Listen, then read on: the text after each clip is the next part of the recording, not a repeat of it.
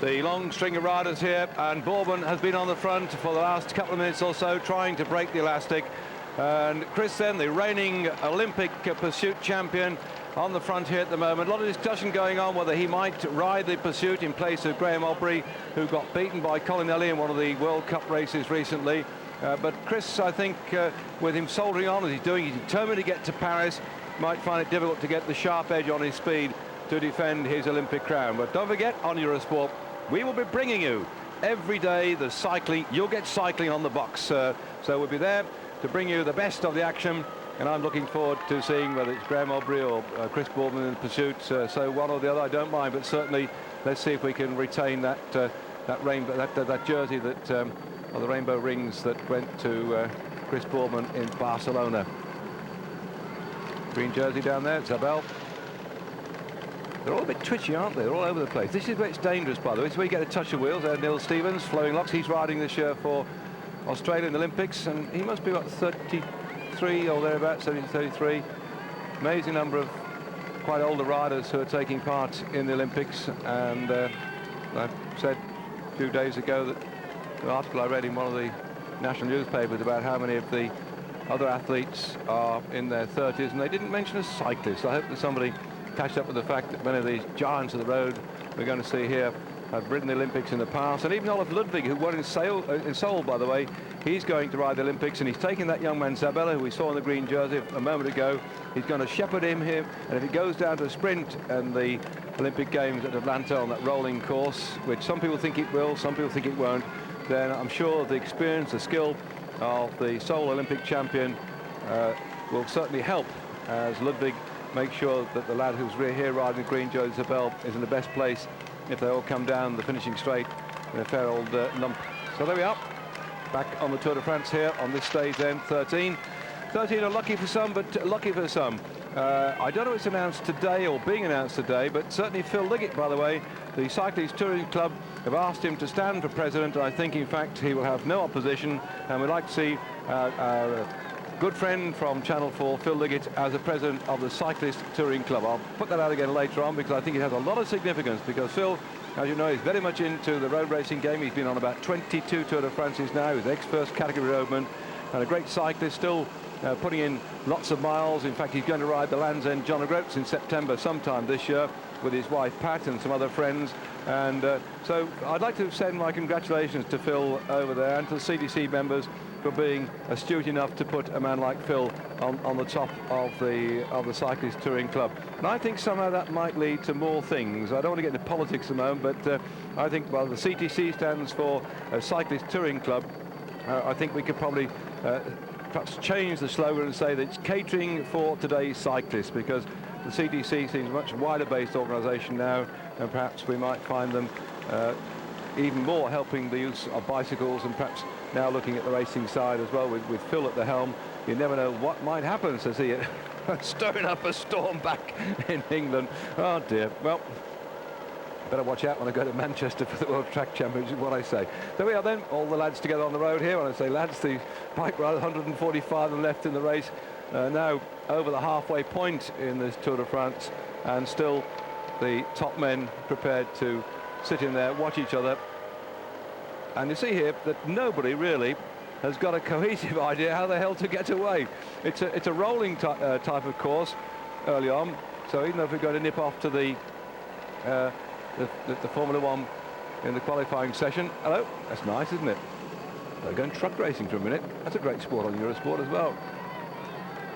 So after jumping around here, I've got a suspicion by the time we come back after the motor racing that we will find maybe a group that's got away, alternatively them all sat together for that final thrash towards the end. So people at home, I don't know what the weather's like back in Great Britain now, but if you can find time not to mow the lawn, trim the hedges, or nip down the supermarket, or better have all done it this morning, then stay with us for cycling to 2 o'clock, and also stay throughout the Grand Prix too, because I think it's nice to see how Damon Hill is going so well. And by the way, talk about motor racing, these lads today are actually riding, as you can see, without the crash hats on. They're not deciding on this stage here that it's going to be fast like it was in Holland, and necessarily to put those upturned posts on their heads, those plastic things that make it difficult for anybody to see who the hell's riding their bike. And I did make the comment, and perhaps it may happen one day. I know Claudio Chiappucci decorated his helmet, but perhaps he might have some of these riders, when they put the hard shell helmet on, doing their own bit of decoration so that the commentators can spot who the heck it is they're talking about. It's very difficult with nearly 200 starters to pick out riders when they put those crash hats on, but certainly Graham Hill, when he was driving his car, he had the rowing club, London Rowing Club, white, I suppose called spears or white uprights on his hat, and his son Damon has the same sort of crash hat. And certainly when you see the two cars going round, you can tell which is, apart from the number on the car, of course, you can pick out which is Damon and which is Gilles Villeneuve by the crash hats they wear. So perhaps cyclists may take a note of that sometime. But today, no problems. They've got the hats off, and they can pick it out much better.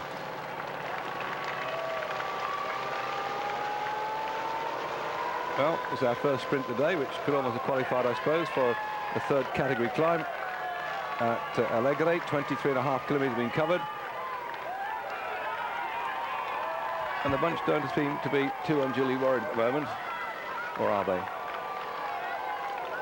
On the sprint classification, we certainly will go here to the Festina rider, who's rolling up quite comfortably indeed.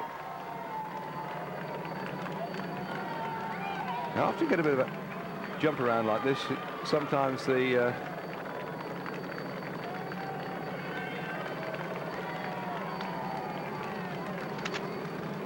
riders decide to go for a break. I'm just watching them now and waiting for confirmation on the old cans about are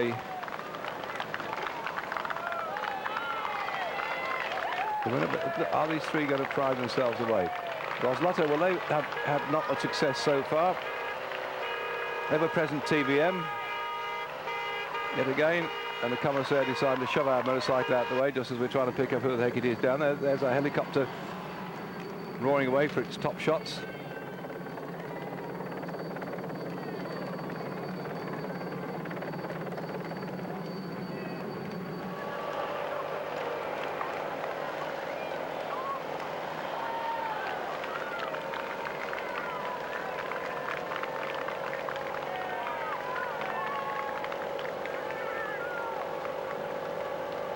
Well, this is what happened yesterday and the day before. You get a little split opening up and somebody doesn't want to chase it down. And once you get a nice mix of teams on the front, the rest shut it off. And I can see here we've got MG, we've got Once out there, we've got Roslotto in that little group, we've got Festina away at the front. And there's a gap there at the back. You see that one midway through the field?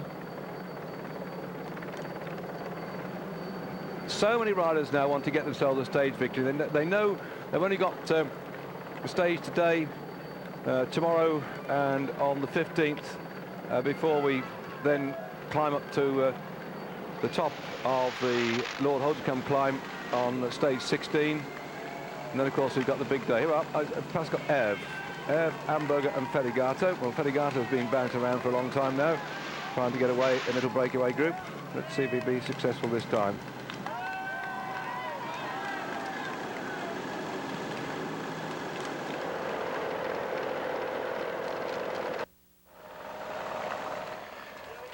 The stage 13 from Le Puy-en-Velay to Besse, Sancy, setting off then from this delightful town there. You can see the outcrop of the volcano and that lovely church on the top, the medieval chapel of Saint-Michel d'Aiguille, perched way up there, right above the town, and on the way through to the finish today there could be quite a lot of action. We haven't had a chance to look back at the other lovely part of this world here, where the again, on top of a volcano, we have the Green-Eyed Virgin and Child, made of the old cannons melted down from the Crimean War. But it's been a lovely place, and we thought in the last 2 days we'd have some action, but we have today. We're looking at a chasing group here, including Claudio Chiappucci, Fernandez Jeans there, number 33, Brochard's in this little group, and the attacks have come thick and fast ever since we started the stage today.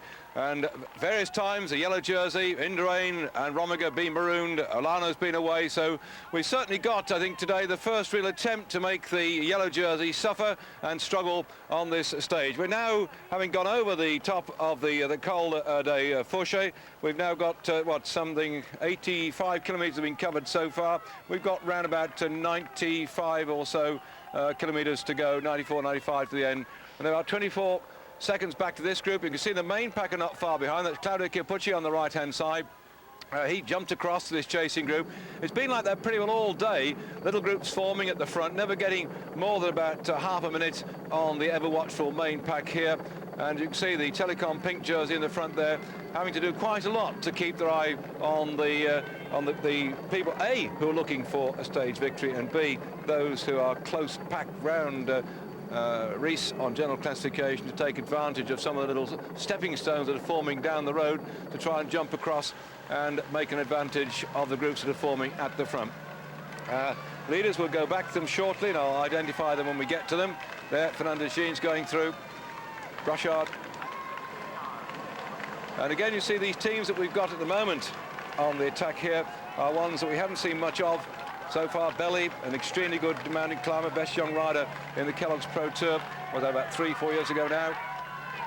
Claudio Chiappucci, well, he's taken a right old pacing in the race so far. He has to do something sometime, and this is the leading group at the moment. As soon as we do that, we go back to chasers. Roslotto determined to try and get some result from the tour so far. They've been putting men on the attack time after time. They haven't got their stage victory yet that they'll be searching for. One man we haven't seen much of so far has been Fondries, their team leader, who seems to be still sat in the pack and perhaps still suffering from his operation, not getting the miles back in that he wanted to put into his legs, so he's been pretty quiet. Their best placed man, the riders from the Roslotto team, that's the Russian State Lottery. I can see this chap coming through now at the moment. Izugramov, who lies 11th overall in general classifications, 5 minutes 27 seconds down. So he's keeping his powder dry for the stage when we go up to North Hautacam and then over the top of the Pyrenees, because that's when he can make up a lot of time on the rest of the riders. That, of course, is yet to come.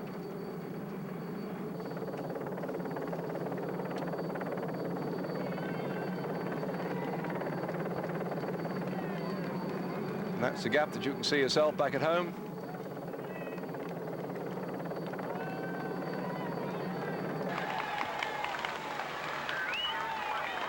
Some of the groups we've had so far forming have been too big, actually. They've been something like about 10, 12 riders, even up to 15 at a time. And whilst they've contained some pretty useful characters, they haven't been able to weld together a concerted effort to stay away. And so the bunch has come back to them, having taken their time to come back. And here, Brochard, ever active. It seems to me to be Festina's day. They've had Pascal Herve away, they've had Duffield go away, they've got this man here now having a go again. They keep firing riders off left, right and centre. And the same has been happening with the TVM team. And we just there could see Bo Hamburger going away on this, the next close climb of the day. We've been over the top of the Col de Fourche. This is the Col de Tulle.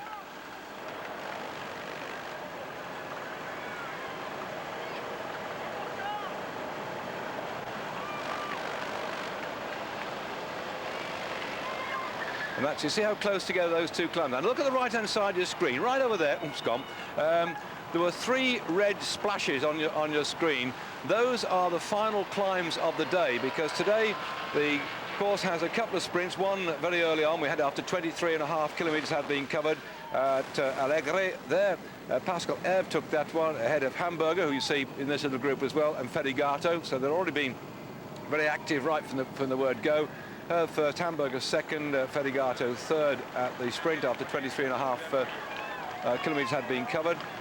And then after the Col de Fourche, 82 kilometres just down the road, because we just come through the 89 kilometre point, the Col de Fourche, that was Katai who took that one ahead of Bartoli, and Thibault was in third spot.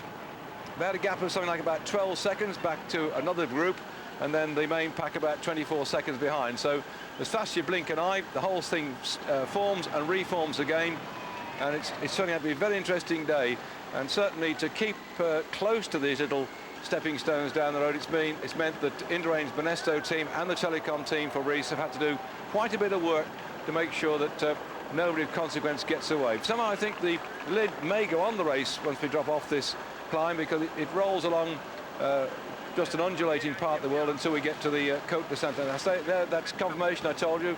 No, Hendaye, Thibaut and Bartali has just slightly altered the one they had before. The one of the Col de Fourche was Hendaye, Bartali and Thibaut, and they changed places. Thibaut going ahead of Bartali on the Col de Tulle.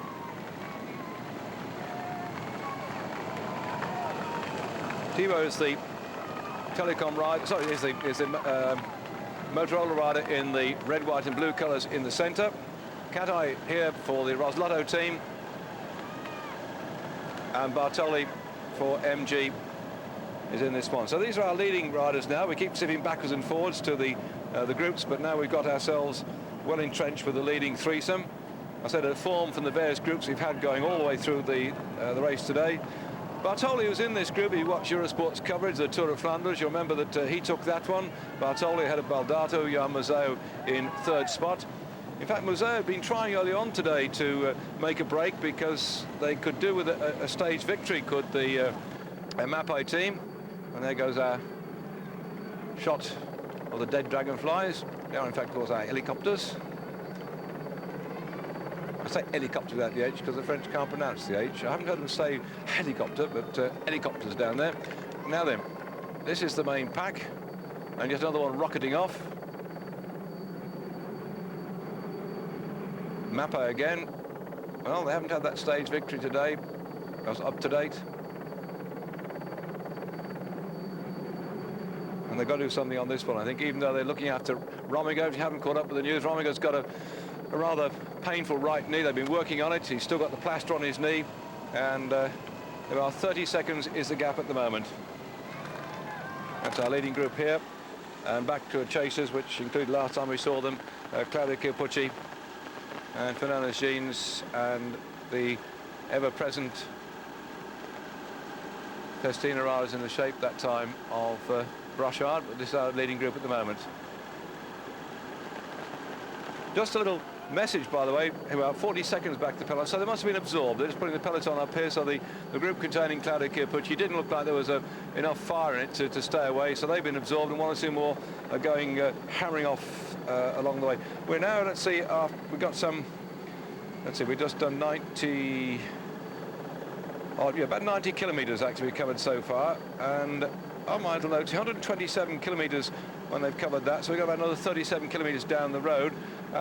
Just a little interesting thing for the landlord, the Queen's Head at box. We're going across that single track railway that goes down from Clermont-Ferrand right the way down to Béziers near the Mediterranean. The Ligne des Colses, and it's called after the limestone plateau it traverses, and it goes alongside the river. And we may, I hope, have a good shot of that one. I don't think we're going to pick up, it's a bit further down, the Garabit viaduct built by Gustave Eiffel in 1882 and 1884. So that's ahead of us on the race now. Lots of interesting little villages they're going through over some interesting parts of the world before they head into the finish, which is one of those ski resorts up at Soubers-et-Sensé. And while some of the riders we're looking at now are just going for overall victory in the stage, still it might mean today the yellow jersey could be under a lot of pressure. Main group of riders that are just keeping the leaders, I suppose, within a reasonable sight, but it's making the Telecom again stretch their legs just to make sure the gap doesn't get too much, although we have seen some of the riders like yesterday get 15 minutes on the main pack when Telecom decided to take it easy. And there's been some complaint, in fact, that the Telecom have had an easy ride, and some of the other teams that are looking to put their men in top position want to put more pressure on them. Now, 25 seconds then are the leaders ahead of the main group. These are our two leaders at the moment, Bartali and Thibaut. Bartali winner of the Tour of Flanders early on this year, together with his Motorola compatriot in the breakaway here, Thibaut. Again, they're doing exactly like I said earlier on, looking for a stage victory. This, in fact, was the territory where Max Chiandri said he was looking to get for a stage victory, but of course he's out of the race, if you haven't caught up with it, with some problems with his knee.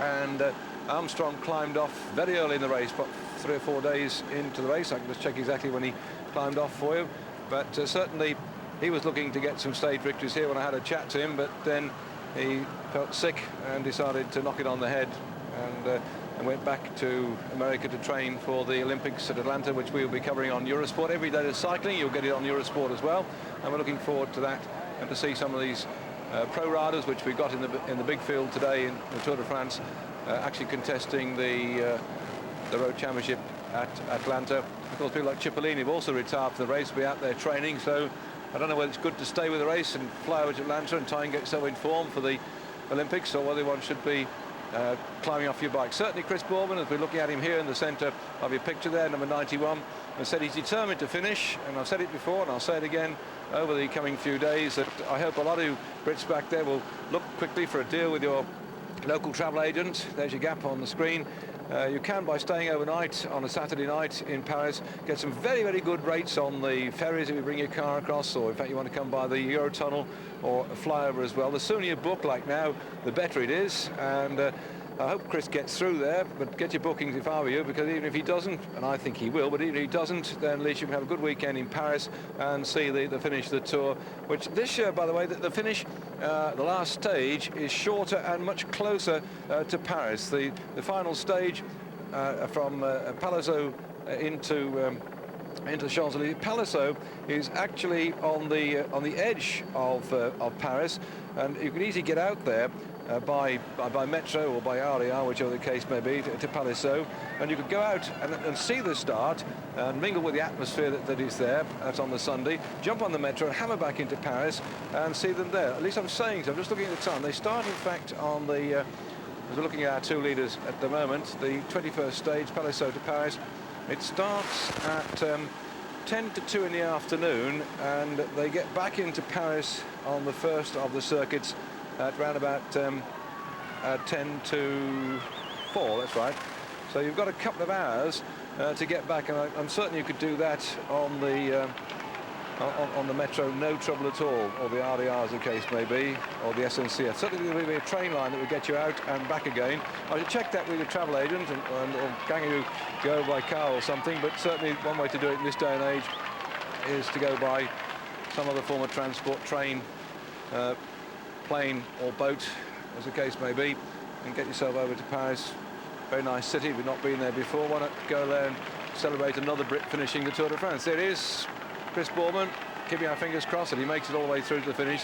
Very gutsy man. I mean, when you consider he started life as a time trialist, riding 25 and 50-mile time trials. In fact, he rode on the track when he got a bike, which I suppose you would call was out of the skip as such, and he used to ride on the track at Kirby, where Doug Daly was the manager of that track, and Chris's father was a cyclist as well, and he didn't really push him into it, just that Chris liked the sport. And here we go through the feeding station with a Brit in here who's making very good progress indeed, from being a tester, as we call him in Great Britain, setting off at the early hours of the morning at minute intervals, and from being a national champion at 25 and 50 miles, then going on to be a world-class pursuit, taking the Olympic Games pursuit. And so Chris now in this race, and you watch him go through here Saturday afternoon, you people watching Eurosport, because during the week you may not have seen what we've been up to. This is the feeding station where they grab their what we call oppie bags. We call them oppie bags, or some of us do call them oppie bags, because Sir Hubert Opperman, who raced over in France and Europe for many years before he came back to Great Britain and broke such thing as a Land's End John O'Groats record.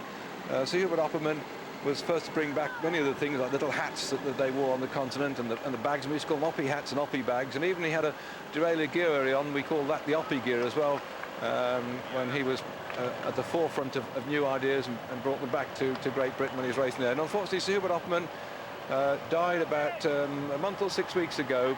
He was, what, 91 or so, and I suppose he went the way that many cyclists would like to go. His wife had stopped him, banned him from riding his bike, mind you, at something like 90, because she was afraid he might fall off and hurt himself.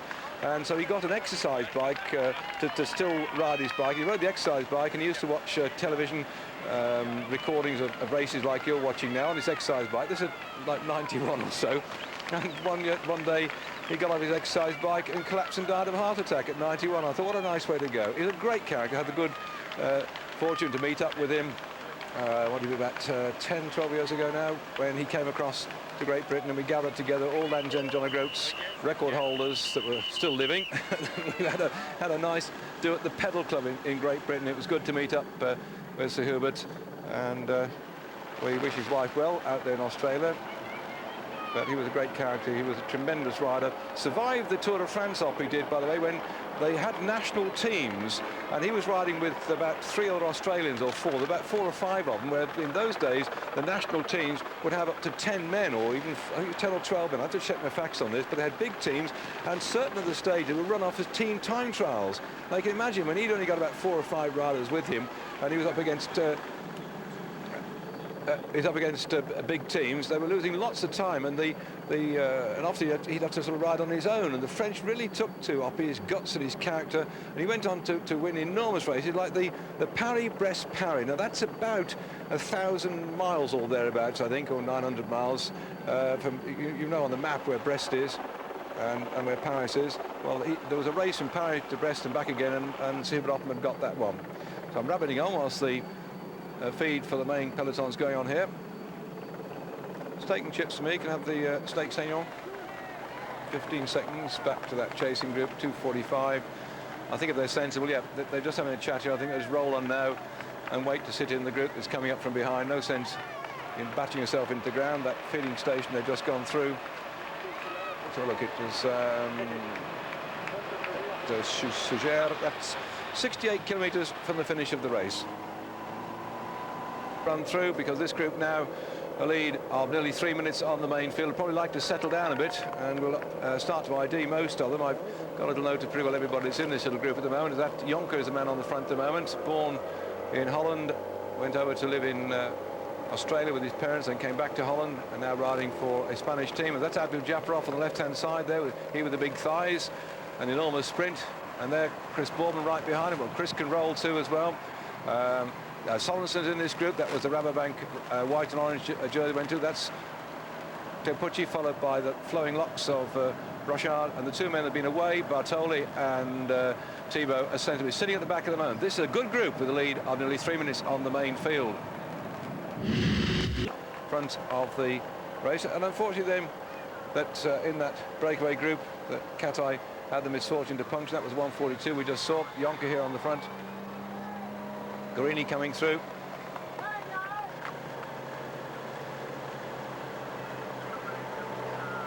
And then Thibaut having done so much work to try and stay away until Katai got that puncture. They were down to 2 men. Abdul-Japarov, very familiar figure. I think his hairstyle seems slightly different to me this year. That's why in the sprint though they didn't quite place him. Don't know what he's done to his hair, but it looked a bit different. Amazing character. There, Chris Boardman. Looking good and rolling hard. And we just saw Brochard for Festina going through. And this is the main group. They must be just approaching, I suppose, Sauzilange. We're just going through it. We heard all that noise from the cowbells.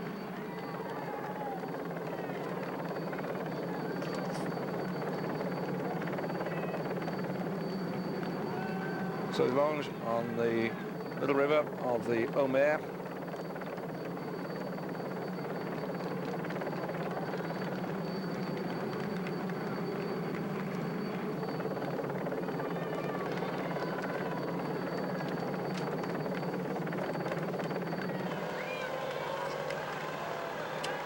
And there the telecoms on the front. Well, these riders aren't in this tour to see what's going on round about, and they're desperate to get the stage victory. And they're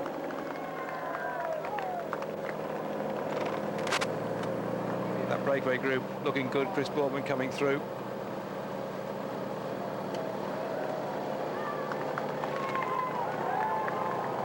Iswa, this is it. Now I wonder if we're going to see. I didn't look too carefully then. This railway line.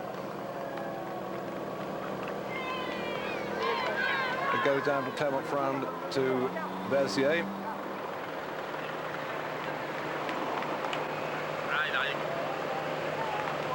They only have one train a day. It just potters down to the Massif Central, 200 miles, rather delightful scenery.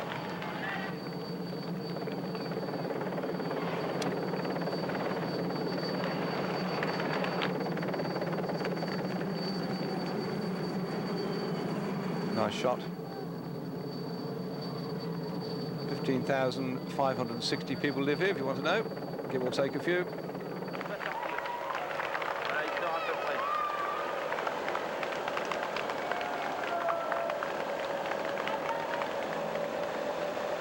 And this is where they get to as well, where the martyr Saint Ostermoin, who preached Christianity in the 3rd century, came from. And we're looking at the chasing group here. There's the yellow jersey. Gormley is looking absolutely comfortable and relaxed. He had a puncture before we came on air, and it was so calm. He just got off his bike, he changed the wheel, just got back on the bike, rode up towards the back end of the race vehicles. 2 or 3 of his teammates dropped back to him, and he just soldered on into the back of the pack, just like he was going out on a club run for the day. And then they moved their way through to the front and took up the position you see here now, the pink train of Telecom. Christian Hen, the national champion, going through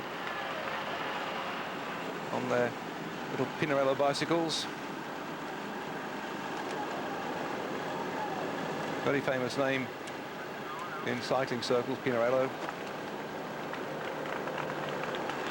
Making also the bikes that have been ridden by Miguel Indurain.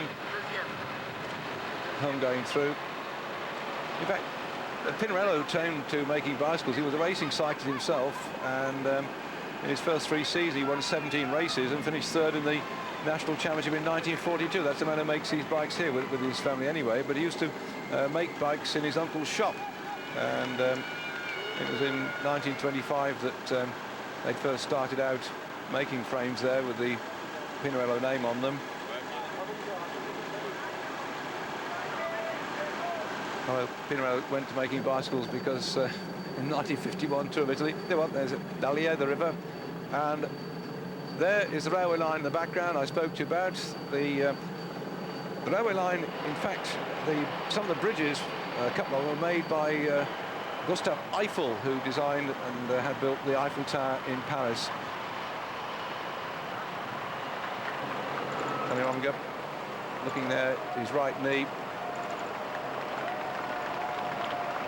Still very sore. I'm not surprised that he hasn't put the hammer down today. Mappo tried to get men away in the leading break when we had the start of the race today. Lots of breaks formed and then caught and then went away again. And Mappo trying to fire riders off down the road because I think they could do with the stage victory at the moment. What's Abdu doing? Oh. Goodbye. He's off. Well, the next sprint is at 30 kilometres to go at Solier. He's not quite there. Well, Abdul Japarov is known for his sprinting ability to come out of the pack and just go rocketing past people. And those you saw at the start of our programme a couple of weeks ago remember that he went an awful crash. And I've said many times in the past, and if you just switched on for the first time to Eurosport, let me remind you that in fact when he got back up after the crash, with his crash had absolutely shattered, although no bones are broken, no troubles with his body at all. He was unconscious, and then he opened his eyes. He asked which race he was in. Well, there he goes now through, and it must have been about a couple of years ago he won a race with a lone break of something like 10 kilometres into the finish, and when the press asked him after what did he do that for when he's such a good sprinter, he said, well, everybody accuses me of sitting in the pack and never trying to do anything on my own. He said, so I just showed them today that Abdul Japarov can win stages by going out on his own. Well, he's an awful long way from the finish right now, Abdul, and I can't quite comprehend his tenacity now to go away. And if he's not careful there, 45 kilometres, that's what, 27.5 miles or so, and he's got that group behind him. There must be some reason in it.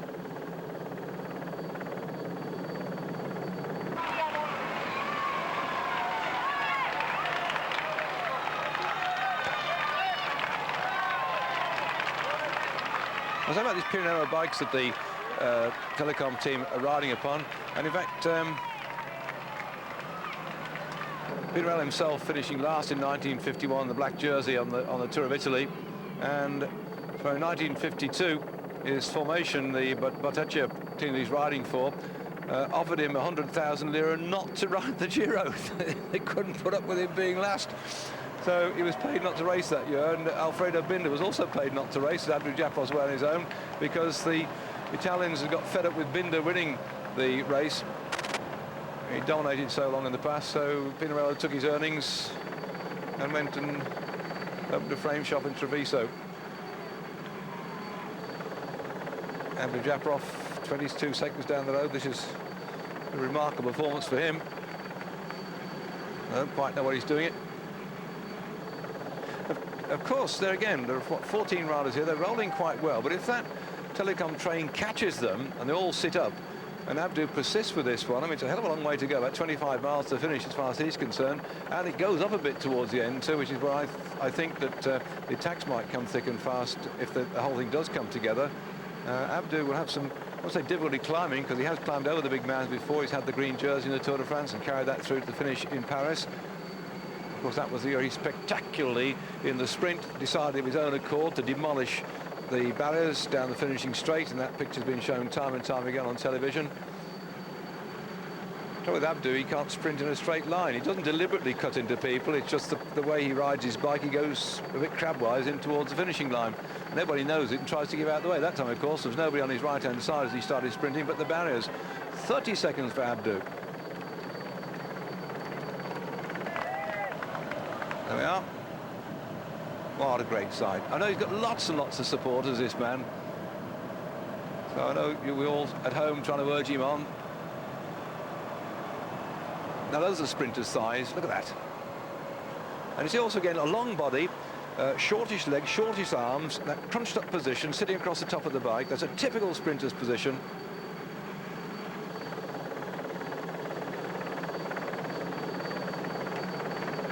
The string, they go back in line again. Nobody's leaving any gaps at the moment. I remember when little Chepi Gonzalez won his stage, that in that leading group, 48 seconds, Abdu's still persisting. When Chepi was at the back, what happened was that as a man, you see Sorensen, as I'm telling you, Sorensen went towards the back. What Chepi was doing was leaving a little gap, so the man who came off the front would then have to go in front of little Chepi, and they didn't know him at all, Chepi Gonzalez.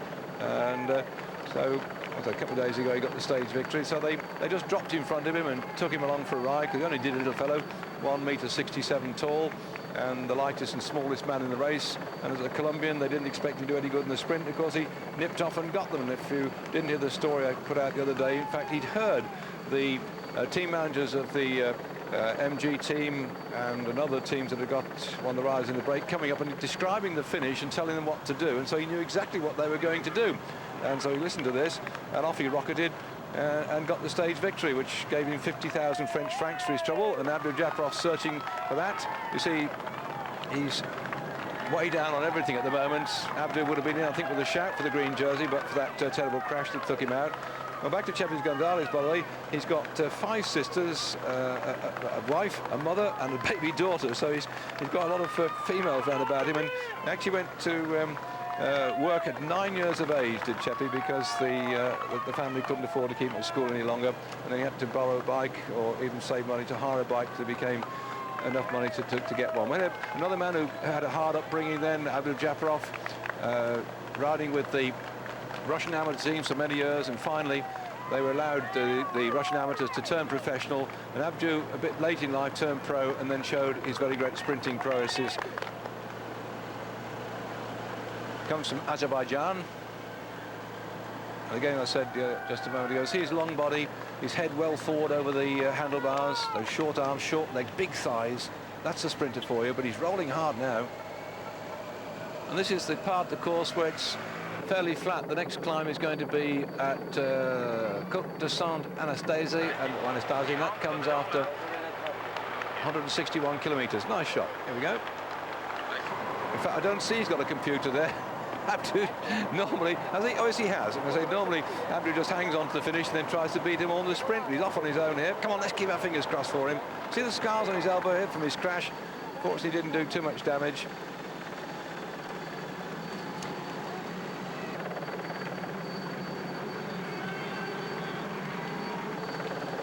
Well, it's now 5 minutes the gap back from Abdul-Japarov and the main peloton. Here he is. Whew.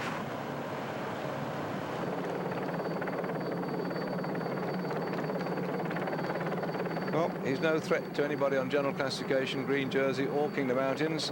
But I think the group that's sandwiched between Abdul-Japarov and his main field here might have other ideas, might reel him in towards the end of the race.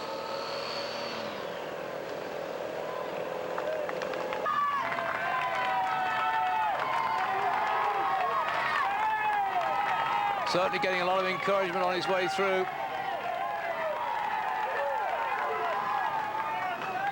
At Saint-Floray, 36 kilometres left to go. There's a sprint down the road, by the way, in another 4 kilometres to go at Saint-Rier. This is probably going to be the biggest sprint victory he's had in his life. If they don't chase him down, he's going to be about thick end of a minute ahead of the second place man. Come on, Abdu, keep at it.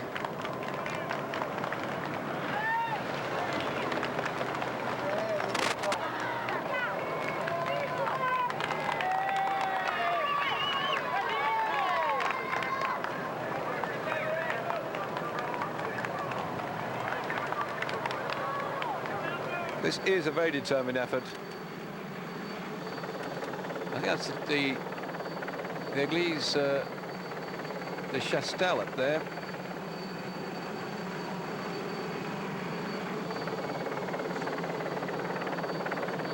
La Course-Paval, this is the river that we're going to be running alongside for quite a while now. All the way along here since we left Issoire on the railway track. We're going through the gorge as well of the Courbeul gorge before they turn right at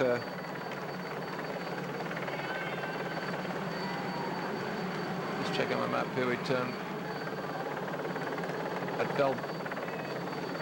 Valbilex, that's right. We're going to turn right there and head up in towards Saint-Émilion. And Abdul Jafarov now 58 minutes, sorry, 58 seconds. 58 seconds is his lead. So they stopped. Thibaut, the motor roller. Sorensen, number 88. Baldwin just moved through on the right-hand side of your screen. Again, we're staying with Jonker at the moment. Interesting character, quite a tall fellow. 26, 27 years of age. Actually, his father was a keen cyclist, and his uncle Ron Jonker was an Australian road champion in the late 60s and represented his country in the 68 Olympics as such. So quite a family of cyclists. And the Abdu Jafarov, 5:25 back to the peloton. Oh, this is good news for Abdu. I was saying run about as far as he's concerned, about 32, 33 kilometres to go to the finish. And they don't seem to be too bothered at the moment. We did think today that there might be some attempt on that final climb to rattle the yellow jersey. That might still happen because we've not seen any attempt by the people who are placed closest to the yellow jersey, Bjorn Ries, to do anything to go within those groups that have been on the attack ever since we started the stage today. This being stage 13, unlucky for some, and lucky for some people. I mentioned earlier in the programme, but if you're listening to one of our recorded versions or just come in and switched on the telly, that Phil Liggett has been either elected or is about to be elected the president of the Cyclist Touring Club, and congratulations go to Phil, the commentator for Channel 4. And it's interesting then to think the CTC, which has been traditionally Cyclist Touring Club, now, as I say, caters for today's cyclists. I've altered their initials to say caters for today's cyclists. Have had an ex-racing man like Phil Liggett, who was a first cat rider, rode on the continent, and then for now 22 years, I suppose, been on the Tour de France, the journalist for the Daily Telegraph, and the commentator for Channel 4. Phil, then, congratulations then on your presidency, sir. Saint-Floray, 140 kilometres from the start this morning. Mentioned that glorious church. Now, also today, I say hello to Joan Dixon, by the way, up there in Bolton. I met her son Mike today. Mike and I worked together in Screen Sport some years ago, and evidently Joan switches on to listen to cycling on Eurosport. And I know that all over the country we get lots and lots of people who don't know much about cycling, like the sights and sounds of the countryside, and to see the riders here wending their way across some beautiful countryside. And I hope I can tell you a bit about where they are, what they're doing, and convey a bit of the atmosphere of this great country. Christian Hen on the front of the train, and I mentioned earlier on the train, that railway line which is on threat of being shut when they came through Issoire. The French Parliament are debating that the SNCF, who own the railways, it's still nationalised over here, but they're losing so much money that that railway line, which only has one train a day and has never made any money, but they say it's such a lovely part of the world that it goes down, all the way down from Clermont-Ferrand to the Mediterranean Sea, should be kept open, and I hope they can find ways of keeping it open. Many of the stations are already closed, by the way, but perhaps they might keep it open because more and more tourists are going back to using the train now, and if it may not be catering for the locals who've now got their cars and so on, perhaps the tourists will start using the trains again, and we can have people off the roads and more space for cyclists, says he. Abdul-Japarov looking to get a stage victory. We only finished once in the past at Besse Sancy, and he's now got 1 minute 20 seconds lead. This is tremendous. It was Wellens that won the stage here way back in 1978, and that was the year that the overall victory in the race went to Bernardino, Zotemuk second, and Agostino in third spot. And that was the year that Eddie Merckx stopped his career with some 500 professional victories to his credit. Well, the camera moved then away from Abdul-Japarov, quite right, I think, to pick up the chaser, being a split. And Abdul's going to take the sprint there, in inverted commas, with 30 kilometres to go at Saurier. It's going to be the easiest sprint he's ever got, I suppose, in his life. And now looks to me as if two very experienced riders are after him. That's Sorensen and Bartoli. If these two start riding hard, then the chasers have got to do something about it. I hope, keep my fingers crossed, that Chris Boardman, who's in that group there, will try and get across to them and put in some of the turns he can do as an extremely good time trialist. But he's got to get there, and these two are very strong indeed. Bartoli and Sorensen looking back to see if they've got themselves a sufficient gap, and it doesn't look like they're going to do it, though, as the Roslotto rider tows them. But there's the man in from the Benesto team who's just going for the ride, Rodriguez, being tailed up as well. Boardman's crossing the gap. Good on you, Chris, get in there, watch those two. Abdul-Japarov way down the road now, taking first spot in that sprint. And look at the gap on the left-hand side of your screen from Abdu back to this group here. So just over a minute as such.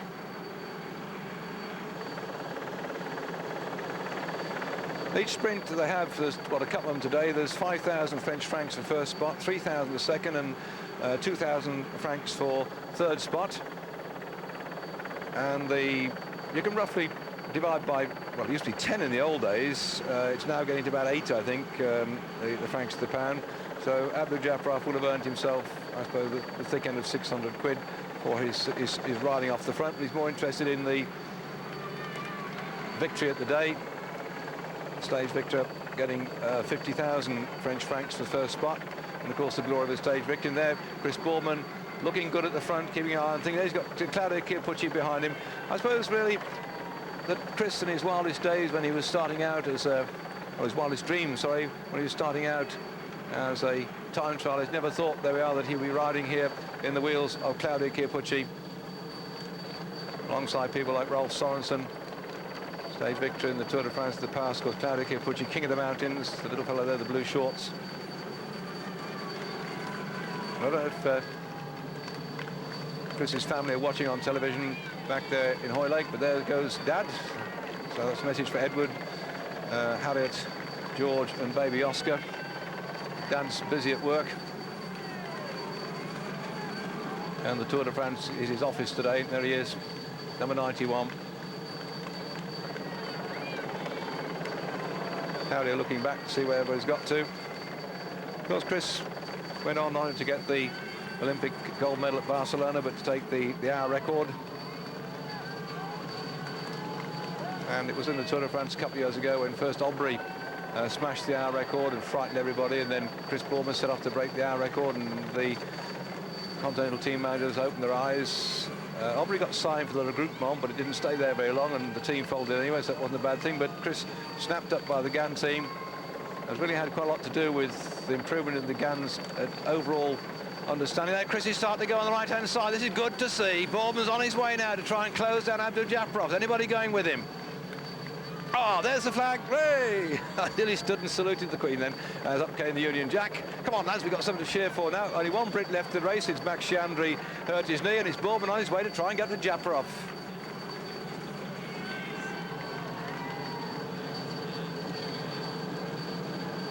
Chris Bourman has the time trialling ability to catch up with Abdou Japarov on this stage 13, 177 kilometres from Le Puy-en-Velay to Super Besse. Bourman now going away, and the rest realise they've got a race on their hands there, as Jonker second in line behind one of the Roslotto riders. Looks a bit like Katai, who's been trying. He tried the other day to get a stage victory. He's away in the breakaway group, and now he's got big Jonker behind him. Well, Jonker and Chris Bourman, both of them speaking English, well, of a sort, because Jonker, although he was born in Holland and holds Dutch nationality, he in fact went down to Australia and lived there. Went at the age of 2 and came back to Holland when he was 9. I know he's peeled off the front, left Katai come through. Bartoli's going. Then there's Taffy. Well, there's two big rollers for you. Bartoli, winner of the Tour of Flanders, on the front at the moment. Bartoli looking back over his shoulder. See Taffy third in the Paris-Roubaix this year. Big, strong men. These chaps can really roll hard. Chris Bourman's got a race on his hands now, and Abdou Japarov way down the road, about a minute ahead of them. Might well be snaffled up yet. We're going to start on the little climbs here. This is Kugul. 27 kilometres from the finish for Abdou Japarov. The climbing is going to really start in about another, what, 10 kilometres. Future cows coming here down to the side of the road. Keep out of the way, whatever you do. They don't seem to be too concerned.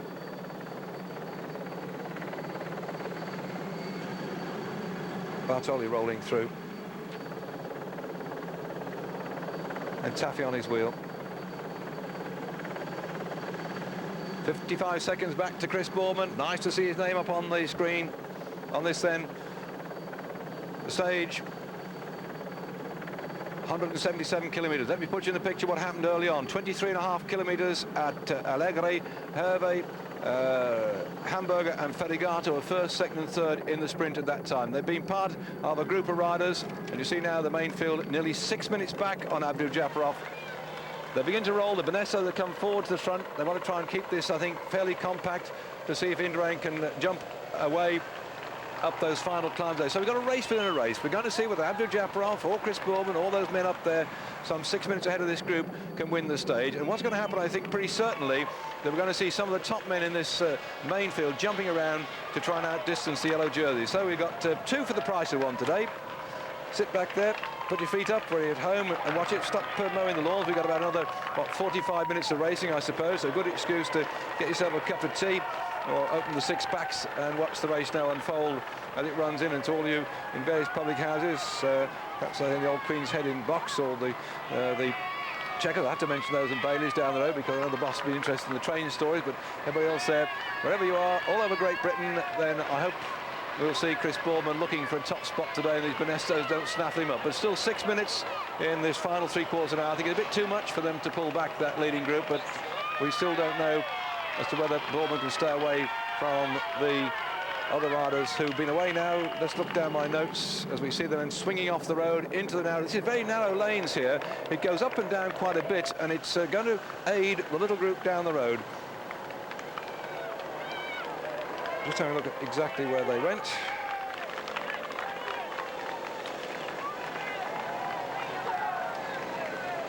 There's 94 kilometres, Katai punctured, that's right.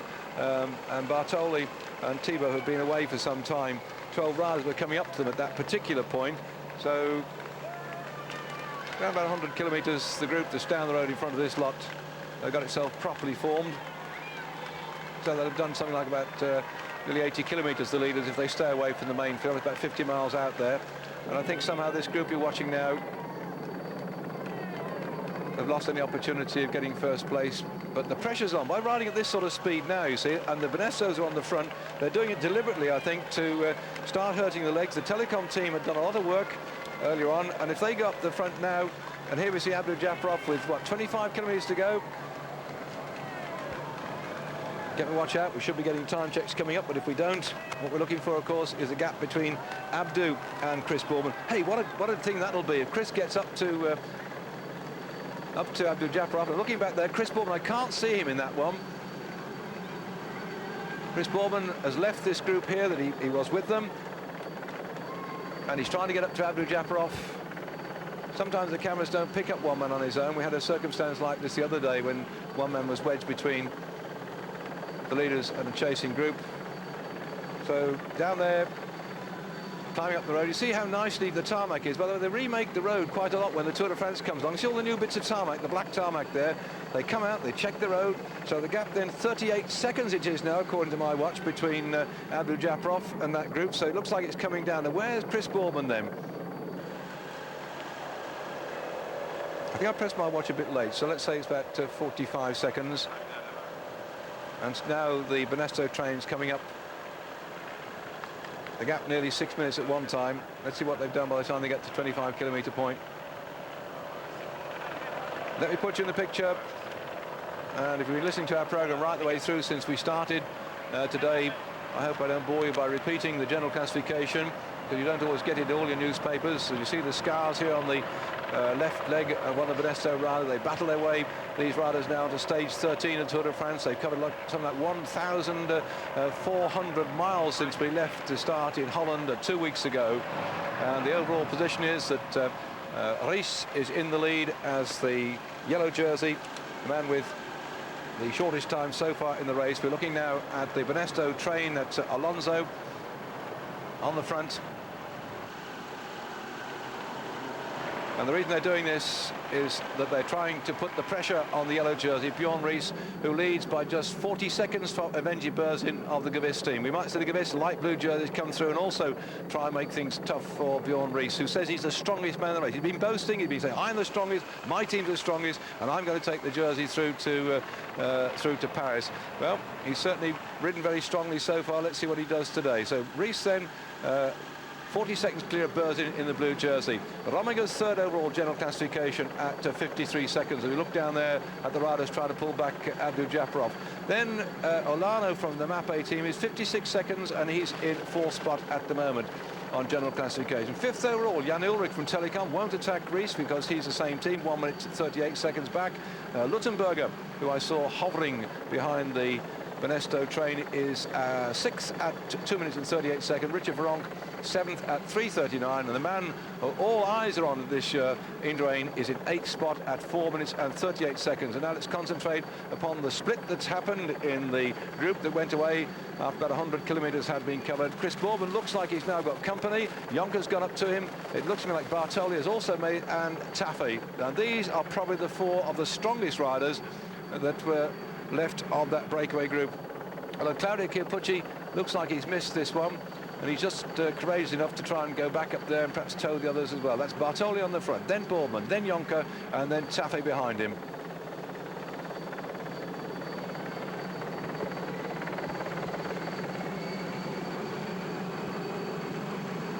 When I checked the time with 25 kilometres to go, it's only about 45 seconds back to Abdul-Jabbar.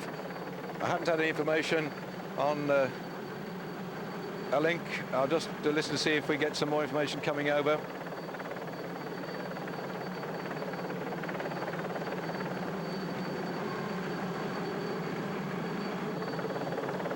Taffy looking for a victory today for the Mapei team.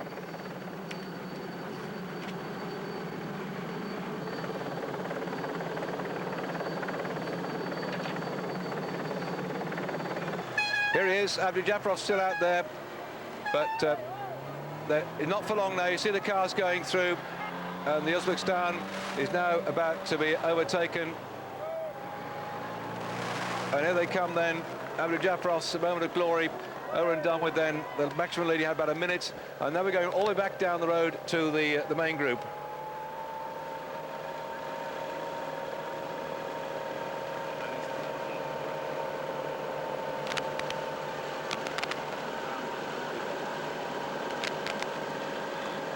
The gap now is, I think, at 5 minutes. It's coming down all the time. So the Banesto team putting the pressure on the gap then, just under 5 minutes.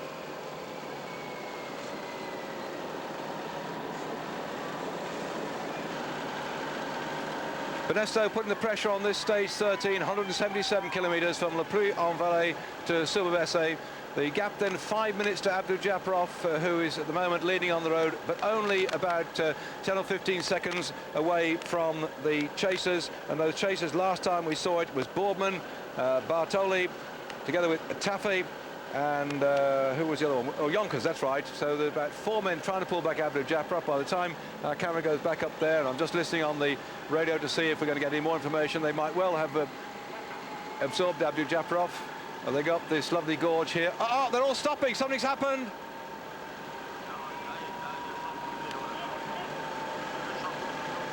I'll wait to see if I get information on that one. All the Benesto team pulled off.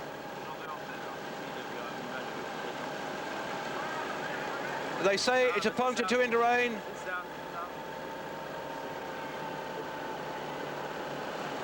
Yep, it is. Oh, la la la, as the French are all saying all down my headphones, because Indurain was the one who was putting the pressure on. You see now how suddenly it's gone flat across the front, and Indurain had to pull back some of that time. He was 4 minutes 38 seconds down on general classification. He had to start pulling back a half minute here, half minute there each day to get within about 2.5 minutes of the yellow jersey for the time trial a week's time on Saturday, when the 60 kilometres it was going to be the day when Indurain could take anywhere between 2 and 4 minutes out of a lot of the top riders, and that's what they were doing today. And now you see how the lid's gone on it. They've all gone flat across here, because certainly a gentlemanly thing, they won't attack a man when he's punctured like that. So Indurain is not being attacked at the moment, but conversely the speed's gone out of this group here, and it'll be a moment respite then. So the riders at the back will be coming up with Indurain, and then action will be resumed. It'll certainly help this group here then, because we've got Abdul-Japarov at just 18 seconds ahead of this group here, that has split a couple of times trying to pull back the big bold Abdul. I think he had company before very long, but what a drama with Indurain puncturing.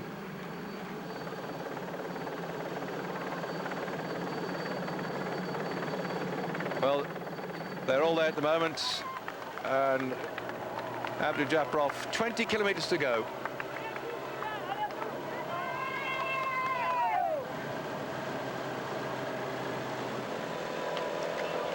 Let's see if the Benestos resume the chase. They've got to work their way all the way up through the group, get Indurain up the front again, and then start to put the pressure on the yellow jersey. What a disappointment. Still, they haven't got really onto the biggest climbs of the day yet, because they're just grinding their way up towards the top of the Côte Sainte-Anastasie, a second category climb, and that will be when they go over the top 13 kilometres from the finish.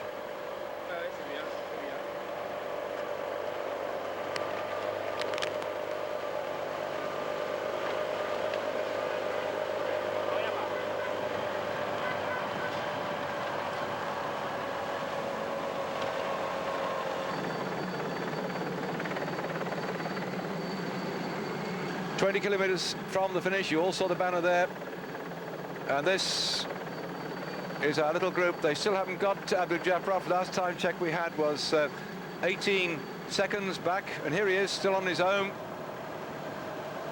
Abdul-Japarov, who took off before we got to the sprint at Saurier, after it was somewhat 40 kilometres to go. So he's done about 20 kilometres out on his own, about 12, 13 miles or so.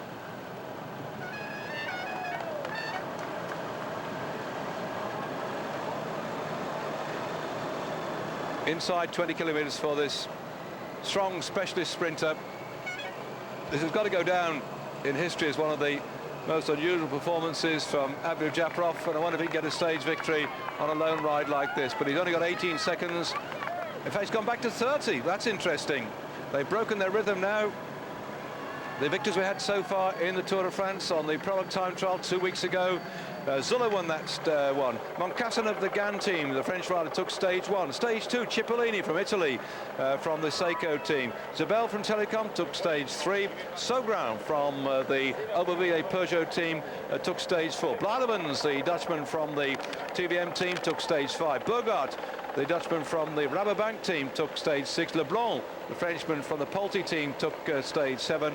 Berzin, the Russian from the Gavis team, took stage 8. Bjorn Ries, the Danish rider, from the Telecom team took stage 9, and Zabel wrapped it up nicely for Telecom, taking his second stage victory on stage 10.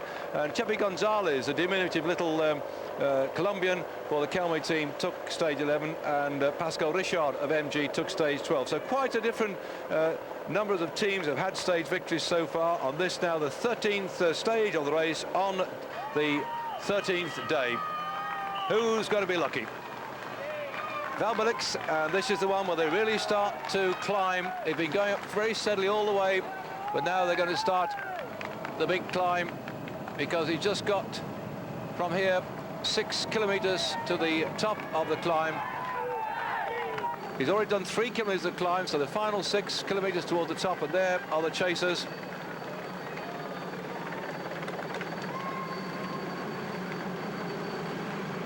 It's a second category climb, and I don't think, I can't remember the last time when we saw Abdul Japarov go the top of a climb in first place like this. This particular course you're watching today, by the way, 6,000 riders, cyclists rode this course. The Velo magazine ran a special race along this course about 3 weeks ago.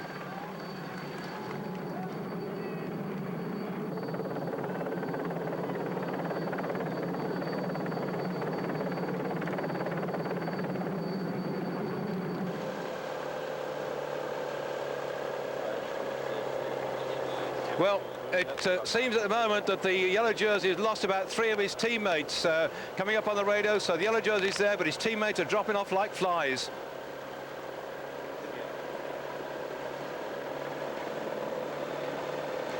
Well,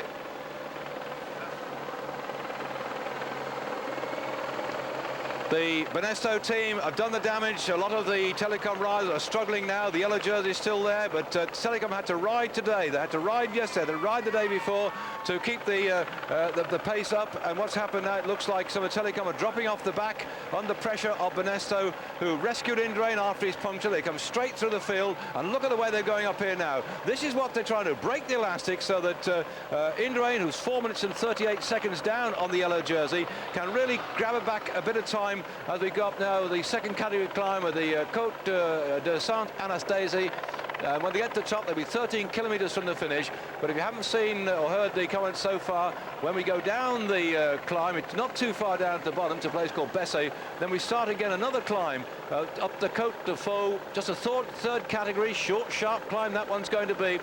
Just a couple of kilometers of climbing, a little short descent, and then up to that they have the final climb up the Monte de Super Besse. Again, only 2 kilometers, but two sharp climbs in succession, both 2 kilometers long, and that can mean a loss of maybe a half a minute to somebody, as Abdul Japarov now with 4 kilometers to go to the top is beginning to feel the pain and the tiredness in his legs after being on his own now for probably something like about 25 kilometers. And any time now he might well be swallowed up by this group here. Still 8 men strong. Chris Boardman sitting at the back alongside Jonker in the pink. Taffy over to their left. The Mappe rather looking back.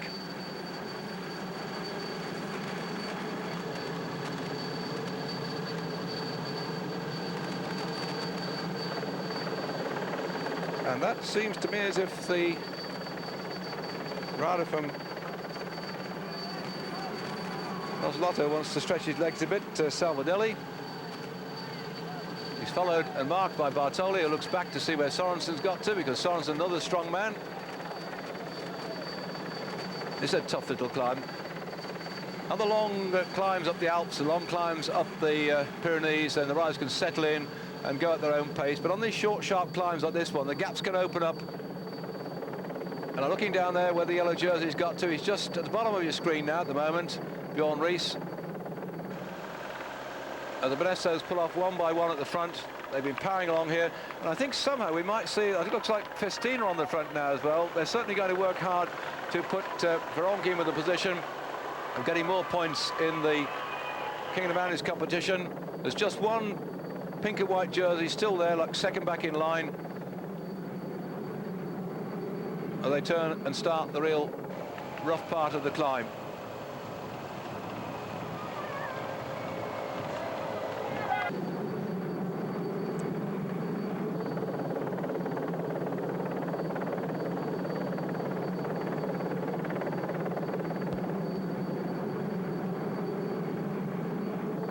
They really are motoring here. So Super Besse only had one finish here in the past when Wellens, who was a very good climber, he took the King of the Mountains award in the Tour de France. That particular year that he got the stage here, Martinez won the King of the Mountains climb, and those who follow mountain biking may know there's a young lad called Martinez now who's doing very well in the mountain biking in the Grundig series, and he's also been a world cyclo-cross champion. Well, his father Martinez took the King of the Mountains prize in 1978 when last time we came up to Super Besse, and the damage is being done here. They're going far too fast for Indra, I think, to come across. All the history of the Tour. I've been reading through the intimate portrait of the Tour de France by Philippe Brunel whilst I've been on the Tour. That book from the Bromley television people, you can get it, I think if you look in cycling, you see where you buy these things, and it really is, when you look back over the years, how these giants have ridden over the big tops of the mountains, the Alps and the Pyrenees, but in recent years they've had these special ski resort finishes that have made quite a change. And the race has evolved over the years. And right now, the yellow jersey on the shoulders of Bjorn Ries is the Dane going to run out victor of the Tour de France. Well, we've got 1 week to find out. Telecom going back on the front again. Well, they had some riders struggling there. Bjorn Ries just getting behind his teammate. There's one on the front. Both elbows well and truly strapped up from crashing. You want to look down there for the numbers of the riders. The lad who's doing well for the Telecom team. I say that they caught Thibaut. Thibaut's been dropped, so he's now lost 5 minutes in about 5 kilometres. Looking down there in the main pack.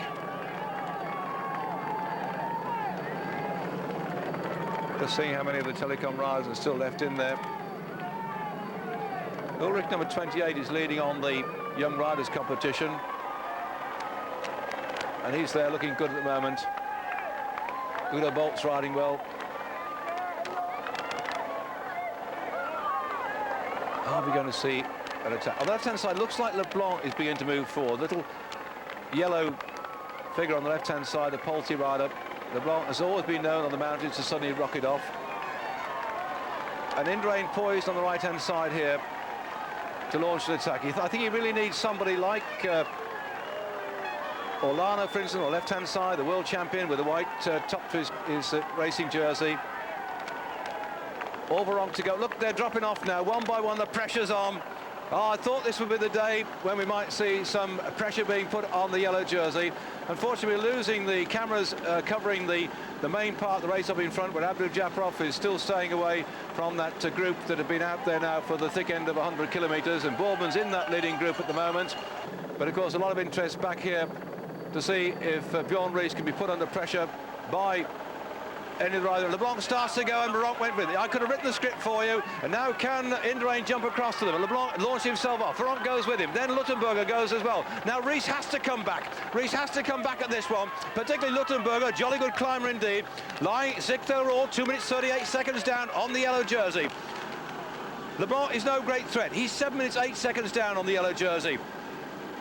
But Ries recognises that Luttenberger, a great mountain truck climber, stage victor in the Tour of Switzerland just before the Tour of France started, and went on to win the race overall. That's a fellow in the white jersey, and you see the bands coming down on the shoulders, dancing out the saddle, a fellow in the pale blue shorts. Luttenberger, the Austrian, third back in line now. And look, Ries has gone right on his wheel.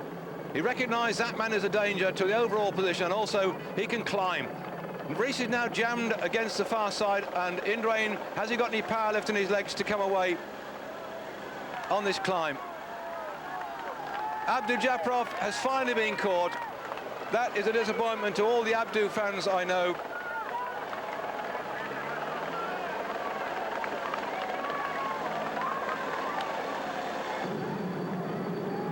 Luttenberger looks back. Polka dot jersey wrong in the front. Then LeBlanc's dropped back and Ries looks over his shoulder. Duffield is there. And so Burr's in the pale blue jersey, right alongside the rainbow jersey of Alano. Scartin is climbing well, just in there with them too.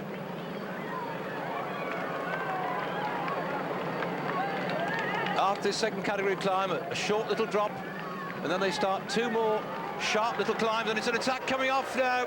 There they go. Duffield is launching an attack on the climb here.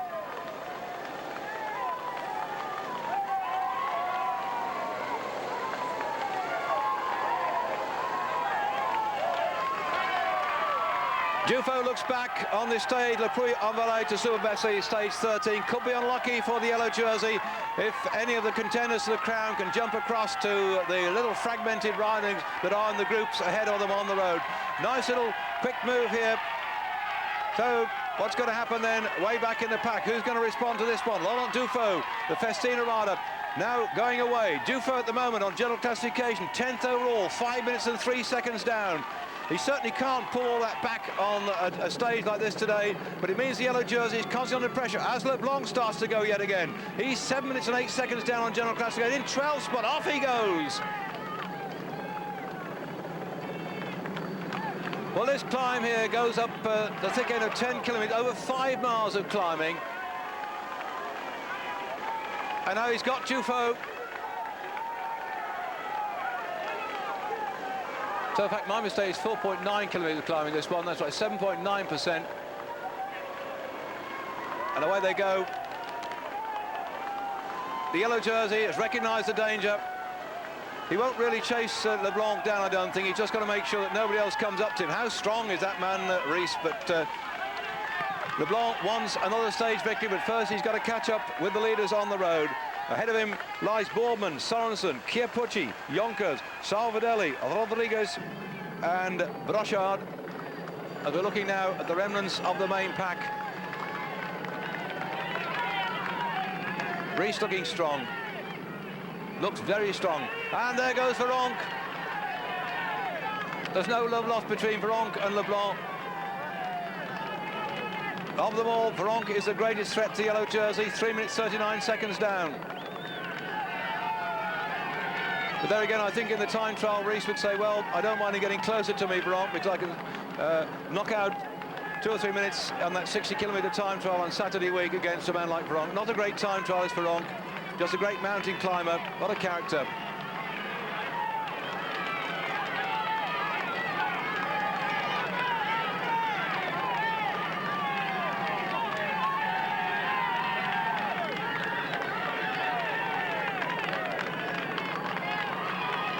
So, Veronk on his way up, LeBlanc on his way up, and you see in the distance those slow-moving vehicles. There are more riders ahead of them. The remnants.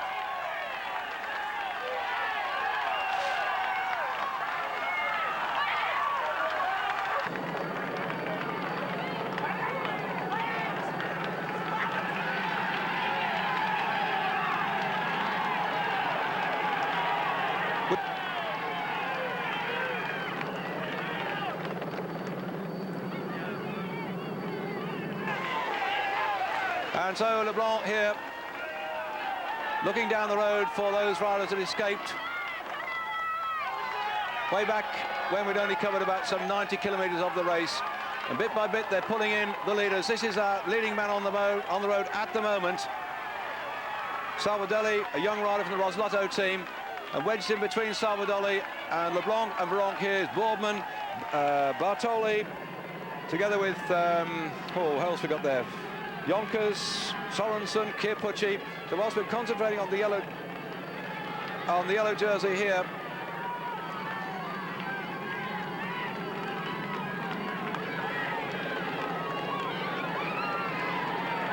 who is still with him?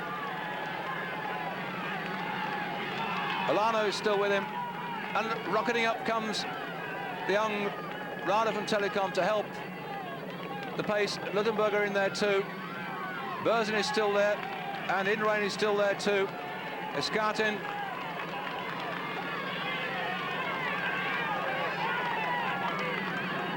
Rees is doing just the right thing. He's showing his supreme strength.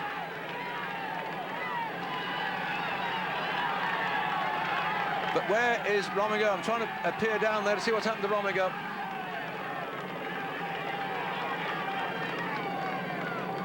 can't see Tony Rominger, who's been suffering with that bad knee.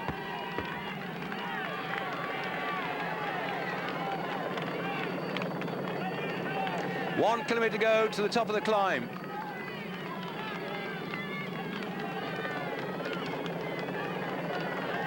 So we just heard that Rominger has lost something like about 150 metres on that group. So Rominger is suffering with his knee as over the top of the climb goes our leader at the moment.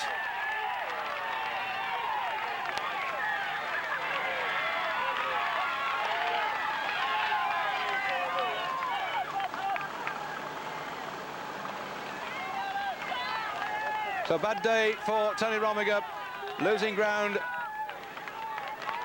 He started the day in third spot, 53 seconds down on Bjorn Ries.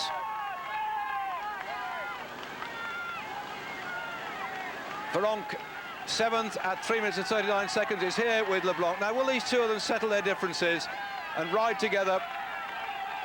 A, to help LeBlanc get the stage victory. B, to put Veronk in with a shout for the yellow jersey.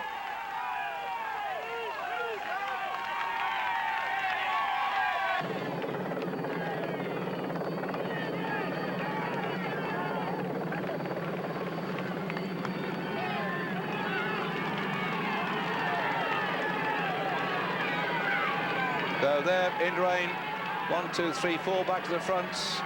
Berzin following, then in the yellow jersey, it's Bjorn Ries.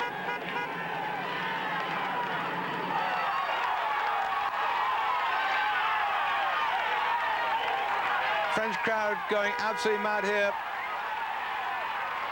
As over the top of the second category climb, Saint-Émilion goes Veronk and LeBlanc, 1 minute 36 seconds down.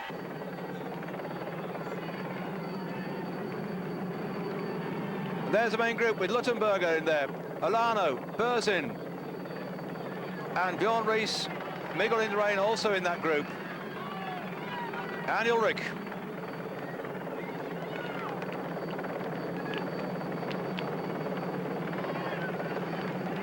Looking down that group of the men who are in the top position about, I can't see the Roslotto rider Ugramov, who lying 11th overall in general classification. He's taking a bit of a pacing today, together with Rominger, who's got that bad knee. He's been drifted off the back.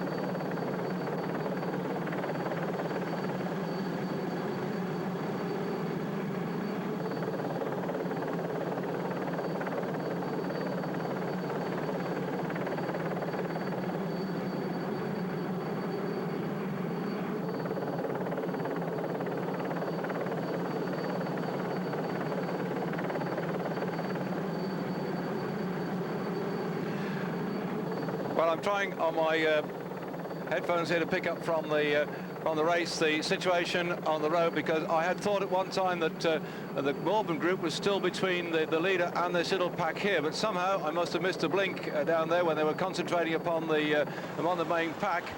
Because in fact, here we are, they're still there, and they've not been giving us information. I'll just try and listen again on this one, but Salvadelli went over the top in first place, definitely, and they've been concentrating on Veronk and LeBlanc.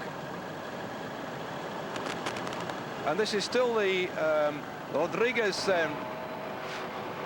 together with Sorensen.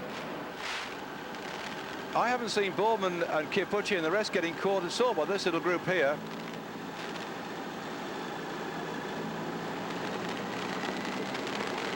So it's a bit chaotic out there. They've all been concentrating quite rightly on the battle for the yellow jersey, and the stage victory still at stake, because it was a 6-minute lead at the bottom of that short, sharp climb. And I didn't think somehow they'd put, or about 5 a bit minutes, I suppose, that Bourman and Chiappucci and people like Bartoli and Sorensen et al. Would get caught by the group that quickly, so they must still be there.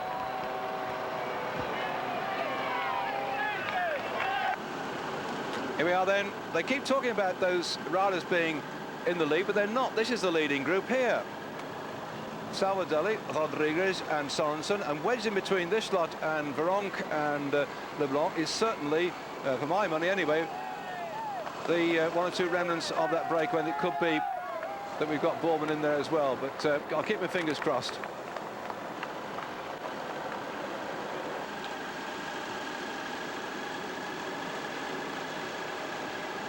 Guerini is also somewhere about the place too. Another of the... Well, yep, they're going to pick up another of the escapers. This looks like Cat-Eye now. They're sweeping up one by one. We saw Thibault being swept up. You see, the trouble is when we're commentating here, I've got the information coming on my headphone in French, and there are two men speaking at the same time. We also have the producer talking about going to cue breaks and to ad breaks and so on. So it gets quite exciting here. Leblanc and Guerini, these are the two which we know are here. Guerini was in that leading group with Bourman, Chiappucci, Salvadelli, Sorensen, Yonkers and Rodriguez or so he's dropped back now, Guerini. And that means two Polti riders here to chase down the group, which last time we don't know. Abdul Jabbar is somewhere out there, Bourman somewhere out there, but of course when they flip the camera backwards and forwards, if they're not bothered about blokes getting caught and shot up the back, then we've just got to wait and hope that it gets picked up and flashed through to you, because I know you're interested to see where Bourman's got to, and so am I.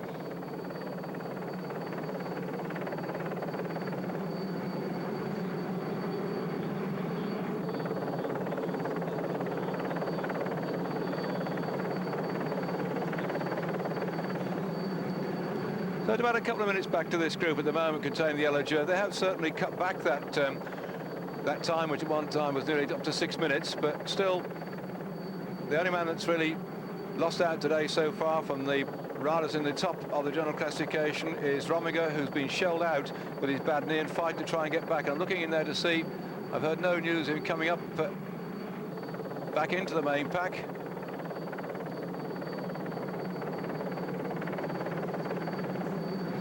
Ulrich is number 28. See the fellow with the his elbows bandaged up. Well, that's the best young rider on general classification, riding for Telecom team. He's in 5th spot.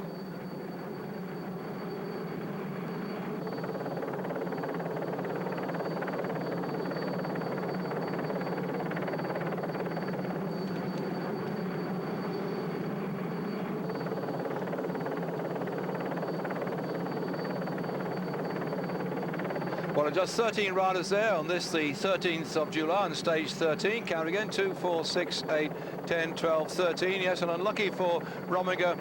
He's been shelled out with the trouble with his knee. And Rominger this morning in 3rd spot, 53 seconds down, and tipped as a likely contender for the yellow jersey. But of course, banging down on his knee a couple of times hasn't done him any good at all. So in this little group, we've just got anybody who's anybody. That's Escartin in the green shorts, and now we're going back up to leaders. Salvadelli, who led over the top of the climb, is still towing up Sorensen. There we are. I told you, see, that Bourman was still there. Bourman is still there. Hamburger's still there. Chiappucci's there. Then with the flowing locks, it's Brochard. They've got Taffy still there. So we're going back to this little group here. Well, we are jumping back and forth today, aren't we? There's a Polti bus on the right hand side. These are the big team buses that the various riders use to go to and from the stages, and after stage finish to go back to hotels and so on. Oh, what's the problem over there? Oh, it's Guerini. I think he's had enough. Has he got a problem? Yeah, there, the Gantine car been up to speak to Bourman, and Guerini's had enough now. Well, he was in that breakaway group that's been out there for something like about, what, nearly 100 kilometres.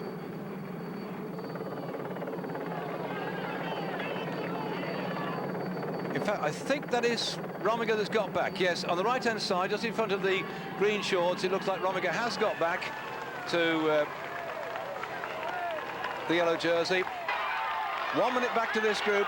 About another minute back to the yellow jersey group, and it looks like Rominger has got back. So not unlucky 13 as far as he's concerned. What a race we got today for the finish today. So the next time the Côte de Faux.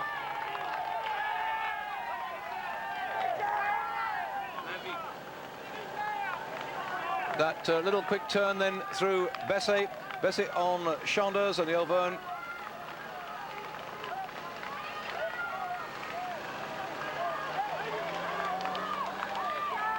Oh, what a sight. Two great climbers here. The man on the left-hand side of the screen, ex-world champion, Leblanc, on his way back in no uncertain style.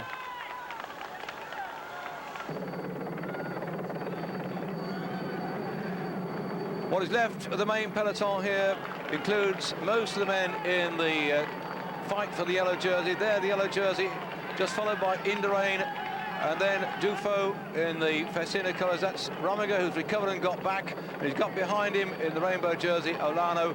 Fernandez Jean just getting dropped off the front of this little lot. The Mappe rider going well. The pale blue chap with the blue shorts, that's Burton. They're starting to wind it up now. And one or two riders are beginning to struggle. The hammer's going down, and it looks like Luttenberger looking over his shoulder. It's doing the damage. The little specialist climber is really now blowing this race apart at the seams. Luttenberger looks back. The man who's lying on 6th place on general classification, 2 minutes and 38 seconds down, has now started to put the pressure on. And it looks as if the rest of the riders are strung out behind him, hanging on for grim death. And it's a yellow jersey that sat on his wheel. Then Indurain, then Dufo, then Olano, then Berzin. And I think that Rominger's had another bad turn, and he's dropped off the front, dropped off this front pack here. So Luttenberger on the Côte de Faux, then Rees, then Indurain, then Dufo, then Olano, then Berzin. And the rider from the Refin team, I'll have to have a quick check down there because he hasn't been in the frame very much in the past, but he's certainly climbing very well indeed right now and staying with that group that are chasing after these two riders on the road.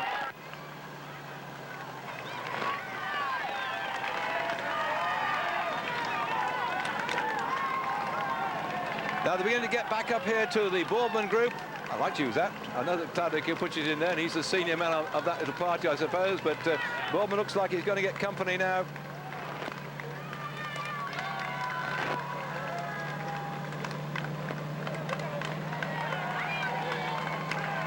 And here they come.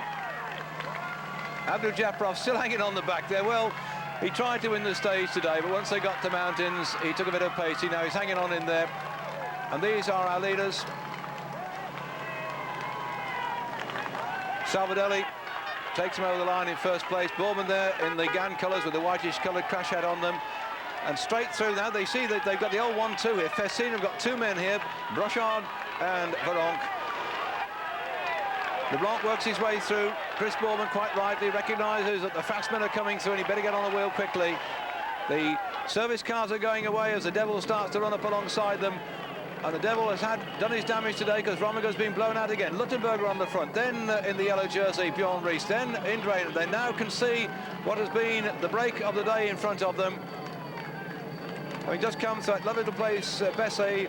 It's an amazing little town, by the way. Pigby didn't have time to look at it with the race going on. So interesting because they now go up toward the top of this climb of the Côte de Faux. They've just got to, what, 5.5 kilometres to go to the finish of the race. Because down there, the little town of Besse, do you know what they've got? In fact, the houses in the old town, they have connecting doors in some cases to allow the townspeople to go through their neighbours' homes, so they go to church in winter without having to go out in the cold air, because it's very snowy in this part of the world. And they've got a lovely ski museum ahead in Super Besse. It's this great skiing part of the world where they're all going up now, they're not going down. But the man who's gone down the GC, if he doesn't get back up into this group, is Tony Rominger with the bad knee, blasted out yet again.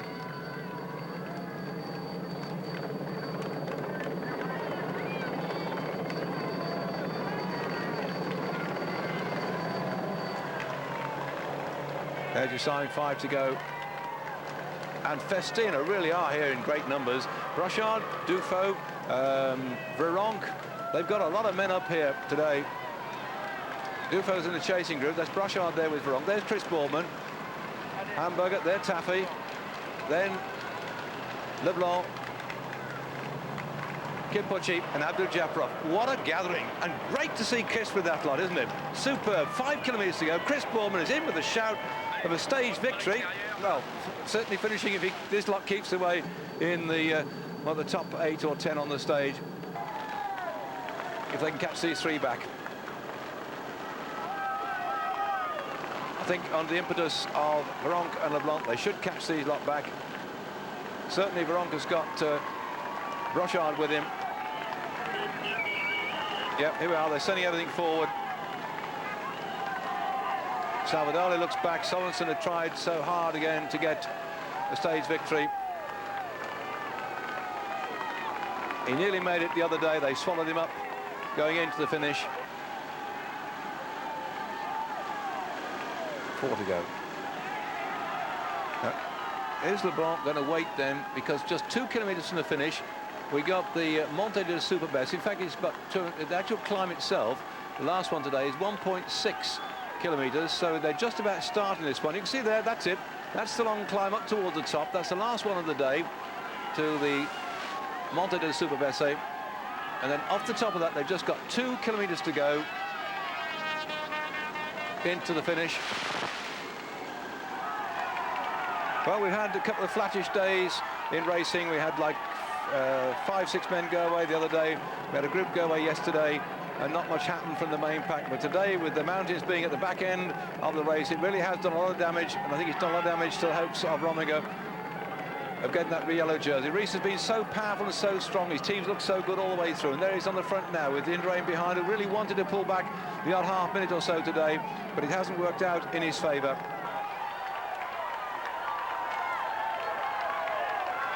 Under this sort of pressure, they may well catch the leaders.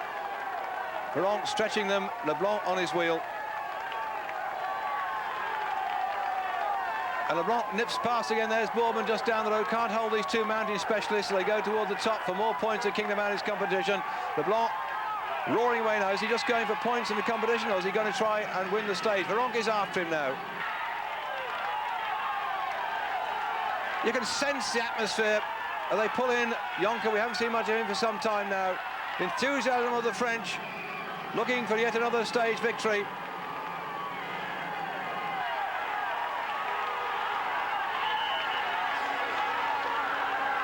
They reel in Bartoli. 3 kilometres to go. It's a gentle rise. The last 1,000 metres are still going up. And there's Union Jack just sort of side the road. That'll give Chris some encouragement. But he's not a specialist climber like these people are.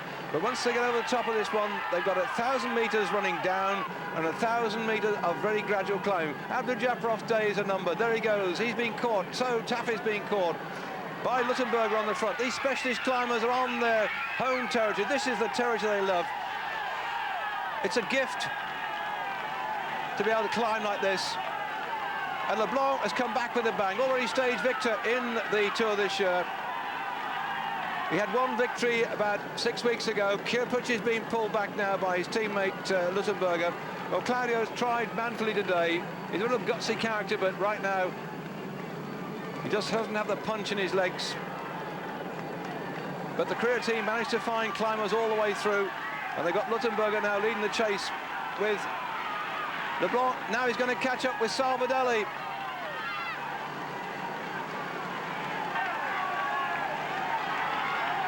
What a finish we're having today. So, looks like Berzin has been dropped as well out of the yellow jersey group, as now away goes LeBlanc. He's caught Salvadelli, and Veronk is trying to get up to him. LeBlanc, who crashed on the 2nd day of the race, laid out unconscious. He had another crash, and he reckoned that he lost around about 5 or 6 minutes in those crashes and would have been way up in the general classification. There you can see the King of the Mountains award ahead of him. He's going to go over in 3rd place, because still we've got Rodriguez on the front here. Sorensen just behind him. But look at the speed this man's coming. He's got him in sight now. Just 2 kilometres to go, and he's coming to close the gap down. Riding out of his skull, the man who, having got the rainbow jersey around his shoulders, signed for Le Groupement, a company which had a lot of adverse publicity on the press and in TV for their selling methods. The company then decided to cut the links with the racing team because they couldn't support it. So last year he lost his sponsor, as did Robert Miller And there we can see Chris Boardman just about to be overtaken by the yellow jersey, who has got rid of Berzin certainly, but Indurain is on his wheel. Duffield is still there. Luttenberger is still there. So is Alano. Boardman's now been overtaken by the yellow jersey. Bartoli's likewise been done too. What a ride here from Rees, who's just burying himself to make everybody know that he's still the boss. And they've come back together again now. This is the main group. As Sorensen looks back, they'll be contesting the sprint finish in just about a couple of kilometres' time.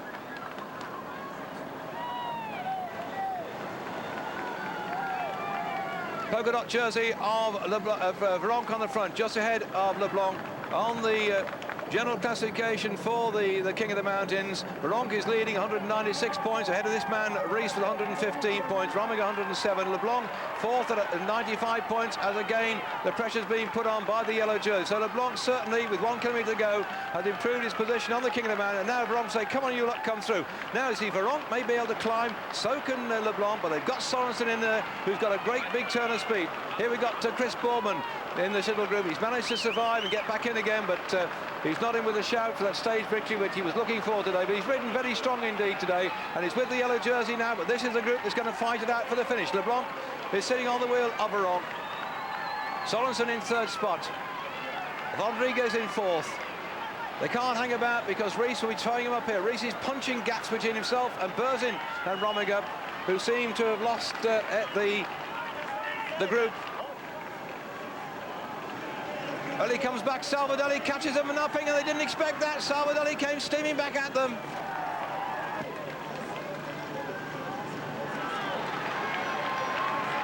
Inside 400 metres to go, and Salvadelli caught them napping. Who's going to get this one?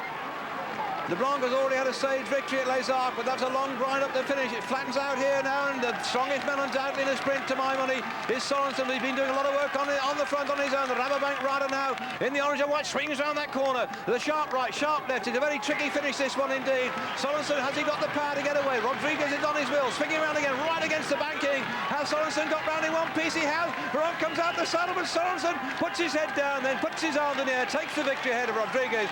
Veronk is third, LeBlanc is fourth, and Salvadelli in fifth place. But look at this, the way which Rees swings around the corner in the yellow jersey. He's not looking to get anybody take a second away, and Boardman comes out of the saddle and starts to go around here. One of the best placings Boardman's had, apart from the prologue time trial. Chris has ridden himself really into the standings again today, showing guts and determination, just finishing there alongside Indurain, ahead of Duffield, ahead of the yellow jersey. But the yellow jersey had done the damage now, because a lot of riders who were trying to tackle that yellow jersey have been shelled out down the back of this road. And here comes Rominger. He's lost time today. Also, it looks, I think Ulrich is coming in. Ulrich's lost time as well. The gap back from the yellow jersey to Ulrich coming in now on my watch then was some 20-odd seconds, 22. Rominger there, 22 as well. And looks like Luttenberger, where was he? I think that's him down there. And Berzin. So Berzin and Rominger look like they've lost about 20 seconds, maybe 20, 25 seconds on the yellow jersey. The strength, the determination of Rees to make Berzin and Rominger suffer. And here Fernando Gines coming up for the Mapei team. The team contest is also wide open at the moment. Mapei want the team. The moment started today in second spot, 2 minutes 13 seconds down on Rabobank. Well, Rabobank, only one rider's come in so far, that was Sorensen. So I think that Mapei are going to fight with the Telecom team for the victory today. Telecom and Mapei finishing with 3 riders up in that front group we've seen today. So really, the team competition could go between those. And here's Abdul Japrov. Yep, I'm clapping. I think he's done a great ride today. That's tremendous for a man who is a specialist sprinter to survive the course. He looks still very cool and calm, doesn't he? But a great ride from Abdul Japrov. And I wonder if, in fact, the Coeur de Lion prize for the most competitive rider of the day might go to Abdul Japrov. I think he's deserved it.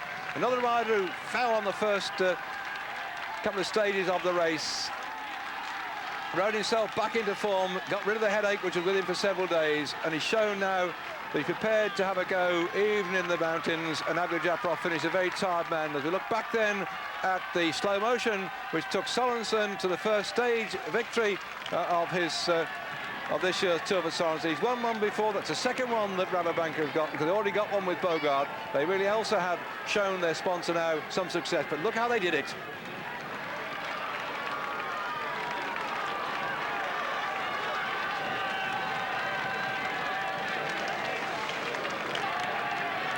Every one of them reaching down for the very last ounce of effort, and Sorensen was the strongest.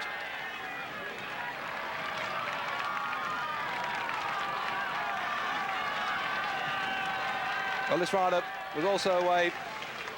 Guarini with the leading group for a long time, as many other rest of them come in here trying to keep back their deficit.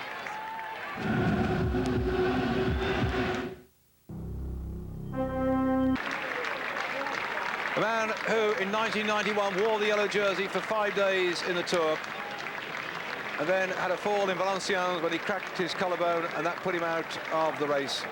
He's won the Paris Tour, Liège-Bastogne-Liège, Paris-Brussels, and now today he's got another stage in the Tour de France to add to his list of victories. And still the riders coming in. The 145 who started today's stage. We've lost a couple retirements on the way through. Some very tired legs in this race. Stage 13 proved also to be unfortunate and unlucky for Berzin and Rominger, who both lost about 25 seconds on the yellow jersey. Rominger, of course, suffering with a very bad knee. Berzin just couldn't hold the pace, but this is the man who romped home again. Stage victor in the Tour of Italy.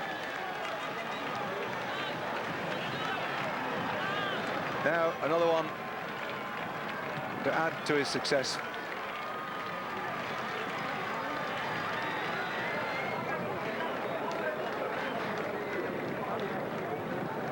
Bjorn Ries has done a wonderful job today, but I think he'll thank his telecom team for the work they did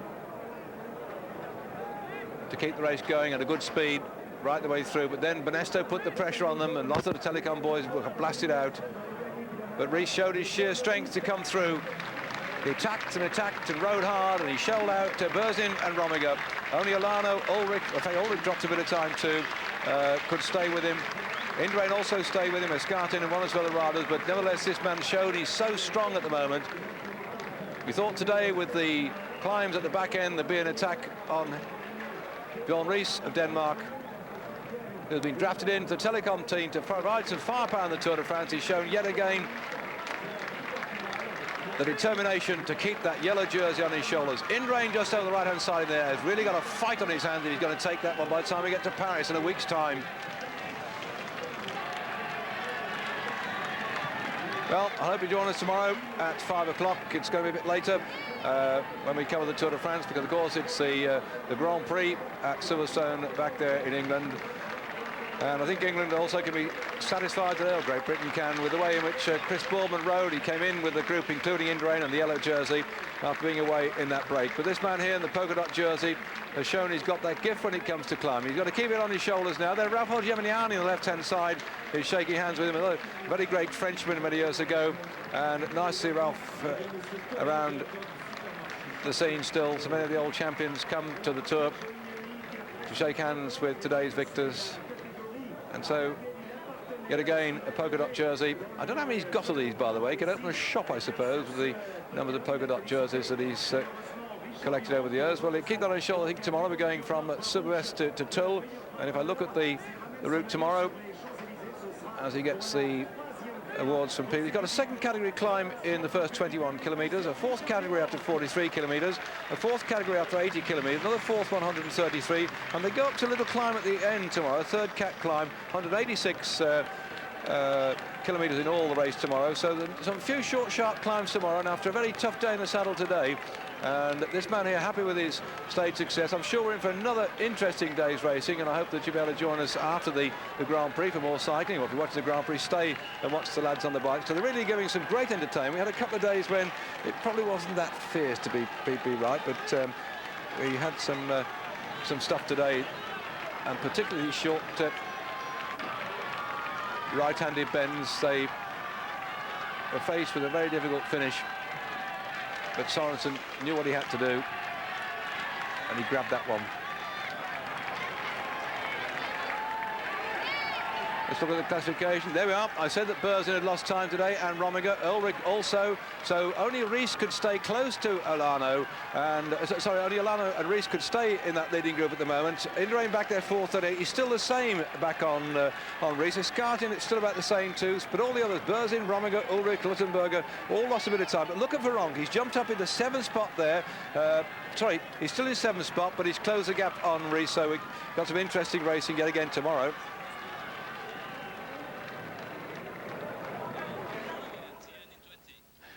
Looking at the slow motion replay with the look on the man's face, he'd been on his own for something like about 100 kilometres or in the leading group, and he got the stage success that he so justly deserved. Rolf Sorensen the victor today. So for myself, David Duffield, glad to have you with us. Hope you'll join Eurosport for cycling tomorrow.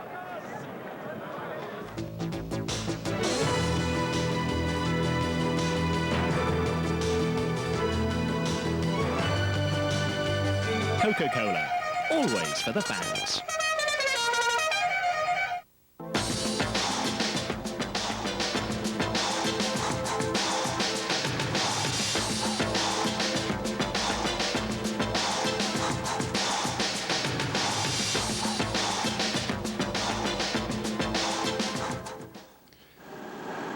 Today then, the 14th of July, the 14th stage. You can see on the profile there, before they snatch it off the camera, that it's all downhill from here. Well, not exactly, but once they roll out from Besse at the start, we've got a second category climb of the Col de la Croix Morande, after some 21 kilometres of racing, and that might well shake out the sort of carnival atmosphere which is with the bunch today. I'm David Duffield, looking forward to the 14th of July, because this, of course, is Bastille Day. This is the big day on the Tour de France when many people have been celebrating. In fact, they celebrated last night. The fireworks were flying all over the place, and up and down the length and breadth of France, the celebrations were going on. And I wonder if we're going to get fireworks today on the stage here, the 14th of July. And keep your fingers crossed, perhaps, for a French victory.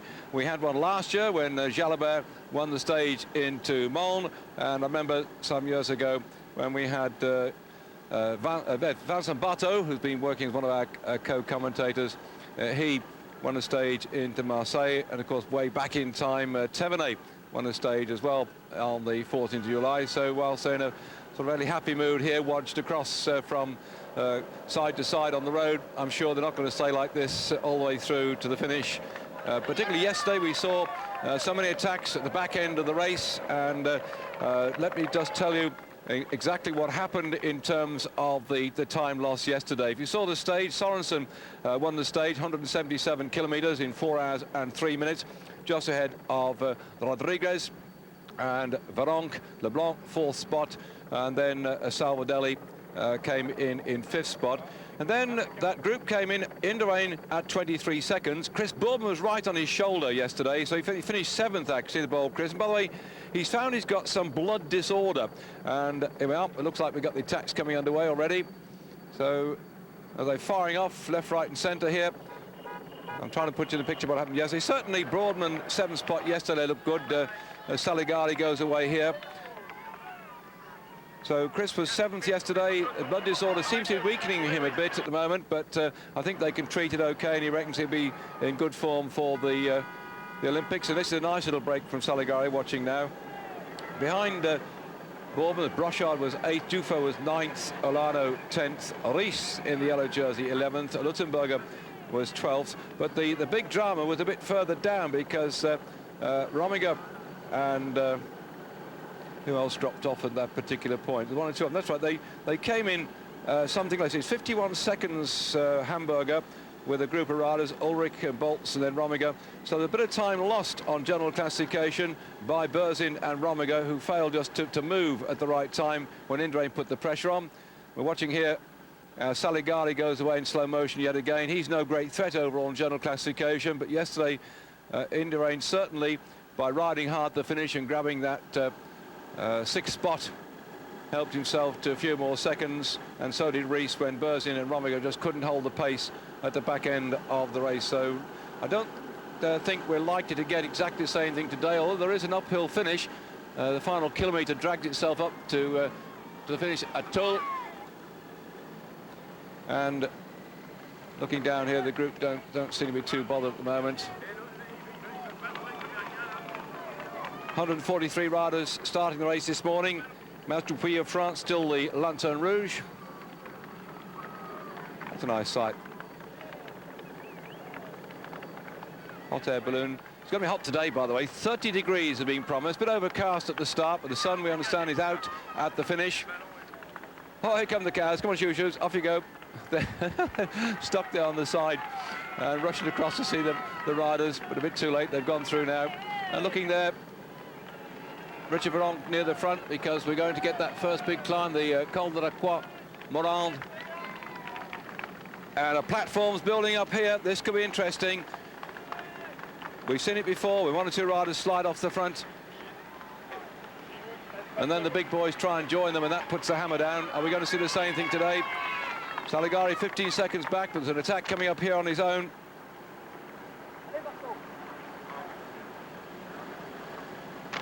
Motorola have been trying so hard to get themselves a stage victory, and Saligari might get some company, but he's a very long way in towards the finish.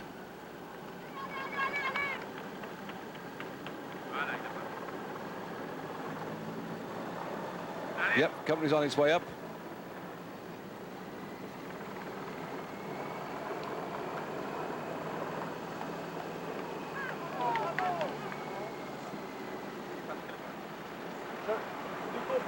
Nice steady grind up toward the top of this first climb.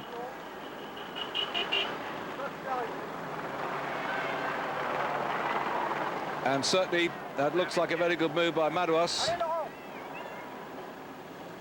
In fact, Madouas is celebrating here somewhat.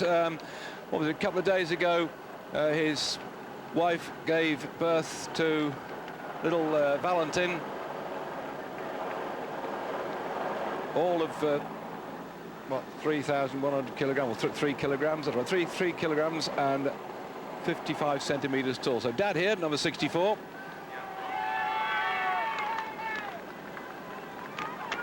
And there's a group after the happy father, Madouas, and now another mouth to feed. Perhaps he's looking for today's prize worth 50,000 French francs at the end of it all. That's a thick end of £6,000 in English money. Oh, by the way, talking of money, we understand from, mind you, these are often rumours, we understand from the telecom sources that Ulrich, who was on a contract this year of 300,000 Deutschmarks, which I think you have to divide by about 2 and a bit to get the English equivalent. So he's looking like about 150,000 quid this year, I suppose, or thereabouts. He has, in fact, tripled his earnings for next year. He's on 1 million Deutschmarks, young Jan Ulrich, and that's some great reward for his performance. He's at the moment in 5th spot. And a bunch are coming up pretty quickly. I don't think they're going to leave these two out very long. In fact, they're splitting. That group now is splitting under the pressure on this first climb of the day.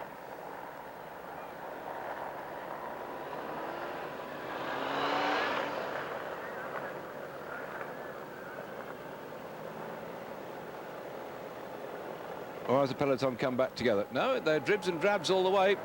At the top, when you get a very quick start, a lot of riders still suffering from yesterday and the distance they've covered so far. What, thick end of 1,500 miles of racing in your legs and only one rest day. And the fast start isn't always to people's liking, particularly a long drag like this one. But virtually off the top of here, it's all downhill. We've got another 3 fourth category climbs, and then the final 3rd category climb in towards the finish at Tulle, and they've been caught.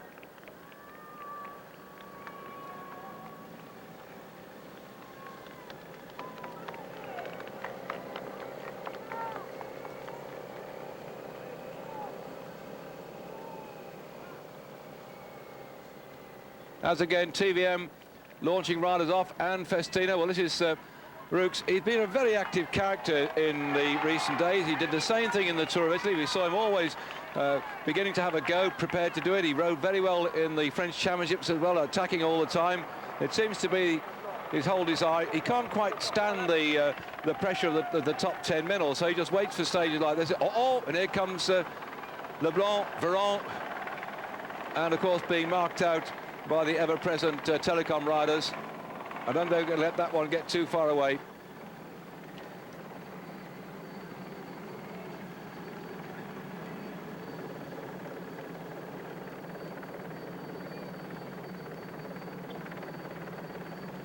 And Brochard is with them now. Well, that's a good move by Festina. Look, they've got Brochard on the front, then Veronk. They've also got Pascal Herve up there as well. And Roux. So a lot of Frenchmen here today looking for that victory on July the 14th. Pascal Herve sitting just on the back of this little group at the moment. Came late into pro ranks. Oh, look who's moved up as well. Well, there's nobody of any great threat there. So can't quite think why Rees has wandered across here, but he's gone up there, looks back now. There, Berzin's moved with him as well.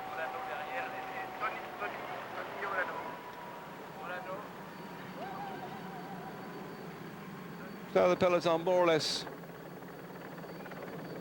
coming back together again as the yellow jersey moved across to keep his eye on Veronk. See, Veronk actually could, if he really concentrated on the getting the yellow jersey, maybe quite a threat. He's 3 minutes 13 seconds down on general classification. That's a fellow in the polka dot jersey. Looks like he's caught something revolting, doesn't it? But no, it's not a disease, the dots on his jersey. He's not suffering from measles or anything. That's the polka dot jersey, introduced in 1975. It was the polka dot jersey, and so that's 20 years ago.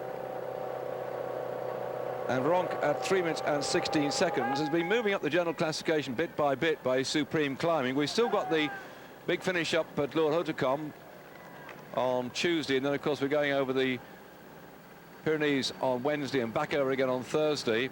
And I suppose that Rees has said, well, look, I've been watching the other chats, but I better watch this fellow Veronk because he can suddenly claw back those minutes. But then again, Veronk is not the world's greatest time trialist, so perhaps even if he closed up a little bit on Rees and the rest of them, he might find himself struggling on the time trial.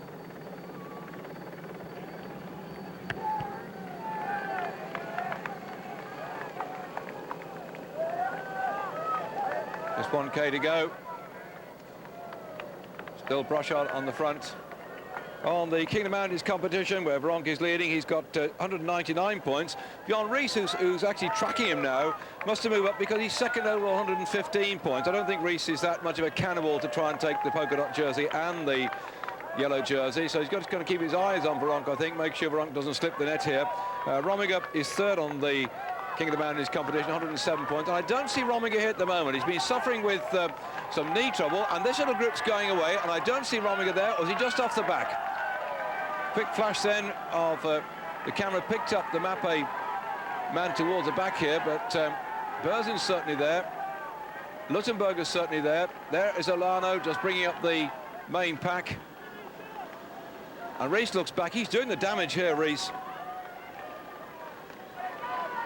He's certainly showing his strength. He's just not prepared to sit on wheels. He's prepared to come up here and ride hard. There you see the flashing red line showing how far we've got. And look at how it all goes down. And only that final red bit at the back end may have a chance for more seconds to be lost and gained, as we saw yesterday.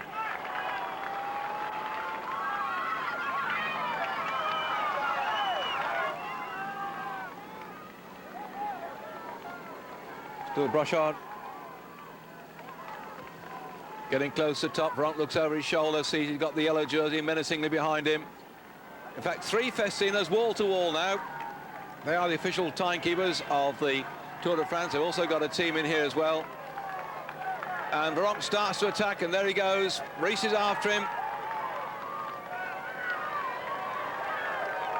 This man's got style in the mountains. And there he is then, another hatful of points. Rees second, Brochard third, Herve fourth, and the gap opened up a bit here back to Olano. And what's this? There's a big gap, and Rominger's not up with his leading group at the moment, nor is Indurain.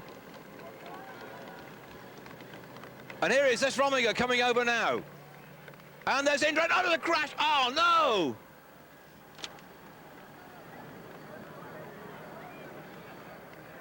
Zabel's been caught in that one, and it was one of the Kelmy riders at just a moment's indiscretion, switched round, took his eye off the rider in front, slammed his front wheel in, and down they go. One of the Rabobank riders then, it's knit one, pearl two, dropped a stitch here. Well, that has caused a bit of upset in the chasing group. In fact, it's not Indrain's wheel that he hit, but Indrain is in there, and he nearly got brought down, Indrain. The riders grabbing the brakes now in front of. There's Claudio Chiappucci. Crash, bang, wallop. That just shows you, take your eye off the ball for a moment, and you have the problems. Now, is Zabel hurt? It looks like he's okay. Nearly got collected by his team manager's door.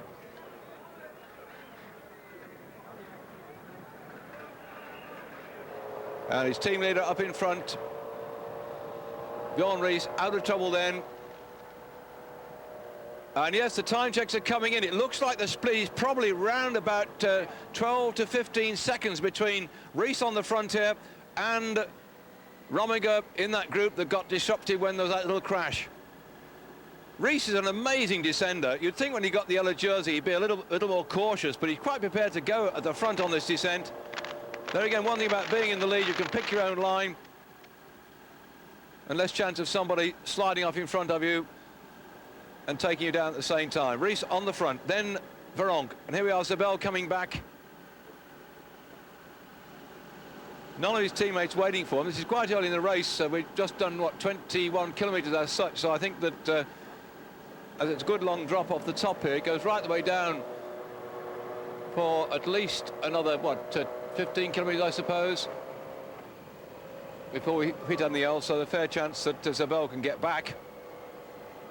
Oh, come on, you boys, look at this, that's amazing. Ries is so confident.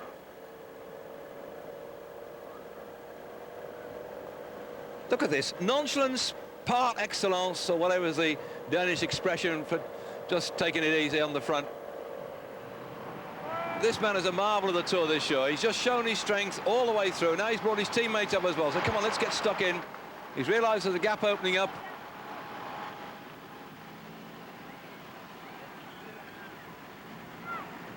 And there's a useful little group here.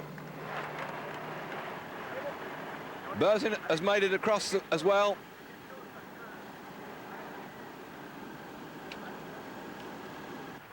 That's him. Well, he just made the right move. That's confirmation of the climb that we showed you there. Veronk, Ries, Brochard just for that. And also, I see Olano's come across. Well, on general classification, we've got Bjorn Ries here, Olano's here, Berzin's here, but not Rominger. We've got Ulrich here at the moment. Luttenberg, who's also, what, to 6th on GC. 7th Veronk is on GC, but Indrain is not here. Indrain start this morning in 8th spot, 4 minutes 38 seconds down. He's there in that chasing group. I can hear it coming up on the race radio as the nonchalant Mr. Bjorn Ries goes for his Sunday club run.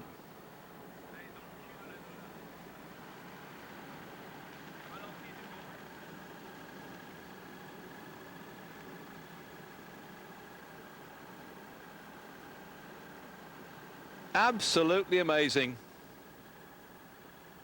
There's a tidy group that's away here. It looks like Saligari at the back, who started it all as they climbed up the first mountain of the day. And down the hill they go. And so we've got a nice, useful group of riders in here at the moment. Ries, Luttenberger, Berzin, Leblanc, Veronk, Bartoli and Richard of the MG team, Brochard and Pascal Herbe. Ulrich is also here with Udo Boltz from the Telecom team.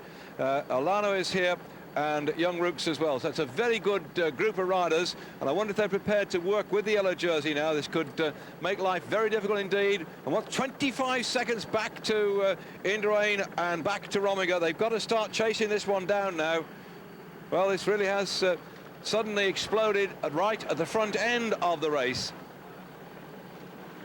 Nice to see Pascal Herbe in this group. He won a stage in the Tour of Italy, stage 6, and took over the pink jersey. So there's some good riders here prepared to have a go, and that really has put Indurain and Rominger in all sorts of difficulties.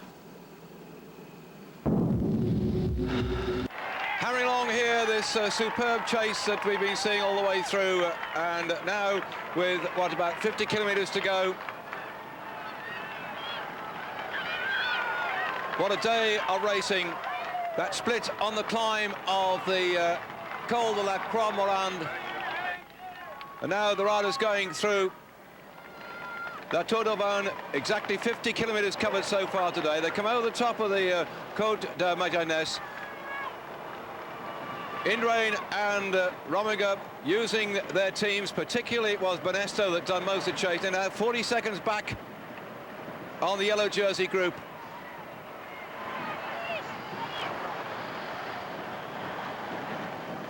Fantastic. Look at that peloton, absolutely stretched to the limit. Banesto thrown everything they can into the chase to get up there to catch Rees. They've been aided and abetted by several other Spanish riders and Spanish teams. Amazingly, we've had Neil Stevens. In fact, you see him there now at the moment, still going on the front. Neil Stevens for Once. Well, there's no love lost between Once and Banesto, so perhaps Neil thinking, well, I'll hope to close this one down and try and get a stage victory for the team. But Banesto really have a bust a gut to try and close that gap down. They've still not done it. Jonker's just behind there. This is a phenomenal chase, and Indurain knows that he's got to get the whip out. Starting this morning, 8th place, 4 minutes 38 seconds down on Bjorn Rees. No rest for the wicked. This is a great race again today.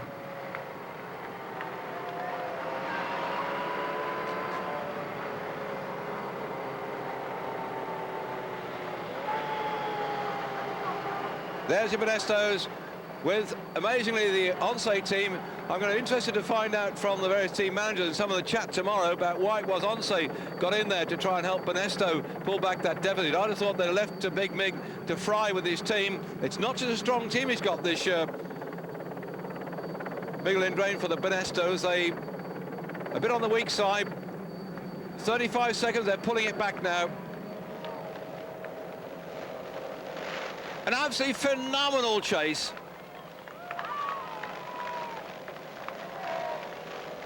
Everyone right on the rivet.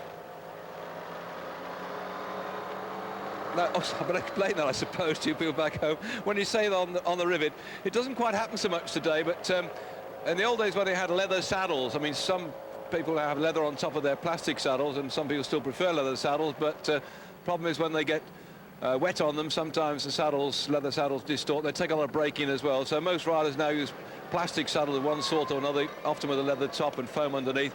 But in the old days of leather saddles, they actually riveted the leather onto the frame, so you've got what they call a cantle plate at the back. That was the curved bit at the back where they put about 5 big rivets. And the thing was, even in the days when Brooks, and they still make lovely leather saddles too.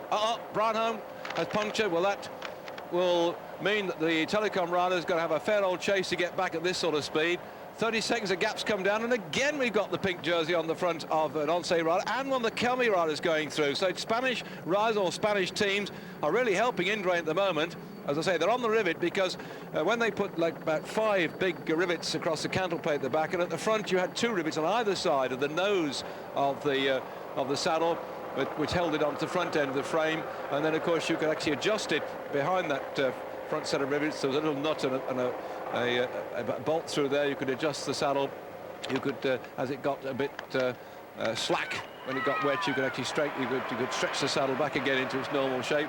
So when you're on the rivet, it's when you're right on the front, on the peak of the saddle. But it's an old expression. They don't have rivets any longer, not on the front. Though some of them do actually decorate their saddles. Or 1 or 2 manufacturers have got back to putting rivets on the back of the cantle plate just to make it look attractive. But that's not the fashion on the front any longer, where they secure it over the nose. But on the rivet they've been, and it looks to me as if Leblanc is beginning to get lashade here.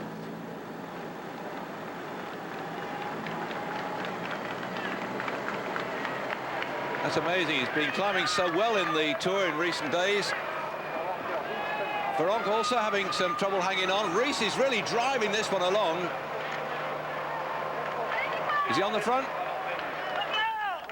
Look at this, Bjorn Rees on the front, absolutely stretching the leaders, and they're grovelling in his wake. I mean, normally a yellow jersey gets his team to do the work, he sits on the wheels, and he goes with the moves, and he keeps his eye on things. It's very seldom. I mean, the old days, yes, we saw Eddie Merckx, we saw Bernardino attacking the rest of the field, but in recent years, particularly when Miguel Indurain has been dominating it for the last 5 years, bang, the sort of big blanket went on the race, and they moved with everything that moved, but you seldom saw an attack like this. I know that Rees has got his supporters and his critics, but believe you me, he's certainly riding hard today. So confident to be out there in this little breakaway group. We're so far yet to go. 186 kilometres of racing today. They've still got about 130 to go. And Rees is still on the front, making the world champion suffer on his wheel. Out the saddle on this drag, that's the way the legs hurt. Look at them all going here. There's Rees, then there's Olano, then behind him is Berzin, then Ulrich, his teammate in the pink.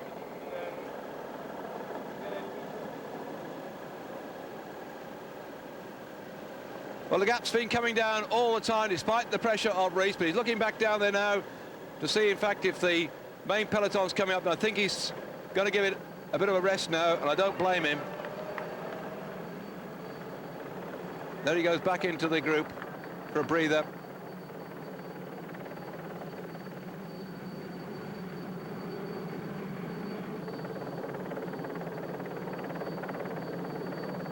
You can see almost a sigh of relief coming from the back end of this little breakaway group at the moment. The Rees has stopped turning the screw at the front. Brochard going through. Then Bolts, then Rees is back in there again. Baront looking for a gap, but Olano comes through. Doesn't take Rees long to come back and have another burst on the old banjo at the front.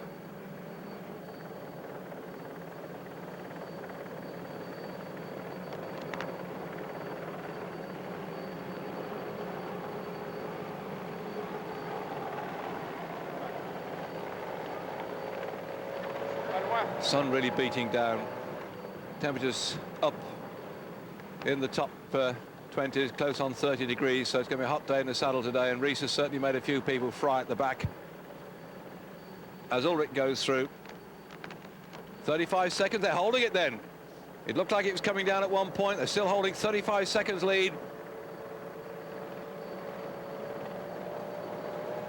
Still this long drop down towards the bottom of the valley. A bientôt, says the old sign above there. Well, goodbye to you too. Here's to tomorrow. Well, we've seen some racing every day. We've had a couple of quiet days so far in the Tour de France.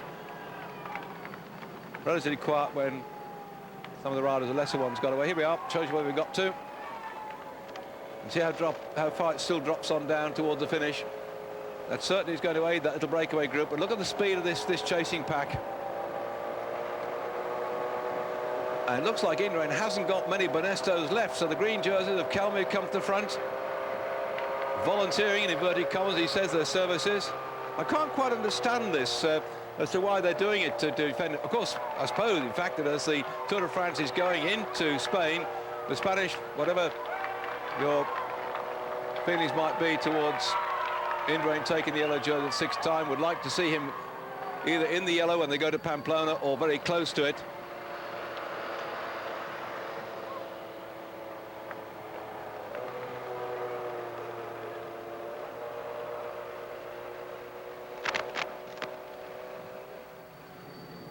Splitting up now. That hot pace has had its effect, and there looks like Luttenberger.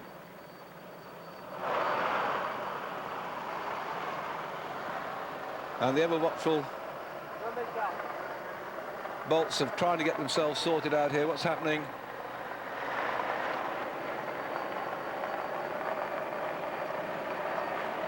Well, Rees is having a go, jumping all over the place, isn't he?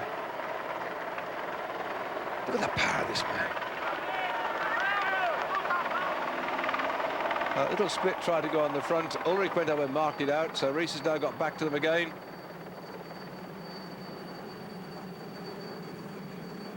Well, also we're going to have another attempt by Pascal Richard to get a stage victory. He got that one on the stage 12. It's a long way to go yet. I can't imagine. I suppose that they're trying to work out the basis that if they can shell out the yellow jersey, which doesn't look very possible, perhaps the main group, if they could catch all the yellow jersey, would ease, and then this lot could continue with their day's work and try and get themselves a stage. Pascal Richard always prepared to ride hard down the road, putting the pressure on that main group. The red car going through, the gap must be coming down inside 30 seconds then. And yes, information is it's still closing down, but are they going to stay out there? It's been going down, going out, going down, going out.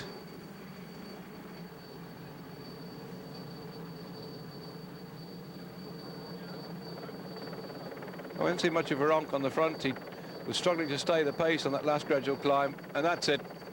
I think that Brice has decided now that he'll let this little lot go. And that's a very good move by Pascal Richard, together with Brochard and Roux, because the gap was coming down. They got the information on the blackboard, and they decided to nip off, because certainly once the yellow jersey has been absorbed, it could well mean that the main group will sit up. They've had a very hard chase indeed. This is an extremely courageous attempt then by Pascal Richard. You see, he's no threat overall, 37th at 39 minutes and 26 seconds down on the yellow jersey. So Pascal Richard still persisting. And there comes the main pack. That's it. Brice is sitting up, having something to eat. That's been a furious chase so far, and I think he will have done the damage. He'll certainly will have put the pressure on the Besse team, but the pressure on Mappé, and in particular on Tony Rominger, who's got that bad knee, and his thighs also gave him trouble as well. He had a very bad night, Tony Rominger did last night. So they're now all back together again, except that little breakaway group of 3 men just down the road. Our breakaway group still persisting now, 179.5 kilometres covered on the stage here, and are now going through Laguen, and there are just 7 kilometres to go to the finish. Just 7 kilometres left to see who's going to win this stage on the 14th of July. 2 Frenchmen in there at the moment, Manuos and Roux. Abdou Japarov in there as well. That's the fellow in the Refin red colours here. What a great ride he's had so far.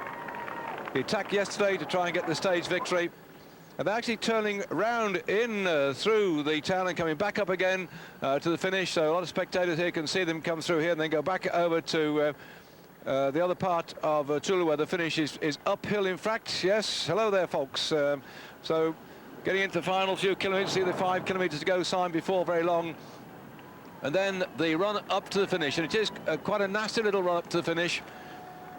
The final 1,000 metres are up a little drag. It goes up 5.2% in places to finish off the 186 kilometres today. Might well suit something like young Roos here, because he's quite a nifty little climber, as we saw in the Criterium International.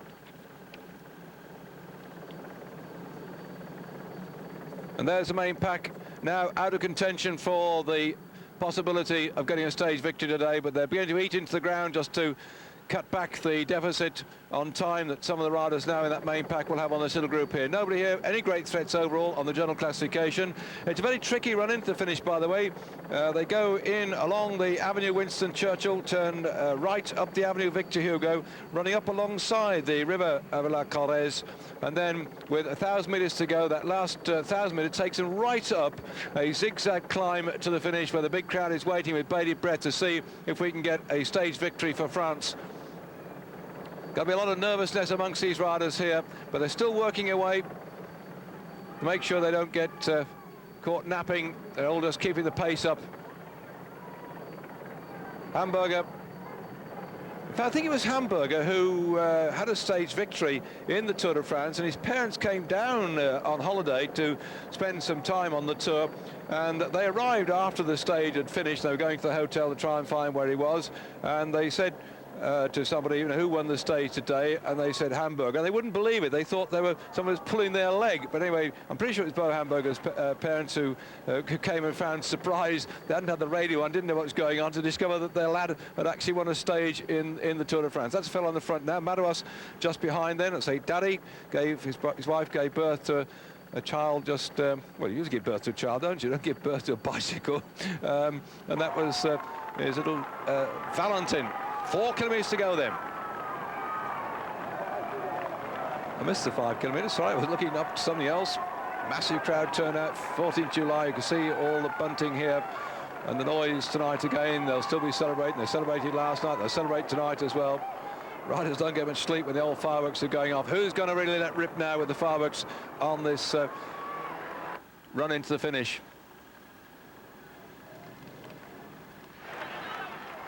Madouas it is, that's leaping away on the right-hand side. I thought he would be perhaps ready to go to give France the victory. 4 kilometres to go. Gouali goes after them. Laurent Madouas starts this one rolling. The rest look like they can't hold the pace now. I think it must be something around about 80, 90 kilometres they've been out in the lead, and it's Madouas that's gone away.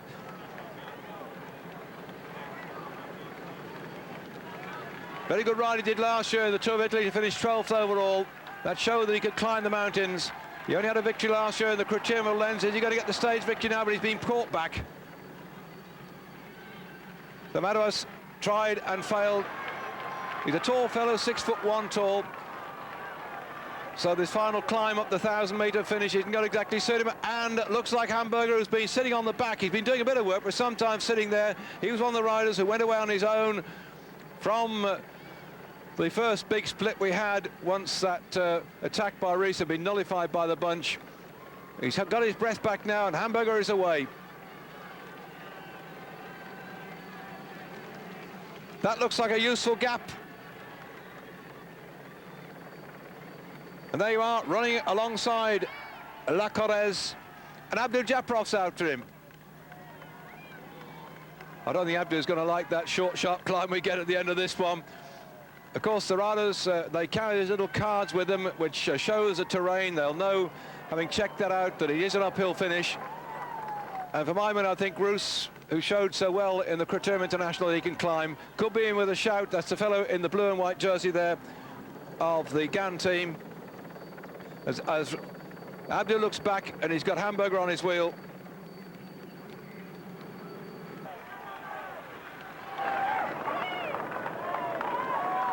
Well, these two opened up a little bit of a gap at the moment.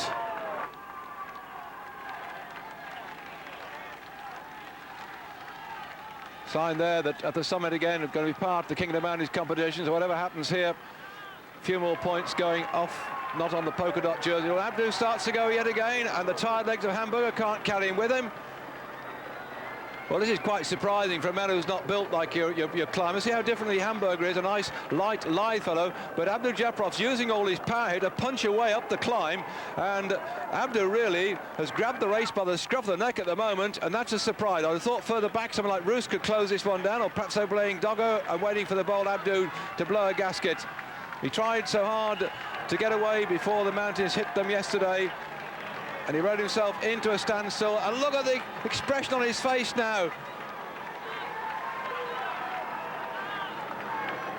Oh, he's got a significant gap here. That's a brilliant jump by Abdul. They're going to come up this climb, though. Some very good riders left here. Can he hang on? We've seen it before with bike riders, so they go, and suddenly the man with the hammer gets you, and you just die. It looks like he's slowing down. On this climb, it's beginning to have its effect upon Abdul Japarov, but still, this sprinter speciality of his, he's exploded all his effort on the lower part of the climb. Has he got anything left?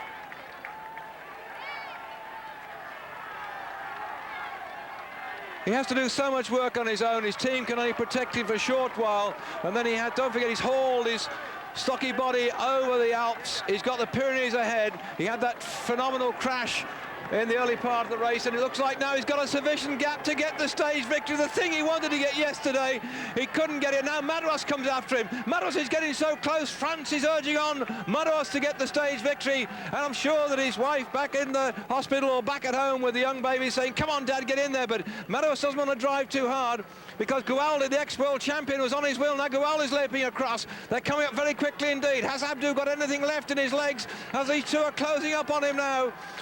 Gouali and Madouas. Gouali, a tremendous little climber too. Madouas, the big, long, lanky fellow behind. And Abdul is searching down for a bit more strength in those stocky legs of his. And Gouali, I don't know why he's looking round.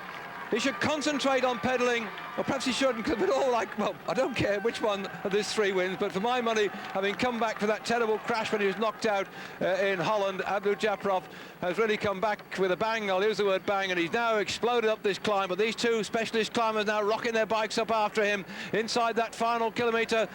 Let's look from the top of the helicopter what the gap is like. And here's Abdu, he's come round the corner, and it looks like they're not going to catch him. That's absolutely tremendous. Abdu Japarov has made it. Look at the look on his face. This is phenomenal stuff. Ah, brilliant, brilliant. We've seen him win stages in the Tour de France with a rapid sprint coming out from a heaving bunch of specialist sprinters. And now Abdu has shown that he can go on his own. He's ridden away with that break today, and he's riding in triumphantly. No hurly-burly sprint, no pushing and shoving, no being careful not to fall off. Abdu Japarov just flicks his gear lever, straightens his jersey, and he's got the stage into Tulle. Abdu Japarov, a brilliant performance, and Gualdi comes up to him, but he just couldn't make it. Disappointment for Gualdi, disappointment for France. The best placed man, Madouas, there crosses the line, a weary third spot.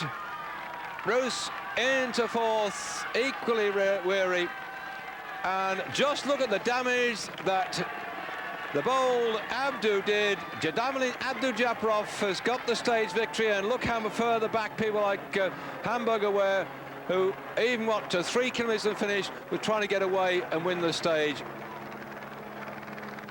4 hours and 6 minutes of racing, and Abdu has got his stage victory. And the big train now will just roll on in here.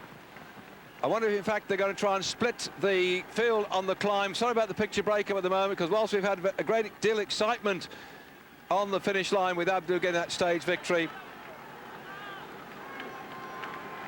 we must not forget that the yellow jersey has got to watch. There's certainly all the time checks we've had coming in have shown that the yellow jersey has not got rid of people like Indurain, Olano, Berzin, Rominger, but on this final climb, if he can split, he might pick back another few seconds. So a lot of work will be going on by the top men to stay close to the yellow jersey, not expect a split to happen.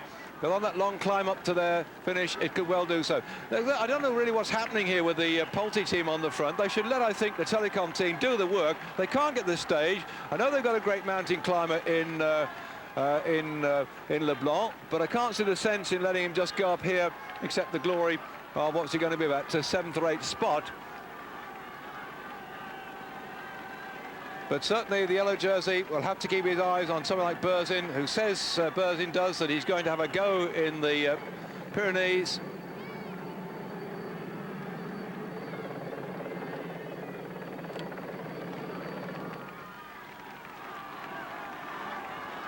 Well, they tried to get Gualdi in for a stage victory, did the Pulte team.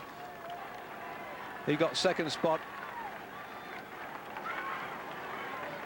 I can see the Benestos on the front one. This one up for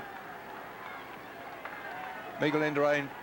So what a day we've had then with the early attack on the first climb of the day over the Col de la Croix Morande, when Indurain got dropped, Rominger got dropped, and Rees went on the front and punched thick end of a minute out of them, and it took an almighty chase before they got the yellow jersey back in that breakaway group. Many other groups have been flicking off the front all day long, searching for that elusive victory, and yet again we've got a new name on the result list, with Abdu Japarov getting the stage victory. The Brescia riders certainly been looking very active all the way through today, and they're firing one of their chaps off here. Could be a chance of getting a reasonable placing, but they've left it far too late. I mean, if they'd already closed down on that breakaway group of Abdu Japarov, we'd have seen, I think, quite an interesting run up here. But as far as Brescia is concerned, it's going to be just a consolation day. Brochard coming up from behind. Well, he's a good little mountain goat, so I think he's going to reel in the Brescia rider.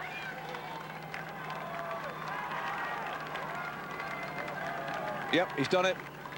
You've got to judge it just exactly right, and that's what I think. The way that Abdu Japarov went up here surprised me. I thought he might really blow a fuse on the way up, as Brochard now launched himself. He's got a different coloured headband. Every day he rides a different coloured headband on, by the way. And a particular style he's got wearing that headband. And there, Bouillon on just finishing. He was with that group, he got shelled out. So he just finished some 4 minutes down. He rode so hard, the team captain of the Aubervilliers Peugeot team. And this is the rest of the remnants of the group that had been with Abdu Japarov coming in here. So they're spread all over the place today. But really, the interest should be for our cameras to go back down, because as far as we know, the yellow jersey still in that main group, as these people have turned out here at Tulle to watch them fight up the top of this climb.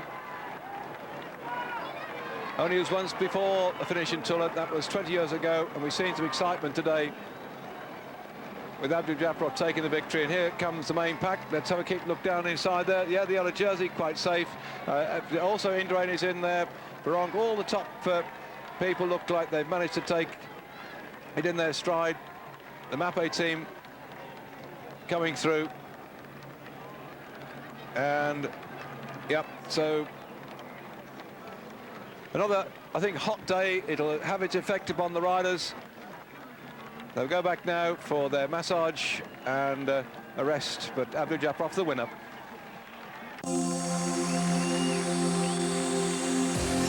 On the Stuttgart clay, Abdul-Jabbar receiving the applause of the crowd for his fine win here today. That's, let's see, he won 2 in 91, stayed in the Tour de France, 3 stayed in 93, 2 in 94, 1 in 95, now he's got 1 in 96 as well. So that's 9 victories in the Tour de France for this superb sprinter. Abdul-Jabbar scoring yet again, but I've never seen him do one like that before. Romped away in the final kilometre. It wasn't his usual sprint, eyeballs out, thrusting for the line. He said he's come back good since the crash he had. He's getting stronger. We saw him the other day take a 2nd place, but he just hadn't got on his legs. But now we look at the man who rode away from the rest to take the victory. What a character this man was too, that when we had the stage over the Ventoux a couple of years ago, Abdul-Jabbar, having got a victory in the Tour de France, went and found some flowers then, and having to find out that Tom Simpson's memorial was up on the Ventoux. He didn't know much about it, but they told him about it. When he discovered that Helen Hoban, as she is now, Helen Simpson as she was when Paul Tom died on the Ventoux, he actually went and took his flowers off the stage into Carpenter House, and he gave them to Helen. And that shows you what a nice man he is indeed. A very great success today for Abdul-Jabbar, one like we've never seen before, but the man who also showed us a few things today by attacking when he realised that Indurain had been dropped and Rominger had been dropped. It was a long way out from the finish, but it just showed how strong he was on the day again.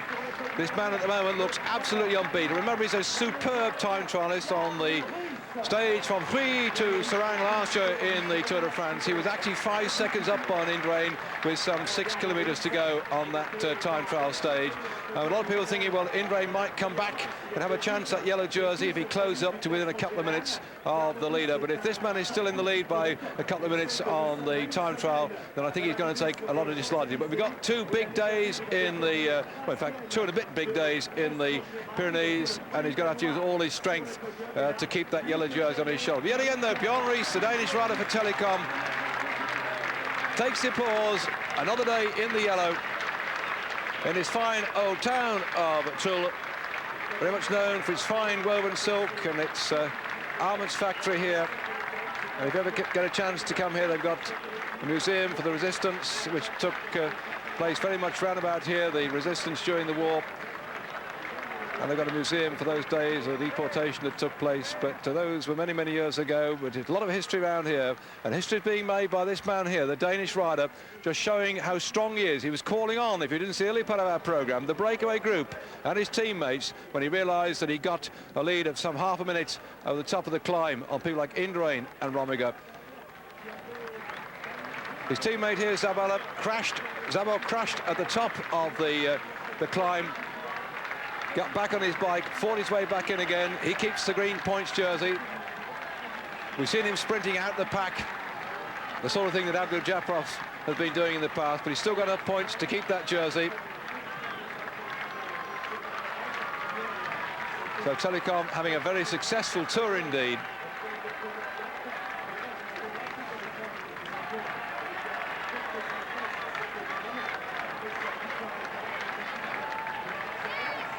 In addition to the yellow jersey and the green jersey, Telecom have got Jan Ulrich in 5th spot at the moment, 2 minutes and 6 seconds down on Bjorn Ries. No changes in the overall classification today. Silolano is 2nd, at 56 seconds. Berzin third at 1 minute and 8 seconds. Rominger fourth at 1 minute 21. But the green jersey stays with Zabel for yet another day.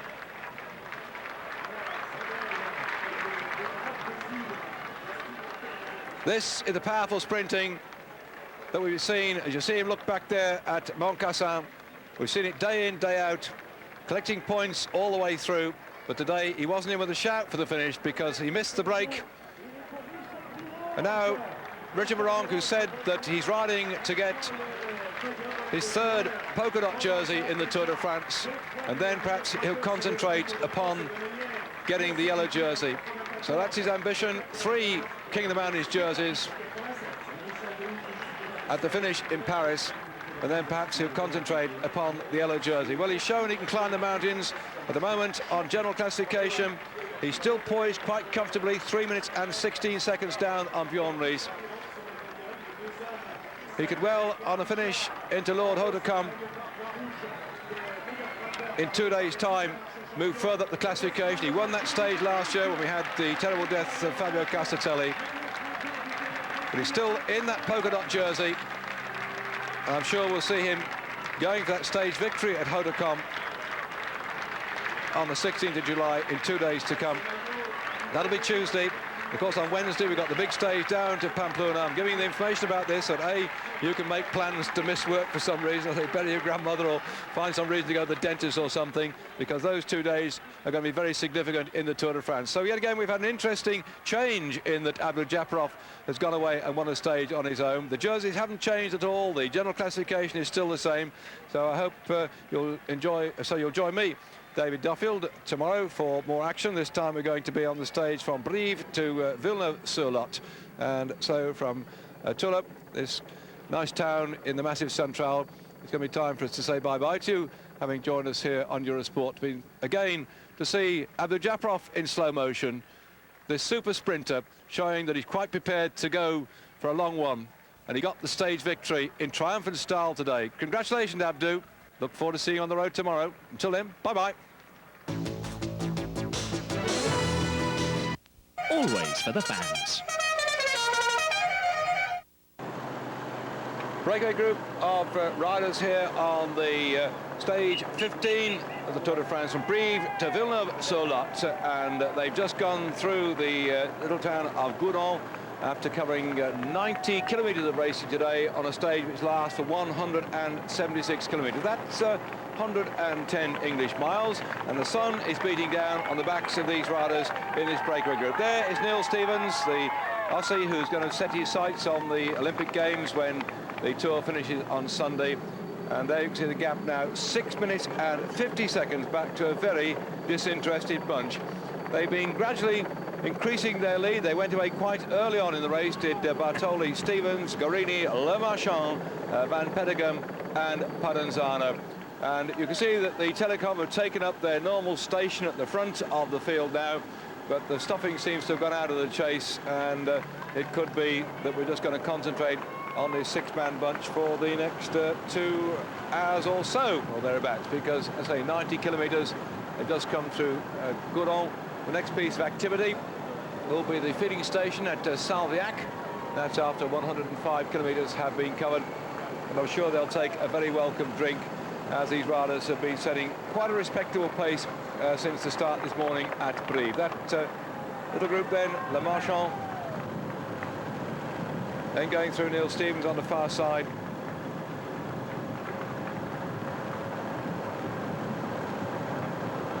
Padenzano. Guarini, well, he's been active all the way through this race. He and Leblanc giving Polti some exposure. Went Uchikov, who won a stage in the Tour de France, what was it, last year? Retired early on, one of the many casualties of the sore knees, ricked ankles and crashes that they had just over 2 weeks ago.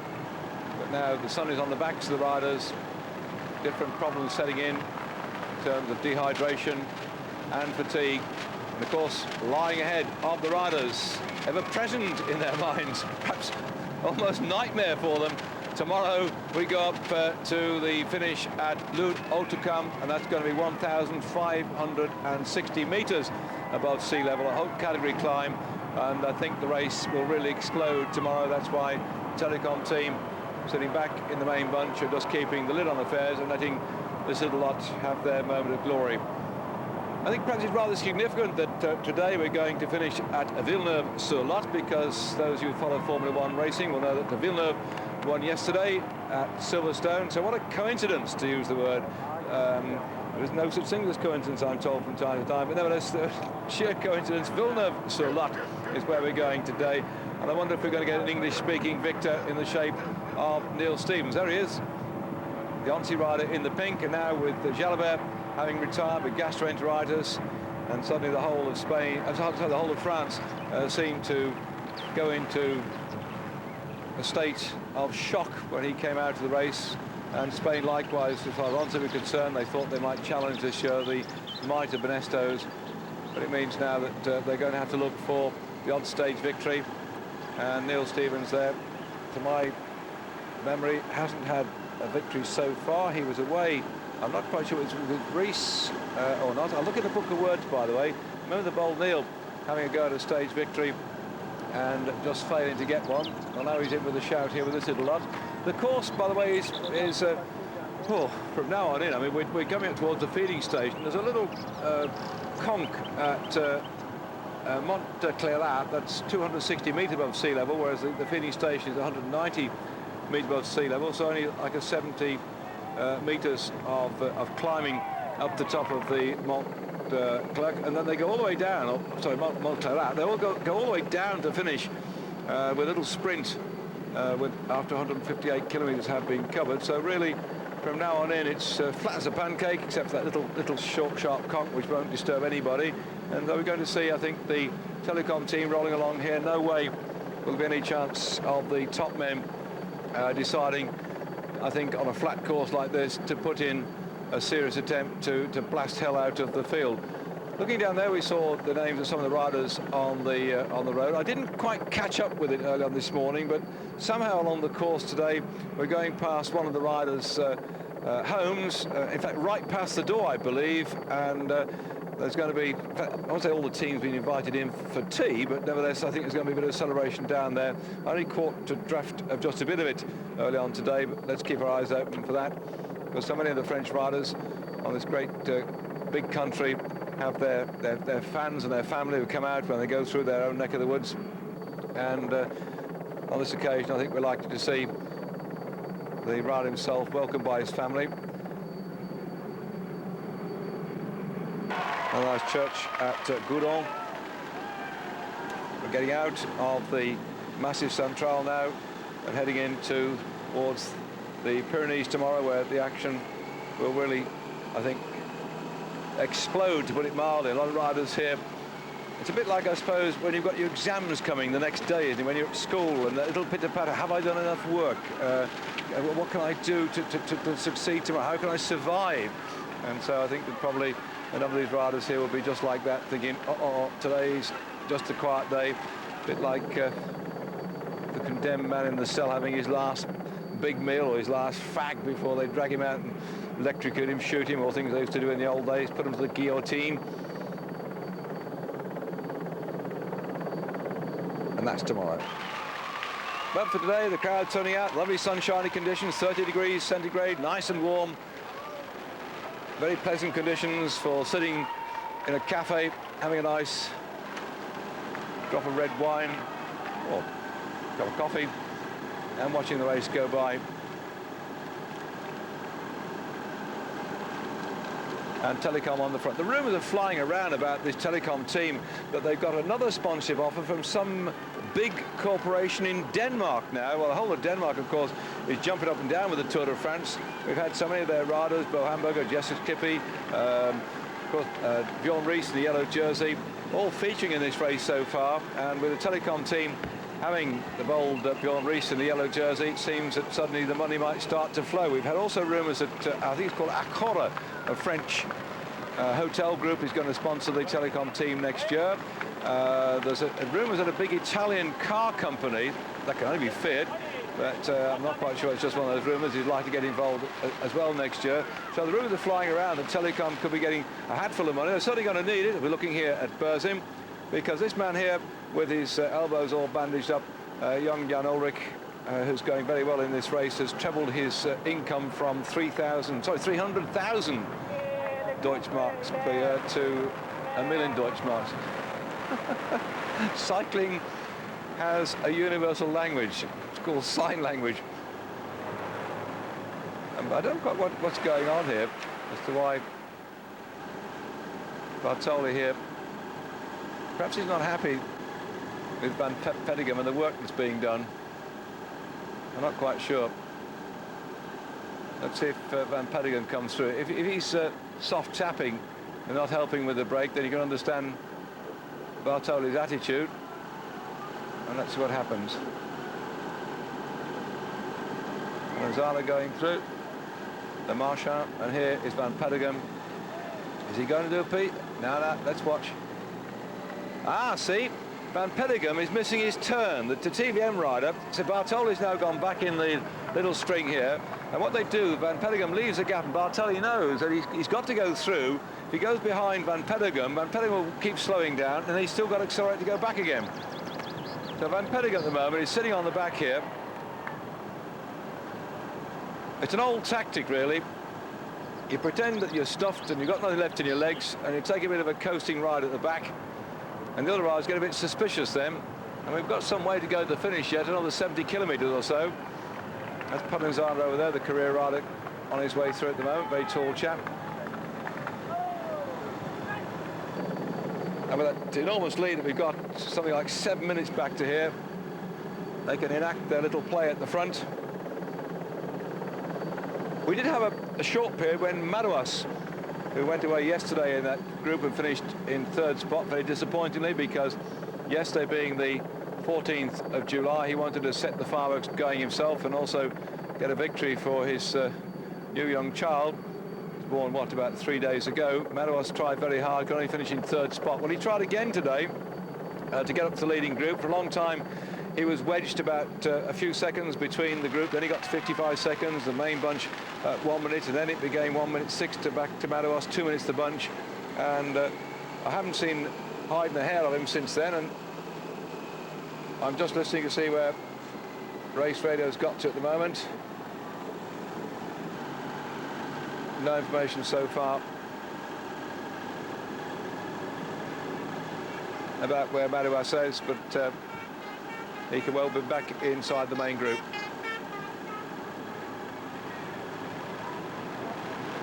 This certainly takes the pressure off the Benesto team.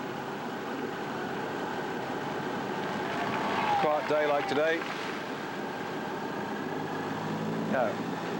Ah, Paddy Foie Gras. This is the great foie gras area we're going through now. Gastronomic delight, isn't the foie gras? And that was a little sign you saw on the left-hand side. That large duck to make a very small amount of foie gras, but it's a lovely delicacy for this part of the world.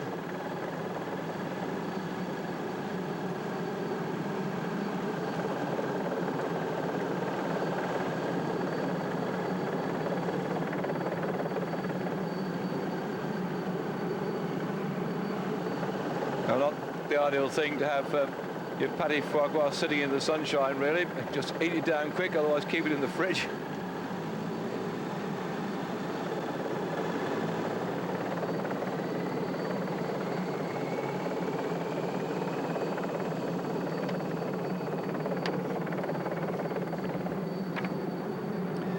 So no problem for the yellow jersey at the moment. As regards that breakaway group they're looking at now, I suppose, looking down here, where's the best placed rider? Bartoli is at 28 minutes, he's in 29th spot, so there's no great threat as far as the overall classification is concerned. Bartoli 29th at 28 minutes and 3 seconds down on Bjorn Ries in the yellow jersey. Chris Boardman's lying 31st at the moment. Van Petegem's still not doing a tap.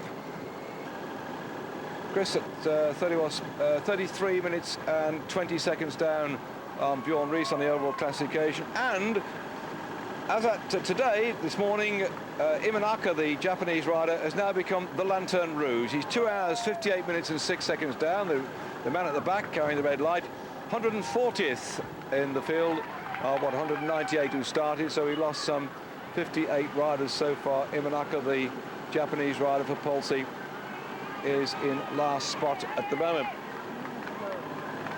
He dropped quite a bit of time yesterday. At one time, Mas Dupuy had held the Lanterne Rouge, but he's managed to drift up the overall situation at the moment. Just ahead of Imanaka in this battle for the last spot. 8:15 is growing all the time, isn't it? Battle for the last spot, if you can call it such a thing. Lesniewski is 2 hours, 38 minutes and 4 seconds down. So there's 20 minutes difference between Lesniewski and Imanaka. And Mas Dupuy, who previously was the yellow jersey, 2 hours, 34 minutes and 47 seconds. So the gap there is somewhat 24 seconds back. Sorry, 24 minutes, sorry, back between Mas Dupuy and Imanaka. One of the mountain climbers, sorry, one of the sprint specialists who can't climb mountains, Bly Livens, is 137th overall, 2 hours, 90 minutes back on the leader. Eurosport, the giant himself, 136 position overall, 2 hours and 18 minutes down on the yellow jersey. And just above him there's Biashi, then Hincapi, another sprinter, 134 spot, 2 hours and 4 minutes down on the leader. And so we got the general classification of the men who are just surviving by the skin of their teeth in this race. And tomorrow and the next day and the day after, we've got some thumping great mountains to go over, and all the back end of the race could change. They have to stay within the time limit. Good luck to them.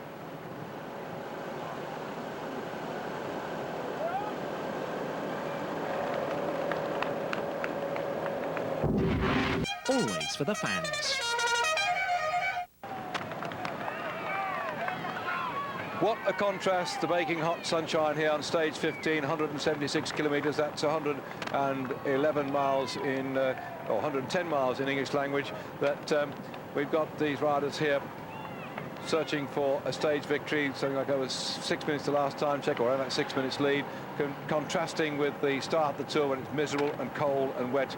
And they've travelled all the way down since the start in Holland, right the way across the north of France, down in towards the Alps, across the Alps, through the massive Sun Trial, and now they're heading towards the Pyrenees and the big battle which starts tomorrow, says he. Wait, so this is the last chance I think we're going to see of this little crew that you've got on your screen now, looking for a stage victory. It'll all be turned upside down tomorrow, and who's going to get it? That's Van Petegem, who has done nothing so far to aid this breakaway group. See his long body, short his legs, short his arms. He's a great sprinter roadman, and we're well suited for a good quick sprint finish. The rest have cart him along now, and we're going up here. Well, a modest sprint. Potenzano drifts over ahead of Guarini. Looks like the Marchand for Gan in third spot, Bartoli in fourth, Stevens in fifth, and Van Petegem, as ever, in sixth spot.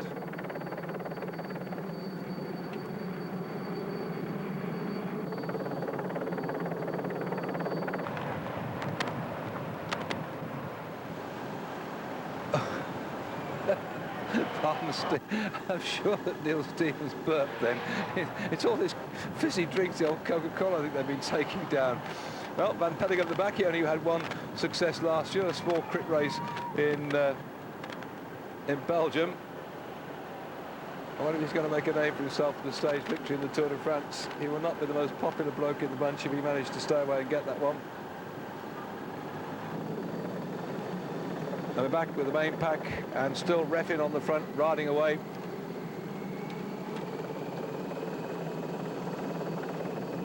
All they can do, I think, now is just hope they can have Jafarov to win the bunch sprint. See all the blue and white jerseys there, MG Technology, and they're not going to chase it down. They've got a man up in that leading break. And then Museo starting to come through on the far side. Wants to get out of trouble if we're going to get a very quick run in towards the finish, and Refin being given the job of rolling this one along. That'll certainly help the big men looking for the overall classification, and I'll just give you a quick rundown on that overall classification. Bjorn Ries leading on GC, ahead 56 seconds from Alano. The stage is set for tomorrow because we're going over into Pamplona, into the Basque Country. Alano The Basque rider is in second spot as the speed now has gone up here after that sprint at Trentolles, and they're inside the final 20 kilometres. Berzim, the Russian who rides for the Tallinn-Gavis team, is third overall, 1 minute and 8 seconds down. Tony Rominger, fourth overall, 1 minute and 21 seconds down. Jan Ulrich, the rider for Telekom, the young German, 2 minutes and 6 seconds down in fifth spot. In sixth spot is Luttenberger, the specialist mountain climber from Carrera, the Austrian, 2 minutes and 38 seconds down. Richard Veronk has been climbing extremely well, has a polka dot jersey on his shoulder. He's seventh on the general classification, 3 minutes and 16 seconds in arrears. And Big Lindrain in eighth spot, 4 minutes 38 seconds down. And in ninth spot, Laurent Duffield, also from the Festina squad, as is Veronk. He's at ninth, 5 minutes 3 back. And Escartin from Kelme, it's a Spanish-sponsored team, and Escartin being from Spain would look for a stage victory tomorrow. He's 10th, 5:17 down. So that's the top 10 riders in the Tour de France heading in towards the big climb of the Pyrenees tomorrow. Ugramov, another good mountain climber, 11th, 5:55 down. LeBlanc, another good climber, 13th, 6:47. So that's really the stage is set, I think, for a cracking day tomorrow. Here, the Once rider Stevens, his best placed man on the Once team is Zuller since Jalabert retired. Zuller is 11 minutes and 45 seconds down, so no wonder they're allowing Stevens a moment to go off the front and have a bit of glory. Neil going off straight off the Tour de France to Atlanta for the Olympics. And one man missing the Olympics this year who has said and stated to the press that he's a bit wistful about the fact he's retired. Greg LeMond has just been inducted into the United States Bicycling Hall of Fame. A ceremony was held just at the early part of last month at the Velodrome at Trexlertown in Pennsylvania.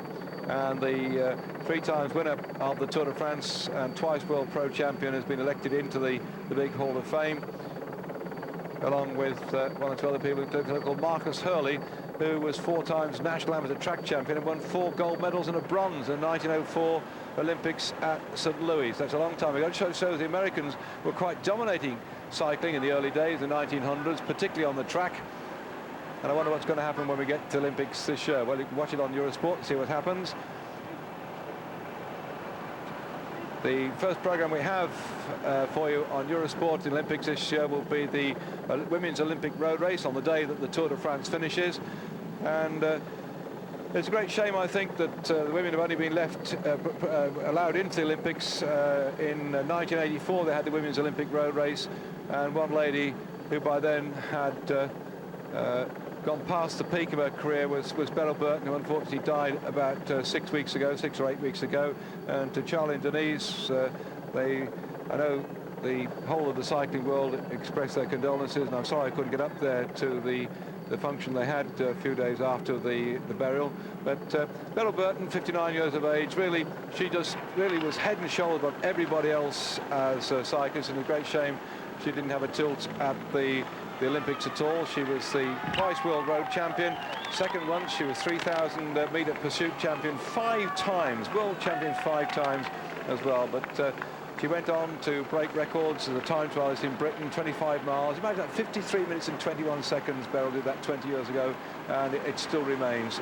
50 miles, she covered that in 1 hour and 51 minutes in 1976, 20 years ago. And 100 miles, just think of this, Beryl Burton did 100 miles in 3 hours, 55 minutes and 5 seconds. And I think the even greater performance was when she did the 12-hour record, when she covered 277 miles in 12 hours in 1967, and those records still stand. So we miss you, Beryl. We're up there wherever you are, and it's a great shame that you couldn't compete in the Olympics, which as I say, didn't have women competing until 1984 as such. Just a bit of history for you people back at home, and those expert cyclists out there who know all that, please forgive me, but I know we get lots of people who tune into Eurosport who have just found cycling. They love the sights of the countryside. They like to see these athletes riding, and they don't always know some of the background things that you experts do out there. And I think a moment now, a reflection that the bold Beryl is no longer with us, because she was such a great grand champion, and those of us who had the good fortune to meet her would know that throughout the whole of her life, how unchanged she was by her success. And she was always a very chatty person, very much the same all the time, and of course her daughter too went on to be a grand champion as well.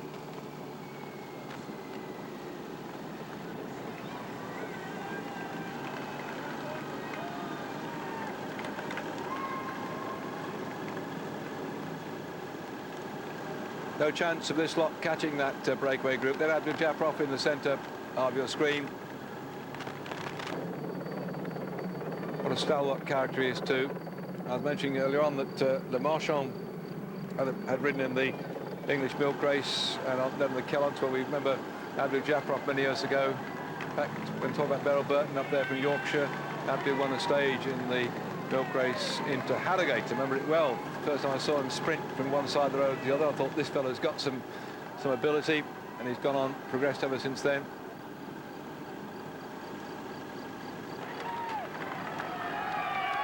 Hey, Van Petegham's moving forward. So in the last 20 kilometres, he's going through here at St. Sylvester. 163 kilometres covered today then of the stage. They've just got 12.5 kilometres yet to go.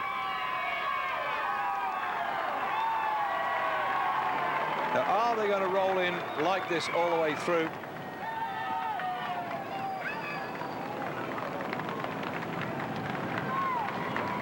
Italians could certainly, I think, look for a chance of getting a stage victory today, because going back through the victors on the stage we had so far, Zuller, the Swiss rider with a Dutch mother, won the prologue time trial. Moncassin from France won the second stage. Cipollini, the bold Cipollini, the Italian star, he won the stage on the 1st of July into Valsquale. So Italy had a success there. Zabel from Germany took the next stage. Then Saugrand for France, and Overvilliers Peugeot took stage 4. Lademans for TBM team and Holland took stage 5. Bogart also for Holland, the rider from the Rabobank team, took stage 7. And then Leblanc for France took the stage up to Les Arcs with a good climb there for the Polti team. It was an Italian-sponsored team, but it was a Frenchman that got it. Berzin, who again rides for the Italian team, but he's a Russian, took stage 8. Bjorn Ries, the Danish rider, took the stage up into Siestria, that shortened stage we had. Zabel, the German rider from Telecom, stamped his authority on the stage into Gap.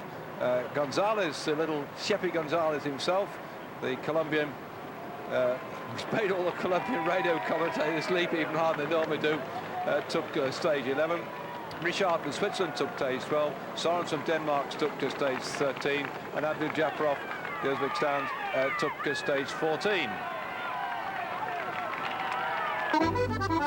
After the Alps and the massive centre. Perhaps this is their chance to get a victory, which has been eluding them since Cipollini got that stage into Valsquale and then decided he was sick and went home, and is now busily training for the Olympic Games in Atlanta. The Italians then with by far and away the largest number of riders in the race, but so far have not dominated it in terms of stage victories. And if you like a bit of history, by the way, or at least to be able to have a retro, I managed to get myself one of these elite cork bottles. It's a nice aluminium bottle with a cork top to it, a lovely badge on it. It really dates back to the old 1950s, a bit of the old retro going on. Well, the Italians have been so much involved in the cycling scene, both in racing successes and also in the manufacture of components and what have you. They've got 3 men down the road, and a lovely attempt here by the Overvilliers Peugeot rider, Thierry Gouvenaud from France. I think Thierry, if I were you, I better find out where he comes from. We'll probably find he comes from this part of the world. And they start to jump around up in front. He never catch this lot now. Although they say never say never say never, because things do happen. But the last time check we had, it was still the thick end of 6 minutes. They're jumping around here, and for Gouvenaud, he hasn't got much chance of catching this lot, but perhaps he can come in between the big bunch and this breakaway group now. Palenzana distance at the back, Guarini also distance. Van Peteghem is struggling. It's Bartoli who tried to pounce. Then Stevens goes. Le Marchand after him.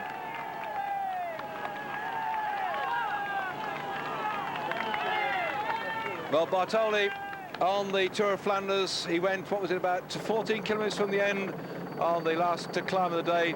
He just took off and time trialled in towards the finish. And that's the fellow I think they've got to keep an eye on at the moment. He's got the strength. He's a cunning rider. Now Pamplona starts to go. They all know, I mean, they're so skilled, some of these riders. They've been around a long time now. They know they've got to jump around, hope to try and break the elastic, and they've just got to keep attack. Then it's his turn. Then it's his turn. Because I don't think if it comes down to a final sprint, these riders, none of them really want that. They want to just get away, open up a bit of a gap, and ride off in the distance. Pamplona it is now that's trying to get away and do just that. So the challenge got, and this is what happens. Nobody wants to chase, and off he goes. They say, OK, well, let him go down the road. He'll wear himself out, and then the rest of us 5, will work together. And Van Petegem here, come on, look. Stevens is telling Van Petegem, you've done nothing all day, sunshine, get stuck in. Look, see, they're Bartolo. Say, come on, if we don't work, he's gone. Yep. Yeah, come on, they're trying to get the Belgian to work here. And look, he's going to go through, soft tapping. This is playing right into the hands of Pamplona.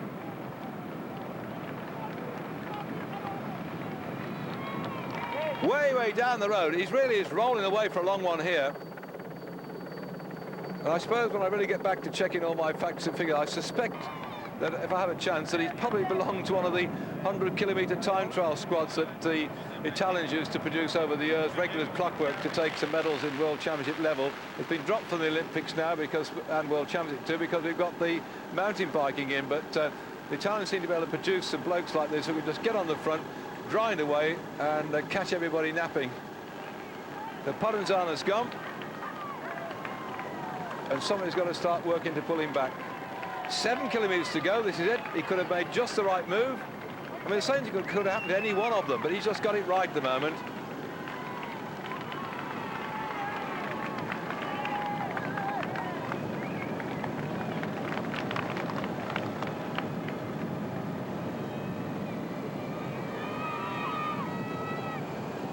And he really has gone. This could be trouble.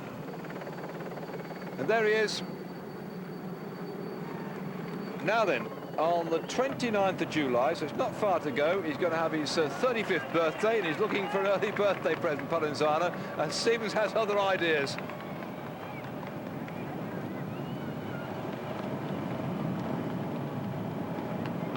What's that on the left-hand side? Looked like Jurassic Park.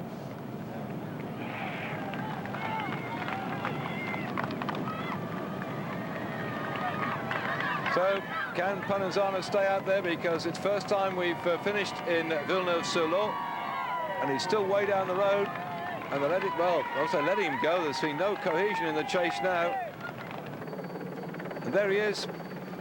This 35-year-old has really taken it into his mind to start and roll away from the rest of them,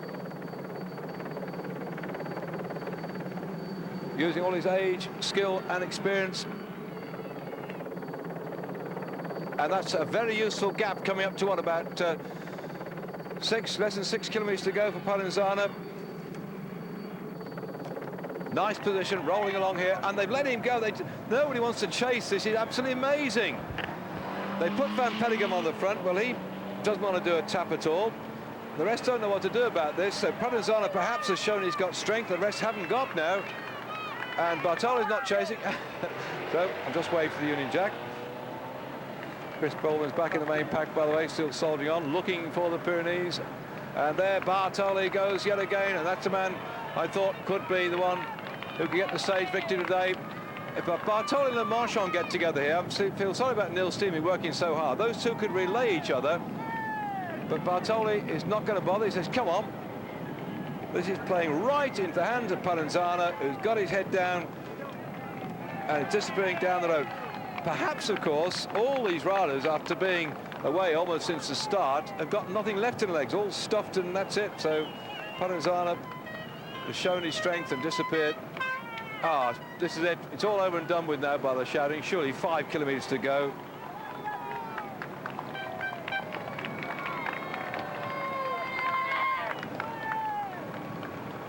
And Bartolo has to go. This is the man, I think, that could really pull back that cap. He really put his head down.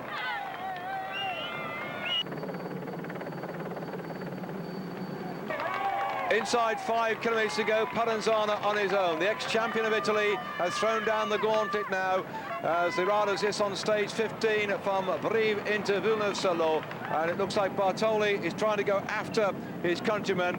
Italy could do with another stage victory, I think. They haven't had one since Cipollini got the early sprints under his belt. Oh, he's lost it. Suddenly a big problem as he's gone.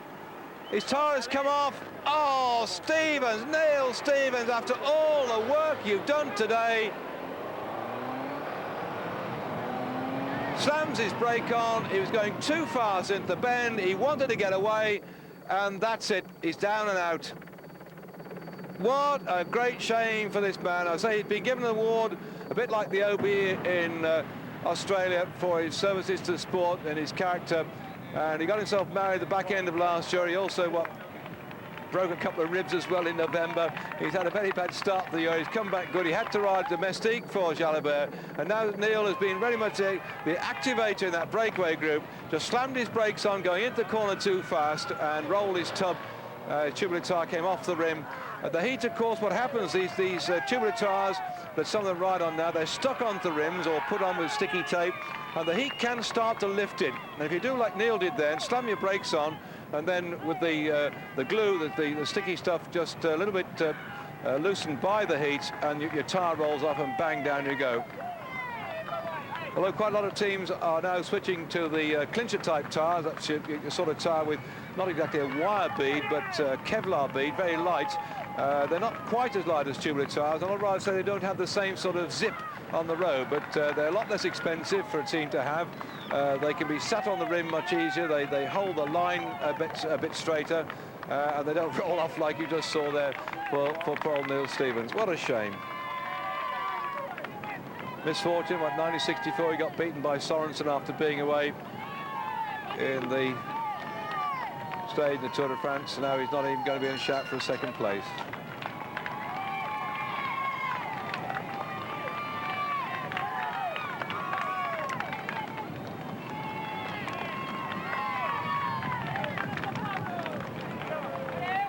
It's Greeny's turn to go through.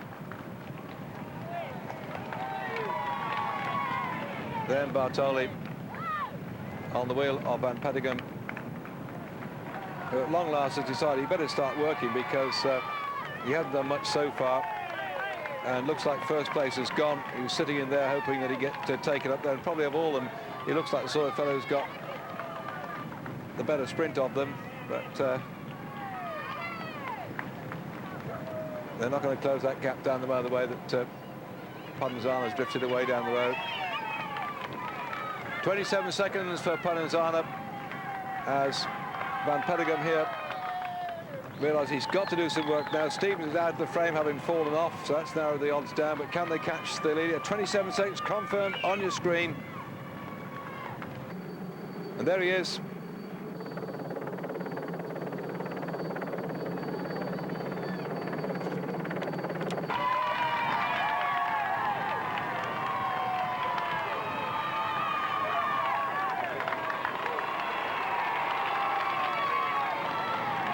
A long way down the road, nearly half minute now separating Van Petegem from this chasing threesome. Stevens having fallen off his bike. Guarini goes to back, Van Petegem on the front, and then Bartoli comes through. Now, Van Petegem, best known as a criterium rider in Belgium and Holland, and now under the 1 kilometre to go is Provenzano. He's got that one. They're only going to play out for second spot. Provenzano riding. He chose it perfectly well to go. He's come round the sharp right-hander inside 1,000 metres to go along the Avenue de Femelle. Provenzano has chosen his time exactly right to go for this stage victory. The ex-champion of Italy now going to have a stage victory in the Tour de France to add to his list of successes. And Green is clopped off down the road, and I think that Bartoli said, OK, let's have an Italian 1-2, and perhaps Bartoli might get third. So Italy, with what, some 62 starters in the race, haven't been all that dominant so far. And Cipollini taking the stage victory on day 2 in the Valspal, the last Italian success, and now Provenzano, the 35-year-old, coming across the line to win a stage for Carrera. And that again, that's one thing about the Tour de France, you see, that we watch the mountain stages, we see the close packed finishing sprints when the bunches come in, and then you get these stages like we've had for the Massif Central for the last few days, when riders who are the domestiques of the team, who never have much chance for glory, then have a chance to come out and show. And now Guerini it is who's going to try and get a second spot for Italy and for his Polti team. They already had a stage victory, Polti, in the shape of Luc Leblanc, and now Guerini's managed to prize himself away from that chasing pack and to come into second place, making it number 2 as far as Italy is concerned on the stage today. And a sprint, let's see, Bartoli must be the fastest man, but then I say Van Petegem is a sprint specialist in the criteriums, and Bartoli then has had to let go to this Belgian rider who takes a 3rd spot just ahead of the Italian. But certainly Italians have had their day of glory today, and for France, Le Marchand rolling in for the Gan team.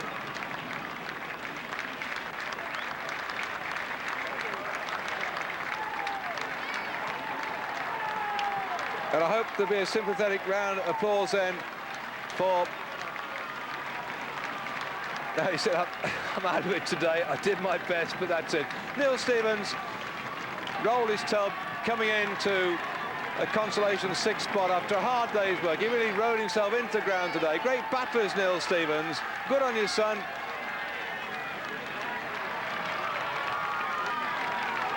He wouldn't have won the stage the way in which Provenzano went away, but he might have been able to shout for a 2nd place. But bad luck for Neil Stevens today, but he tried so hard.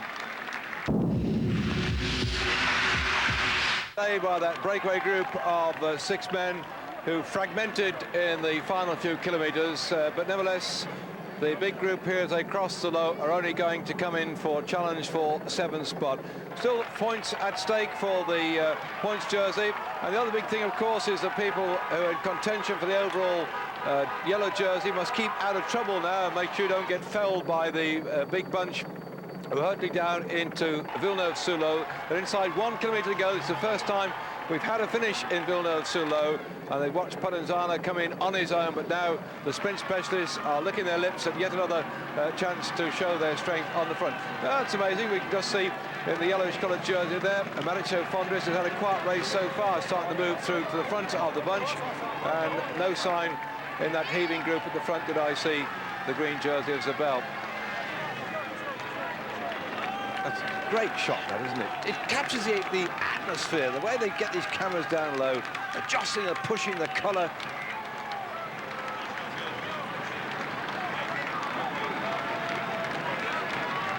Here they go, the green jersey's worked his way through. Abdul-Jabtov's in the middle as well. The lad in the pink punching his bike all over the place, trying to fight for the 7th spot today. Let's hope they don't come a big bang on the floor. And still, Gan Moncassin is coming through. Moncassin gets ahead of Zabel.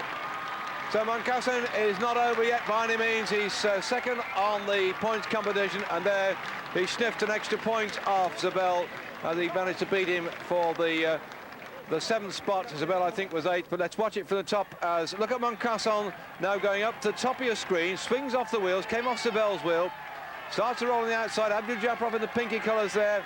He's beginning to lose ground. Zabel launched himself through. Zabel's looking for a gap between himself and, between Moncassin and the MG rider, but he doesn't quite find it and has to go down into 9th spot. Abdul-Jabbar in 11th. The shimmering heat of the sunshine. And tomorrow is going to be a much different story. You won't see this tomorrow. And the many people you see here sprinting, they'll be fighting tomorrow to come inside the time limit because on the final climb up towards the finish tomorrow, it can really knock the stuffing out of riders. And here the 35-year-old Provenzano showing on his face the strain of that long, lone break.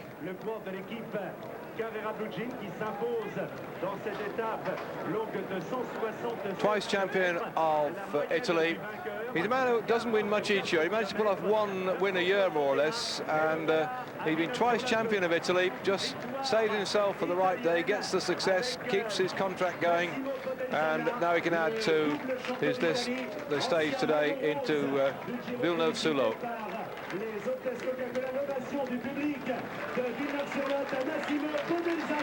So Palaiseau receiving the applause here, and a bouquet of flowers from the Coca-Cola girls.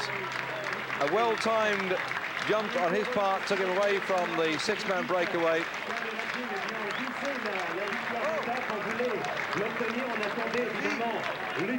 And so Italy having first, second and third today. And I wonder tomorrow who's going to run out victor. Certainly the Italians haven't brought any great big mountain climbers with them, as we look back then at the powerful figure of Palaiseau riding in to collect his stage victory worth 50,000 French francs. That's a sick end of £6,000.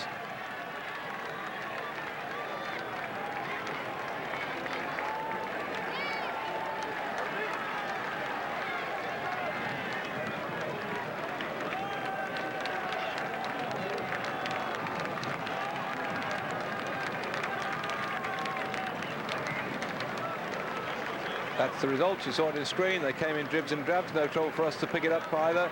And what a disappointing day for Neil Stevens. But the yellow jersey safe on the shoulders of Bjorn Ries. He's had an easy day in the saddle. Yesterday he showed he was still boss by attacking on the first climb of the day. And then the girls here from the Credit Lyonnais comes out, the blonde one, 23-year-old Karen Lerfen from Holland University, studying fiscal economics, lives in Tilburg. So another girl on the podium then, 20-year-old Marie Vincent, born in Nantes, but studying law at university in Paris. So the Credit Lyonnais have got some very intelligent girls up here. And will Bjorn Ries tomorrow have the physical strength, apart from the intelligence to watch the move, to keep that yellow jersey? We have to wait and see. He's been in a very intelligent race so far, Bjorn Ries, even showing from time to time when he's prepared to attack the opposition that he's the boss, and he's there by 56 seconds ahead of Alana. Berzin third, 1 minute 8 seconds. Romigo said he's going to thrash the mountains yet to come in fourth spot. And down there in eighth spot, Indurain, 4 minutes and 38 seconds down. The day after tomorrow we go down to Pamplona, right past Indurain's doorstep. The whole scene is set for a great day tomorrow.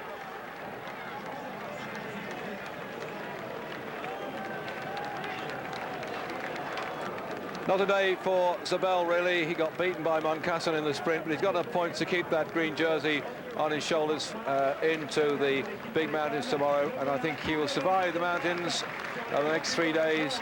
And the points he's got should be sufficient, barring accidents, to keep that jersey until we get onto the flatter stage in 3 days' time. But we could be seeing this fellow in the green jersey in Paris on Sunday.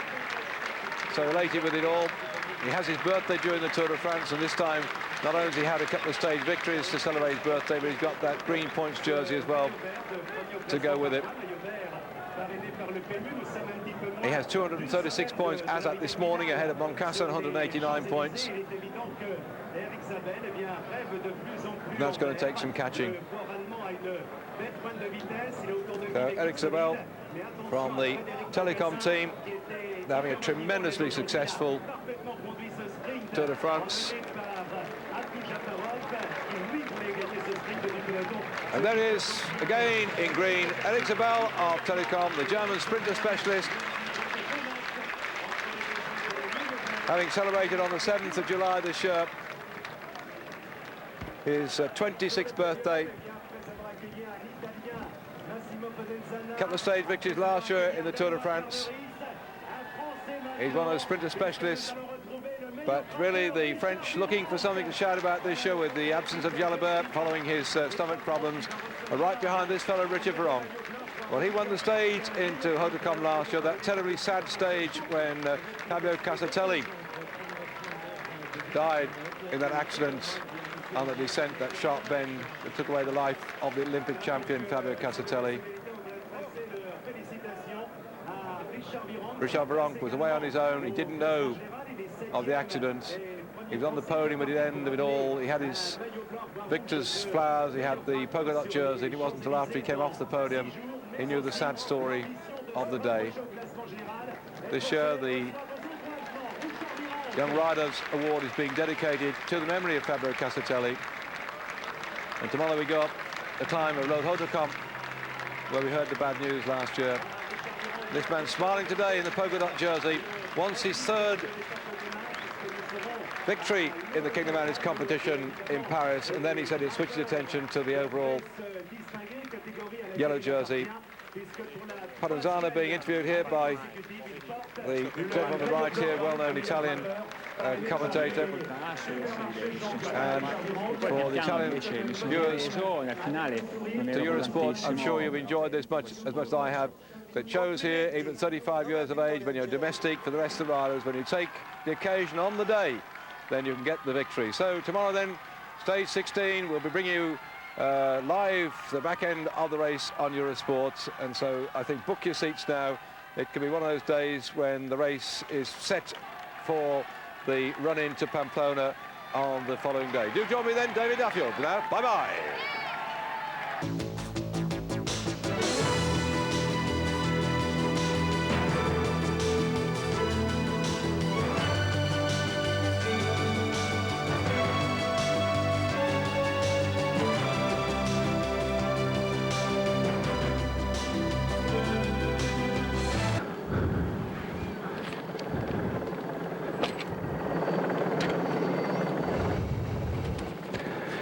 This is going to be the stage that so many people have said will be the platform for the big stage tomorrow when they go through the Pyrenees into Pamplona. The day today and tomorrow when Miguel Indurain has got to stamp his authority on the race if he's going to have any chance of keeping the yellow jersey through into the final day on Sunday in Paris. So if you're watching it today live on Eurosport on the Tuesday, good afternoon to you from myself, David Duffield, and I look forward to your company not only today but also tomorrow when we've got 8 hours in the saddle, should I say, in the commentator's chair. Big day tomorrow, but a big day today because this could be the one that sets the scene for tomorrow's activity. And as ever, young Rooks here has prepared to go away at the front. He wanted to get the stage yesterday, so much because we went into Villeneuve-sur-Lot and it went right past his home territory.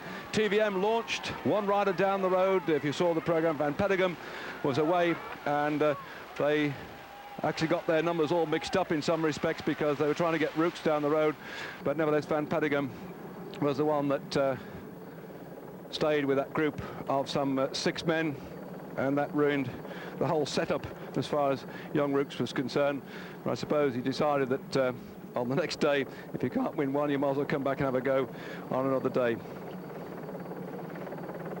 We've had a breakaway group of 3 men trying to survive the pressure from the rest of the field, and that's probably the way it's going to be, that the main field don't mind 1 or 2 of the lesser lights going way off the front, because the course today from Agen to Hautacam on stage 16 of the tour, covering 199 kilometers in all, then it's really all at the back end of the race that the action could well happen, because we got the climb of Hautacam, and that one is something to be seen, believe you me. It's a Hope category climb, as they call it, 13.5 kilometers, and 8% is the climb. So they've got a tough old finish, this one.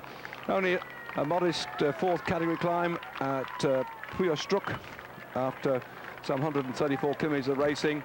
I can't see that they're going, as they got riding over this one now, that with the escapers just down the road, anybody's unduly bothered with some 64 kilometers left to go before the proverbial hits the fan, I suppose you could say, because it's going to be one of those days, I think, at the very end of it. I'm not surprised that many of the riders here perhaps apprehensive of the damage that could be done, and the top men watching each other like hawks, like they have been doing ever since we had the rest day at Gap.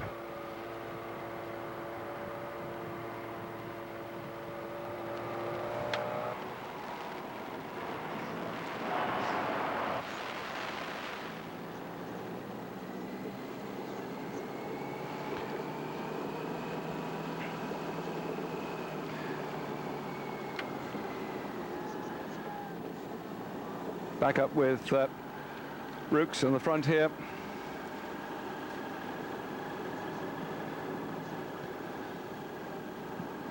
So 62 kilometres left to the finish now of this stage at Hautacam.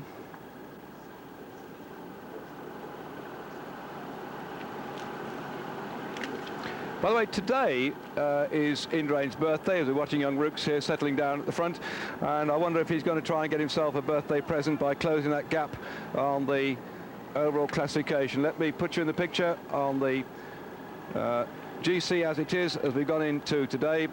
If you haven't caught up with in your newspapers, the gap between Bjorn Ries, who's leading overall, as we're now 138 kilometres of racing covered at Saint-Émilion.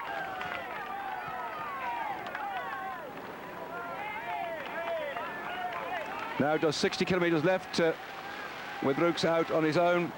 The overall classification then shows that Olano is at 56 seconds in second spot. Berzin is third at 1 minute and 8 seconds. You've probably got those in your national newspaper. They usually give the top 3 or maybe top 6. If you read it then, you'll find in fourth spot coming into today, Rominger at 1 minute and 21 seconds. Jan Ulrich at 2 minutes and 6 seconds. Luttenberger, the Austrian little mountain climber, the specialist there, 2 minutes 38 seconds down. Veronk in 7th spot, 3 minutes 16 seconds on general classification. Miguel Indurain, 4 minutes and 38 seconds in 8th spot. And Duffield is in 9th spot at 5 minutes and 3 seconds. Askartin of Kelmy, 5 minutes 17 seconds in 10th spot. Hovering there, Ugramov, 11th overall, 5:55 down. And Leblanc, who's been going very well in the mountains so far, he won here when we last came to Hautacam in 1994. Leblanc at 6 minutes and 47 seconds down on the general classification of Bjorn Ries in the yellow jersey. Off the pace since his 2 crashes, Zuller is back in 17th spot, 11 minutes 45 down. For British supporters of Chris Bourman, he's lying 31st overall at the moment at 33 minutes and 20 seconds.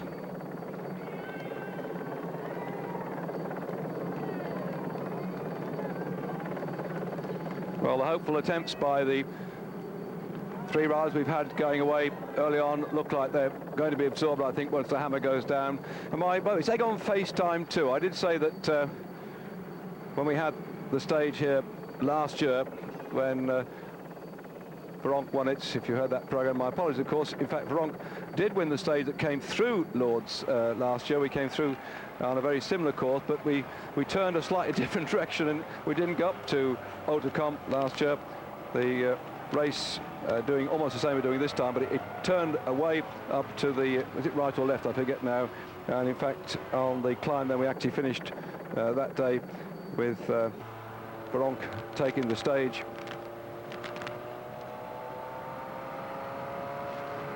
I'm just looking back here to see what's happened to the yellow jersey and the rest of them.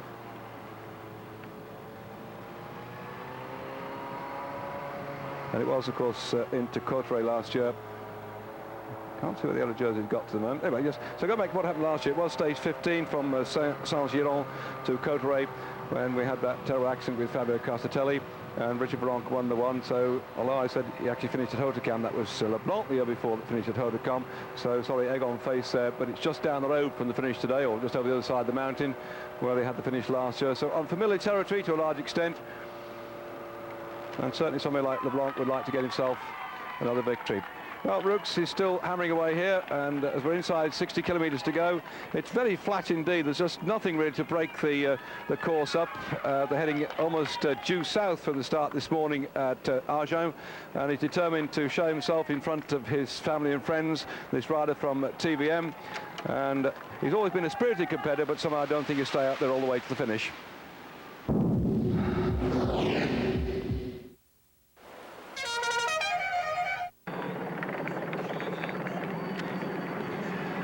On this stage of the Tour de France to Hautacam, they're now on the climb, the final 13.5 kilometres of the stage that could well not only decide the race, it certainly is going to set the scene for the stage through the Pyrenees tomorrow. And Indurain has got to ride himself up closer to the yellow jersey today, but Ries has been looking so strong. You can see the yellow jersey now on the right-hand side of the pack. just where that pink jersey overtakes him.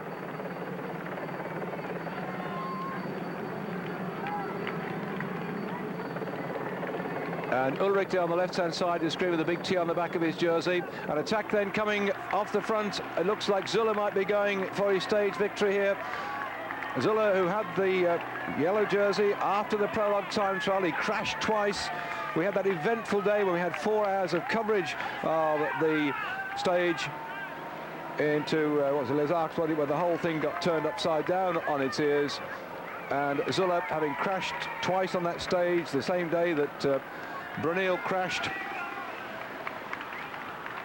Great picture in the sighting this week, or last week, of that crash of Brunel coming up out of the ravine, and also of this man now who's got to look for a stage victory for Hendaye, with Jalabert out of the race following his stomach trouble. And he's now pulling in Rooks. Well, this young lad has tried so hard to stay away from the pack, but now his time's over, and in fact he'd probably find himself going straight out the back of the pack. He looks very tired indeed. Laurent Rooks from Cahors has now been taken over, overtaken by Zuller.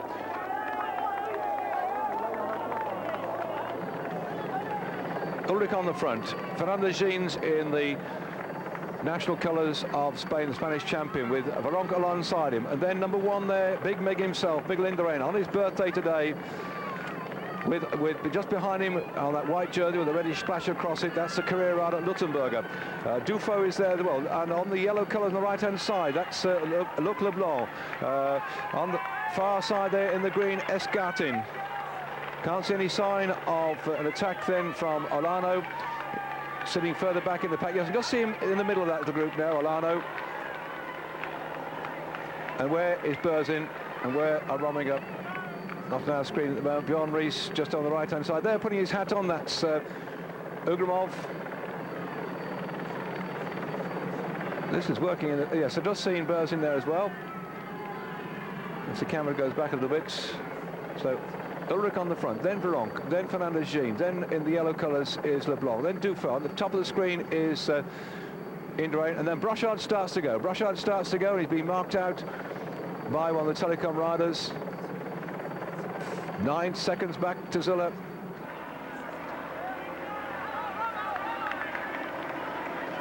Oh, the split has happened. The tail-end Charlies now are resigned to grovelling their way up here, leaving the top men in the Tour to battle it out as Brochard goes on the front.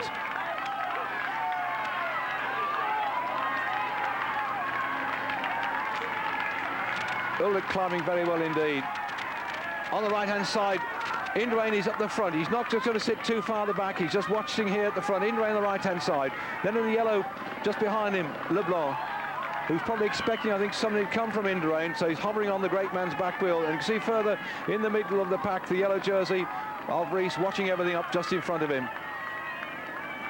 Zuller is down the road, no threat over on general classification. Zuller at the moment lying 17th, 11 minutes 45 seconds down. They'll let him go away.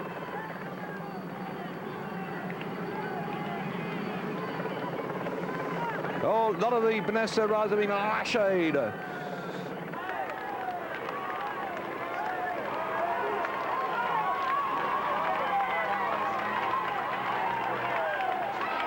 According to the information coming over at the headphones now, that none of the top men have been lashed at the moment, although Benesto have been thinned right down.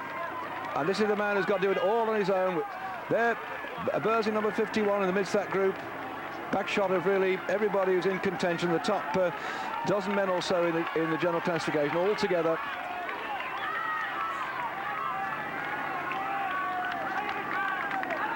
Right in the centre of the picture, the little white jersey, that's Luttenberger. Indurain on the front. Pink shirt of, or pink shoulders on the shirt of Ulrich. And they're going to reel in Zuller any moment now. Might well have gone too soon. Perhaps he thought that the big boys were watching each other. It might be a chance for him to get a couple of minutes lead on the lower part of the slopes to the top of the climb today, 1,560 metres above sea level. 10 kilometres to go, and Zuller has been reeled in. Indurain on the front, then the polka dot jersey for Veronk. Ulrich next, lying third. Zuller's blown. Zuller's played his cards and failed. At least a determined effort by the man who had hoped to get a podium place in Paris or a stage victory is now suffering.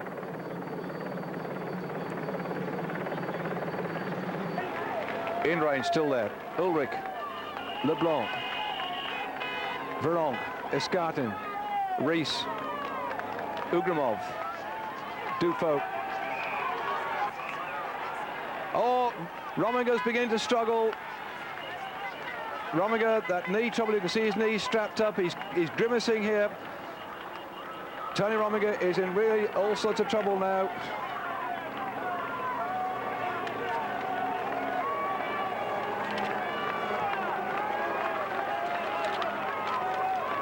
Well, Amberger is still in there, Askarten is still there, and one man who's not there now, who's unfortunately finding it a bit tough, and that is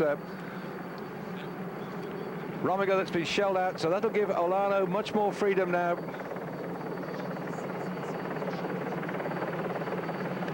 Ulrich still leading the pace up here. He's got to hold that pace nice and constant for Rees back there in the yellow jersey. 1, 2, 3, 4, fifth in the front.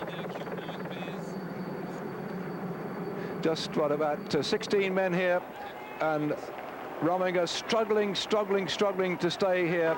He's lying fourth there on general classification, but looks like he's going to be shut out.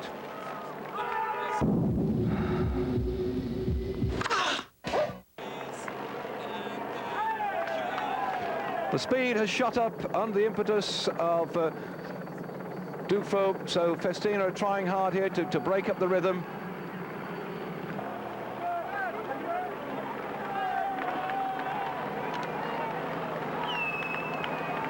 Still confirmation coming up on our headphones that Romiger has been lashayed, but he's still in sight of this little group. He may come back if he can just ride himself through the bad patch, but the pain of his knee and thigh may be too much for him.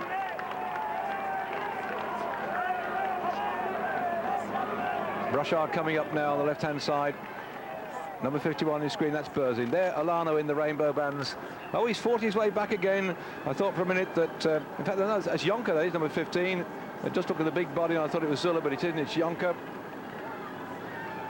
Good ride by Jonker. He's not well placed on GC. In fact, he's, in 22nd place overall, Jonker, so he's doing very well, staying with this group at the moment.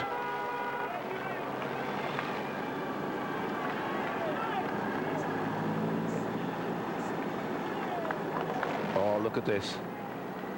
One way of keeping the lid on things with 8 kilometres to go is to send one of your men down the road, which is what they've done here. Ulrich on the front and the yellow jersey on his wheel. He's just gone ahead now of Indurain, who has to pull something out here. Just 5 miles to go, and it's all uphill, or to be more precise, up a thumping great mountain.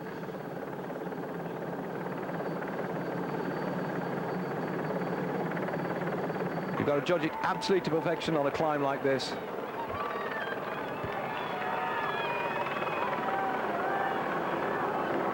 Indurain looking back to see if any of his teammates are there. The answer is no, and Romiger's not there either. So that's probably putting Ulrich up into 5th spot on general classification. He started this morning just about 45 seconds down on Romiger.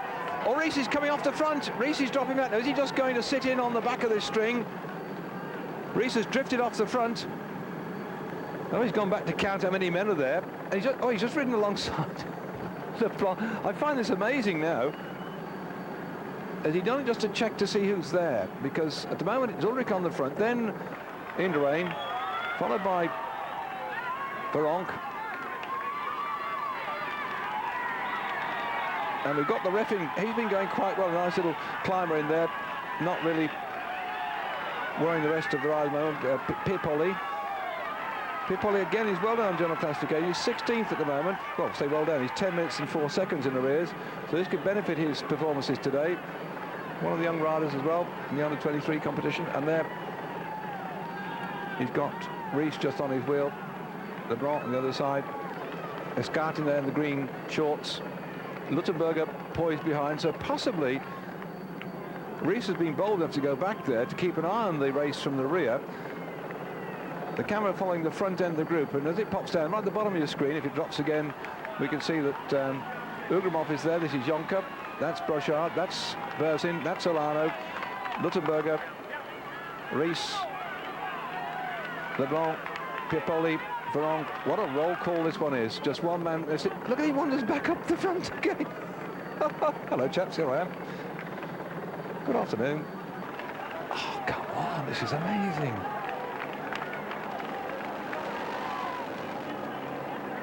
When you think that this group here, about, what, 14 riders, have just blasted everybody else. I mean, down the mountain, there'll be some people coming in here 20 minutes or more down on the top men, and it makes it look so easy, Reese. You just roll up there, and it's difficult on the motorcycle cameras or in the helicopters to let you say how it goes up and up all the time. It gradually climbs, and the constant pressure you've got to keep putting on the pedals.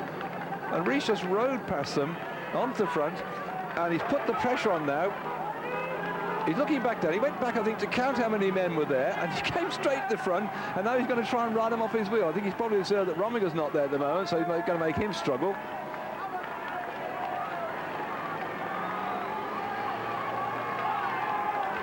Well, this is very reminiscent of the ways in which people like Eddie Merckx used to ride the race, and Bernard Hinault, they get to the front in the yellow jersey and attack. Indurain was always a calculating rider. He could just stay there all the time, respond to the pressure, and when he had the yellow jersey, he was a man that you couldn't really shake off, but he seldom attacked. He did attack on this stage in 1994, when now Berzin's being distanced. 1994, he and Leblanc punched something like about 5 minutes out of the field, and that confirmed his yellow jersey position. And now Berzin has been dropped off. Veronk on the front. Duke alongside him, and nonchalantly Rees rides inside. Is this just a little sounder again? He's doing enormous damage, this man, because he's varying the pace. He drifts back, he then goes quicker, and they've all got to try and get on his wheel. And Veronk is the only one, I think, that's coming across now, and I think behind him is Leblanc. And what's happened to Indurain? Indurain today has got to try and get back some time, but Indurain's struggling too. Indurain's losing it. There, Olano now looks back. Luttenberger, the specialist climber, can't hold it either. And it's Bjorn Rees that's doing the damage. He said in this race, he said it for days, he said it in the Alps, I'm the strongest, and now he's demonstrating just that, and he's shelled out Indurain, he's shelled out Olano, he's shelled out Luttenberger, he's shelled out Berzin.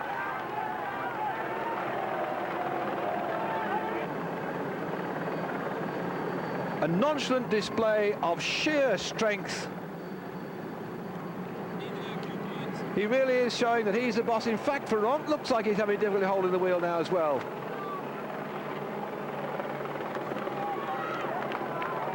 Amazing performance by the yellow jersey. He's riding away now, something we haven't seen for a long time. Brilliant. Rees has opened up quite a gap on this stage to Hautacam. Getting in towards what I suppose about 6 or 7 kilometres to go towards the top of the climb, and he's romping away up here. It really is a leg breaker, this one, and he's just riding up here as if he was on the flat. The power of this man is shelled out. These two riders from Festina, Duffield and Veronk. Leblanc, stage victor here in 1994. Can't hold the pace either, and now he's really going to open up. I don't quite know why he's doing it to this degree, because he came in today 56 seconds up on Olano. Berzin, who's one of the first to be dropped off, together with Romiger, 1 minute 8 seconds. Romiger 1 minute 21 seconds down, and he really is opening up the gaps now.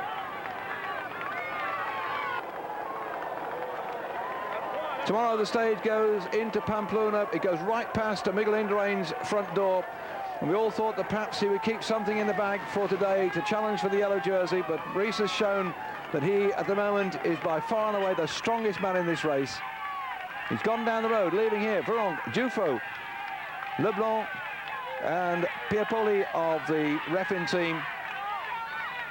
The specialist climbers can't even hold on to a man in the yellow jersey as Leblanc puts the pressure on.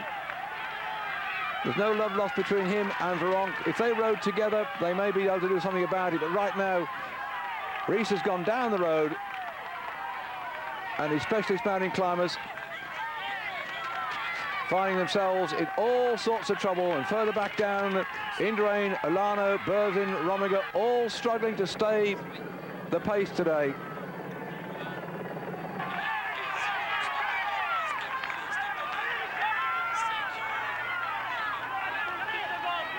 The sun has been beating down on this road, turning it into an absolute cauldron.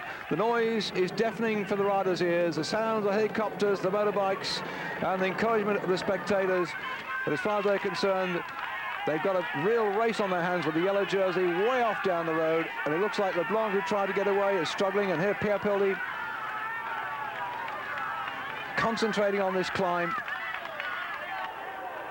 Indurain struggling at the back. Duffield for company, Ulrich for company, Luttenberger for company. And the struggle shows. Indurain's not going to give up without a big fight. He wanted his 6th victory in the Tour de France. We've never seen such an open race before, but coming onto this stage now, it looks like Rees is going to put the lid on it and say, well, I'm the boss, and you can fight for 2nd and 3rd places from now on in. But they've got a big day in the mountains tomorrow, and that's what I find rather surprising, that Rees has gone away just like this. Certainly the rest of the field here now, 45 seconds adrift of Bjorn Rees. A brutal show of strength by this man. We saw him do the same thing into Sestria. You can see right down the valley. When we came through Lourdes and our cameras picked up all the cheering throngs of pilgrims to Lourdes, that was right down there in the valley. They came through there with some 29 kilometres to go, and in the final few kilometres, Rees just hammered everybody out of sight.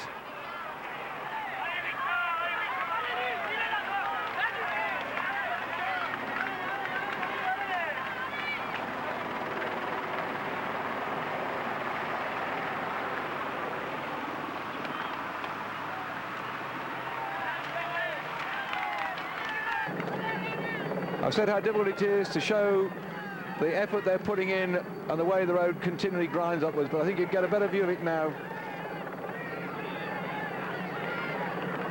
That's the chasing group trying to get up to Rees. Way down the valley, that's where they've come from. And you've been watching it live on Eurosport on this Tuesday afternoon, and to think tomorrow these giants of the road have got to tackle some more big climbs. The Col de Souleur, a 1st category climb. The Col de Bisque, another 1st category climb. The Col de Merly Blanc, a 2nd category climb. The Col de Soudet, a 1st category climb. The Porte de la Rue, a up category climb. And then over the top of that, they drop down toward the finish in Pamplona with just a couple of 4th category climbs to test the legs. Will anybody have any strength left tomorrow to challenge Rees? He's just shown that he's the gaffer. Now where has Indurain gone to? He's blown out again. This is something we've not seen for 5 years in the Tour de France.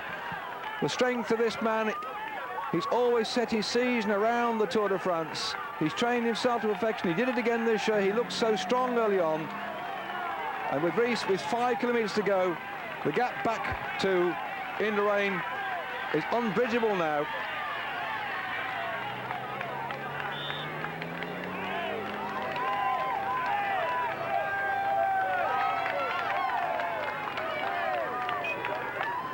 The flags are waving, and certainly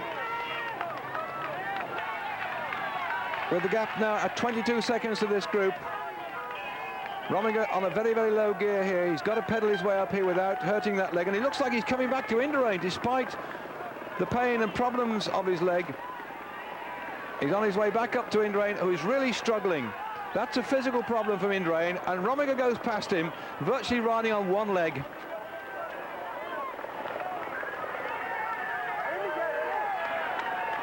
On your birthday, you ride through Lourdes, you go up towards the finish at Hautacam.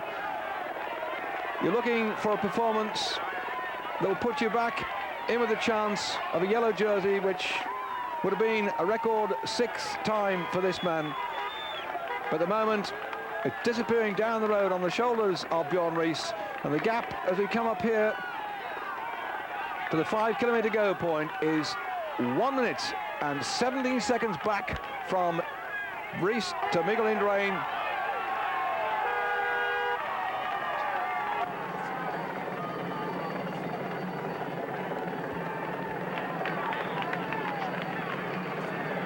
Who then can shuttle the pack with that gap?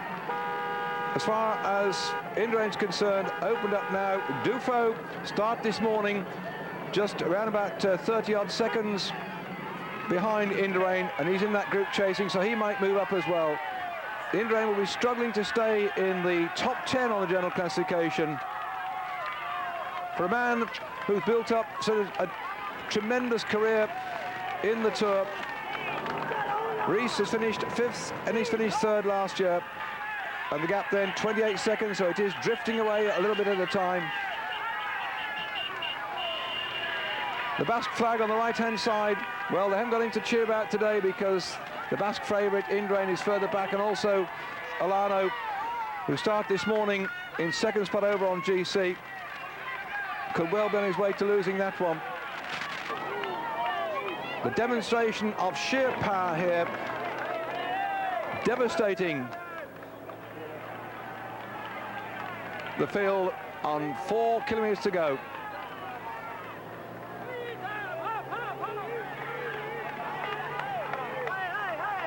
Well, the motorcycle just gone past Indurain down the road, and the commentator's going mad. He said he's très fatigué, and there are certain words that in French sound, you know, even stronger than they do in English. And the way the fellow just said it over his microphone.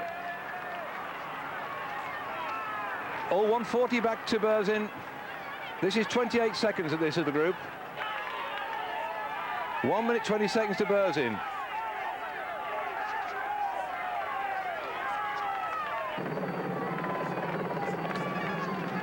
Well, Veronk started this morning 3 minutes 16 seconds down on Bjorn Ries. Luttenberger is not with him, and so he could climb over him as well. Ulrich has also been dropped out, so Veronk could well be moving himself up the general classification as riders drop off the pace.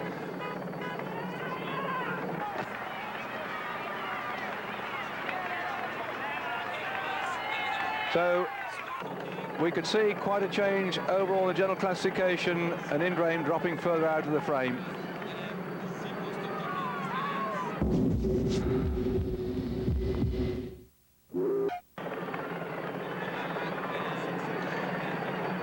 The Danish flag in the background, the riders here being applauded by the massive crowd that have come out here since the crack of dawn. They've been camping out overnight. The road's been closed for something like 5 hours before the riders came up. They want to witness today to see whether Ries could be under pressure. He's not, he's down the road. A lead of something like 28 seconds on this group here as Veronk has splashed the water over his teammate Dufield's head. Duffield working very hard with Veronk. He started this morning in 9th spot, Duffield, 5 minutes and 3 seconds down on Indurain.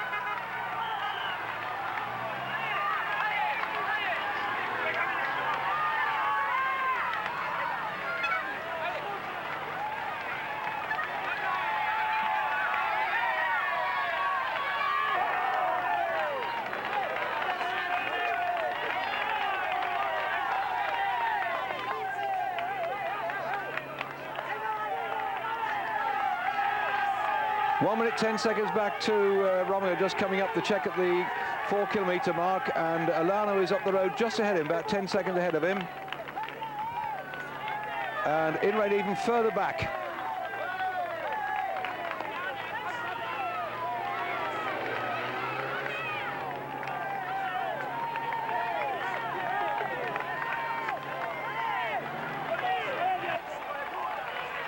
And we'll look at this. Romigo's starting to ride his way back. He's gone past Indurain Oh, brilliant ride for a man who had had so many troubles with his legs, and he said that it was his tour this year. He's trained hard for it, Rominger. He wanted to do well in the tour this year. He also set his whole season round it and had the misfortune then to have those problems with his knee. He crashed a couple of times. He'd also got a strain in his thigh. But what would have happened if Rominger had been riding 100% fit, I don't know. Now, this little group of four, Rees has gone down the road looking for his second stage victory in the Tour. He got it into Siestra, where he took over the yellow jersey. He took the stage victory, and now these four riders here searching only for second spot. But a great ride by Rominger, who's clawing his way back up to join them. Bronk on the front, then Duffield, then Leblanc.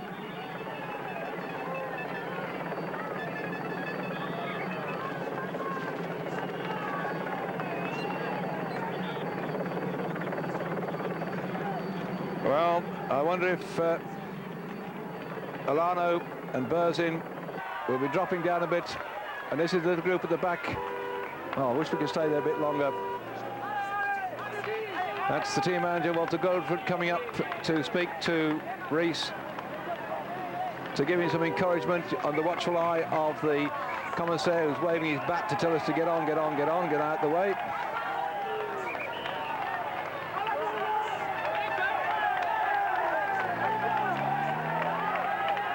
The problem is that the motorcycle camera going up here, it had to fight its way through the traffic and through all the people who come out into Centre Road as soon as a car goes by. See how they stand forward to look out? Well, the motorcycle camera has to claw his way through this lot as well. And it looks like they're dropping off one of the commissaires to look after the next group coming through. And they want all these motorcycles to go down the road. The noise is intense for Bjorn Rees. Not only the people shouting, but the motorcycles up in front and the fumes coming out from the engines of the motorbikes. And so they want us further on down the road, and I'm not surprised. You see how the people step forward. It's amazing sometimes. We do have them run into riders from time to time when they start doing stupid things. Let's hope that Rees stays upright all the way through this mass of people with 2 kilometres to go, showing tremendous feat of courage and strength to show that he in the yellow jersey is going to be the #1 into Paris. But still, we've got tomorrow those big climbs across the Pyrenees. We've then got the run back across on the next day, and then the time trial, when we all thought that providing Indrain was within a couple of minutes of the yellow jersey, he might have been able to take the jersey into Paris. But that may not be so now if Rees continues at this sort of way. But you never know. Everybody can have a bad day in the Tour, so the thing is still right wide open. Bronk on the front, then Leblanc, Duffield on the right-hand side in the Festina colours of blue and white, and then the good of the ride from Pierre Poli, just sitting in behind. He certainly has become good towards the back end of the race, as Pierre Poli. And the gap then now 55 seconds according to my watch here. So he's going away still. You see in the distance, he's still got a long old climb to do.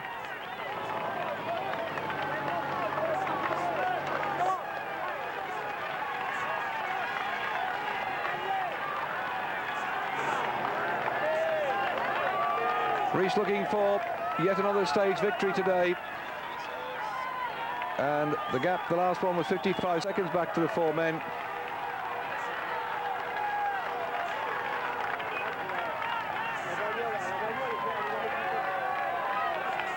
He's rocking a bit. Is he under pressure?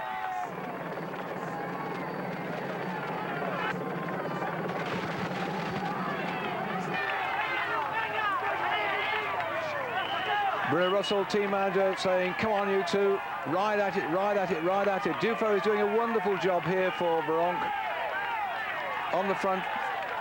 And I think the team manager's wanting Bronk now to put the pressure on and start to ride. And look at Rominger here, burying himself to stay in contention. Brochard on the left-hand side, Alano just behind him, Ulrich there in the pink and white, and there the ball top of the head of Ugrimov. Eskatin still there for the Calme team in the green. What a great ride that Romiger's doing.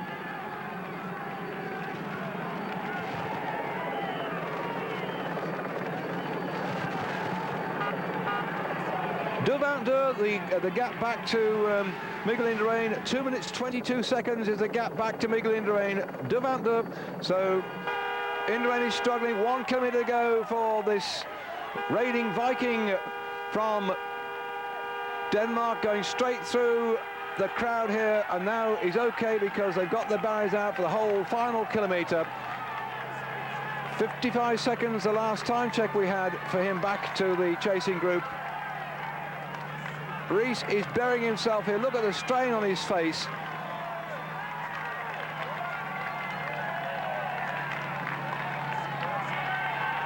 He's riding like a man possessed. He's done tremendous damage today, but what is he taking out of himself to do it? We've seen men crack before when they've tried to go out and demonstrate their sheer strength, and his legs seem to be going a bit slower now. He lost some weight before he came into the Tour this year to help him on the climbs. It certainly proved, as he rocked away up to Siestra, that he's found a great ability to go up the mountains. And this gap then,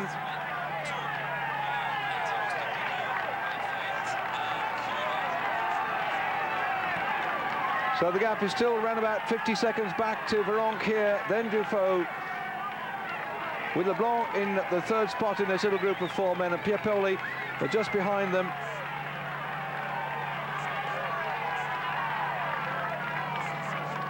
Another time check coming up here at this point. In fact, it's in fact 1 minute and 2 seconds at that particular point, so I can't see them pulling back beyond Rees now. This determined rider from the Telecom team is down the road, ridden everybody off his wheel.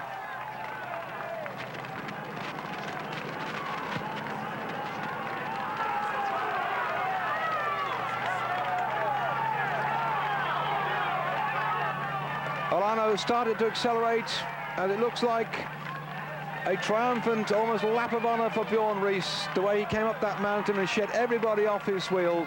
He looked like he's struggling a bit just with that 1 kilometre to go. Look at him waving at the crowd here. What a demonstration of strength we've seen today, as the gap now has opened up all the way through from Bjorn Rees to those contenders for the crown. He could be in yellow when we get to Paris on Sunday.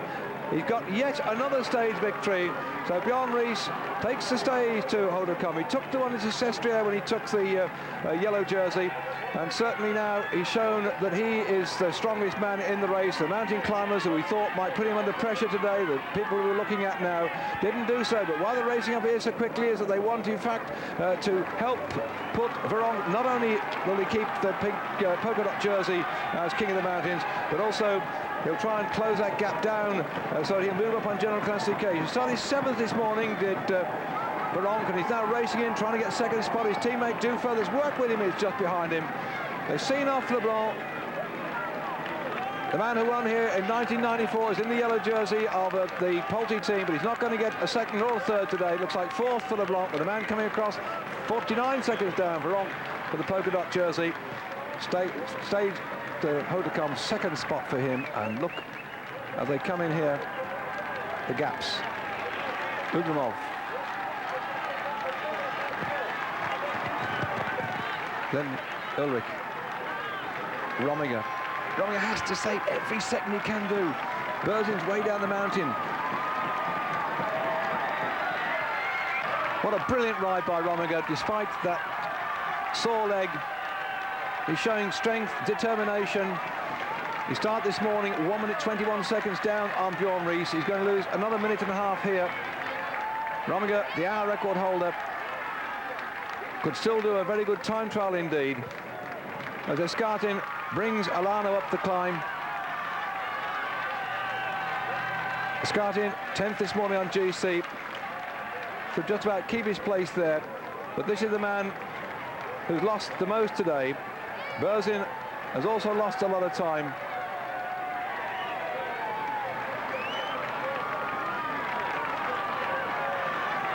So for Indurain, who started 4 minutes and 38 seconds down on Bjorn Rees, you can now read probably the thick end of 7 minutes, distancing himself from the yellow jersey. Unless some miracle can happen tomorrow when Indurain can go away on that very mountainous stage to Pamplona, we're probably seeing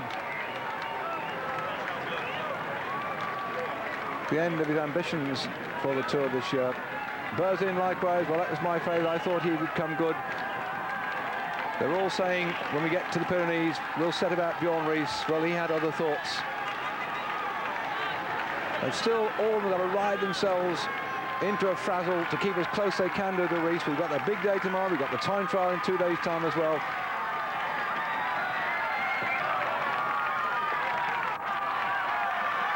.2:59 down for Berzin. So he's now nearly 4 minutes down overall in classification to Bjorn Ries.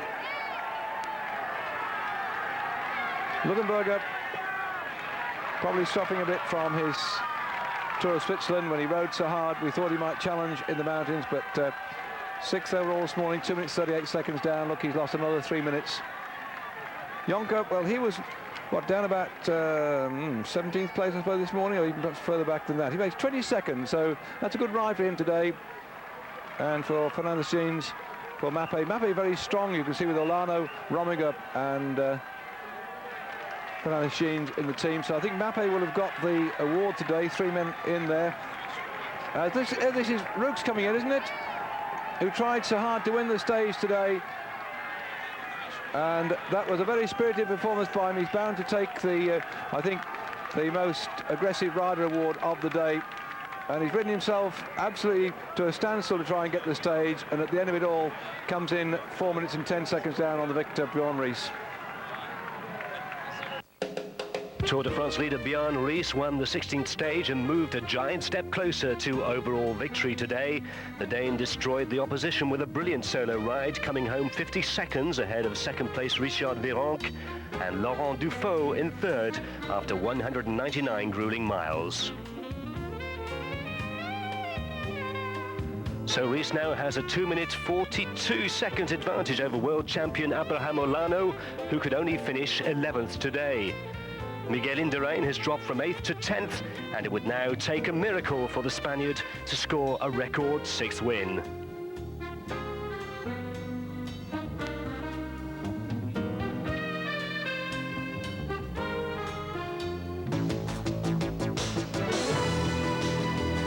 Considerable time on his pursuers to move a giant step closer to victory in Paris, where it all ends on Sunday. Bjorn Ries, saluting the crowd, proved today that he would be a worthy champion of the world's most famous and toughest cycle race.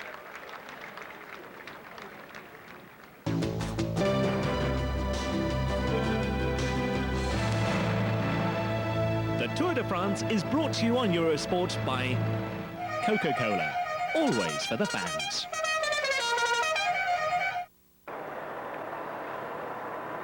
Neil Stevens rolling along here. You can see on his hat, by the way, that black patch and the little white shape in the centre. That's the little symbol of a blind person with the white stick, because ONCE being the Institute for the Blind in Spain, they have great big lotteries where they get the money to support the Blind Institute. And we had last year in the Tour of Spain, when it finished, a mass turnout of the Spanish ONCEs to cheer on Jalabert, who unfortunately is not in this race now, having had gastroenteritis, and the hope of France was eliminated through physical problems. Neil Stevens, we see here last year, if you saw the stage when we went into Monde, when Jalabert on stage 14 won that stage and absolutely thrashed the rest of the field and gave England a fright of his life last year. Well, Neil Stevens was in that breakaway group. He's a great worker, and now he's got his moment of glory in the front, because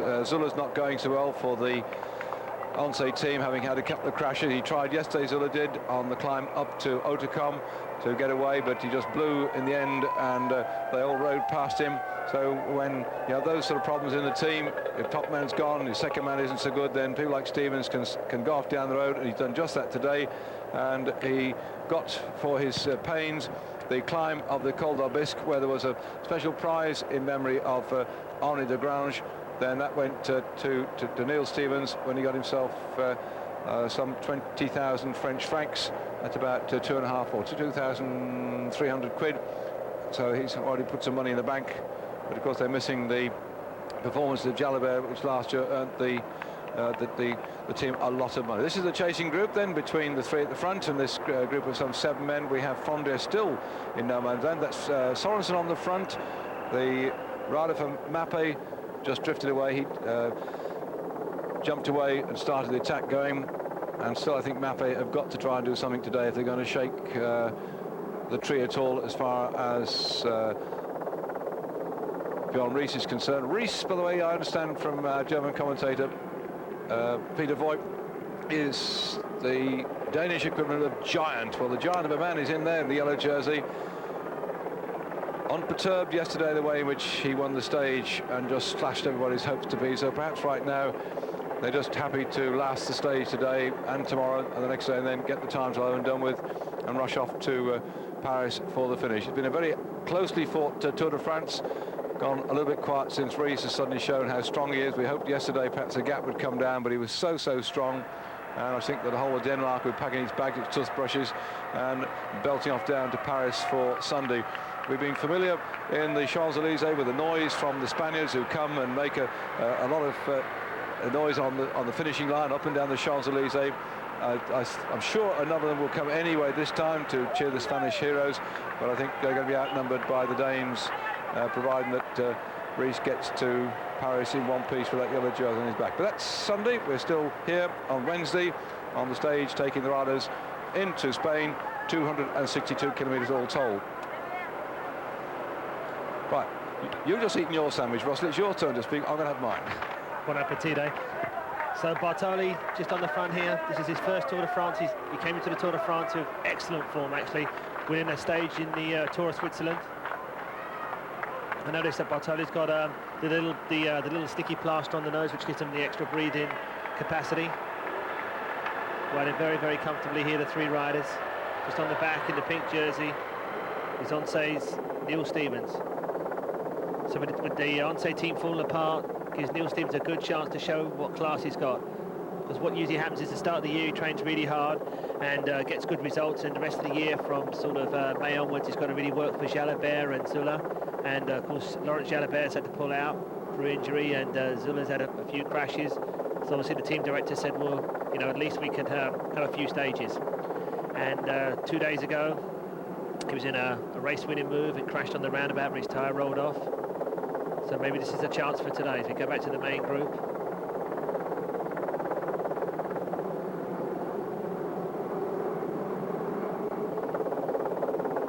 Motorbike camera in there trying to get the excellent shots for the good publications like Cycling Weekly. As we go back to and this is actually the 3rd group. We've got the 3 leaders, we've got 1 rider in Fondres, and we've got this group here. And this is Udo Boltz in the pink of the Telecom. He's a good climb, he's looking around. Team cars start to come up, start to talk to the riders.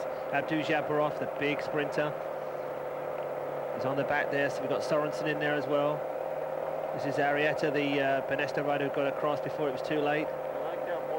Udo Boltz is looking down, looks like he's got something wrong with his bike.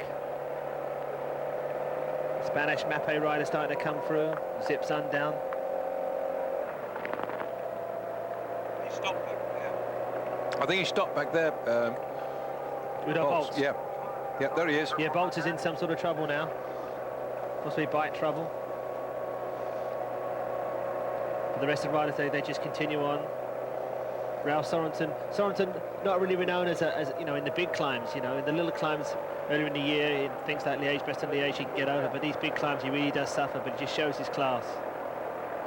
And it looks like in this group as well, there's a lot of riders actually not working, as we say there. Boltz is getting back onto the group. Frattini, the Italian in the light blue, has just been sitting on for a while, so is Jackie Durand. It's interesting that, because normally if you've got to say a puncture, you put your arm up and the team car is prepared, but he went on the front, then was pulled over, drifted towards the back, and then next thing he's off his bike and back again. So it must have been a quick change. And you're talking about the sort of triathlon handlebars. You notice Udo Boltz has sort of got him there. Jackie Durand's really starting to hurt here on the back. Yeah, he's another big fellow, isn't he? Yeah. He doesn't look comfortable. He's sort of labouring there with the big gear. And saying that, Frattini as well, he's more known as a climber, is just sitting behind him. But the trouble is, if you sit behind someone who's going to get out, who's going to go out in the back, you're in all sorts of trouble. And as I say that, he's slowly losing ground. He's trying to find a right gear. He's really starting to struggle. He's handling his top. He's starting to weave around the road as it gets steeper.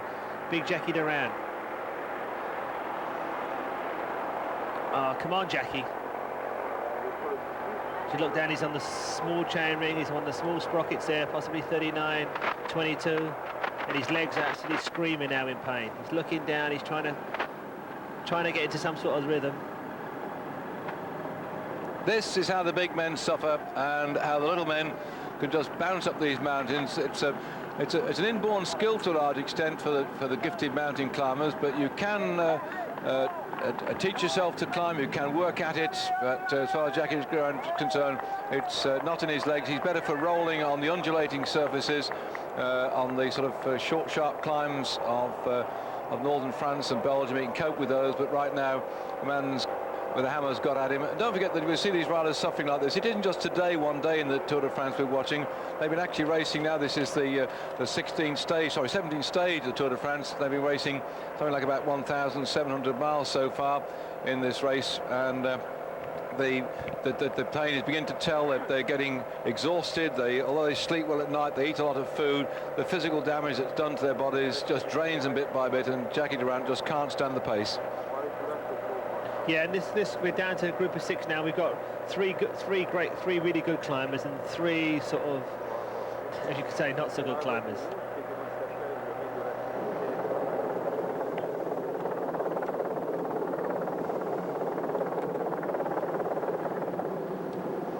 And that's the main group. They've been well and truly off the back as regards the leading 3. Some of the biggest gap we had, what, 6 minutes and 15 seconds. It's been hovering around about the 5 and a bit for an awful long time, and no moment seems to be busy to close that gap down. And this is the climb they're on now of the Col de Soudet. This is the first category climb. On the way up to here, they're going to be climbing for 18 kilometers in all. That's just over 10 miles of climbing.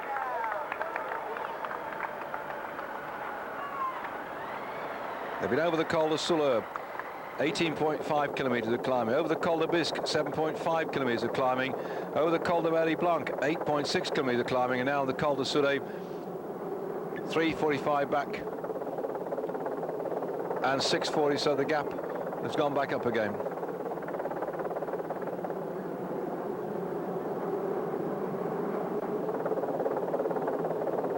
So the front of the main group, it looks like one of the Festina riders, I'm not sure if it's Laurent Defoe. Tucked in second place is Zurich, the young German. Third place in the polka dot there is Veronk, moving all over his bike. He's not the prettiest of climbers at times, is he?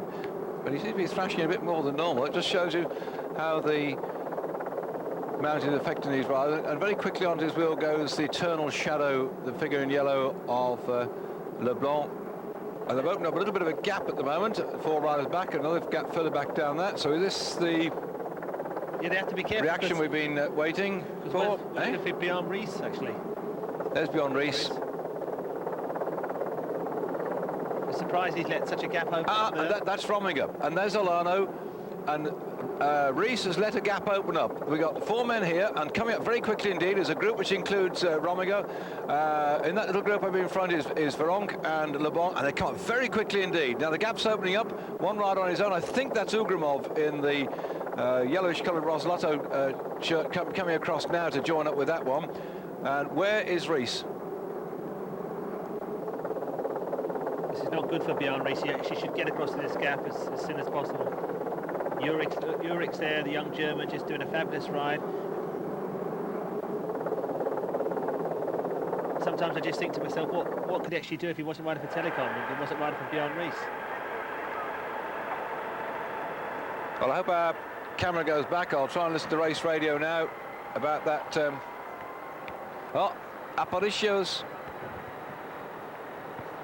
Aparicio the banner, that's another one gone.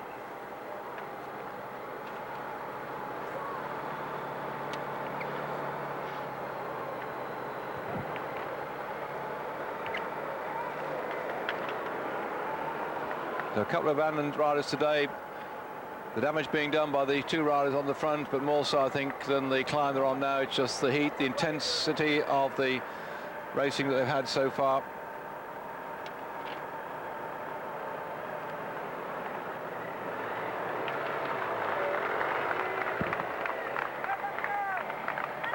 So Lietti, the MG boy's gone as well. One of the teammates of Bartoli. He won't know until he gets to the hotel tonight that one of his teammates is pulled out. So this is interesting. A little group of 1, 2, 3, 4, 5. Since there are more riders getting across to it now, as we say that the world champion Alano's just on the back of it to make it 6. This is interesting. Bjarne Riis is not in this move yet. That is quite a useful gap now. I've got my watch on it to see what the gap is between that group, which include last time we saw not only Alano but Rominger too, and I reckon that gap is around about 12 seconds. Is this the move we've been waiting for? Because in that little group then, Alano struggling to stay in contention. On the general classification this morning, Alano second overall, 2 minutes 42 seconds down on the yellow jersey. He's just off the tail of that one now. 2, 4, 5, 6 rider back. And it's splitting further down the mountain.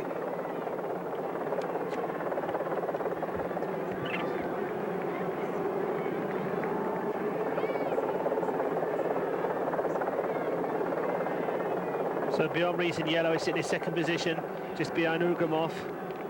And this is the second group. This is the second part of the bunch. And it looks as if Rominger is with Riis at the moment, so they've let Alano go. Originally it seemed that Rominger was starting to move up as well. And whilst we're now going up onto the little leading group who've been away ever since the start of the day, I suppose, with Hervé went off on the first Col de Soleur, and then the thing broke again on the way down when Stevens and Pascal were joined, Stevens and Bartoli joined up with Pascal Hervé. So they've been out there now. We're on this particular climb. At the top, it'll be 112 kilometres of racing. They've done about 100 kilometres on their own, and now the yellow jersey is starting to go here, and it looks like he's got Indre with him as well. And there, Ugramov is just behind them.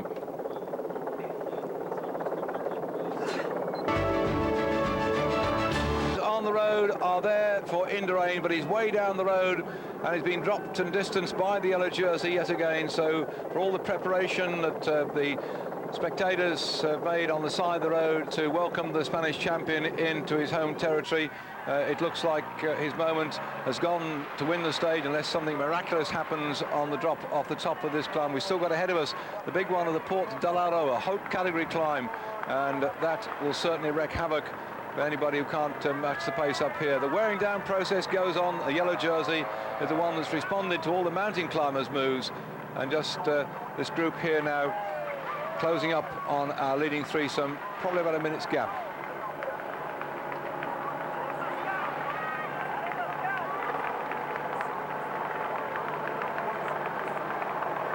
So Tudor Bolt's back on the front of the group.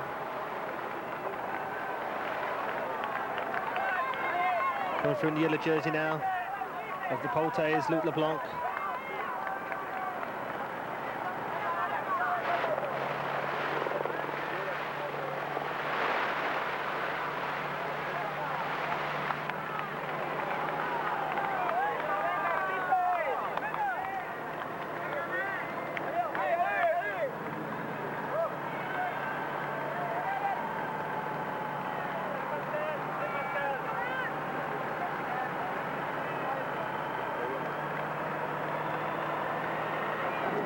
Looks as if Leblanc, Veronk is beginning to struggle a bit at the back. He's rocking his head more than normal, and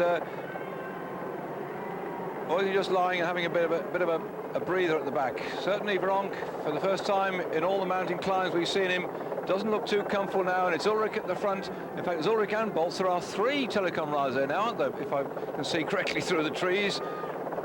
Yeah, and we're always talking about strength in teams. They were saying at the start of this year that Benesto, wasn't very strong, but they couldn't care less about the rumours. So the Telecom team have proved themselves to be the strongest one, and I'm saying it looked like Festina might be in the shout for a stage victory today. In fact, the Telecom have now got 3 men in this breakaway group, and they've got same numbers as have Festina, but Laurent, having taken a breather, starts to work his way through past Luttenberger in the career colours, and LeBlanc has gone back to the tail end of the group, leaving the Telecoms on the front with Rees there in third spot.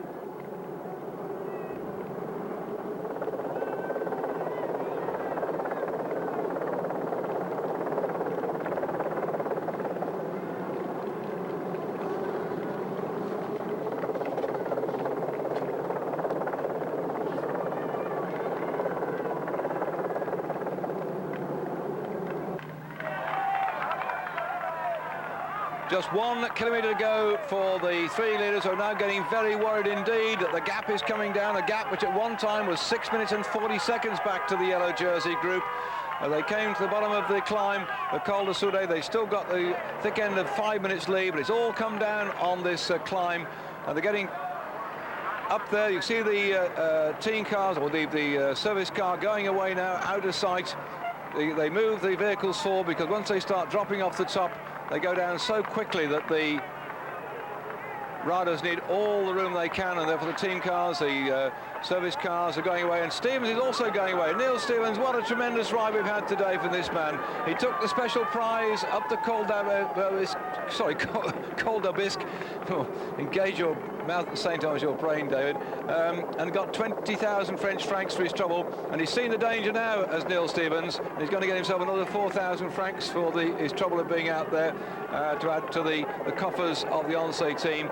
But the Telecom train is grinding away here remorselessly up the hill, and the yellow jersey still in the midst of that little group. Good afternoon to all you people back in Great Britain, and the Sports Cafe too. I understand it's gone 12 o'clock. The doors are open. They're swarming in, the 100 people, to be having a few bevies with the lads from cycling.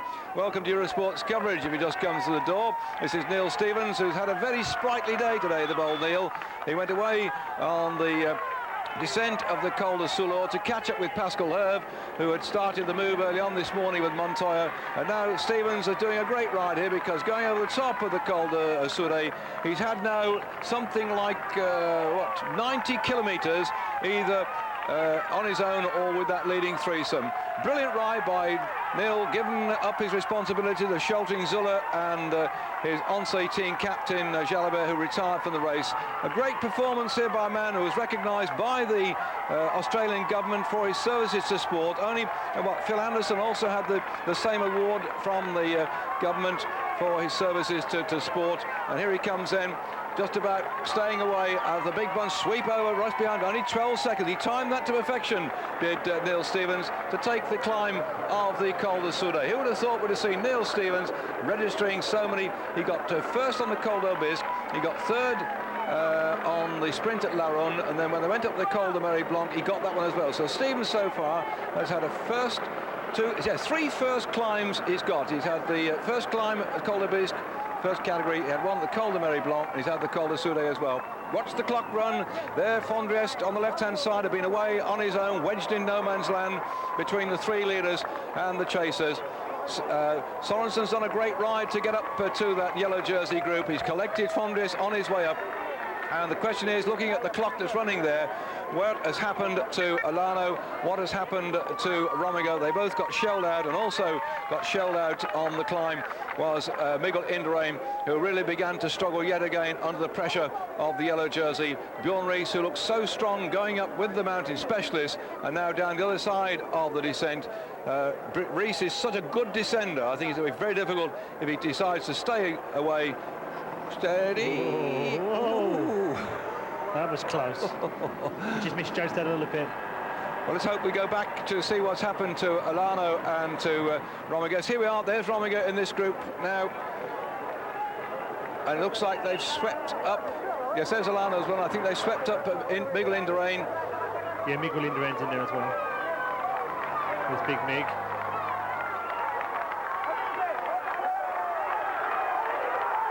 Bo Hamburger in that group too. Fernandez Jeans, a Mappe rider who's the champion of Spain. Looks like Alex Zulu on the back there in the pink. 2:04 back then.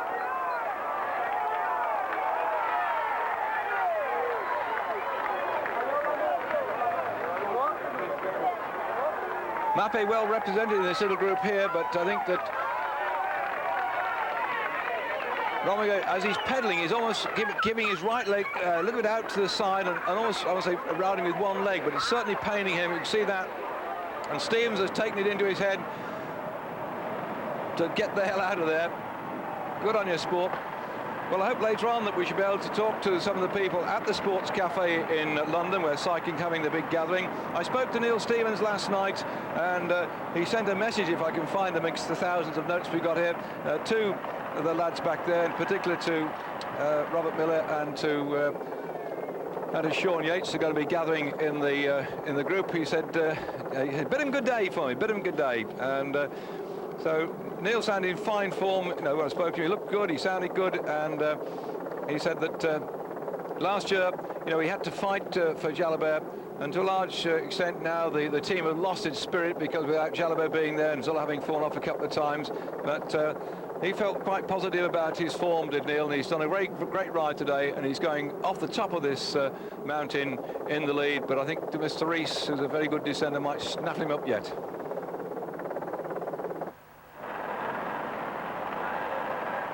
Neil's also other comment was he felt that yesterday when Rees rode away and got the stage victory, it was just a psychological a twist of the screw. Whilst he certainly gained a bit of time on his main rivals, he really rode that hard just to make everyone else realise he was the boss, and psychologically knocked them all back a bit. Also for English viewers, by the way, Neil says he's going to ride the Leeds Classics after the Olympics, so you can give him a cheer when he gets climbing up the old home moss. You'll be there, Russell, won't you? Well, the Team Ambrose are actually riding, so I have to find out from the director if I'm actually riding as well. We'll look out for you. 156 miles, is it? Hey? 156 miles, I believe. Something like that, yes. But then straight after that, Sport for Television are putting on 3 television races in Glasgow and Rochester and also Brighton, so that should be great. Over the top there we can see Abdu Japarov and Claudio Chiappucci. Abdu has also been very sprightly today as he goes through there with this group of riders. That's him there in the reddish colour without the hat on the centre. What a revelation he's been in the Tour this year, taking a stage victory, the lone ride.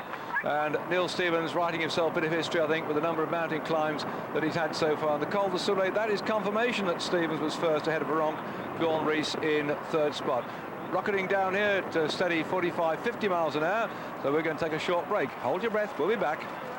If I could read.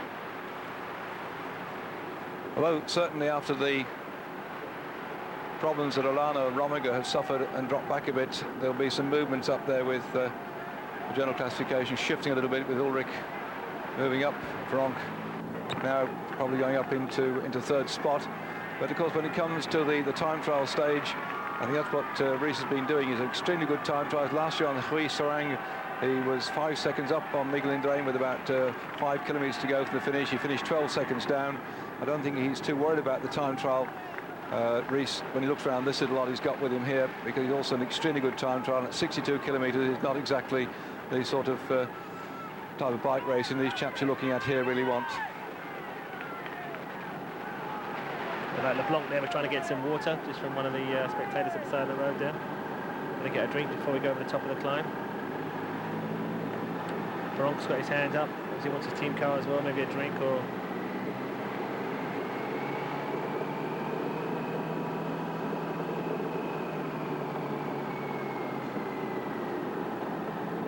So Richard Veronk in the polka dot jersey in a comfortable position in the mountain competition. Looking around, he's got his hand up for his team car, so is Luc LeBlanc as well.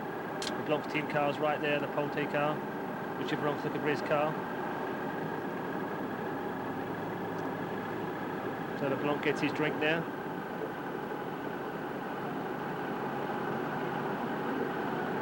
Veronk's hands going up. What happens is simply puts his hands up, just behind this group is the commissaire, and the commissaire goes on over the radio just to indicate for the car to come up, and as you can see by the way he said to his mouth, he wants something to eat as well. As we go back to the great champion now, Miguel Indurain, 5 times winner of the Tour. Everybody's favourite for this year's Tour, but like they say, c'est la vie, that's just the way it goes. This is what I like. The director put his hand out for him, and he just holds on for it for a few seconds, so just like sort of pulls the rider along a little bit. There goes Laurent Defoe, the Swiss rider from the same team, even though they've got different jerseys. Getting something to eat as well. Some last-minute information.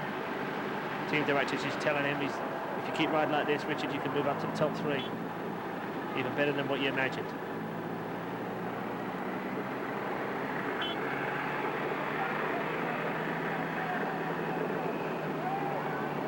So if Richard Ronk still wants something else from the team car.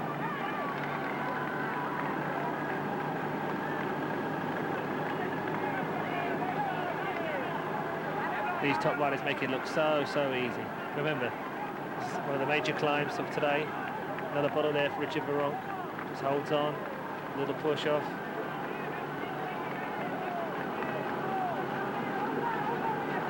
And as you can see from the front of the group this time, it's Bjorn Ries in the yellow jersey who's setting the tempo. It's amazing. People always ask me, they say, well, where's the rest of the riders? But remember, there's 150 riders started this morning. 156, I think, or 146, the best riders in the world. 134 to be exact. Oh, there we go, there we go. We've been shelling them out. We lost a couple of riders, abandoned 2. I was just having a listen then, Russell, see if I can get back on our race radar, the gap back to Indurain, but I've not picked up at the moment. Certainly, he's really suffering today. You know what upset me is when we lost a Japanese rider. Yes. I was hoping he's going to be... I understand he was outside the time limit or something one day, because they actually published him as being in the field the next day, and then suddenly it disappeared and it wasn't. So it looks like because he's outside the time limit. No, the Japanese like to do. I think he would have kept going and going and going.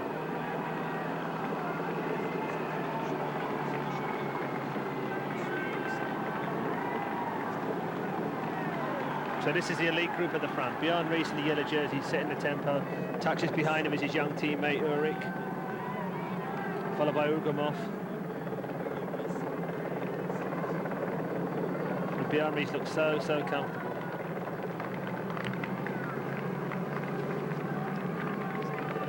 Started this morning 2 minutes 42 seconds in front of Alano. Tony Rominger was down at 3:54, and then now those two are over 4 minutes back. And what a sight. You're going uphill and you're looking up even more.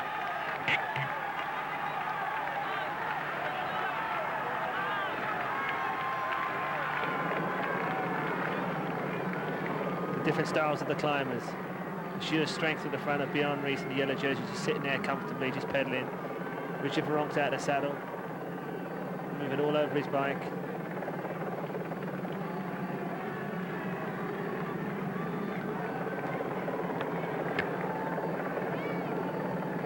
Fantastic crowds. Look at this though, you get the yellow jersey back on the front. You know, he's done that time and time again, and he's really making people suffer this time. It looks as if Indurain's probably coming back now. He's got onto the Italian's wheel, and he's going back up, I think, to the little group with Rominger and Olano. So he's obviously gone through his bad patch. This is a slightly flatter part of the course. You can see the distance there, that although they're still climbing over toward the top of the mountain, it's not quite as steep, although having said that, it suddenly pops up again. And a good ride there by the other Australian, Patrick Yonkers. He's riding really well.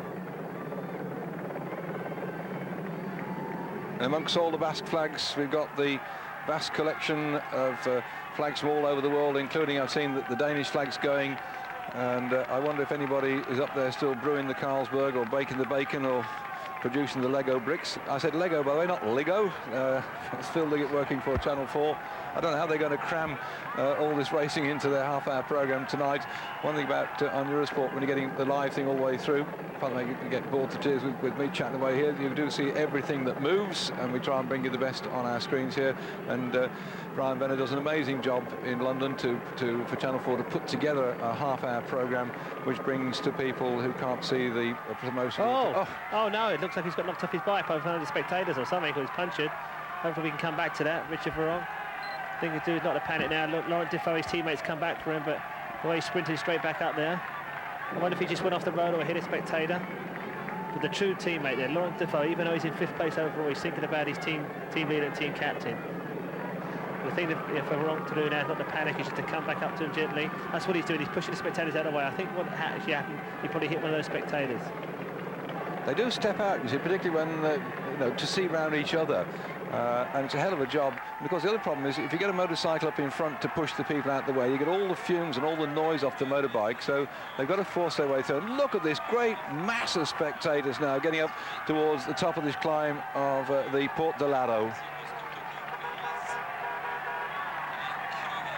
This is the problem then. See, they're trying to run up there. This is absolutely stupid. Riders have got a job to do today. They've been racing since 9:30 this morning, and they get these nutty people rushing out across the road like that. I know there's enthusiasm there for the race that's going on, but my goodness, they should stand back. 4 minutes and 40 seconds back to Olano and Indurain, and this group here, which is giving us something to cheer about today. A massive crowd welcome up here. Look at the way they're here all across the road at the moment. The riders pushing their way through. For some reason, there isn't a motorcycle close to them at the moment, forcing their way through, and there Richard Virenque nearly brought down by one of the spectators.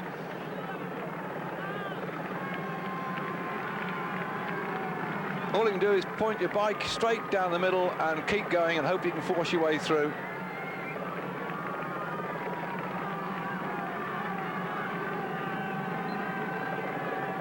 So Virenque takes the final big climb of the day over the Port de Lado. We've got 2 more climbs yet to come, the Côte de Garita and the Alto de Garalda, but both those 2 climbs are 4th category and are not going to be a long old grind like we've just seen as they go over the top here now and over into Spain.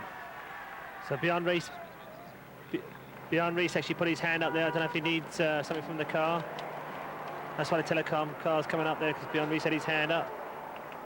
Festina car's coming up, and Richard Virenque stopping. Looks like he's got some trouble with his bike. Is it a puncture? Let's have a look. I think he's punctured the back wheel. Yeah, back wheel. So a nice change here. Should take no more than about 15 seconds. Looks like Virenque's trying to help the mechanic at the same time. Yeah, you leave the mechanic to do the work. He's the expert as such. He gives a bit of a push because he's on the descent. I think he must have punctured right at the top. He rode over the top and then pulled out because there was no room up there with the spectators. And on the descent now, a chance for him to get back into that group. Yeah, I don't think he'll have any difficulty getting back on again. Laurent Defoe will probably ease up and wait for him. He's just talking to his team director there. He was talking to the cameraman, actually. We go off. That's it. We go to the tunnel. We lose our signal. And here is Indurain.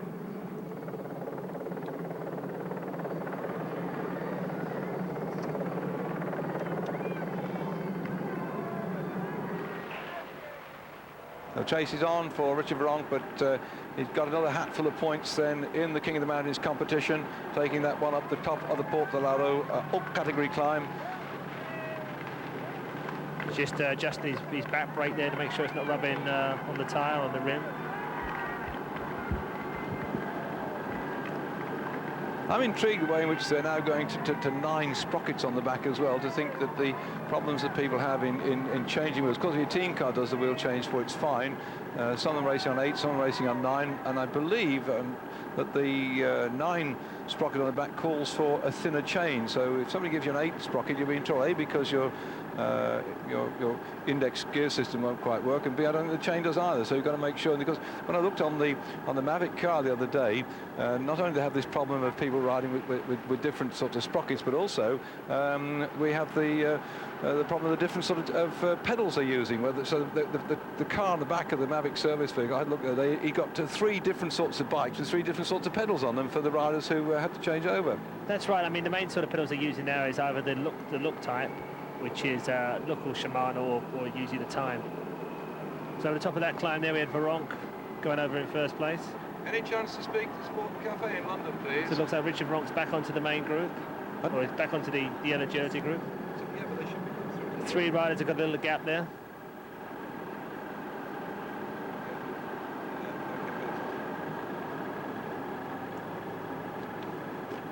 So Virenque's just trying to close the gap on these 3 riders, just got 20 metres ahead. Well, we're trying to get through to the Sports Cafe in London, and I hope we can get another call there, because Sean Yates has passed the comments through here, and we've got the notes that he said that the stage looks like hell with the pure climbers in front, and he feels really sorry for Indurain with the Tour passing his front doors. So it's not good to see him having such a bad time, and the stage set for perhaps a sprint for the leading group with the last serious climb just coming. Anyway, we shall see what happens. Thank you for the comments there. And Sean is in super serious form on non-spiked tomato juice. I see. Okay. Well, we'll try and see. As now Rominger forces his way through the crowd, the riders here having to do the same that the leaders did, force their way through. What a tremendous day we're having in the Tour de France. Everybody said this would be a cracking stage, and everybody thought that Hendaye might be riding triumphantly into Spain in the yellow jersey. It's not so. He just got back onto this group here with Tony Rominger on the front. Rominger, who's recovered from the problems he's had with his knee. It has certainly affected his performance in the race so far. The gap on the left-hand side, you can see 4:34, as the police are just trying to control the crowd. It's almost an impossible task, as now Rominger, who set his heart on winning the Tour de France this year, is struggling to come up here. It looks like he's certainly going to drop off the general classification where he started this morning, and he's going to be out of the top 3. But it's not over yet, because when we've gone across the top of the climb here, which has been absolute purgatory in the sunshine, as far as these riders are concerned, they've now got they've covered 155 kilometres. They've still got 110 kilometres to go. Yeah, they're about mind-blowing, isn't it? Yeah, that chasing group of Tony Rominger just got over the climb, and straight away they all opened their tin of Coke. LeBlanc just hanging off the back of the front group here.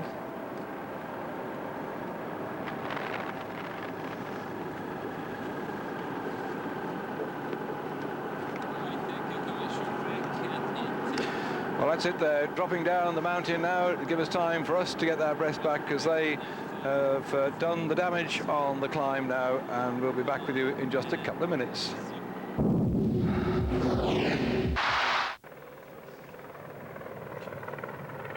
Neil Stevens, having recovered, he had a breakaway of well over 100 kilometres as such today, collected himself a nice little prize of 20,000 French francs on the top of the Col d'Aubisque. He also collected something like about 4,000 francs for all the other 3 climbs he went over as well. So he's got a few bob in his back pocket today to show for his troubles, but he did the right thing. He sat in the back of this group while he recovered. He's now come through. Then Rominger's working on the front. 5 minutes and what was it, 12 seconds last time? 5:17 the last time gap we had. And Tony Rominger, just a quick flick of the gear change then, now trying to cut the gap on this leading group, who haven't missed a beat, have they? No, this group of 7 riders have been going through, all doing about 250 metres on the front and swinging off. Coming into the last 40 kilometres. The yellow jersey, well, 25 Ks. The yellow jersey beyond Rees going through, followed closely by Luc Leblanc. Laurent Defoe on the back there having a drink. The Festina car comes up. He's going to talk to the 2 riders now.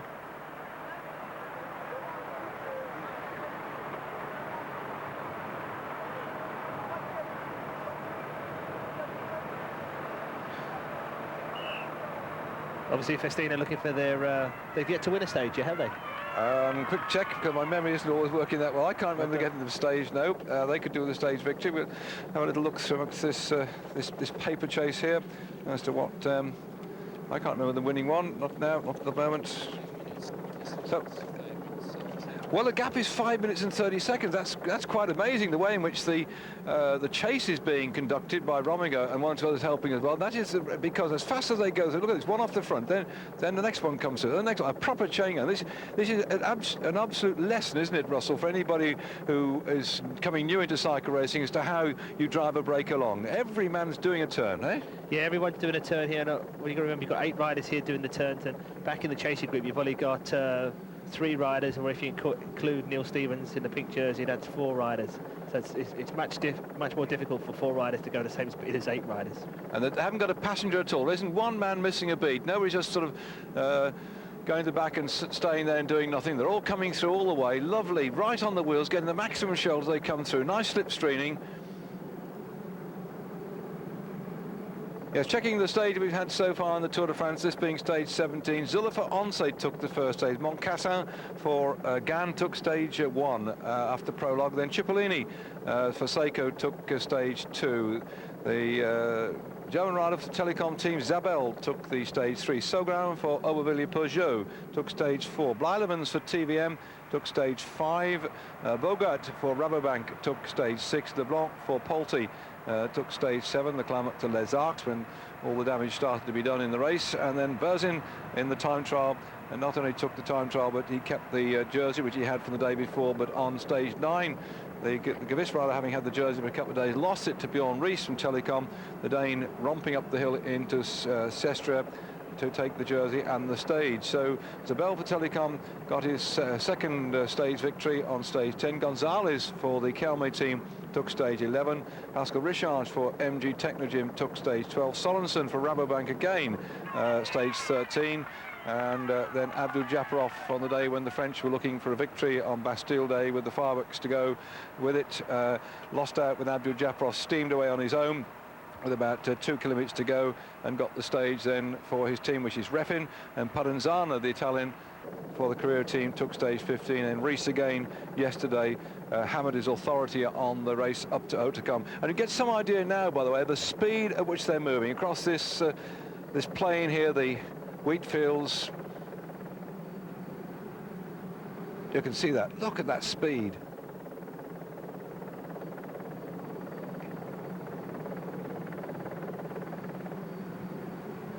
Oh, 5:26. They're just not letting up. They have not missed a beat, this group. It formed on the climb, the Porte de la Rue at 155 kilometres. When they went over the top there, that was where it really all started on the climb, maybe about 145 kilometres, I suppose, because it was an awful long climb. And now they have done well over 100 kilometres, and they just haven't missed a beat.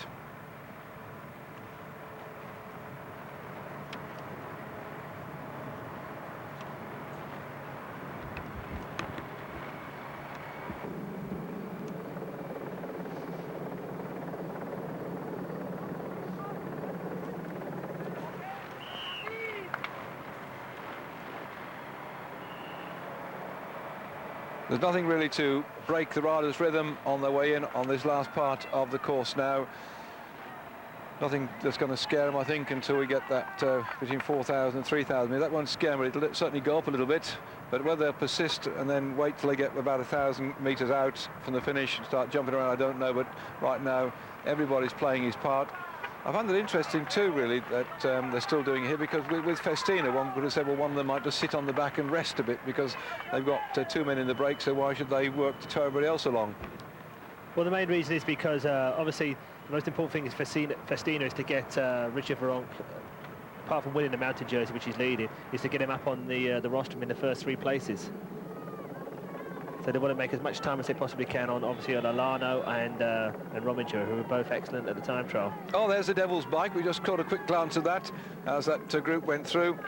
So he's travelled over into Spain. I wonder how he got that through the customs.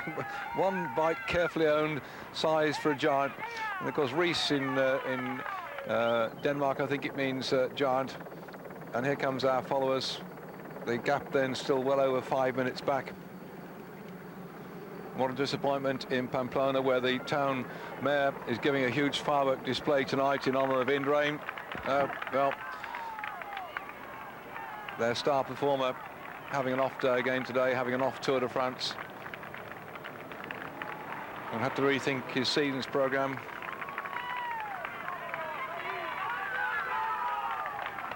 He is, of course, the reigning world time trial champion, Miguel Indurain, and will be going over to the Olympics. 5:20 the gap now, so despite the fact that there's some good firepower in that chasing group, you can't match the 7 men here on the front. 5 minutes and 20 seconds as they went through the 25-kilometre point. You can see that the marks on Ulrich's arms and elbows. I mean, it's so much pain, and we said earlier on, Russell having great difficulty in sleeping, but he's still riding without missing a beat, isn't he? Oh, he's having a fantastic tour. 5:41. Oh, it's unbelievable. The gap then is going to be between these riders and people like Alano, Skartin and Rominger. It's Alano and Rominger that's going to suffer the most of all, isn't it? Because Skartin, in fact, is going to be... I don't know. Well, we'll see. It's going to be Ries, Ulrich, Veronk, Dufo, Luxembourg in that order at the end of this lot. In that order, but... and the thing is, every day, I mean, just look at it now, you look at Rees and he doesn't seem like he's in any trouble at all. It just seems like he's on a, you know, like a Sunday ride. Yeah. He's obviously come to the Tour de France in tip-top condition.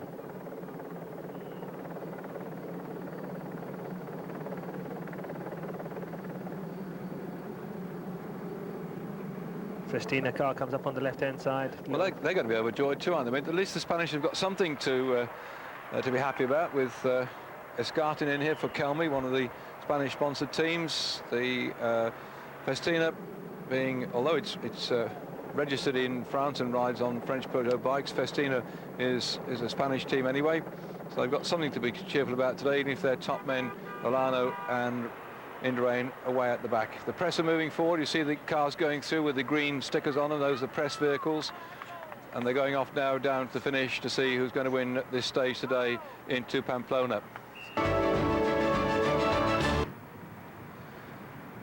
Stage 17 of the Tour de France going into Pamplona.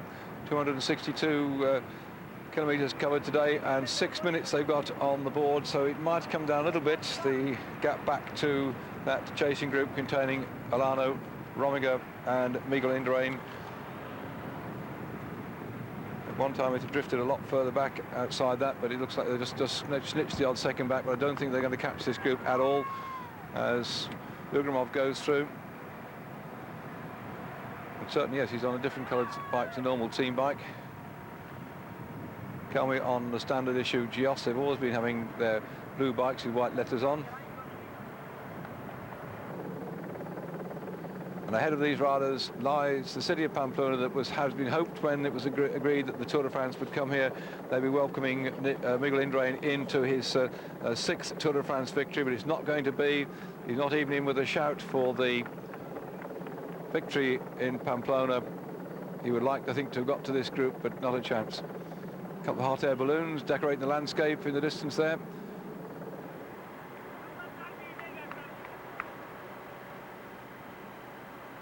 And still they're working together.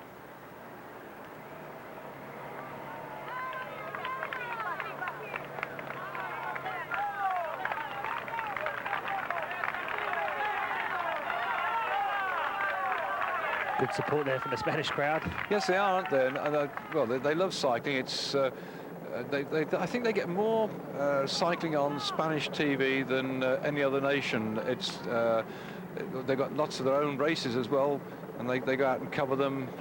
Spanish TV do, and sort of almost, I would say, every day there's cycling on TV. But it's a great spectator sport in Spain, and of course it's attracted a lot more people to it since they've had the success recently with Miguel Indurain. And over the years, the Kelmy team have been consistently riding and getting stage victories, and people like, you know, the BH team was very strong a few years ago as well. So really, the Spanish have been exposed to cycle racing for many, many years. They had great mountain climbers like Bermontes. They had Pedro Delgado winning the Tour de France as well. They don't normally have many good sprinters. The best sprinter they've had recently being the Kelmy rider Ado, because they're more built for the mountain climbing as such. But there's quite a lot of small Spanish teams that ride the Spanish races, and they get very excited about the whole thing. And from those smaller teams comes the riders who move up into the top echelon to ride in the top 20 teams in Europe, and therefore take part in things like the Tour de France. They don't often like riding the single-day classics. The Spanish teams, they have to ride so many of them for the World Cup, but it's not the sort of thing that they prefer to do as far as Once and Banesto are concerned. And Kelmy, they often unfortunately send the B team out to ride the classics. And the gap's gone up to 7 minutes now. We're talking about the classics and the Spanish teams going up. I remember early in the season when we were doing Paris-Roubaix, that Banesto sent their team up and all their bikes got stolen. They did, didn't they? Yes, yeah. So they didn't ride. I'm not quite sure whether they arranged for them to be borrowed for the day or what. I never found out if they got the bikes back. I suppose we'll find the truth of that story at some time in the future. So the rider's starting to look around now to get in the last 10 Ks. But the difficult thing for someone to jump away is the speed is so high at the moment. the group's going through at 33, 34 miles an hour. It's very, very difficult to jump away.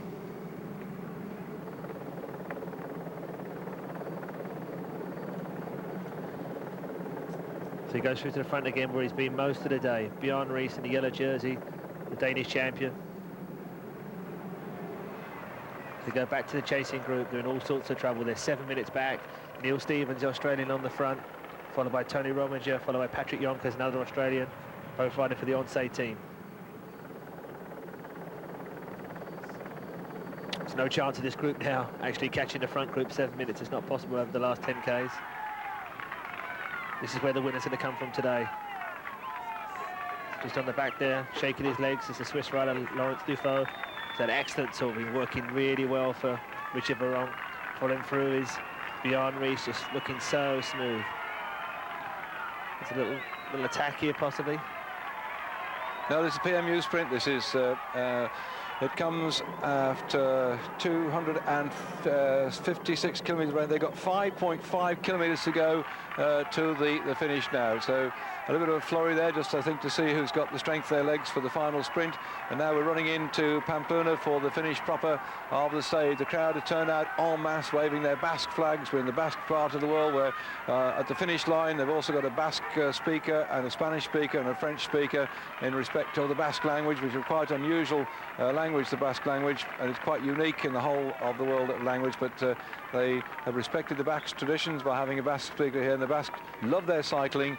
Of course, one of the hardest men of all was Marino Lajreto, who's one of the commentators for Spanish TV now. He used to ride the Tour of Spain, the Tour of Italy and the Tour de France when they were running that order, and he rode all three of them 3 years in succession. That's 9 tours, and he did them all in 3 years. An amazing character, and he was always featuring up in the top 15 places or so, and it was often thought that we usually finish between about 7th and 15th or thereabouts. If only he rode one tour and rode it with determination to get on the podium, then that might have been the position at the end for him. Who are they? Inside 5Ks to go. Just looking at there, Luc Leblanc seems to be missing out a few turns. I'm sure any time now he's got to put an attack in, because he knows he's not a super sprinter, so he's got to attack within the last 2 or 3 Ks.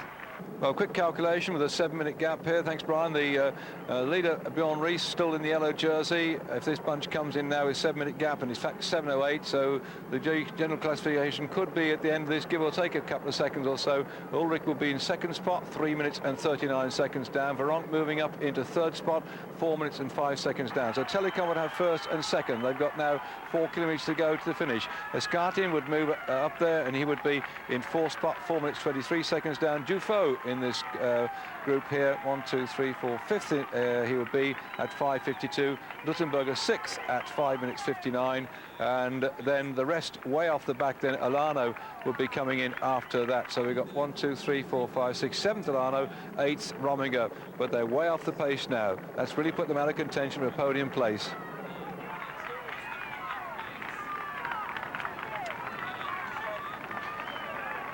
Inside the final few kilometres now, this is that slight rise that I told you existed on the course, and it may be a springboard for somebody to attack the gap between 4,000 metres and 3,000 metres, dragged slightly upwards, but some very good climbers here. They've all been so evenly matched. And there on the far side, a little climber himself, Ugrimov goes to him on the coat to Dibeloso. I thought it'd be a chance, but has he gone far enough away? And quickly onto his wheel, looks like Duffield going across at the moment, and still just leading off the front there is a man who could search for a stage victory today, because Rod Lotto has not had one so far, but Duffield's got to him. Ulrich is on the wheel.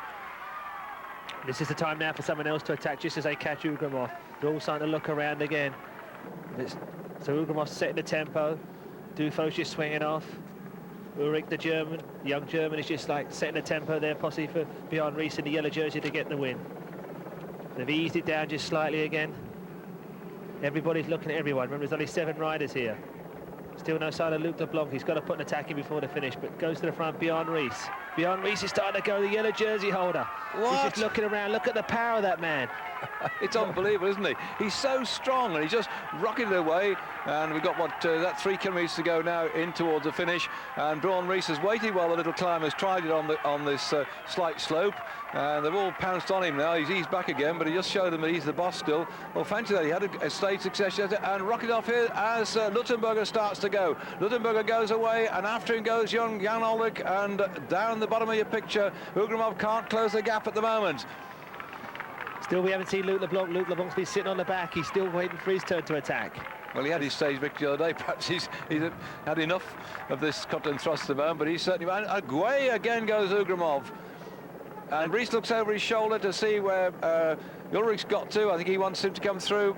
Is that Ullrich in second spot, or is that into third? It's very difficult on my monitor now to see what's happening here. But Dufo and... Yeah, Ullrich is definitely up there. That's the reason why Bjorn Ries moved over. He didn't want to bring the rest of the pack up there, so the rest of the pack's come back up with a Scarton in the green jersey, in the green shorts. Luc Leblanc's moved up, having a nice last little drink before he throws his bottle out. They must be getting close to the finish now. Luc Leblanc's moved up.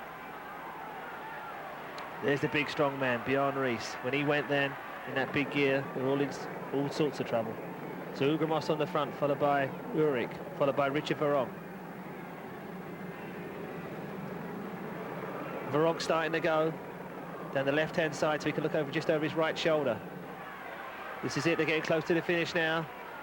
I'm interested to see that Dufo's following Ries everywhere. He's probably said, they've probably done the old 1-2, let Veronk have a go, and then let Ries, if he's going to be the strongest man, I think Dufo decided to sit on his wheel and try and follow him through, and that's just what he's done now. They're swinging around that little island, they're going to go through the 1,000-metre point, and there's a sharp left turn just about 100 metres past the 1,000-metre point. And so looking over his shoulder, Dufo edges round this right-hander, just down the road. I think that was it, because actually Bjorn Ries just waved his arm for Dufo to come through. Dufo came through, did a little turn. Bjorn Ries, look how strong he is. He's just put his head down again. The gap's starting to open. Bjorn Ries, the Danish champion, he's in the yellow jersey. And he's gone. So what Laurens Dufo should do now is, obviously, if he can, is get this gap going, keep it going, and sit on for the last sort of 300 metres to see if he can pop him at the line. That's it then. They now come into a sharp left-hander, and then they'll be able to see 800 metres down the road, straight into the finish. And there's a left-hand turn, so Bjorn Ries, the Danish champion, is in the yellow jersey at the moment as overall leader. Starting to lead it out, Laurens Dufo, the Swiss rider, is looking around to see what's happening behind. Bjorn Ries has ridden the track, starts to ease it down, but just look at the gear, look at the big gear he's got, look at the power of the man. So he's left Laurens Dufo on the front. Laurens Dufo just moves his elbow, that indicates for Bjorn Ries to come through. Bjorn Ries starts to come through. Look how strong he looks. He's right in the middle of the road, the cameras break it up. So can Dufo get the stage victory for Festina, which they've been lacking so far? Ries took the stage yesterday in convincing style up Hautacam. He blasted everybody out with his super climbing ability. He did the same thing into Sestriere on the shortened stage, when he left everybody grovelling in his wake. Now Dufo has a chance. He's behind the big man's wheel, but Ries will just not give up without a fight, and he's winding it up now. Still Dufo on his wheel, switching to come around on the outside. Then he's been working hard all day. Dufo has with Veronk, but he's got the victory now on the line. He had some strength left in his legs for the team then from Spain as such to get the stage victory. And now who's going to get the third spot? Festina's got what they came here for. Looks like the Kelmi rider might get third as Leblanc comes up, but no, it's going to be Ullrich who drives to the line, and Ullrich's going to get third just ahead, or did he not? Alongside Veronk. I wouldn't like to say which one got that one, but Veronk and Ullrich locked in combat, and we're going to have a long old wait now for the main group to come in, and the strength shows here on the face of Bjorn Ries. He sat down there, he made his effort, and off his wheel flicked Dufo, the Swiss rider, taking a victory for Festina, and they're going to be very delighted with that one in Spain. And so let's see now who got third. Yeah, Richard Veronk starts to lead out. He's in the polka dot jersey. He's looking under his shoulder to see if anyone's coming. He's trying to give it all he can, the biggest gear he's got possible. Really putting all his effort in. But at the last minute, Ullrich, the young German, comes off his wheel, and it's boom. And now at the line, well, Veronk. We go for the French being in third place. So first and third for Festina looks like But this is a happy day as far as they're concerned. The slow motion replay again. It's just that slight dragging up here suited the lightly built Duffield. And after all the work that Bjorn Rees had been doing during the day, he had to sit down. He tried his all, but he ran out of steam just at the wrong time. So stage victory goes to Duffield of Festina.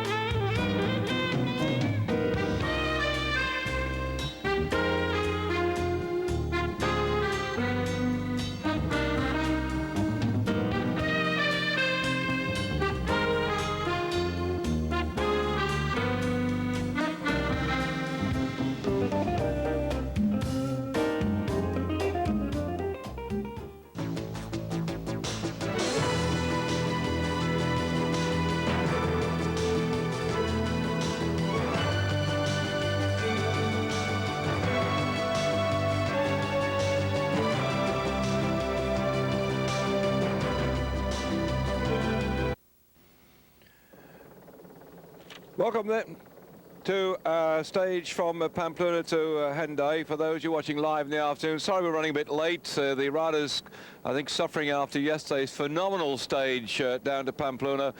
Started rather gently and slowly this morning on this 154-kilometre stage. That's nearly 100 miles of racing, which will take them right up to the coastline. The gap you can see, 28 seconds here between Steinhauser and a group of some 9 men chasing after him. None of the main contenders to the crown, I think, are too bothered at the moment and probably waiting for the big climbs we've got yet to come. And you can see only 45 seconds separating the 9 men from the main peloton, and Steinhauser sat there out on his own. This really has been the story of the race so far today, that we had Chiesa try to get away, and that was after, what, some 41 kilometres of racing, and he got himself caught. And the little mountain who had so far, the 3 fourth category climbs, were not sufficiently hard to split the field, and the results I'll give you in just a moment. There's the main pack, so you can see that they are fairly well all together. The yellow jersey near the front, keeping an eye on things, because although he's got a significant gap at the moment on general classification, 3 minutes and 59 seconds back to his teammate Ulrich. Richard Virenque hovering in 3rd spot, 4 minutes and 25 seconds down. Well, Virenque's a great mountain climber, and if he wants to try and grab some of that time back, his real last opportunity will come on the 2 final climbs today. One after 88 kilometres at the Col d'Espoury, and then after 107 kilometres at the Puerto Oxtongo. That's the opportunity, I think, for him to try and just close the gap down on Ulrich, just ahead of him, to try and take 2nd place. Virenque, he's in a polka dot jersey, so I think we might see him being quite active towards the back end of the race today. But it's a fairly flat run into the finish once we go to the top of the climb of the Puerto Oxtondo. That will be just with 47 kilometres left as they drop back into France, and then the run into the finish along the coast to finish at Hendaye. Lovely weather conditions today, and right on the beach. No time to go out there and take your Kiss Me Quick hats and your buckets and spades and dig yourself sandcastles. I think many will be happy to get to bed again early tonight after some fast and furious day's racing. I mean, yesterday really was a war of attrition. The last man coming in yesterday, absolutely looking rough after the stage, 262 kilometres. The last man in yesterday, Frattini, 45 minutes and 7 seconds down.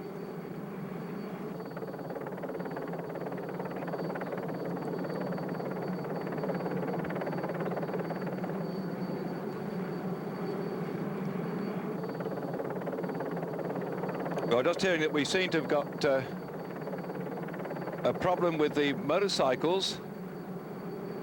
We may only have helicopter photographs to bring you today. There was a crash yesterday. Actually, the photographer from L'Equipe, Patrick Boutreau, and his driver, well, they call him in France, his pilote, Jacques Garcier, They were injured yesterday when they had a crash on the descent to the Col de Soude, and they think that it was something to do with the fact that Fernando Escartin, when he went round one of the corners, had some problems with the motorcycle, and that the two riders came crashing down onto the ground, and that I don't know what the damage was done to those two men. They've been taken off to the hospital in Pamplona. They've got lots of cuts and bruises, but their tour's finished for them.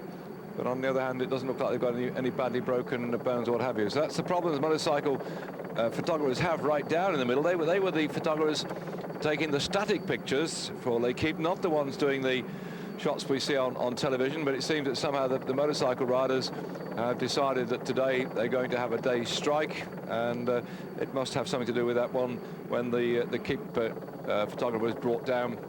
I don't suppose that in any way the cyclist Escartin would have anything to do with that. He might have been in the way. I mean, half the trouble is with the big motorcycles thundering around, the bike riders have got to stay in the group, stay on the wheels, and in a moment like that, I'm sure it wasn't done deliberately. So it looks as if we're going to have to do without the pictures from the sides of the riders. So keep your fingers crossed we can ID them from the air.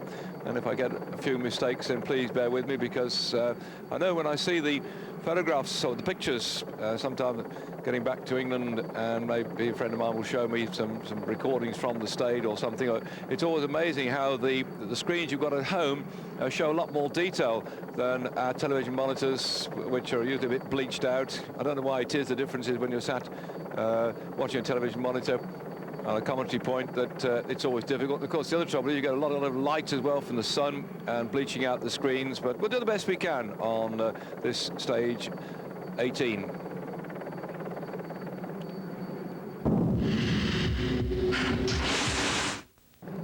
Going up on the climb of this second category, Col d'Espagui. This little group have a lead now, approaching about 1.5 minutes. Patrick Jonker from the Once team in the pink colours. Christian Hen marking him out in the German national colours. Just keep an eye on this one on behalf of the Telecom team. Alonso's in there as well, Breukink for the Rabobank team, the white and orange colours. He's midway down the pack at the moment. Fedigato is in there. Voskamp, Salvato and Bartoli. And one of the rider I shall just ID for you in just a moment. The reason we can't get close to, as you can see on the screen now, the motorcycle cameramen are not covering the race today. They have fallen out with the organisation. They expected that Jean-Marie Leblanc would in fact have taken action and seriously, I think, reprimanded Alvaro Pino, the team manager of L'Équipe team. It has something to do with his rider, Fernando Escartin, and it appears that somehow the motorcycle came crashing down, and there's been a bit of a problem which has not been resolved at the start today. So the two people off the motorbike are in hospital in Pamplona. They've got lots of cuts.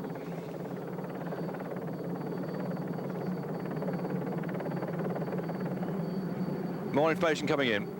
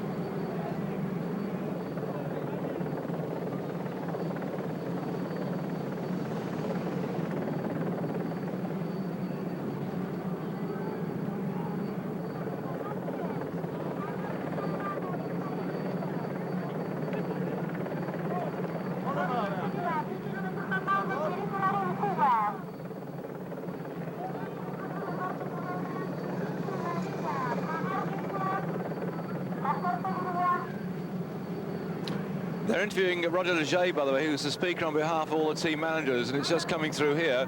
He's repeating some of the things we've heard before, but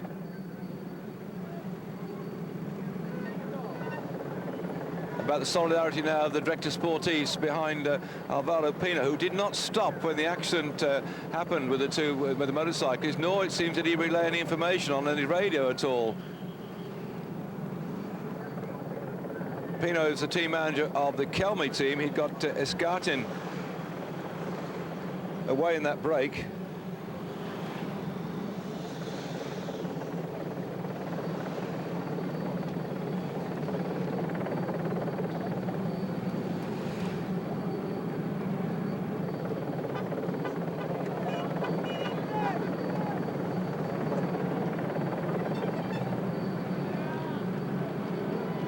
Well,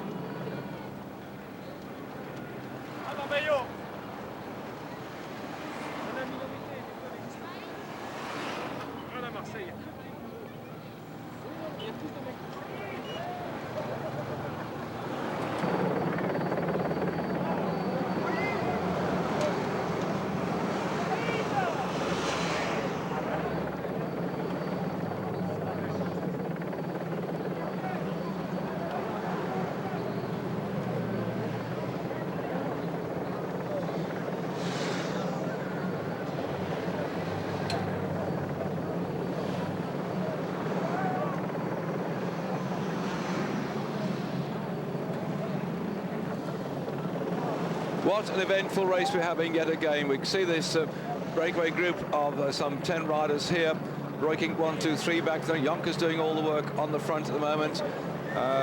In there, the other riders, Alonso, Ferigato, Voskamp, Bartoli, Salvato, and Hen. And that looks like Bartoli might be distanced at the back there on the top of the Col d'Espugui. We'll give you more information as it comes through, but we're not getting information off the official motorcycles at all. There is a radio motorcycle out there transmitting some information, and Roger Leger in his car. Looks like Ellie's coming up to try and join them now. So we've got 2 MG riders. Here he comes now. So that's a good move by the MG team. They've got 2 minutes, but Breuking's on the front at the moment. Breukink, and alongside him Alonso from the team, the Benesto team, Pascal Hervé just behind. Then we've got man in the pink who'll be doing all the work, Jonker. In the white, it's Hen, Ferigato just in front of them.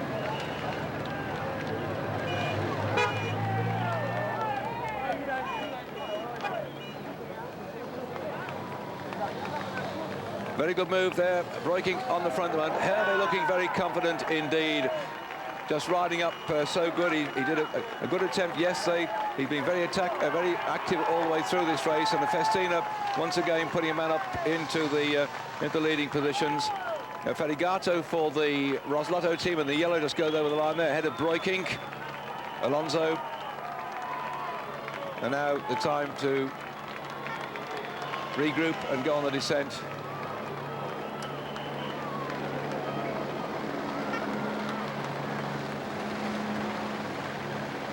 Looking back through the crowd here to see if any more riders are trying to come up. They often get covered up by the team car. And it looks like one man is just behind. I'm not quite sure whether he's been distanced or whether he's trying to come up through the main pack and catch up with them. And it looks like Mados is trying to come across on his own now for the Motorola team. Again, 1 or 2 of the riders on the Motorola squad who are not very certain about their contracts. We're still waiting to hear the news from Jim Okovitz as to whether he's got a contract which will enable him to keep these riders next year. But as Jim says, you know, it isn't until the ink's dry on the checks that he's going to say anything to the lads. So for Motorola, much depleted in their numbers, going over 1 minute and 4 seconds down.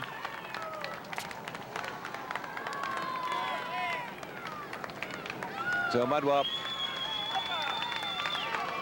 over the top, and yet again you see Festina really want to throw men into this.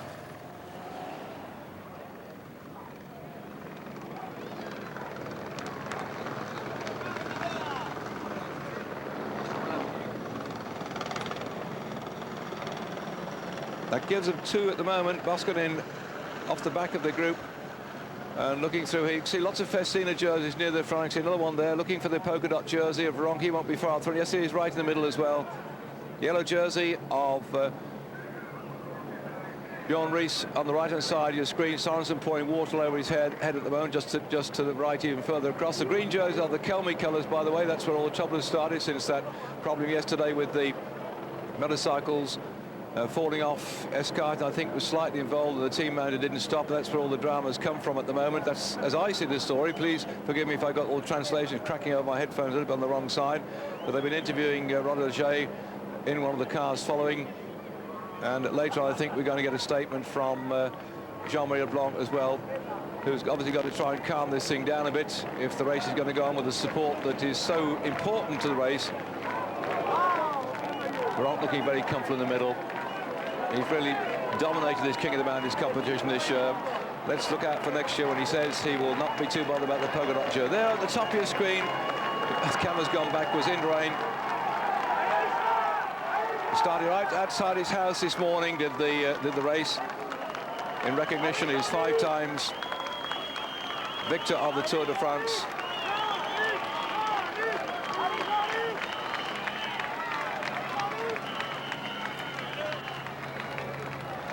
Just look at the faces of these riders. They've suffered in this race now, getting towards the back end, still riding their bikes, nearly 100 miles today, baking hot sunshine, coming up through Spain, across the Pyrenees, back into France, back into Spain, then back into France to finish at Hendaye. Leading group about 10 men down the road at the moment. If I could reach. Always for the fans.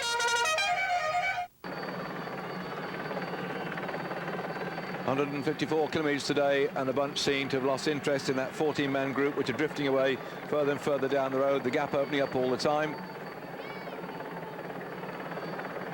Piccoli, they've just called for the medical people to come up to Piccoli. I wonder if he's got a bit of stomach trouble or knee pain or what have you. And there's your gap at the top of this climb. So it is increasing all the way, that 12-man group that prize themselves off in dribs and drabs on the climb of the Col d'Espougy. When they went up the top of that one after 88 kilometres of racing, they'd opened up a gap on the main field about 1.5 minutes, and they've increased it ever since. And there, 7 minutes and 13 seconds is the gap.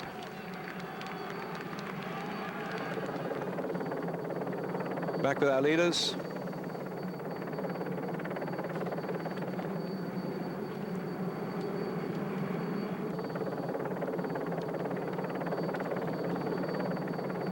So, off the top of the climb, dropping down the other side, getting towards the flat part. They've actually come out of France back into Spain, and off the bottom of this climb is an unpronounceable place spelt D-A-N-T-X-A-R-I-N-E-A,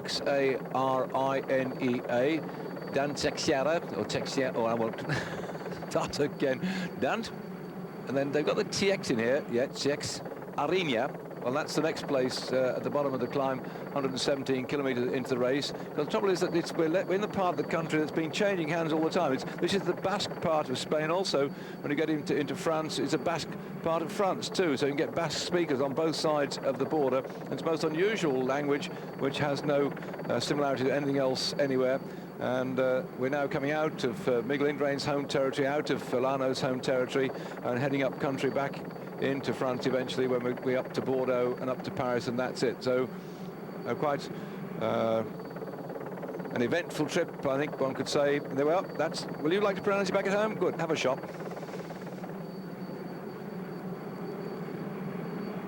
The problem, it seems, that we saw a little bit of sort of disturbance with one of the motorcyclists when the some of the Basques were waving their flags and tried to block the road yesterday, and there is some connection, I think, with that and the problems with the crash when the motorcycle rider and photographer from L'Equipe came up. I don't quite know what the connection is, but it seems to be that also made life difficult for the Pino, the team manager of the Kelmy team, in the problems that then beset when it came off. There are adios to Indurain. We move out of Spain and into France, across the border, and then we shall go up towards Danciaria, 118 kilometres covered. We'll be in France, and then up towards the sprint at Sarre, then turning and then back in towards Hendaye.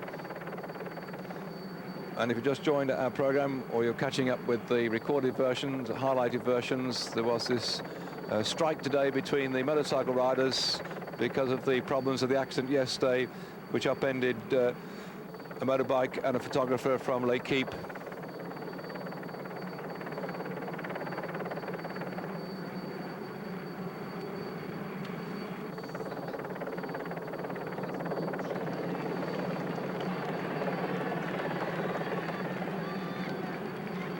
Looks like we've got a break going at the moment then. Yes, gone off the front for some reason, and that on this little bit of a drag has certainly put the cat amongst the pigeons.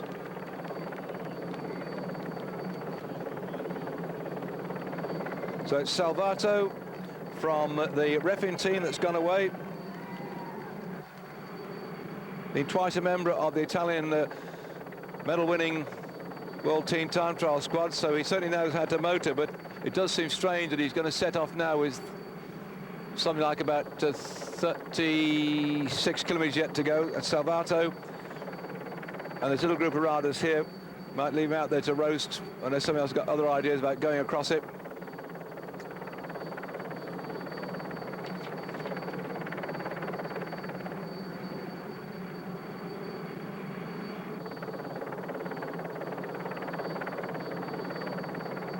Now we are back with the main peloton here. As I say, we're getting erratic information because that certainly is Claudio Cipriani, certainly Fondriest in the main group, and this is our group of what was 14 men strong now without Salvato.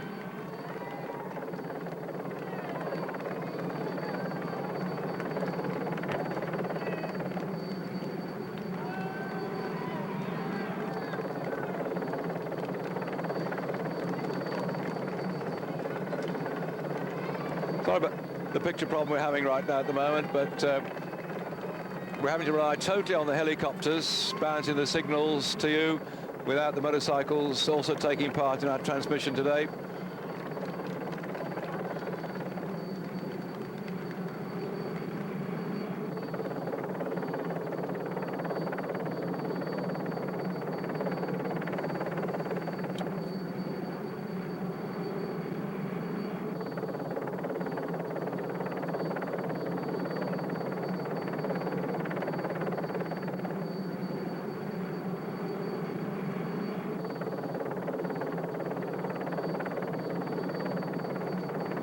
So now it's 7 minutes and 20 seconds, the gap back to the main group, which includes Eli, Bartoli, Hervé, Breukink, Salvato, Peroni. In fact, Salvato now clopped off the front. Perona, Jonker, Voskamp, Hen, Thibault, Bascardin. And looks like Christian Hen's decided to do something about this and go after the escaping Salvato, try and pull him back. That group of 14 looked a bit unwieldy, and I think one or two tired legs in there, so perhaps he's done just the right thing, Hen. He was sitting back, and he may be given permission by his team manager to go off now and have a little bit of a go, because nobody in that group is any great threat to the overall yellow jersey. 119 kilometres covered now, so just 35 kilometres to go to the finish.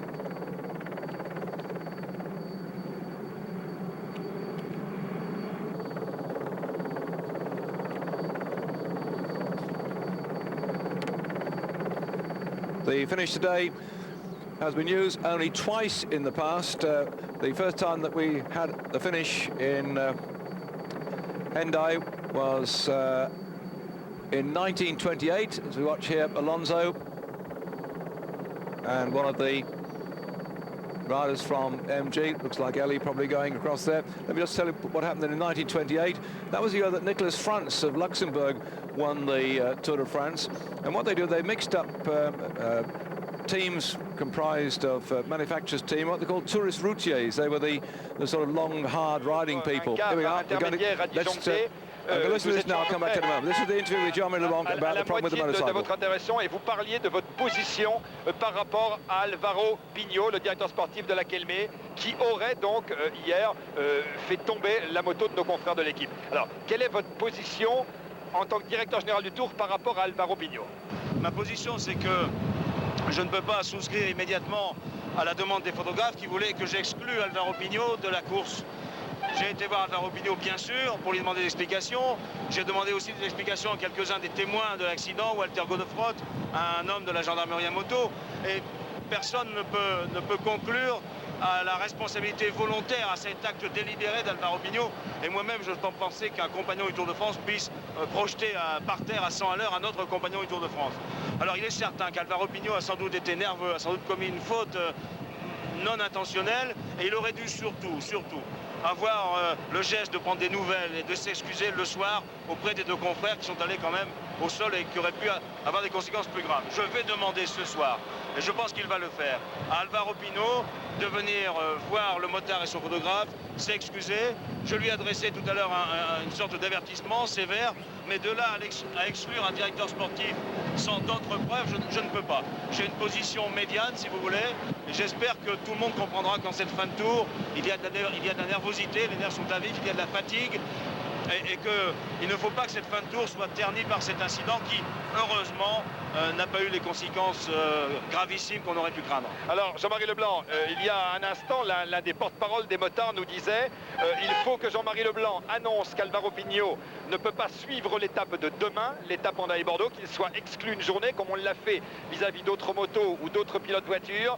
Sinon, nous allons empêcher qu'il y ait un direct de télévision. C'est des propos tenus, qui vous ont été tenus il y a 2 minutes, Jean-Marie. J'ai déjà indiqué tout de même au groupe des photographes que je ne pouvais pas comme ça exclure un homme sans être certain de sa culpabilité en toute conscience. Il y a quand même une présomption d'innocence à observer. Et ce n'est que si d'autres témoins m'avaient confirmé que Alvaro Pino avait fait une faute délibérée que j'aurais exclu Alvaro Pino. Mais en toute conscience, je ne peux pas le faire.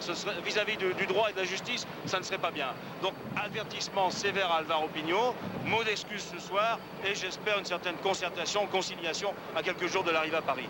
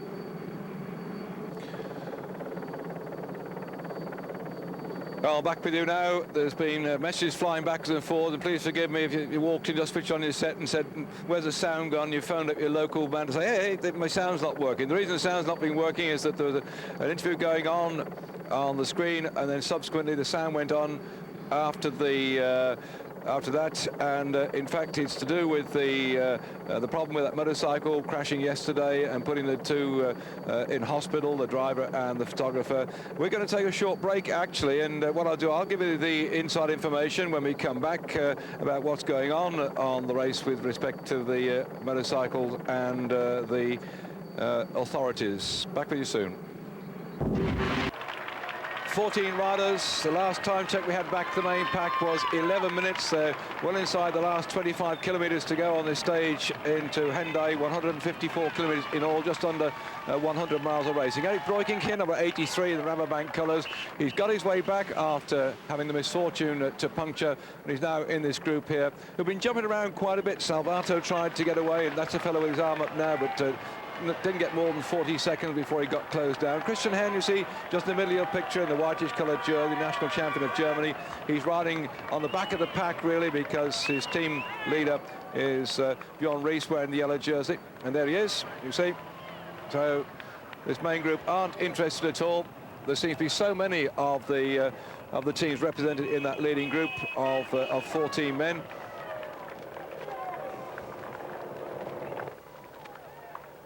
And there the gap has grown, in fact, to 12 minutes and 22 seconds. So we saw Salvato drift off the back, and that was the reason. He's got himself a puncture.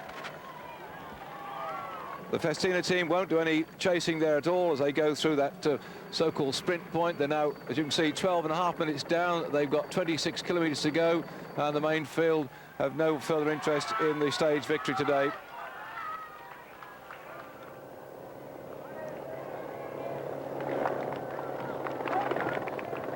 Pascal Hervé jumping around here. I think with 14 riders here and the leader 12-30, they've not any problem about being caught by the main pack, but they really want to split this one up, some of these riders. I think 14 or so is just too many to try and control. It's a rather tricky sort of run-in they've got today, but it's fairly flat.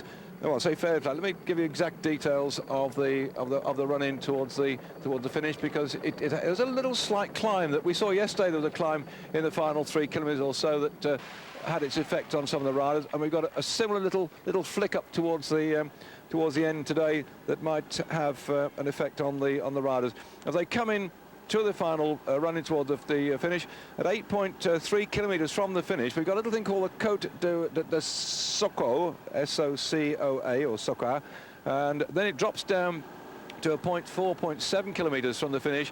Another sharp little rise which takes him up to 2 kilometres to finish. Then it drops down again to the red kite with 1 kilometre to go. So there's a couple of little conks ahead of these riders that might well provide a stepping stone for somebody to try and get away and open up a bit of a gap, because there's quite a lot of riders in here at the moment are going to find it, I think, a bit much when it comes to sprint. They want to thin it down just a bit if they can just do so. So in this group then, Elie, Bartoli, Hervé, Breukink, Salvato, Perona, Jonker, Voskamp, Hen, Thibault, Bascarin. And that was Elie we were just looking at the back. There, Jonker putting his hand down. I think he's probably just adjusting his Velcro fastenings, because some of them like to have the Velcro fastenings a little bit on the loose side. Well, the peloton's completely lost interest now, and then tighten them up getting towards the finish. And in fact, you know, I was talking about 1930 when the Tour last came here. So there was a little story I saw here which I thought you might be interested in, to do with Binder, and I can't see what the hell he did, but oh yes, Binder was the second-time world champion, and his name then went on to be put onto straps that you used to have toe tips and straps, and if you wanted a decent pair of straps, you used to get some Binder straps, and they were very famous for a long time. And he added his name to that little accessory, which is no longer with the racing fraternity, all on their clipless pedals. That was the year 1932 when Maurice Chevalier came back to Paris after a triumphant tour in the United States, and that was the year that Conan Doyle died, the founder of Sherlock Holmes, in the year 2 when Marlene Dietrich appeared in the Blue Angel. Oh, history coming out of here. Well, let's see who's going to have the history to win the stage today. The third time we've been into Hendaye for a finish. Nice big bay. I hope the cameras pick up, and we'll show you the waters. And I'm sorry about the problems we're having for those people that are watching live with the tennis. We're running over again. The riders, I think, decided to start a bit on the slow side this morning.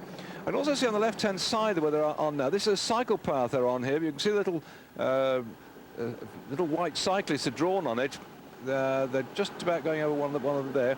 Many towns now begin to put these white lines up and create a space around about 4 feet. There's one on the right-hand side there. You just saw it, and it's to be applauded the way in which now, to create the feasibility of cyclists getting to and from work on bicycles, they're just making a little bit of space on the roads.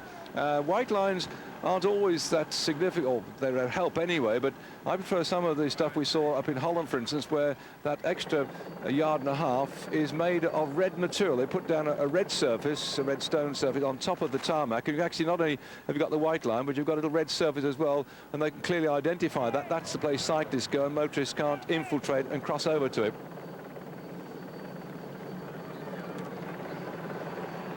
We're running along now the river Neville on the way in towards the town of Saint-Jean-Luz, and then they'll be turning in towards the finish.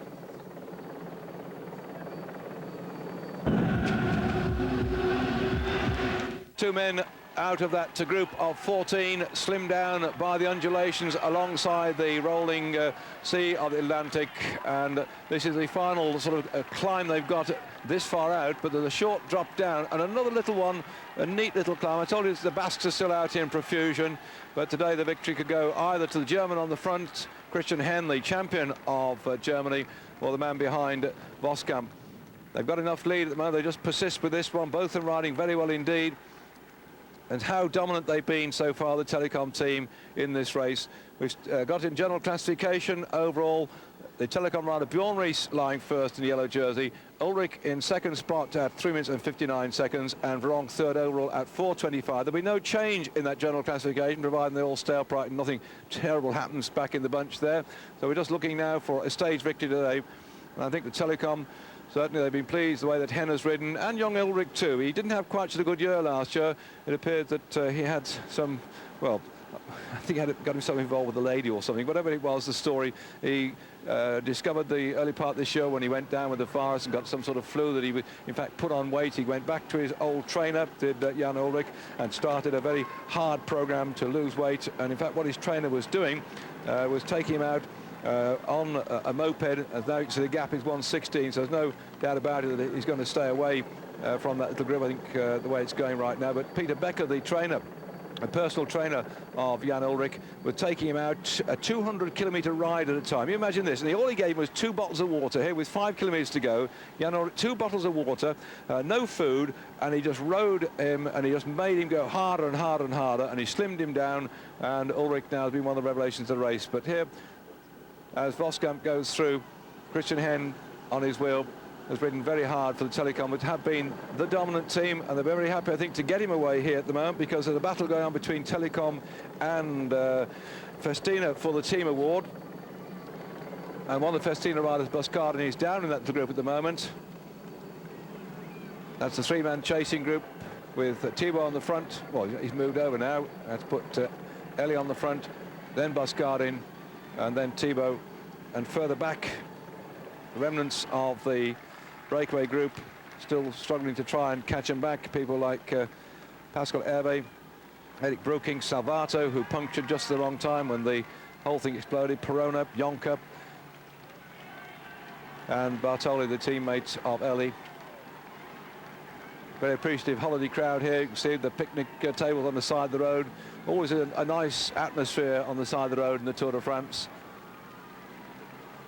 And let's hope they can resolve the problems that stopped us having motorcycle cameras out on the road to begin with. So the gap now 1 minute and 5 seconds for the 2 leaders. So they really are rolling along here, looking like inside the final 5 kilometres. There are 4 kilometres to go for these riders, and this again is where we've got a slight little upward run until we get to the 2 kilometre point. This is going to make them struggle a bit. But a big, powerful action here that Henner's got. He's rolling round a gear, and this group behind certainly now, I think, have got to get some extra strength from somewhere. 4 kilometres to go. But everybody knows who rides a bike that you think you've got it absolutely stitched, and then suddenly... 22 seconds, in fact, back to this little group here. 22 seconds back to that 3-man group. I'm not quite sure where the minute time check went to. I presume that's what's left of the main group. Oh, sorry, the leading group. So 22 seconds back to 3 men, and the remnant about a minute back, and the main pack over 12 minutes back last time check we had.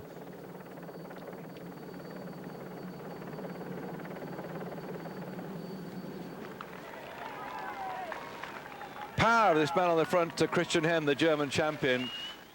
Absolutely tremendous. 22 years of age, comes from Heidelberg in Germany. And Voskamp, another fairly seasoned rider, been around for some time.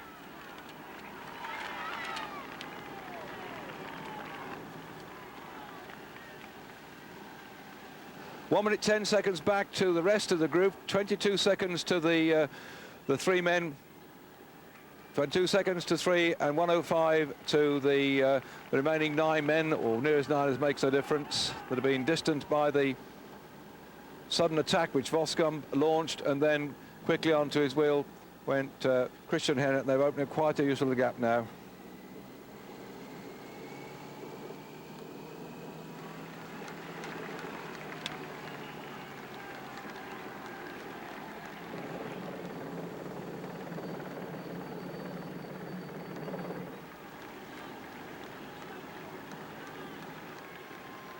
Working very well indeed, these two. And to think that there are 3 men behind, 2 in front. They haven't got the same amount of shelter when they relay.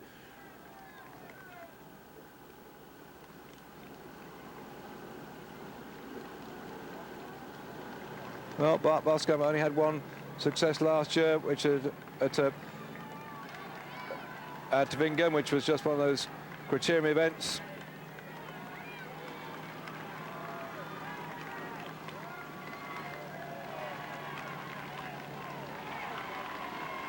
Two kilometres still. This now, they've got to keep rolling, these two, because they can't ease up at all, and it's going to be one of those long, drawn-out efforts, I think, to try and get this stage victory. Christian Hen in the Telecom colours, looking down his successes overall. He won the Sun Tour in 1994, when he also took a stage in that event. Won a stage in the Tour of Spain last year.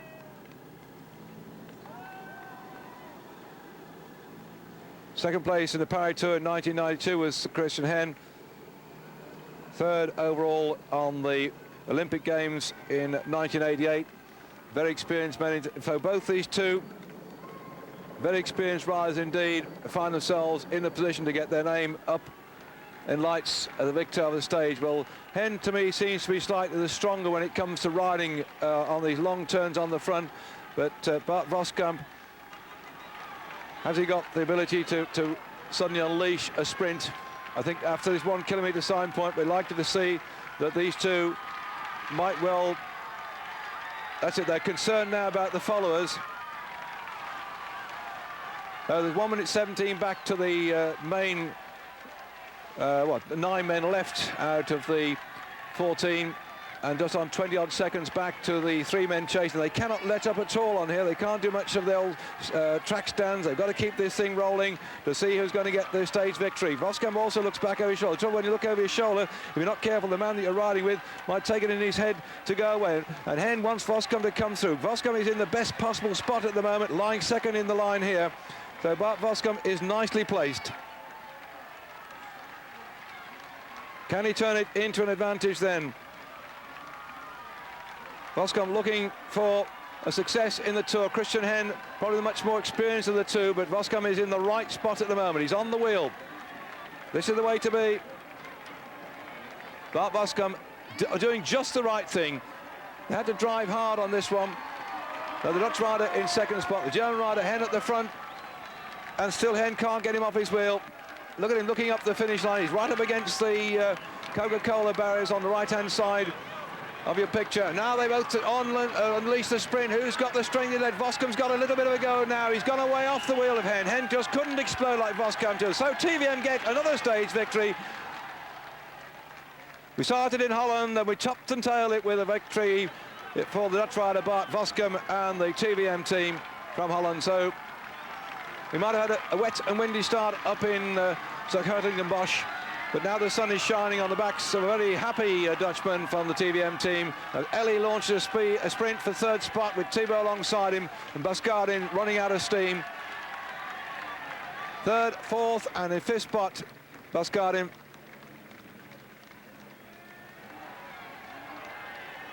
Jonker on the front of this group. These men, part the original 14 strong that set up the action on the Col d'Espagouide. Hadn't been too hectic until we got there. But now Alonso on the left-hand side tries to switch away from them. Alonso still leading this one out all the way through. Has he got the power? He's opened up quite a useful little gap then, Alonso. Pascal Hervé in the midst of this group then for Festina. That's certainly going to help them on the team award as Breukink switches out and comes over on the left-hand side. Alonso looks like he's blown his gasket, and Pascal Hervé starts to go on the far side. And suddenly Roslotto let go here. So Feligato starting to go for this one, and thump, thump, thump, thump, thump, thump, thump, thump, thump. Is he going to get it? Is he going to blow out of steam? Way! Yes, Feligato just ahead of Breukink, nearly mowing down the photographers just ahead of them. And Patrick Jonker just drifting over the line then, and they're just over a minute and a half down on the victorious Bart Voskamp. Sailing special on Eurosport, man against the... bunch sprinting out then for the 15th spot. They're well down on the victor. I see Chris Boorman in the background then coming in today. Survived the Alps, survived the Pyrenees, and here the crowd applauding the giants of the road. Those are left from the 198 starters, and then Abdul Japarov on the left-hand side, practicing, I think, his sprint for tomorrow. Zabel on the centre there, Moncassin's in as well. We could see something just like this. Baldato throws his bike line. I think he might have just sniffed it ahead of Abdul Japarov, and that could be a little sort of teaser for tomorrow, because Bordeaux is always known as being a sprinter's paradise. The running is so flat, the big teams control it, they set their sprinters up, and now you can see how Abdel Japarov bounces his bike all over the place. In the centre is Baldato, and over on the far side, throwing his bike at the line, I think that Zabel might have got it. Yeah, Zabel, oof. Nuts whisker business between Abdul Japarov and Baldato. Don't want to try and decide which one that got it there as Moncassin comes over the line. And we're going to see all those four in action, I'm sure, tomorrow, if you'll join me, David Duffield, for that, because I think that's going to be another big sprint. So who could put their name on the roll call of honour on that occasion, I don't know. Here we go again. Zabel on the right. So powerful, this fella. And the Japarov, previous green jersey victor, on the left-hand side. And Baldato coming quite good in the centre. Moncassin drifting across, and I think just behind him it looks like Boronti or Panaria. 15, 16, 17, 18, but still psychologically these lads have got to get one up on the other. No problem for the green jersey to stay there with Zabel. Moncassin is nearest on the points classification, distance by at least a couple of positions.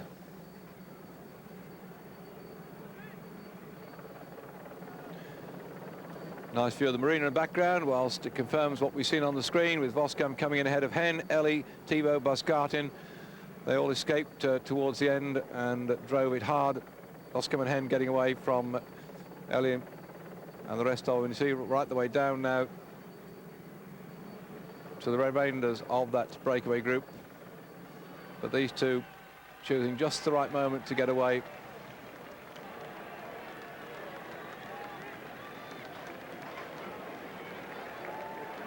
They couldn't let up in the sprint because that little chasing group coming up them behind. And if they just ease for one moment, they could be snaffled up. Oh, Bart Voskamp then adding the Tour de France stage victory today to his victory already that he achieved a couple of years ago in the Tour of Spain. And Bjorn Ries, so confident in that yellow jersey. He's been showing us enormous strength all the way through. He's not wavered one iota. His team has been strong, and at 32 years of age he looks like he's at the peak of his profession. Spent many years riding with Italian teams, speaks good English, good Italian, good Spanish, and of course good what's it called, Danish, Denmark? What do you call the language? Danish, I suppose. Peace and quiet of the holidaymakers has been disrupted by the Tour de France today, coming in to finish at Hendaye. Only the third time we've finished here, and you can see we're going to come on then with the Mercedes Cup for Edberg versus Volkov, the third round after the presentation of the yellow jersey. Sorry if we delayed the tennis a little bit. Well, we do like to get the podium presentations on, and we had a few problems today with the riders running a bit slow to begin with. They accelerated towards the end, but the pressure was not put on the yellow jersey at all. He had all his problems yesterday to defend that jersey. He did it in magnificent style when he went away with 8 men, and we saw a tremendous exhibition of power. This Tour de France was said to be a climbers' tour, and certainly yesterday all the men that rolled into the top 8 place, except that man on the stage now, Rees, are what you might call traditional climbers. But no, he rolled on in with them, he stayed with them on the mountains, and then he encouraged them to drive on toward the finish. And when the race was first announced in Paris, he thought the climber might win the race this year. But still, it's just shown that a man who's got the strength to go up the climbs with the best of mountain climbers can, in fact, to take that yellow jersey. He's done it yet again. He'll ride on then tomorrow into stage in Bordeaux in yellow. Ron Rees.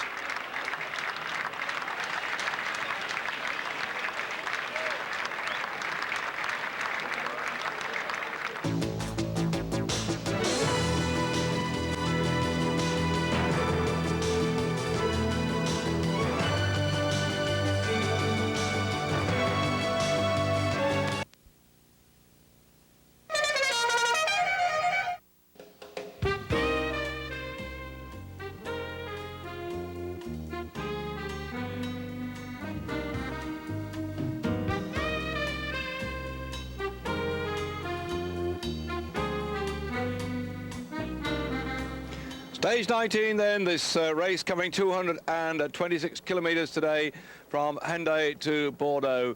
The brunch rolling along here, not too politically concerned, I think, at the moment, because Bordeaux has been known as a sprinter's paradise, and today the course is, as you see it on your screen now, right from start to finish. I think they climb over one railway bridge somewhere. No, I'm exaggerating. They do, in fact, went up to a height of 75 metres above sea level, having started at 60 metres above sea level and dropped to 5 metres. So they went all of 70 metres up in the air, and that took all about 12 kilometres to do. So complete reversal of the days we've seen in the Pyrenees and in the Alps, when the riders have been clawing their way up the mountain sides, and the field has been split something like about 45 minutes from front to back. Here they are all together, no more than 40 seconds front to back, and there's going to be nothing to break the field up today unless somebody feels a bit excitable and jumping around. We've had one or two attempts to go down the road, but the sprinter specialists have sent their men out to mark the move and make sure that the thing's kept as you see it now,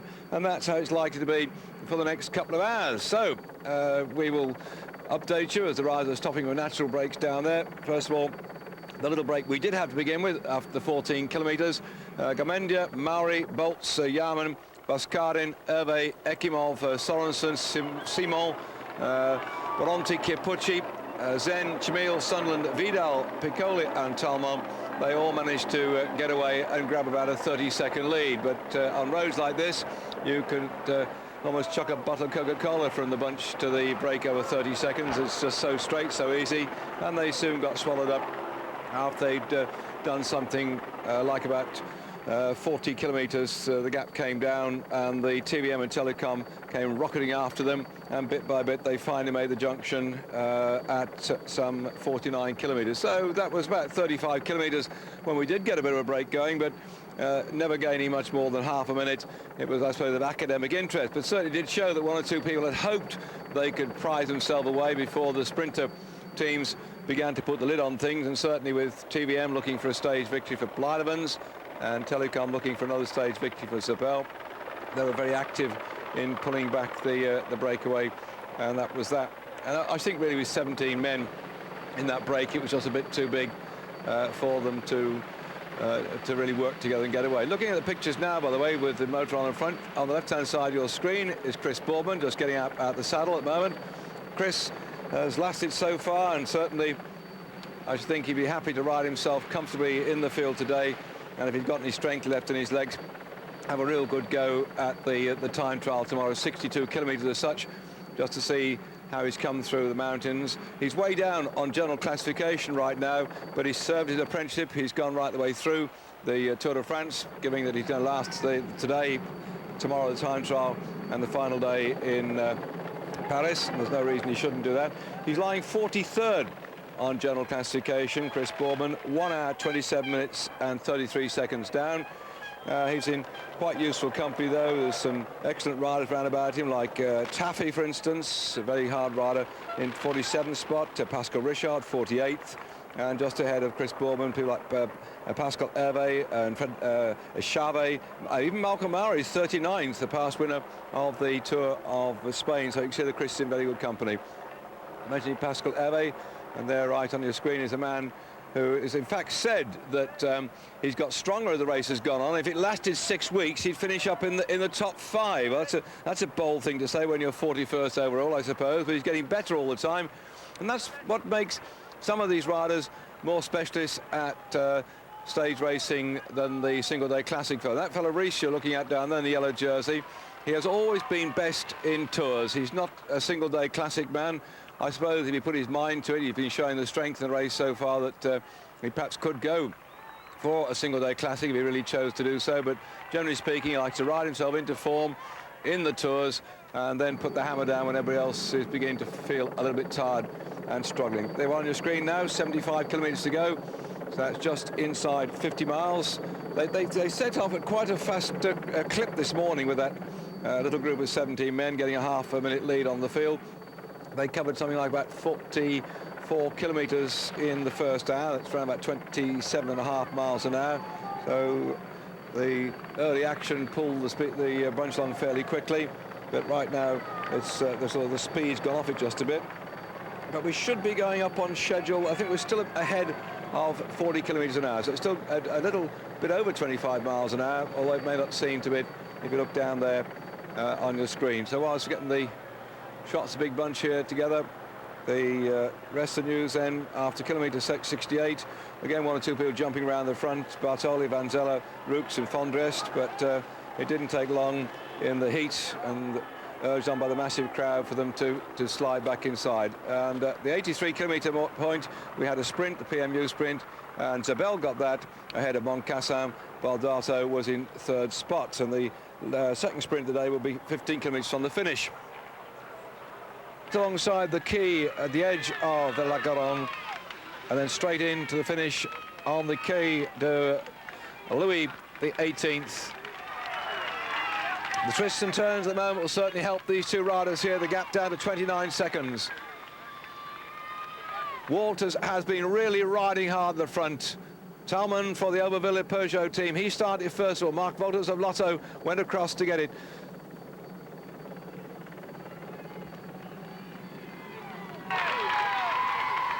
Flick round, flick back, flick out again. This will disturb the chase behind. As they accelerate out, the gaps will open up. They'll have to settle back with the rhythm. A little more breathing space then for Talman and Walters. Talman on the front. He started the break down the road, what, about 30 odd kilometres out from the finish. So they've had a good 20 plus kilometres away on their own. The maximum lead was just over 2 minutes, and now the gap is coming down, tantalising. The bunch could just about see them on the straight road, but when they twist and turn into little narrow lanes, then they're out of sight and maybe out of mind. But everybody knows here what they've got to do. 25 seconds it is, the gap back to the main group.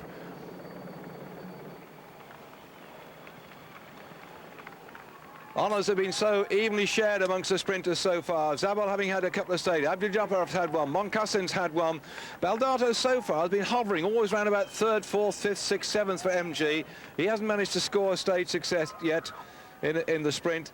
So he may be that today he can come good, but on the long flat stage run in, then people like Blylemans has also got a stage victory. They'd like to come good. And all those names you watched, we've seen them on television on the flat parts of the country. They're all still in the race at the moment, but the big sprinter specialist who's not in the race any longer, who's now gone back out saying he was sick, he had some stomach trouble, he got his stage victory, whereas Mario Cipollini, he's not with us now. Climbed off his bike early on in the race, didn't haul his tired body over the top of the big mountain, so the Psycho team were just ridden in with no real ambition in life, Cipollini having retired on stage 5.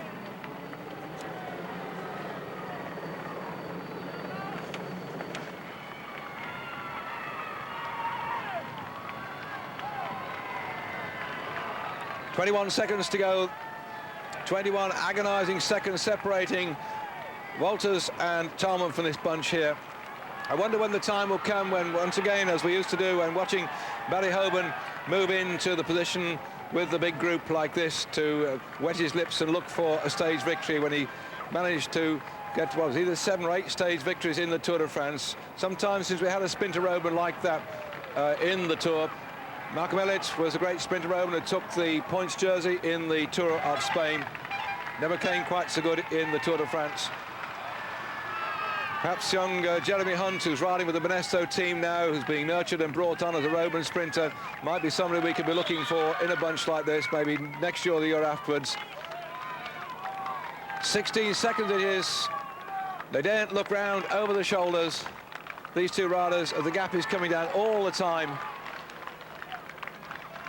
If and when that big bunch catches them, and it looks like it might happen now, then watch again for the attacks that may well come from the Rabobank team. They haven't aided the chase at all. We've seen that before. Once the group gets back the breakaways, and suddenly people like the Rabobank riders who haven't got a real in-depth sprinter Hoban, they'll fire off something like Ekimov, and then they'll be firing off someone like Bogart. They've got people who've got stage victories. Bogart's got one already. Sorenson's got one for Rabobank already. They're the sort of teams that wait, I suppose, I should say like vultures, waiting for the moment of death when suddenly these two get caught and the other lot sit back, and the sprinters think, okay, it's up to us now just to position ourselves, and suddenly, whang, one of these riders who haven't got much chance in the sprint, like Ekimov, like Bogart, will suddenly go. And here we go now. This could be one of the teams that is not contested the chase down, coming across. This is typical tactics, and will then go straight through and straight out the other side. And what do I say? Yes, 10 out of 10. It's one of the Rabobank riders.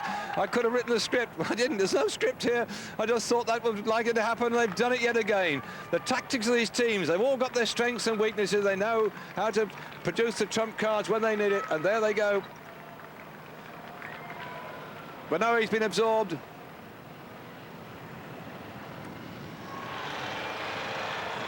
So they're all back together again now, inside 5 kilometres to go. This looks like it's going to be an eyeballs out sprint finish for today's stage.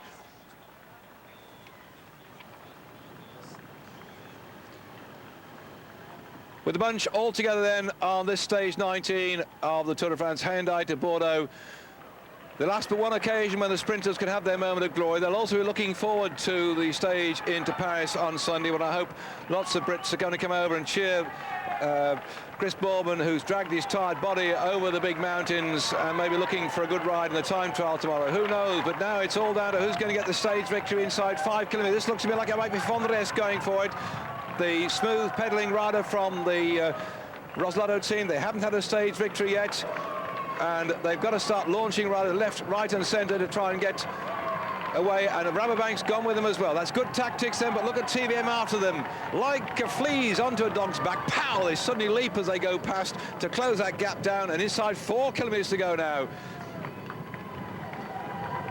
Snaking all over the place, the TVM riders, the Telecom riders will do nothing but just try and mark every move, as you just saw then.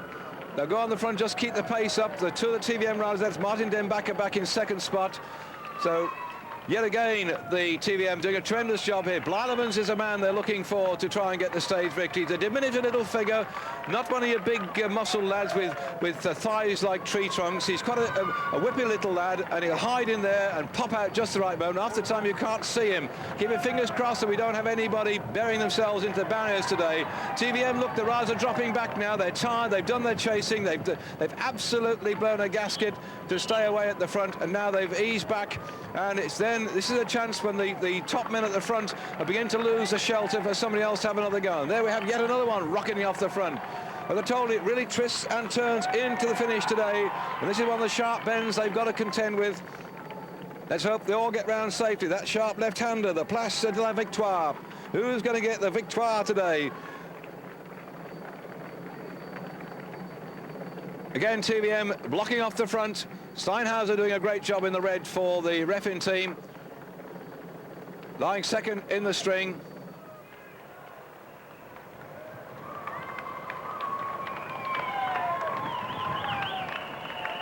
Rabobank still poised. They've got 2 men there, about 6th or 7th back from the front. There, the green jersey, Isabel on the far right-hand side. He's some way out yet, but they've got about another kilometre to sort themselves out and come through. And that looks like Christian Henson. He popped up in the middle for Telecom. He's been lying back in the bunch, getting his breath back. Now it's his turn to come through and defend Zabel's position. The blue and white jerseys, that's the MG Technogym team. There are 3 of them there, trying to set it up for Baldato, who has not got a stage victory yet. And Baldato would prefer a somewhat longer sprint. He's not one of your short, explosive type riders. So they're trying to launch him, I think, off into space as one by one the lead-out men pull off the front.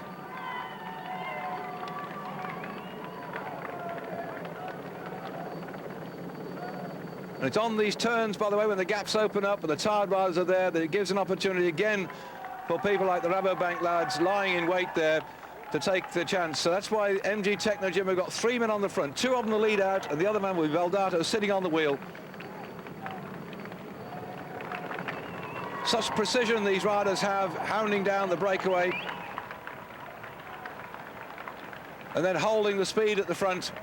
You can't afford, as looks like Moncassin in the blue, in the white coming through now. One of the Gan riders is roaring off the front here at the moment. Is that Boardman?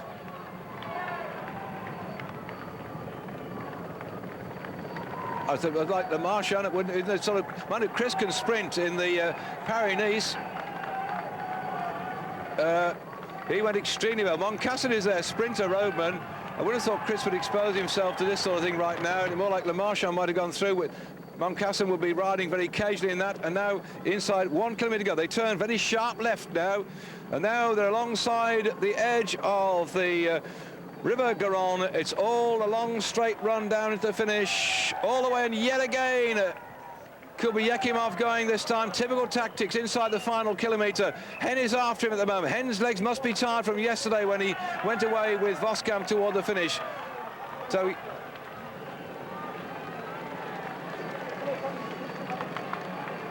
Lotto into second spot at the moment. And Carrera, this is surprising coming through. There must be some very tired legs. Zabel, though, is still there in the green. Abdul Japarov looks over his shoulder. He's got Zabel on his wheel. Moncassin's on Zabel's wheel. They set it up properly as round the slow-moving rider goes. Abdul Japarov starts to roll away here. Abdul's gone for a long one, much further out than normal. And suddenly Baldato is onto his wheel. Abdul Japarov now has got Baldato, has gone past him, and Zabel is in the green. Baldato's still leading through here. Moncassin on the right-hand side. Moncassin throws his bike at the line. Now, did he get that one? Moncassin came from nowhere, went over on the extreme right-hand side, and it looked like he might have just got it.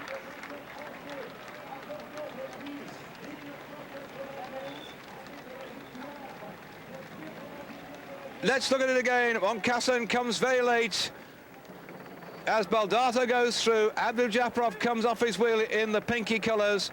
Baldato in the blue and white is on the front. Then Zabel in the green starts to force his way through past the rocking Abdul Japarov. Moncassin has been on the wheel of Zabel all the way through. Abdul Japarov gets slightly closed in, and then as they get close to the line, Moncassin throws his bike there, and he gets it by about half a wheel. That's the punch the sprinters have. It's the ability to just only jump your bike half a length. Fantastic. I've seen people like Reg Harris do that on the track. You don't often see it on the road. Moncassin just picked his bike up and threw it at the line to take the stage victory in Bordeaux for Gan and France. Great ride, great finish. The stage 19 won by the French rider Moncassin with an absolutely scintillating sprint. One man I was looking for whose team worked so hard to put him in the right place, the right time, TVM as Blijlevens, just didn't show here at all. And if we see the slow motion action replay from the front again, you can see his team, one of his teammates, looking back and say, where the hell are you? We worked our butts off for you. And this Frenchman's going through with the German and the Italian and the Abdul Japarov. And you're nowhere. Well, we'll find out what happened. I hope that I didn't puncture or fall off or something. But Moncassin gets it from Zabel, and into third spot, Baldato. Let's look again. In the centre, look the red hat looking up over the back. I don't think that's Blijlevens. He's a smaller bloke there, but I saw one of the TVM chaps look round as if to say, where have you got to? And he's freewheeling as well, the TVM rider, so we wouldn't expect that from Blijlevens.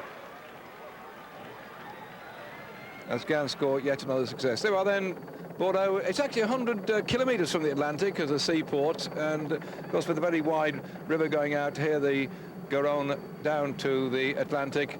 It's a splendid gateway to the heart of old Bordeaux to come down the river, and alongside its banks and further inland, those vast and very famous vineyards. They're very emotional and happy. Moncassin comes forward to receive the applaud of the crowd, and looking back in the list of sprinters that have won here in we've got to go back to Esclassin in 1977 or 1982. Villeneuve. The French have not been successful here now for many years. It's been very much a speciality of the people from Belgium and Holland and places like that. So French have got a victory in Bordeaux. They'll be pleased with this one. The 75th time the race has been into Bordeaux, and it goes to Moncassin of the Gan team.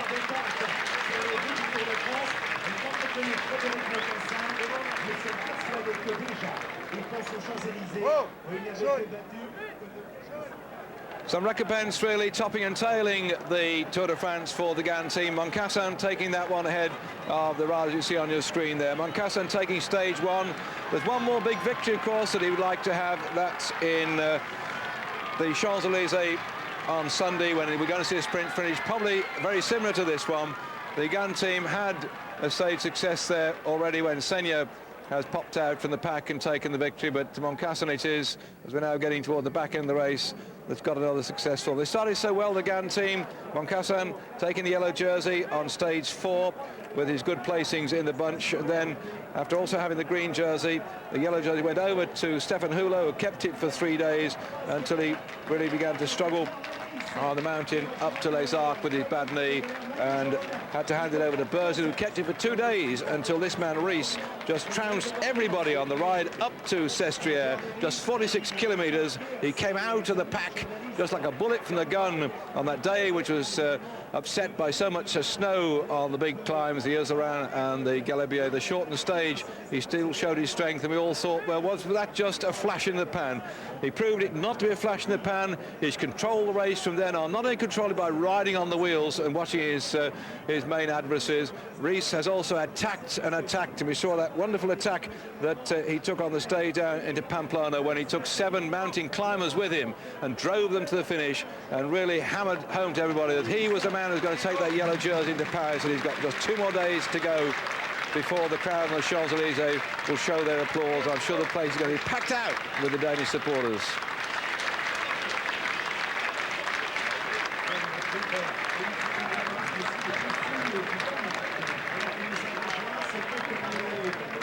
Yet another little lion for Thomas and Jesper back at home. Well, I suppose by now they're packing their bags and making their way down to Paris, complete with all the rest of the family.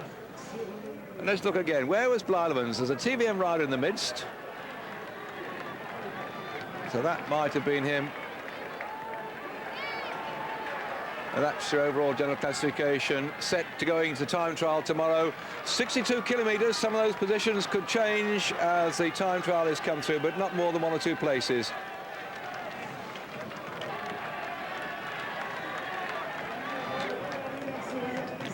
Zabel looked for a stage victory today, but it was not to be. He's already had a couple of victories, stage 3, and again on stage 10. He's in the green jersey.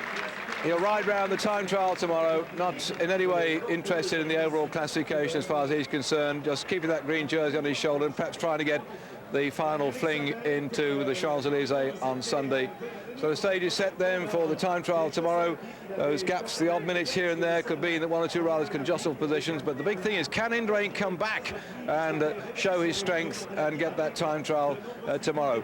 Because normally in the time trial, the top 3 people are vying for honours, and I just don't see that the gap is sufficient for Ulrich to catch Rees, who's an extremely good time trial. Rees would like, I think, to get the time trial to show that he is king of the pile, but as we watch the green jersey here being given to Zabel and look forward to tomorrow, we've got some racing, some excellent racing still to come, but will this man take the final stage in the Champs-Élysées on Sunday? Certainly he won't be there winning the time trial tomorrow. That could be Rees, it could be Indurain, it could be Alano, and I wonder what Chris Bourbon might do as well, as to whether he's taking a sheltered day today, if he's got enough strength to come back over 62 kilometres, because recovery is the name of the game. These riders now have ridden over 2,000 miles of racing, and they have to recover, come back the next day and ride their hearts out, like they've done today. Today was the day for the sprinters, tomorrow the day for the time trials, but this lot will be back in action on Sunday, and I presume some of you will come and join us on the Champs-Élysées to see if Moncassin can get the final stage in France after a very successful tour. So he's got 2 victories, he looks for hat-trick.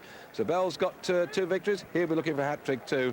That's going to be a great day, but tomorrow, well, the time trial is something else. Another kettle of fish, as they say.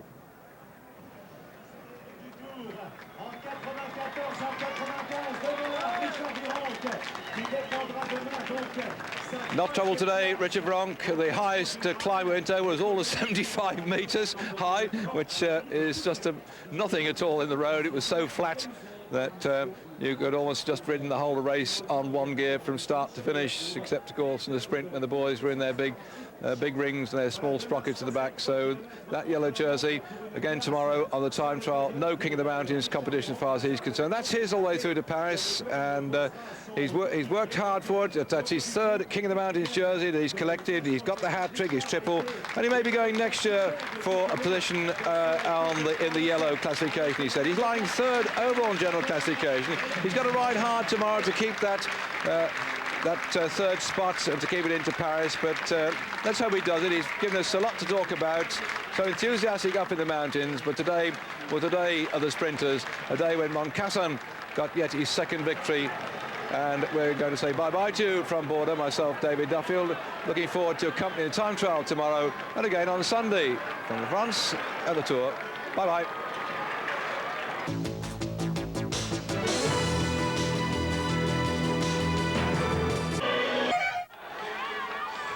Good afternoon to you watching the live programme from Bordeaux on the stage, Bordeaux Saint-Émilion. You're now seeing Tony Rominger get underway. So bonjour à tous. Today going to be very exciting in more ways than one. Not only will we have Rees going off last to defend his yellow jersey, we've got men with revenge on mind, as some of those riders who should have been up in the top 3 places are going to do something today to prove that they have the form in their legs to stamp their authority on this time trial. The man you saw depart from the start house, Tony Rominger. He has left 3 minutes after Miguel Indurain, who received a hero's send-off. You'd have thought that Big Mig was in yellow, the way the crowd at Bordeaux said, bade him goodbye. The one we're waiting for, Chris Boardman's coming in now. He's been setting the fastest times all the way along. At the 52-kilometre time check, he was 2 minutes 10 seconds up on Fondries, the fastest we got so far. And Boardman is going to decimate Fondries' time. Chris said he would really give this event today a lot of stick, and to see how he could go after coming through the mountains. And there he's got into lead, 1:18 exactly.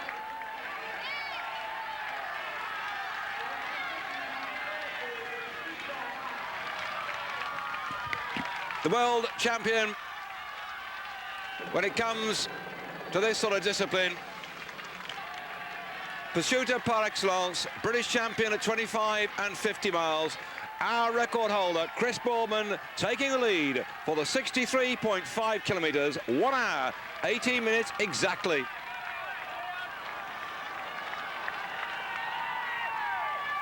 And there is the board for you to see that, in fact, Berzin is going 16 seconds faster at the time check at 24 kilometres. Another man, Berzin, who's got to have something to prove.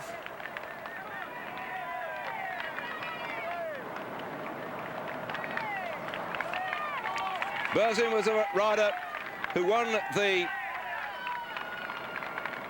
uphill, well, up mountain time trial, to be more precise, that we had on stage 8 from Bourg-Saint-Maurice to Val d'Isère.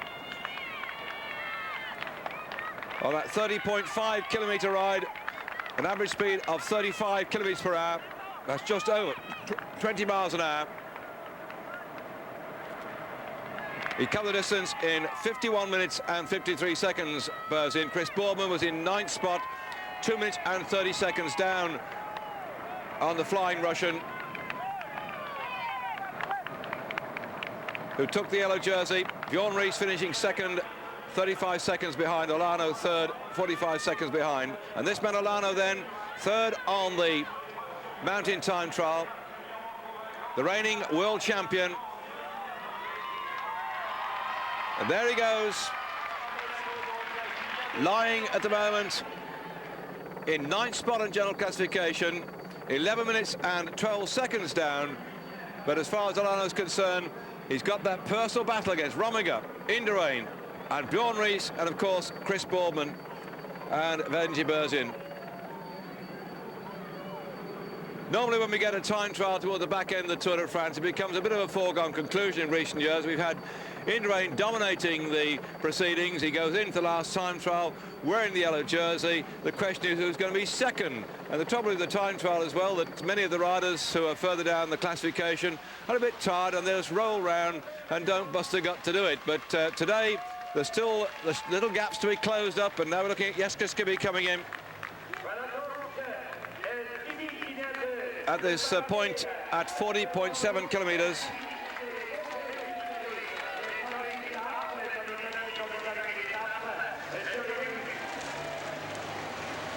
Yesterday, the TVM team rode their socks off to try and get a victory to Blijlevens. Skibby was one of those who absolutely dominated the proceedings, riding hard on the front, and in the end, when they came down the finishing straight, we saw it on Eurosport. I was looking for Blademans, and I saw TVM man look back over his shoulder in a very disconcerted way. Well, Blademans finished in 15th spot yesterday, and the TVM, despite the work they did, had nothing to show for it. And just shows you how it knocks hell out of you. The last man, well, TVM had 125th place, Den Bakker, and then Van Petegem at 126th in 52nd spot, and Voskamp, the other TVM rider, had been driving hard, was actually dropped off the back. 1 minute 43 seconds he came in last, but won because Talmont, who tried a long break some 30 kilometres out in the village, he was last yesterday, 1 minute and 43 seconds down. So how to tumble from top to bottom after the work you've been doing during the day was very evident yesterday on the run into the finish at Bordeaux. This man moored home in the mountains, Luc Leblanc, winner of that stage into Les Arcs, when Indurain suddenly, with about 6 or 7 kilometres to go from the finish, lost the pace, dropped off the back, and the race became wide open.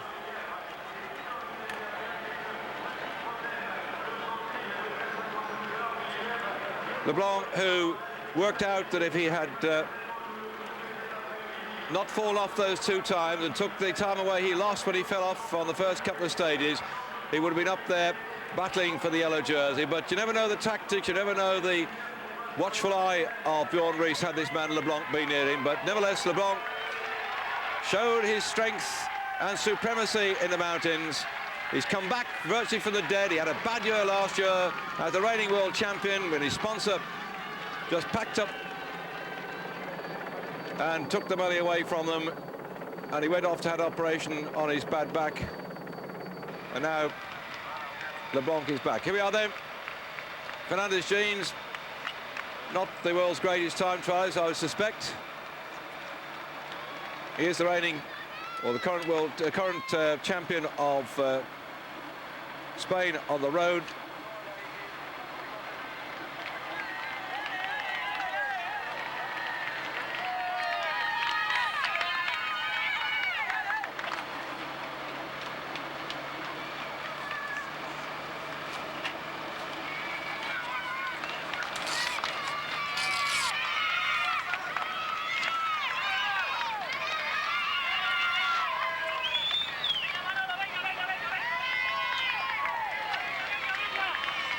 It's intriguing to see that Colnago, who for years has experimented with carbon fibre but preferred to go to steel frames for time trialling, and particularly that lovely steel frame he made for Tony Romigo for the hour record holder, has now produced this low-profile bike for the Mapei team. Lely on his way through.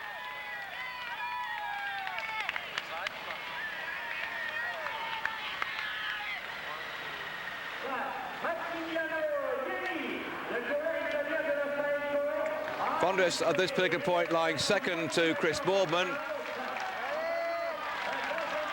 He's certainly not going to challenge Chris Boardman Lely at the moment unless he comes really good toward the back end. The finishing order at the moment, Chris Boardman is the best. Time 1:18.00.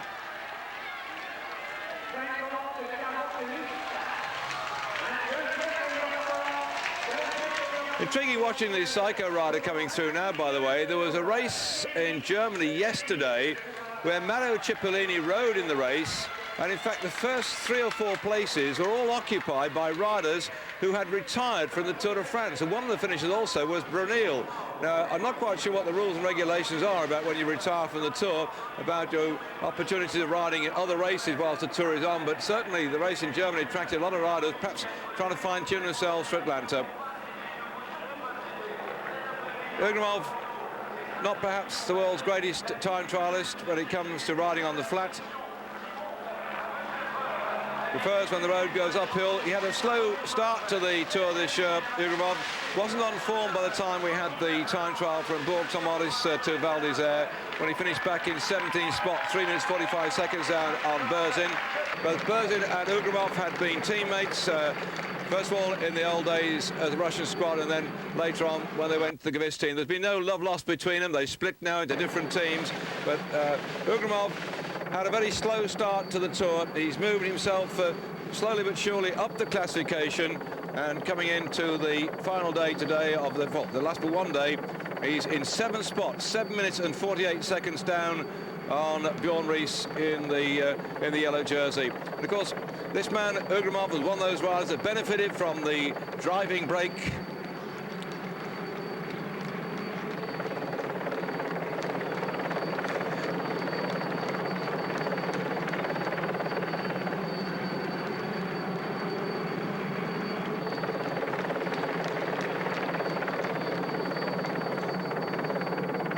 Ugramov 7:48. Escartin is ahead of him on general classification, 7:23. I think that Escartin is probably the slightly better time trialist, so I can't see Ugramov going up the classification. But the split between Ugramov and LeBlanc at the moment is only some less than 20 seconds. So in fact, it may be that LeBlanc could take Ugramov's 7th spot. So Zola coming along here at the moment. What a disappointing tour he's had so far. And here at the 40-kilometre point, he romped round the opening time trial, the prologue at Hautacam and Bosch, and took the yellow jersey by a slender couple of seconds from Chris Boardman. And now with the sun beating down on his back here, we might see him attempting to get yet another first place, but somehow I think the distance might tell against him.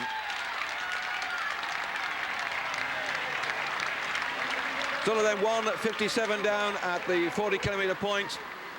The fastest times have been set first of all by Boardman, and now Berzin is beginning to hound Boardman's time. And certainly at 24 kilometres, Berzin was 16 seconds faster than Chris Boardman.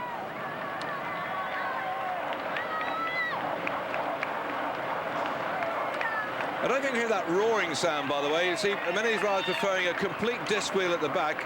This is a fairly flat course today, just one slight undulation at the Côte de Saint-Étienne, where they got for about 1 kilometre. Here we are, Mauri 1:20.07. Look at that gap that Boardman's created so far. Mauri 2 minutes down on Chris Boardman, and that fellow Mauri has been a past winner of the Tour of Spain. Escartin next to go. It was this problem when Escartin was with his team manager Alvaro Pino that caused, or what I would say caused the crash, but there was a crash when he was taking a drink and he was alongside the car, and they've had a big inquiry, and in fact it appears that Alvaro Pino has had a word with the motorcycle people concerned, and they decided, I think, that it was just one of those things that happened, and the strike we had when the motorcyclists decided for half the stage not to cooperate has now fizzled out. It's just, I think, very disappointing that the Tour had that problem. But Kelme have been around a long time. They're probably the oldest sponsoring team in the Tour de France at the moment. In fact, I've got to say they are the oldest team in the Tour de France as regards sponsorship. And Escartin, their best placed rider at the moment, is 6th overall. That's the man you see on your screen now. He's just left. They're leaving at 3-minute intervals. And they founded the Kelme team way back in 1980. So it's some 16 years now that the Kelme team has been riding with various other co-sponsors, and they've had sponsors from Colombia, Poland, Spain and Russia, helping them find money for the team. 1:21.46 for Chavez. I've just come up on the headphones, so Chavez, not the world's greatest time trialist, much loves it up in the big mountains where he's been a stage victor in the mountains. And Kelme them, who race mostly in Spain and Colombia, sometimes come out and ride the odd classics with Escartin now their best team. They've got Alvaro Pino, who is the team manager, who's won stages in the Tour of Spain. He won them in 81, 86, 88 when he won a couple, and 89.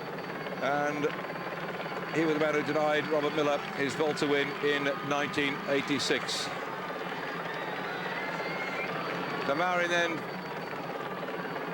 with the second best time to Chris Boardman. You saw it up on your screens.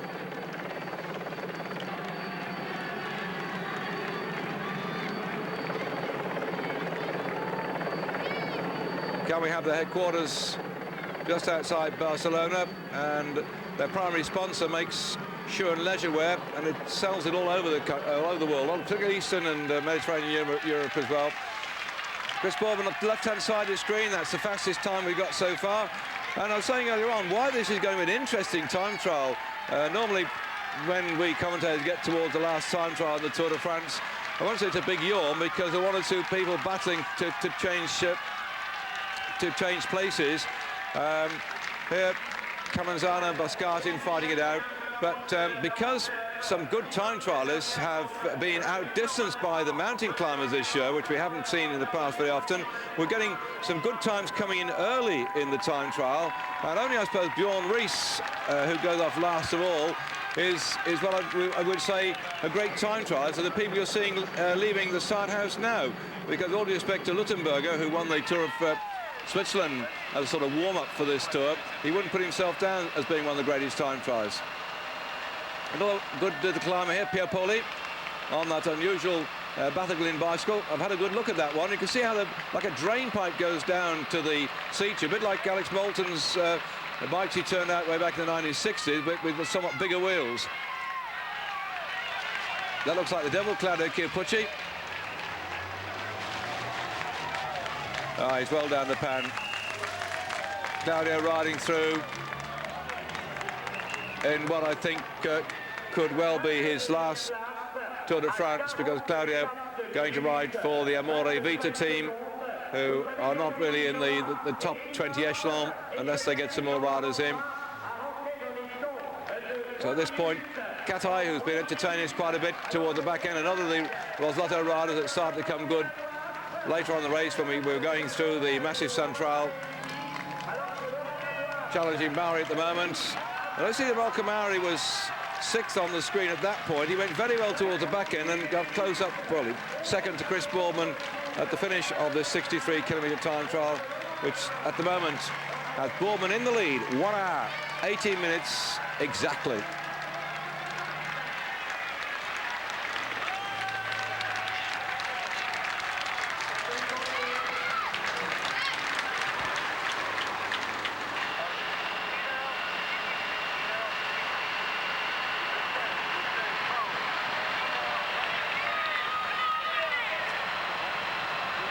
Piepoli of the Refin team, who've been slimmed down quite a bit by the sheer pace and the crashes and the cold that we've had in this Tour de France. They've got 6 riders left out the 9 starters. So the order still at the finish. Bourman first, Fondrest is in 3rd spot now, Mauri having gone that bit quicker. So Bourman, Mauri, Fondrest is the order at the end. And here we're looking at one of those specialist mountain climbers, Piepoli, lying 14th overall in general classification, 19 minutes and 31 seconds down on Bjorn Ries on his stage from Bordeaux to Saint-Émilion. Now this fellow could come good towards the back end. He's been hovering in 2nd and 3rd places on some of the time checks we've had earlier on. And there we are, he's challenging at this particular point, the 3rd spot. But he's not going to make it. And off from the start goes one of the surprises of the tour, Laurent Duffield. Certainly, Stephen Roche, who's been co-commentating with me throughout the race and talking to me on the telephone when he's gone out to chat to rather what have you. He picked Duffield as being, some years ago, a star of the future. Well, Duffield at the moment, we just saw him start. He's 4th overall. Looking at Bo Hamburger now for the TVM team, lying 13th this morning. Maybe unlucky 13th. He's 19 minutes and 18 seconds down on Ries. We had a little look at Piepoli. Piepoli's 19 minutes 31, so there's a very little gap between them.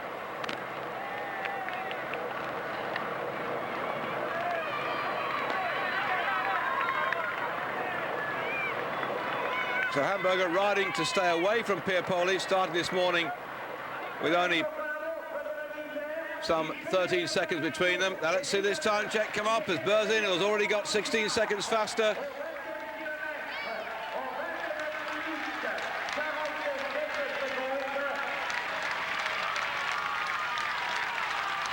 Looks like he's going to do it, but the gap isn't. This is closer. Bourman, in fact, has going well because it was 16 seconds the first time check, and is Berzin going to topple Bourman, but by only 4 seconds. Only 4 seconds in it at the moment between Berzin and Bourman. 49 kilometres per hour. So after starting with a rush, Berzin now, the winner of the mountain time trial to Val d'Isère, is now only 4 seconds ahead of Bourman. Concentration by Richard Veron. Specialist mountain climber. We only got that one little fourth category conk today, although it's 1 kilometre of climbing. The other 62.5 kilometres are virtually flat. But he's certainly going to take that polka dot jersey into Paris tomorrow for a triumphant circuit of the Champs-Élysées. And having got the hat-trick, he's already talking about going for the yellow jersey next year. Well, he's got a very good team around about him. Festina have really been very dominant in the mountains, and if he can improve his time trialling and just control his aggression in the mountains and ride over, preserving something for the flatter parts of the course and the mountain, we may see this man next year challenging for yellow.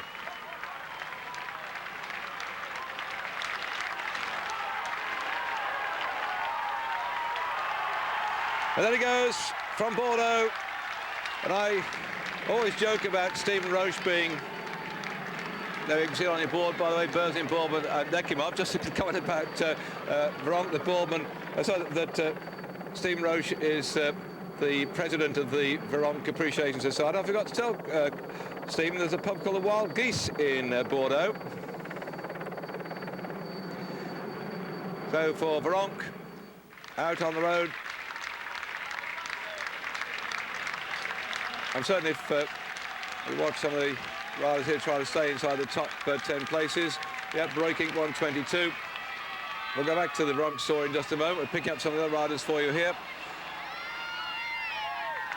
Younger's another man that's come good. And now you see this bike he's riding on, this look frame. That's one that certainly got lots of fill-in around about the main frame.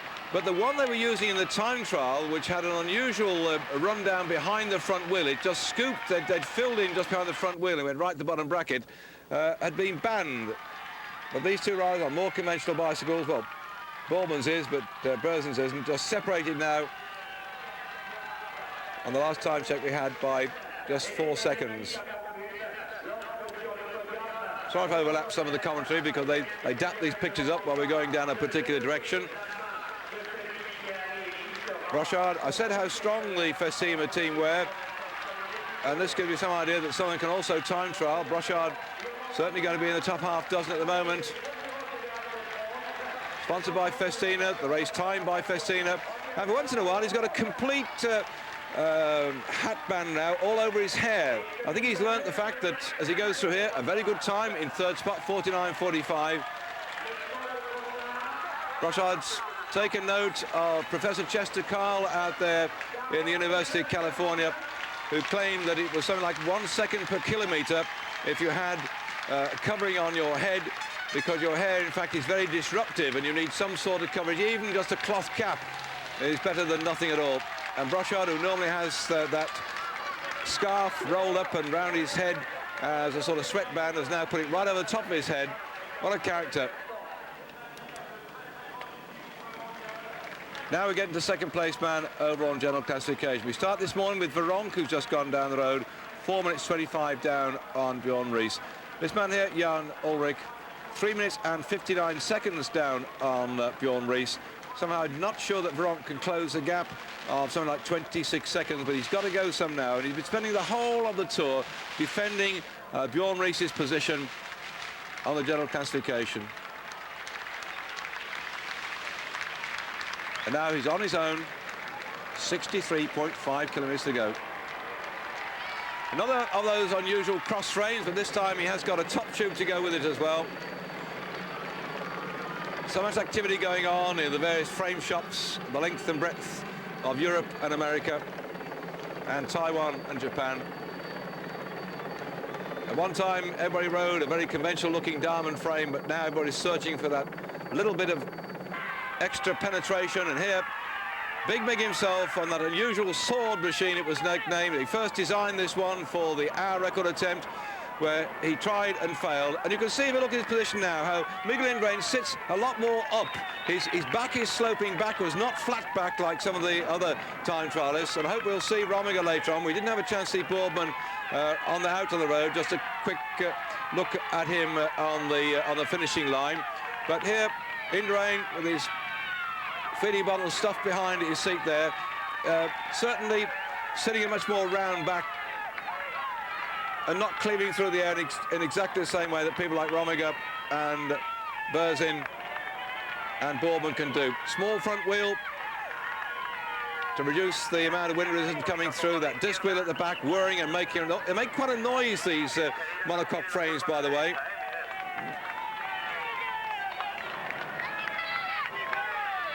Well, news coming through that 20 kilometres. Jonker's now gone faster than Boardman. I said he was coming good at the back end of the race, so Berzin, Jonker and Boardman is a position after the 20 kilometre mark. But what is this man going to do?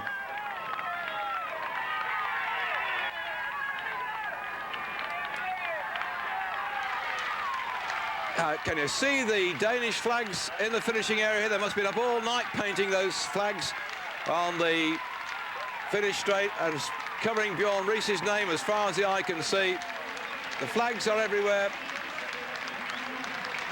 And when they finished their applause today, all those Danish supporters, if they're not on holiday down in Bordeaux, if they want to go to Paris, they've got to hammer all the way up to Paris to see this man on a ceremonial lap of honour, or 8 laps of honour, on the Champs-Élysées tomorrow.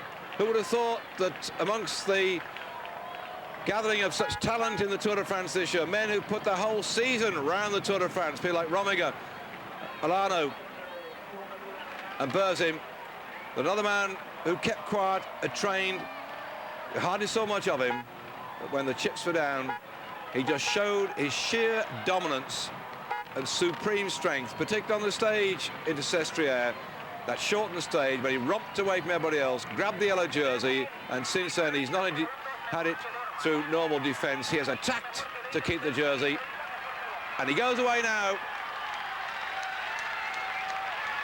To the applause of the crowd, the last man to go on this 63.5 kilometre 20th stage of the Tour de France. One more day to go from Palaiseau on the outskirts of Paris to curl back into the centre of the city. And as they turn their backs on Bordeaux, the great big wine city, the time checks are coming in, which shows now that Indurain is the fastest at the 24 kilometre mark. 29.29, Berzin second, Jonker third.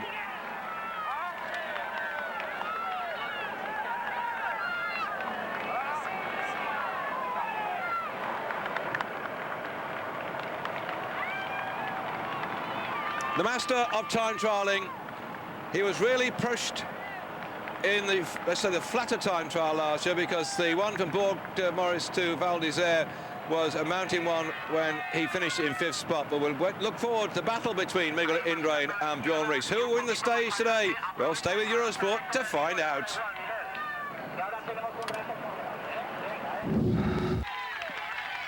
That's the position after 24 kilometres on this stage, the time trial between Bordeaux and Saint-Émilion. And here we're looking at Rominger for the first time on our screens. Tony Rominger lying 5th at that time check, still with that very sore right knee of his, trying hard to try and do as well as possible in this time trial, because he knows Bordeaux well. It's Bordeaux where he broke the hour record, covering 55 kilometres in the hour, and we all stood there trying to commentate, and we watched him go round and round like a superb machine.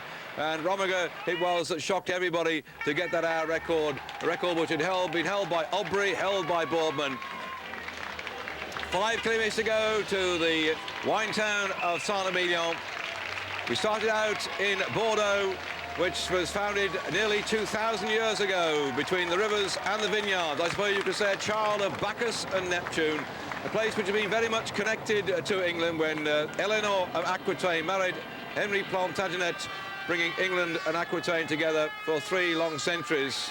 It was ended in the Battle of Castellon, and later on, though, Louis XI had the great sense to link Bordeaux back with England through its free trading, and it's been that way ever since. And the Englishman, Chris Boardman, at the finish, already setting the fastest time of 1:18.00, but he's been toppled to 4th spot at the 24-kilometre point by Indrain, Berzin, Jonker. Chris in 4th spot, and in 5th is Rominger.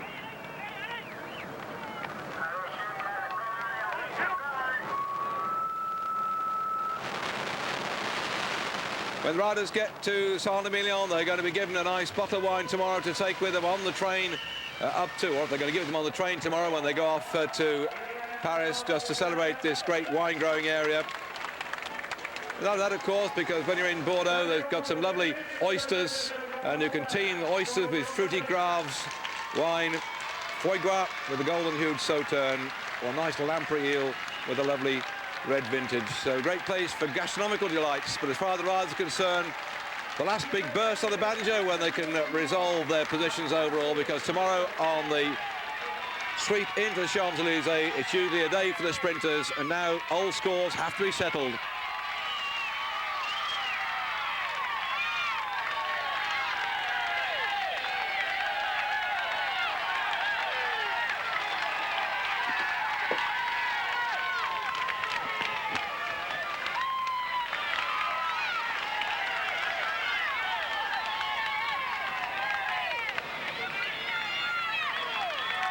I was saying about the different riding position. Here you can see how flat-backed Rominger is, how well tucked in his position, which gives him a good penetration of the air. Superb time trialist, also good, clever mountain rider as well. He's got that ability to do everything except, of course, sprint, which is a speciality only for a few. So Rominger then down the road ahead of Rees. Last man on the road, Rees.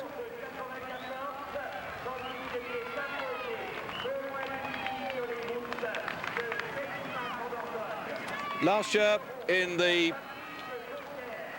time trial from Heat to Serang, that was 54 kilometres in all. This man we're looking at now, Bjorn Rees, surprised a lot of people. He started in 4th spot at the kilometre 13 when the time checks came in. Indrain was in the lead ahead of Berzin Rominger with Rees 4th. This is last year's Puy Serang time trial on the 8th of July 1995. By the time we got to 22-kilometre mark, Rees had moved into 2nd. He stayed there until 49 kilometres when he actually was ahead of Indrain. So further down the road, whilst these other riders are coming in here, Lelys looks like doing quite a reasonable time. Remember, the fastest so far, top left-hand side of your screen, behind the Eurosport Live sign. By the way, sorry about that. Eurosport Live is covering up Chris Boardman's time.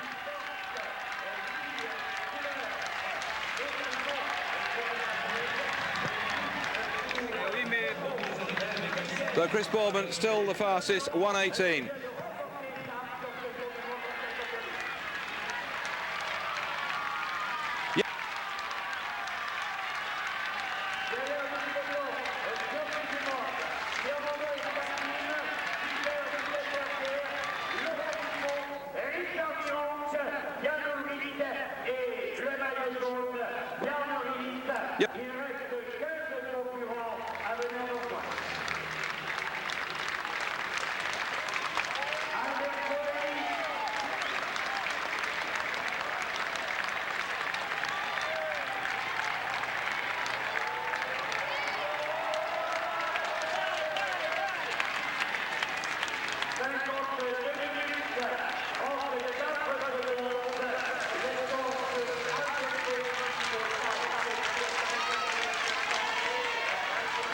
The effort is showing on the faces of these riders. Often the final time trial, except for maybe a handful of riders, is just a ride into the finish. But a lot of scores to be settled still today. It's been a tremendous Tour de France, and we can always look back on different tours and say that was one of the best, but the way in which this man has dominated the race and has been under attack from time to time by others, but misfortune has also taken its toll. And there we are, the time then at the third of the time checks, 52 kilometres. Chris Boardman, Berzin has dropped back 11 seconds. I said, in fact, that Boardman went better toward the back end. So now then, Boardman, Berzin and Brochard, but a lot of fast talent yet to come.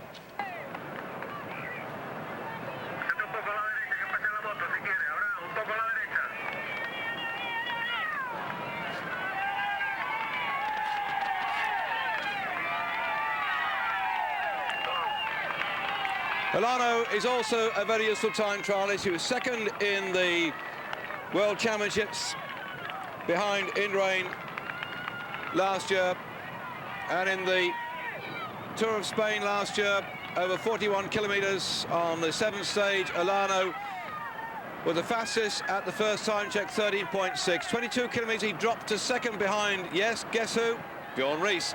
And by the time they came to the 41-kilometre point, though, Olano had gone into the lead, and he won the stage 47 minutes 37 seconds ahead of Jalabert, Zuller, Brunel, Bartoli and Bjorn Ries. Dropped back to a sixth spot. So Ries took a bit of pacing, dying towards the end of that time trial stage last year in the Tour of Spain.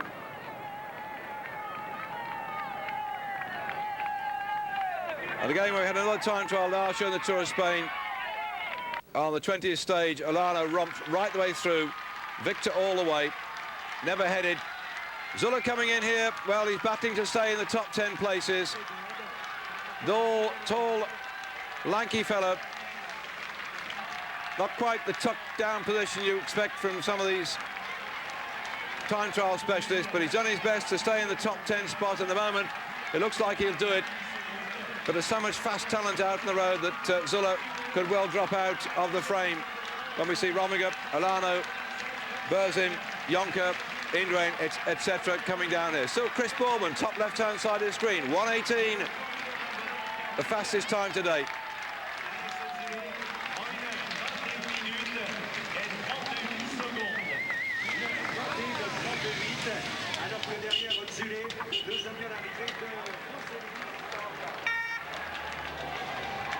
Zuller lying 25th on general classification overall.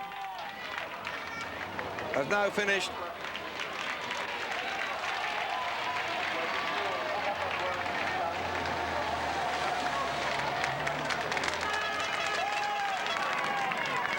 We're back out on the road with Olano. It's often been mentioned that the rainbow jersey of world champion has been a kiss of death for the aims and ambitions of riders in the season following. But Olano, I think, has defended that jersey as hard as he can do. He's had his misfortunes in the Tour, unable to hold the pace in the mountains. He was riding hard, he took the pink jersey in the Tour of Italy, and then finally lost it and finished second overall, but he really has done extremely well this year. A nice look at that very special cockpit, I might call it, I suppose, where he's got his hands at the moment and elbows. That was designed specially for Tony Rominger in the hour record attempt, though of course they didn't have brake levers and things hanging off it, but that very special ovalised aluminium airfoil of the handlebar and the very narrow aluminium struts going forward to get the rider. You can see how tucked in he is at the moment, how flat-backed he is, the world champion here. Time checks showing he's not really in contention for a top place at the moment, but anything can happen. Hamburger flicking the gear change. He's actually got his gear changes on the brake levers on the right-hand and left-hand side. A lot of the top time trialists who are looking for a good ride have the gear changes right up on the front end of the triathlon bars. But here, Hamburger preferring just to have the flat upturned type of bars, changes gear, goes back into the centre, tucks himself in. Ridden a very good race again this year. One of the marauding CVM riders.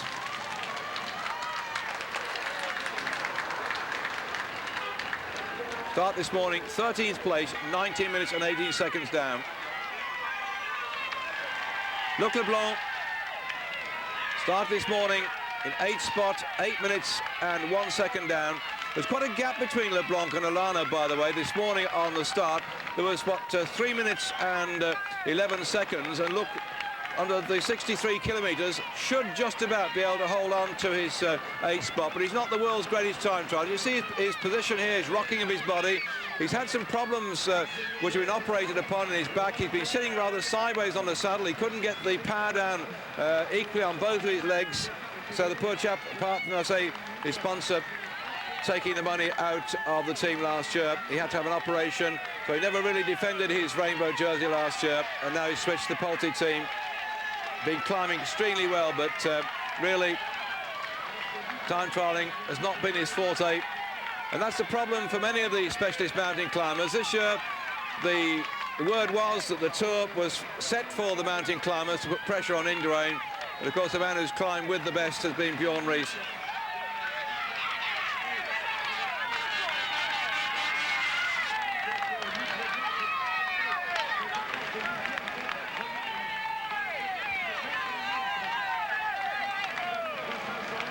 I spoke to Luc Leblanc when they announced the Tour route last, November, and he said that if he got back into fitness, it certainly looked like a course that would suit him, with so many mountaintop finishes and a hard ride through the Pyrenees at the back end of the race. And had not been for those accidents, then he could have been much further up the general classification. And we'll wait with bated breath to see when the Society of Tour de France announced next year's course, whether it's likely to be equally mountainous.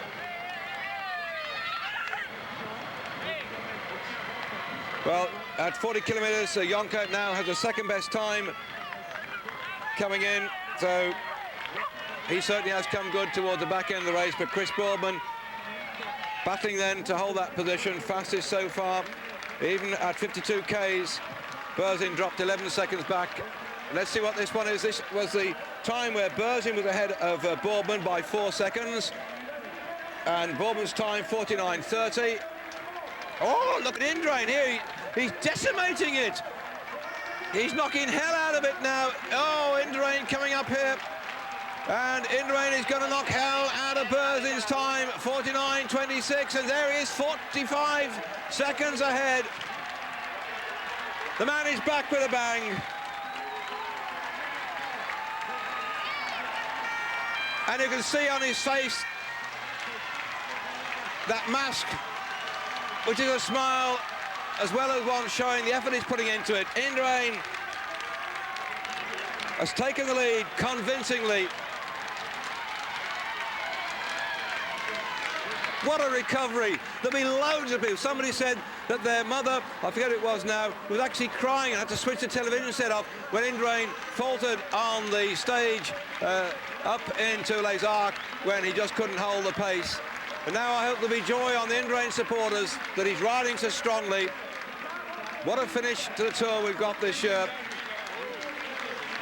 Still Chris Boardman in the lead. Ekimov just moving into second place, 1:19.37.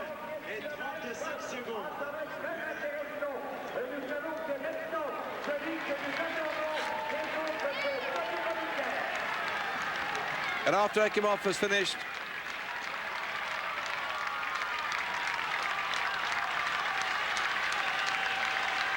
Laurent Madouas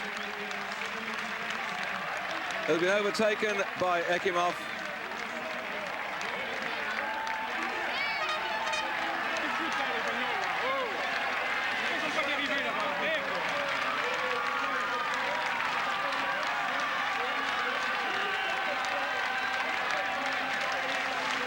Frenchman again coming good towards the back end of the Tour, showing the Motorola colours, a team that was decimated when Armstrong retired. But coming through the heat haze is this superb time trial event in Berzin, winner of the Tour of Italy a couple of years ago. He tried to get the Tour of Italy this year, couldn't get it, so he just eased back a bit to ride for victory in the Tour de France. Is he going to beat Chris Boardman's time? He was ahead of Chris at the first time check. He was only 6 seconds adrift ahead at the second time check. Then he dropped 11 seconds back, and he's not going to make it. So still at the moment then Chris Boardman there, 1:18 is in the lead. Berzin coming through now, looks like he's going to take second spot, but that just shows the strength of Chris Boardman over the distance, and he has come through the mountains, has Chris, in fine style to beat this superb time trial Berzin, who took the first mountain time trial of the Tour de France this year, and he's not going to beat Chris. He goes into second spot, 1:18.27. What a scalp for Chris Boardman to grab this man, past winner of the Tour of Italy, winner this year of the time trial stage from Bourg-Saint-Maurice to Val d'Isère. On that day, Boardman was trounced back into 8th spot, 2 minutes 30 seconds down, and now he's got revenge on Hendaye.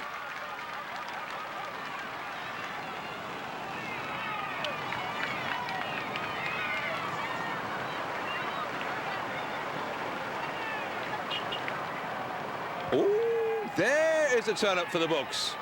1 second, Duffield ahead of Hendaye. Now, Boardman started slowly. You see down there, he's in 8th spot, 35 seconds down. We've already seen that Berzin, who was ahead of Boardman, as towards the end faded. So that first time check is certainly a sort of indicator. And to think that Dufault's gone that fast early on, but don't forget time trialing. I know loads of you people out there back in Great Britain, if you're watching it live on Saturday afternoon, good afternoon to you, wherever you are, at home, in one of the local public houses. Hello to all you people there switched on, watching the sport on Eurosport, bringing you the best of the Olympics, and now the best, the penultimate day in the Tour de France. Time trialists across the whole length and breadth of Great Britain will know what it's like to judge your output to perfection, and we're looking at the world's best doing just that.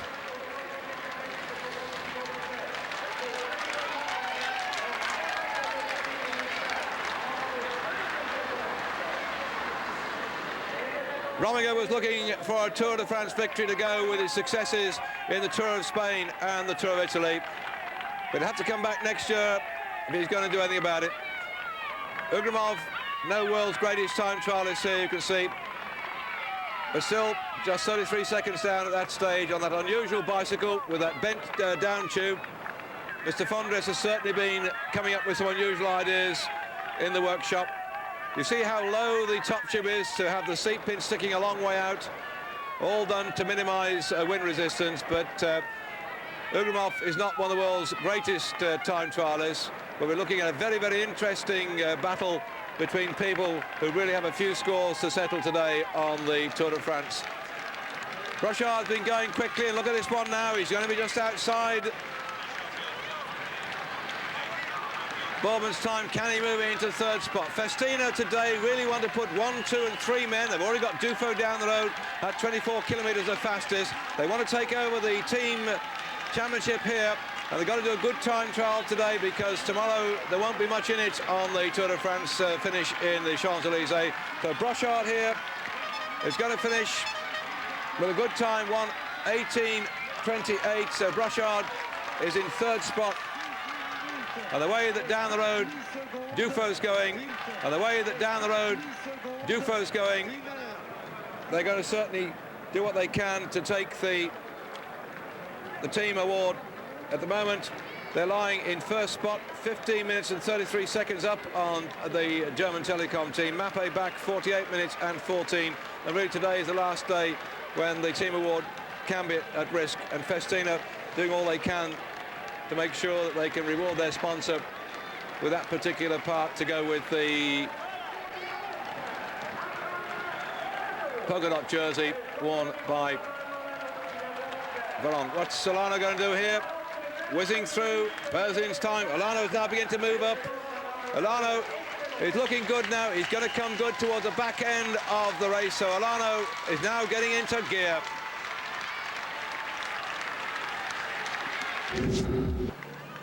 Luc Leblanc coming up now, looking quite reasonable at these time checks, but the drama is happening behind Luc Leblanc. We've had some amazing time checks coming in there. On your screen now you can see Ulrich has gone ahead of Dufo. Hendaye in third spot, Rees fourth, Bronk fifth, Olano sixth, Berzin seventh, and Luttenberger eighth, Jonker ninth, Ugrimov there, but Chris Boardman not in the frame at the moment. That is the early time check, 24 kilometres. In fact, Chris went through there, I won't say at a nonchalant pace. He's come good since then, and when we saw saw Berzin's name on the screen, you have to bear in mind that Berzin now is second on the finish line. Boardman still the first fastest because Chris went faster and stronger towards the end. And time trialling is all about judgment, and if you go roaring off straight away at the start of a time trial, you can soon begin to struggle later on. So Chris has the ex-25 mile and 50 mile record holder and time trial champion of Great Britain, and of course the hour record holder too, knows what it's like to get his effort over the 1 and a bit hour, and so he came good towards the back end, whereas many riders just rush off, then the sun gets out and the heat gets at them and they begin to lose strength, and suddenly they plummet downwards. It's always very interesting after the time trial stage when if you're in France at all, you always get the copy of L'Equipe, and they'll print next day usually the time checks of that particular stage, and they'll show the names of the riders there, and you can plot a course, and it's amazing how some of them, they're up there first, second or third at the start, and then start dropping down, and you draw a little line across them and you get this graph, and there are very few that can maintain the pace all the way through, right from start to finish, and be in the same sort of position. They do swap a bit on the terrain, and so keep our fingers crossed then for Chris Boardman. Now you see fourth at this particular point, 49.35. Ugramov's going better than I thought. I said not a world's great time trial, but it looked like he's going reasonably well at the moment. Jonker 6:49.45. Boardman's time 49.30 this particular point, and Ugramov just coasting through here. Actually, Jonker had been worrying me about how he was getting close to Boardman's time, but this 49.30 that Boardman had got at that particular point, he's 4 seconds down on Berzin, who used to be a teammate here of Ugramov, and in the end, Chris beat Berzin to the line. 1:18.0 to Berzin's 1:18.27. So I think it really is the run from that particular time check we're seeing on our screen through to the finish. As Udo Bolts, another stalwart for the Telecom team, comes in and should make it at the moment in the top 10, but he's going to drift down a bit later on.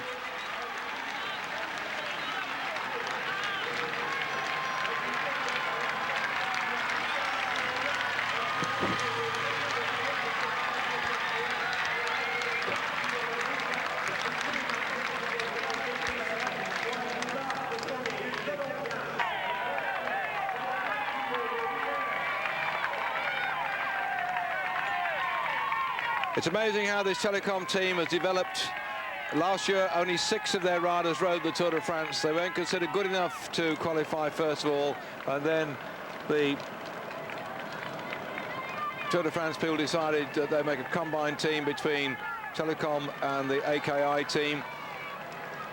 If my memory serves me correctly, all the 3 AKI riders dropped out, and the 6 Telecom sold it on as best they could do at the finish. Well, they've got in this year, and they provided not only the victor in Bjorn Ries, but they've been up there battling for the team competition, and at the moment lying second overall behind Festina. Carrera, I've been trying to find out without a lot of success, but certainly the whole team, the sponsor will now be Mercaton Uno. And there we are. See how Chris looked. Second there behind Indurain, and Berzin in third spot. Jonker's dropped out the frame. A lot of people there, so we've now got Boardman in second spot, but he's 57 seconds back on Indurain at that time check.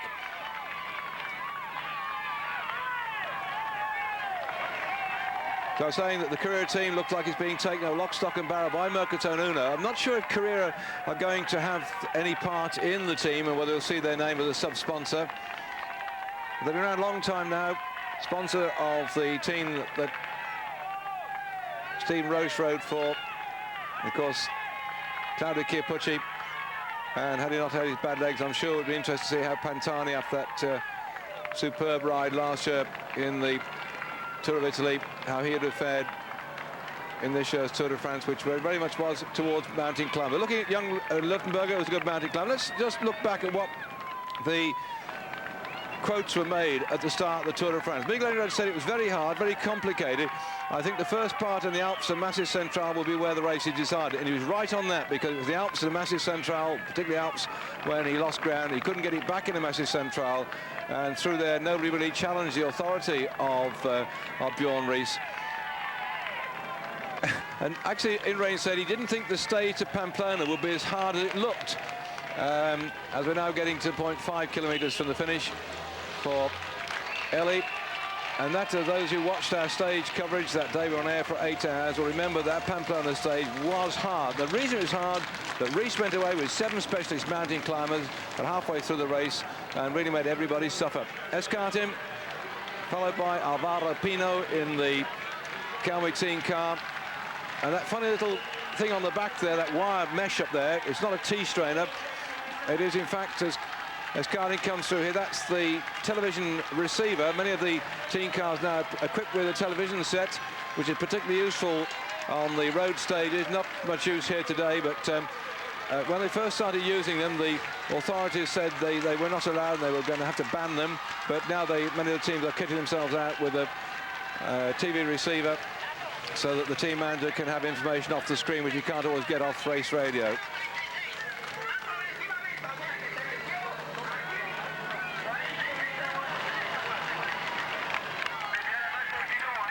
Laurent Duffield has been one of the revelations. He set some fast times early on this time trial, but he's beginning to drop off the back a bit now. Again, he's one of these specialist mountain climbers, and I think the lads who can sprint up the hills don't know exactly how to judge themselves for the time trial. And he's beginning to drift a bit off the frame now, but Festino need all the help they can from this rider to get the time trial team award on this, the penultimate day of the Tour de France. Stage 20 of the Tour, just covering 63.5 kilometres. Heading out from Bordeaux, where Alain Juppé, I think he used to be the Lord Mayor of Bordeaux. Certainly he comes from there. He's been there for a couple of days on the race, Alain Juppé, the French Prime Minister, watching this great race unfold. And another bit of information today for you, by the way. Eddie Merckx has been created a baron, I think is the word. It's certainly been printed as the word baron. He's been honoured in Belgium for his services to cycling, and he's now been elected to the hierarchy, I suppose you might call it. Two snippets of information for you while you're watching Eurosport, live, I hope, back in Great Britain. Hello to all you people, dotted up and down the countryside, holding with bated breath to see if Boardman's going to finish in top 3 places on this time trial. He's certainly come very good indeed. We're looking at some of the lesser riders here. Fernandez Jean, I said earlier on when we had him on the screen that he's better known as a mountain climber and couldn't quite make it. Dufo, our camera's not at the moment dwelling with people like Indurain or Rominger or Berzin, but with some of the other riders who've entertained. We're now looking back at Luttenberger. At that spot, 49.35. That was the spot where Chris Ball went through in 49.30. Berzin 49.26. Indurain 48.41. Now that's intriguing. Dufo's got his cycle computer actually on his top tube of his bike. I didn't notice that little embellishment. I saw them preparing the time trial bikes when I visited the Peugeot factory about 3 weeks before the Tour de France, and they were making some of these very special ovalized aluminium down tubes, very light and very strong. I didn't see how that they were actually positioning the computer on the top tube. I think it must be rather difficult to look back down there. The ideal place is on the handlebars. And they've come a long way since the old days of time trialing. You had a little Terry's clip, it was the company that made them, and you clipped a great big watch on there, probably weighed as much as the bike, I suppose, and used that to time. Itself only showed you the time of day or the time that you're riding. It didn't show like today. They've got the pulsations shown on there. They've got distance covered, average speed. Even, I suppose, what time the tea is going to be brewed.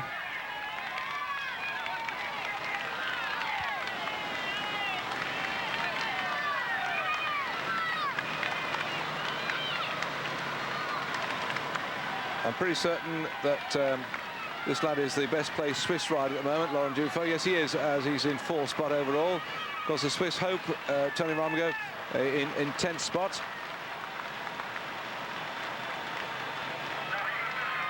Yep, that is a close-up. I told you about the ovalized aluminium down tube. Well, that's one of the bikes I saw being made.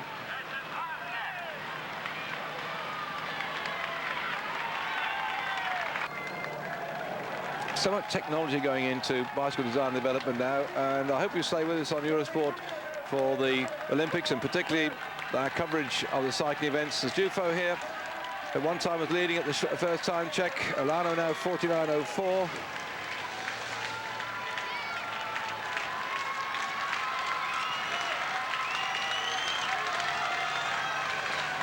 So he's drifting a bit off the frame.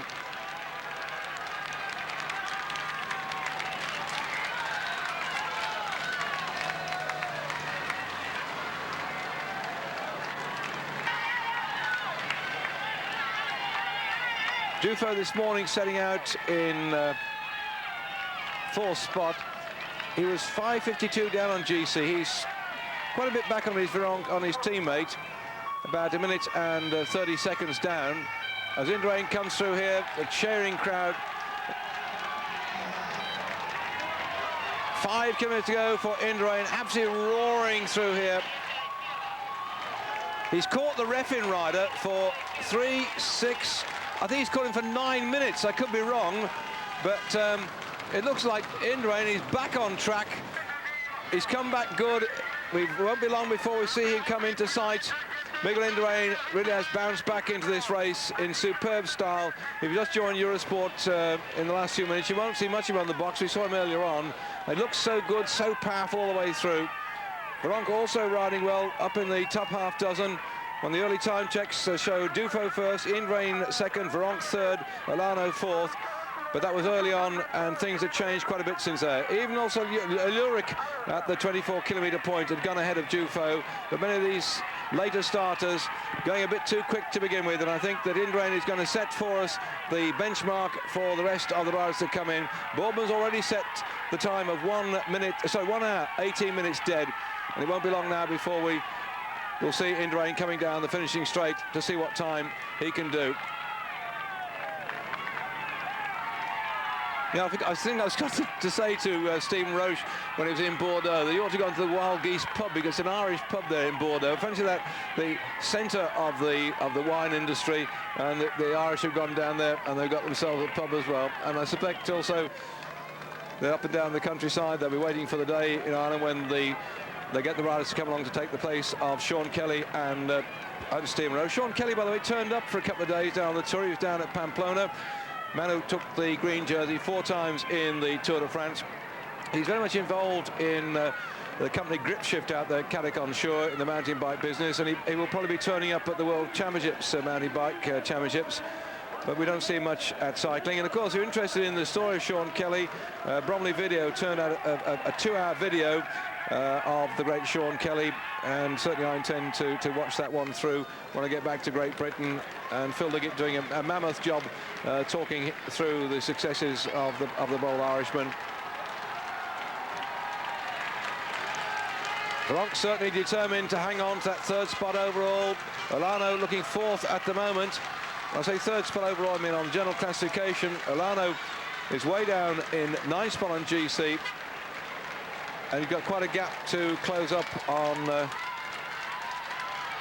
LeBlanc as at this morning's general classification. So scores are being settled. This is a great race. One of the best time trials I've seen for a long time, except perhaps the one in between Huy and Serang last year, when Bjorn Ries challenged the might of Indurain by going through the 49-kilometre point 5 seconds faster than Indurain. He collapsed to 12 seconds down at 54 kilometres.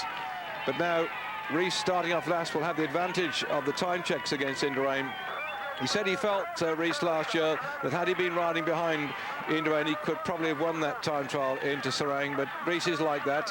Let's see, with the time checks coming in, whether he can in fact topple Indurain at the moment. But there's a lot of other talent out there trying to get the stage success today, or at least make sure they're in the top half dozen.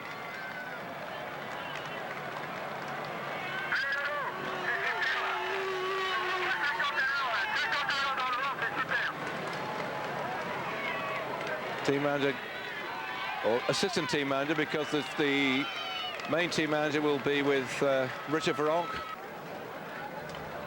This looks like Jonker now has been setting some fast times early on. Oh, in fact, it's Ulrich, my mistake. I looked at the pink down there. It looked like the colours of Telecom, but it isn't. And this fellow's also been setting the fastest time. It looks like he's going to come through here ahead of Indurain. 47.52. Puts Ulrich into top spot.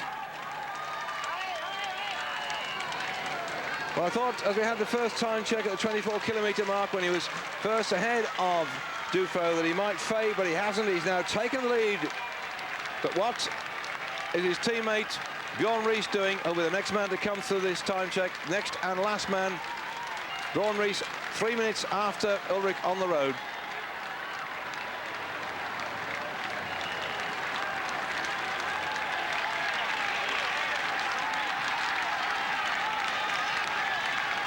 This looks like it is Jonker coming in to finish. I was concerned about his time further on. He had gone faster than Boardman at the early time check. And Indurain is coming along too to the crowd. What a tremendous ride that Indurain has done. This is unbelievable, the time he's putting in. Look at Indurain's time now on the box, on the board there. Chris Boardman 1:18.0 was so much the best time we've had so far. And now he's inside the final kilometre. He's got about 500 metres to go, and he's closing that gap down. He's going to take the lead, that's for sure. But the question is, what will Indurain's time be compared with those further down? Or are we going to see Indurain having that stage success he's been looking for? He dominated time trialling in the Tour de France for so many years now. He's virtually been unbeatable all the way through when he goes and rides a time trial. He lost on the time trial up to Les Arcs, but now as he comes through here, he's in the lead, 1:16.27. So it was Val d'Isère where he was beaten for the first time, what, in about 5 years, I suppose, when he finished in 5th spot. And then he was down at 1 minute and 1 second on the Venji Berzin. But now he's back with a bang on the flatter course. It suited this rider who's had his moments, his problems in the mountains, but he's shown when it comes to time trialling on the flat with the sun on his back that he's one of the world's best, if not the world's best.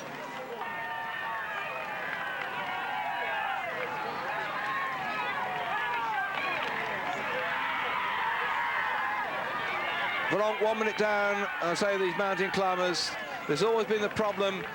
They can punch holes in the opposition in the mountains. When you get big people like Indurain and Riis who can ride the mountains, then when they come to the time trials, even though the mountain goats may have pulled some time out of them in the mountains, they can usually fetch it back in the time trials, and that's what it sort of evens the thing out. Somebody did an article some years ago, or last year or the year before, where it went back over the last 5 years of the Tour de France and extracted the time trials, and certainly Indurain was not then in the frame of the yellow jersey victor, but Indurain's sufficiently good, he could also win state, I suppose, he bothered, but he just rode with the mountain climbers, and the time trials just made sure that he could take all the time out of the mountain climbers. It's getting the balance in the Tour de France, and I think we've got it this year. We've had a tour which has had mountains, which has given the mountain riders a chance to go some.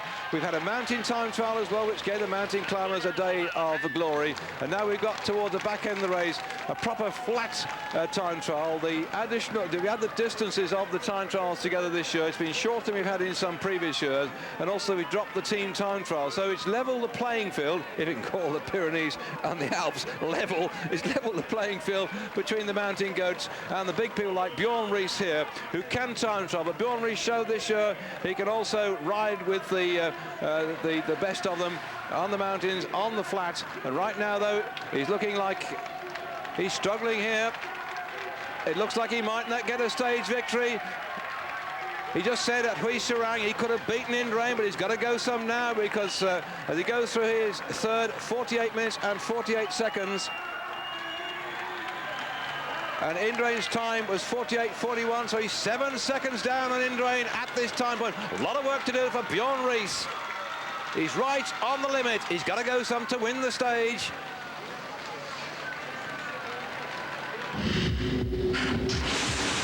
Of sound made up of the cheering of the spectators, the howling of the horns of the motorcycles and cars, clearing the way and let them know that Luc Leblanc is on his way through here.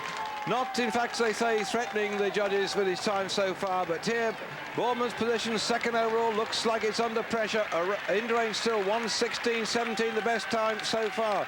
And Alano then looks like he's just going to sniff past Chris Boardman. Is he going to do it? 1:17.30 and a bit. It looks like he'll do it. There's enough time left for him to move into second spot.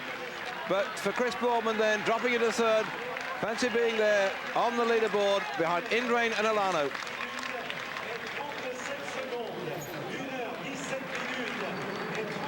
We've also seen whilst we've been having the advertisement, the finish of Tony Rominger finishing in 1:18.18. So the results at the moment, or at least the position at the moment, Miguel Indurain in the lead, 1 hour, 16 minutes and 27 seconds, 1:16.27. In second spot is now Abram Alano, 1:17.37. In third spot, Chris Bowman, 1 hour, 18 minutes dead. In 1, 2, 3, 4 spot, Avenji Berzin, 1:18.27. My mistake, Rominger, 1:18.27. Berzin is 1:18. Let's start again. Indurain first, 1:16.27. Alano second, 1:17.37. Chris Bowman third, 1:18.00. Tony Rominger fourth, 1:18.18. Avenji Berzin fifth, 1:18.27. A look then across the vineyards of the roads running in towards Saint-Émilion.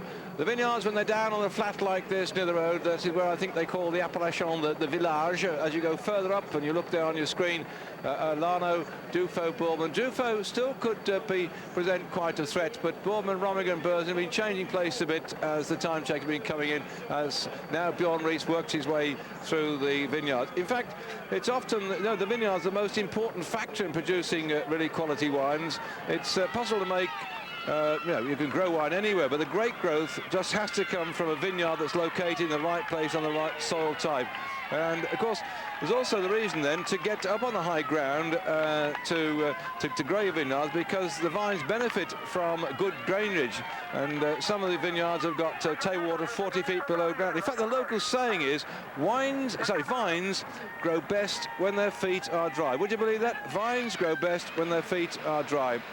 And in fact, when the Romans introduced the vine into this area, they planted vineyards direct onto rock and dug shallow trenches to fill them with soil. So that's why sometimes down the bottom here on the flatter parts, it's generally conceded that the vines do not produce the quality of the grapes which come further up the edge of the hills. So, of course, there's a lot of skill there afterwards once they pick the grapes and what you do with them. And if ever you get a chance to go and visit the caves and see the traditional winemaking going on, they also have to pick the grapes at the right time. In fact, the Australians have now come over and have started to buy up some of the French vineyards. Imagine that, the Australians learned to make wine from the people who immigrated from France and Italy and Germany, and they're using great technology now, the Australians, and they've got the whole industry which is supported by university input, and they started buying some of the traditional vineyards in France, and they found a very critical thing on producing wine is the temperature of the day when the actual grape is picked. And they're quite happy, the Australians, to pick at night if the temperature is exactly right. When it's time to pick the grapes, get the right temperature, they will pick during the night as well, using new technology to understand that balance. Oh well, just thought I'd like to know that.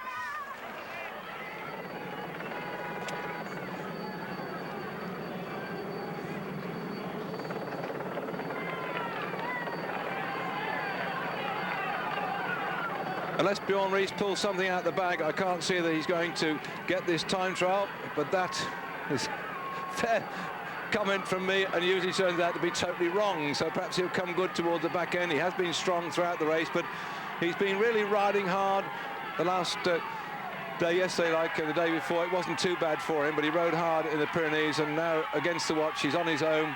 I think he would like to have hammered home his authority by getting the time trial victory today, but he's got to go some, because the times we've been seeing have been absolutely phenomenal, particularly from Mr. Indurain himself, who, with the sun on his back, has recorded 1:16.27 for the 63 kilometres.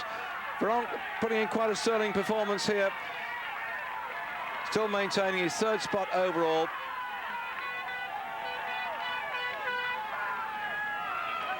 But Jan Ulrich, the young German rider, the time checks we've had so far. Let's look at this one.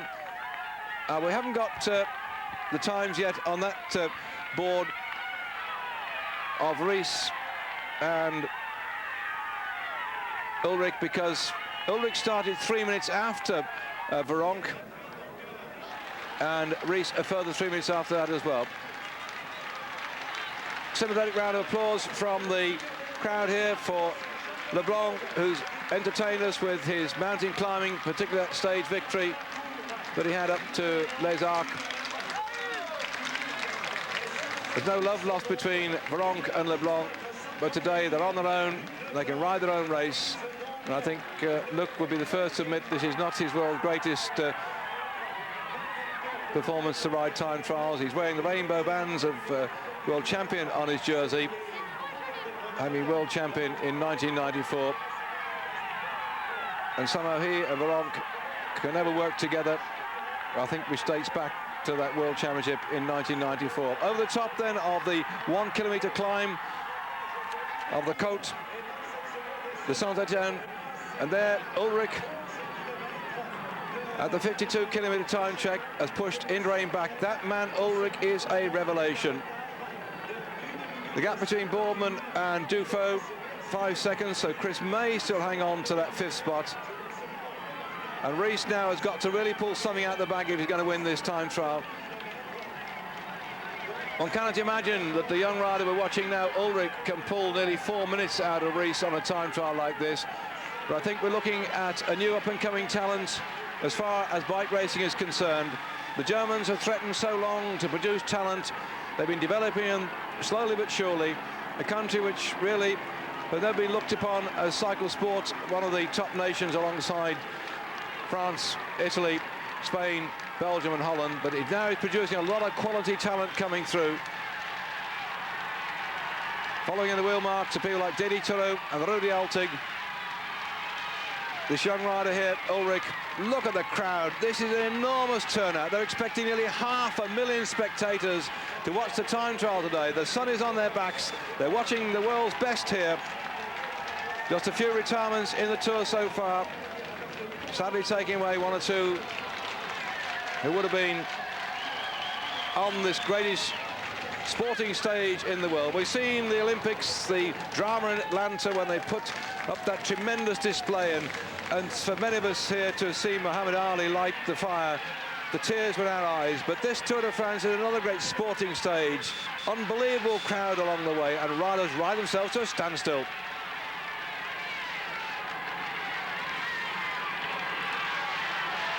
Ulrich receiving here a hero's welcome. He's had to ride for his team leader, Bjorn Rees, but somehow I think that if this man was giving his head sometime in the future, we're likely to see a possible Tour de France winner. This man actually you're watching now was actually fined for speeding in Berlin by the Berlin police. He was doing 42 miles an hour. Mind you, he was behind his brother's motor car at the time, and they pulled him over and gave him a ticket. Well, he's flying along now. He's setting the fastest time as Ugramov comes in here just outside the top 10. He entertained us in the mountains. We didn't see much of him early on because he was struggling to get his form. One of the older competitors, I think about 35 years of age. I presume he may well come back again next year because some of these mountain climbers love the roads when they go up. Not at home today on the flat. But for Ugramov, no chance of getting the stage victories as he did in the Tour a couple of years ago. Back-to-back stages he took then when he romped up the mountains, particularly that one up to Val Thorens. Brilliant ride.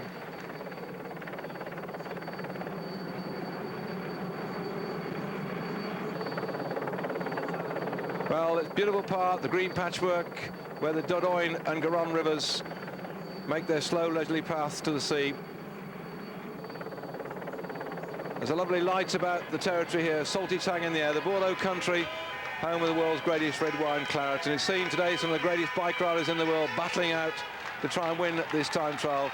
And Miguel Indurain has come back to show his superiority. But this man, Duffield, has surprised everybody. Who would expect at the start of the Tour de France they'll be getting time checks but showing Duffield in the lead? But that's just what we've been seeing. But I think he's fading toward the back end of the race now.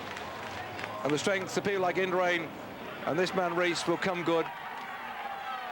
So Duffield's dropped to 5th. Ulrich in the lead then. Rees 1 minute and 25 seconds down at 52 kilometres. The gap between Rees and his teammate Ulrich is certainly going to be cut back by the end of the day today. Just 5 seconds Duffield to Boardman. But what a roll call of honor we've got there on your screen. Berzin back in ninth, 152 down, the winner of the mountain time trial from Bourg-Saint-Maurice to Val d'Isère. This has been one of the greatest time trials at the back end of the Tour de France that I can remember seeing. There have been occasions when the jersey has changed hands and my mind goes to probably the greatest time trial, that time when Greg LeMond beat Laurent Fignon by a slender 8 seconds into Paris. And if it all goes ahead like this, then that will be the position on general classification.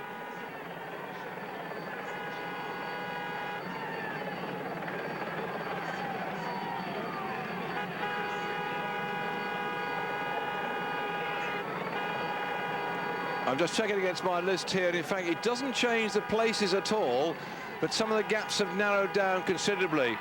And the amazing thing is, of course, that Ulrich is closing up on his captain. Rees is rolling up here on an enormous gear.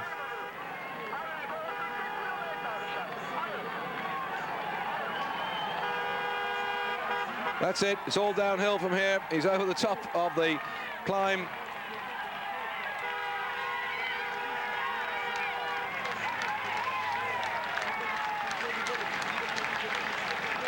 I think he'll be happy with that one. And now he can settle down to pushing the big gear through. Escartin, who switched from the Mappé team to Kelme.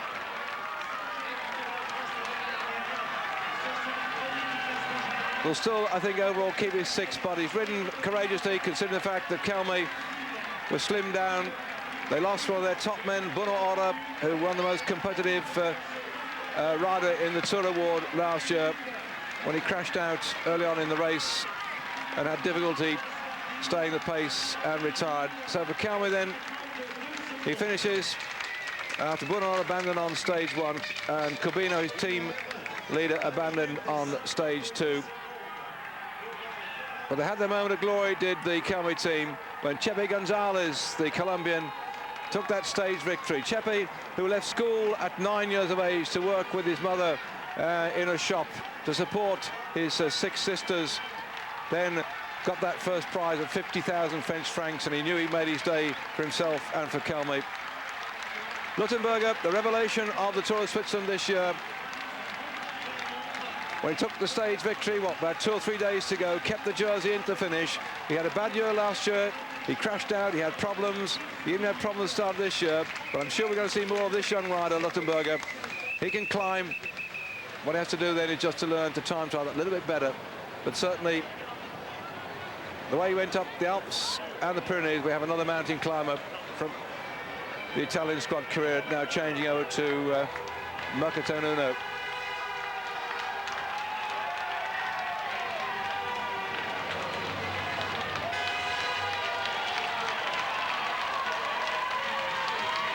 Jan Ullrich on his way through here, the amateur world champion in 1993. He'll only be 23 years of age in December this year. It's his first Tour de France, and like people we're seeing here, Veronk now riding into his 3rd consecutive King of the Mountains award.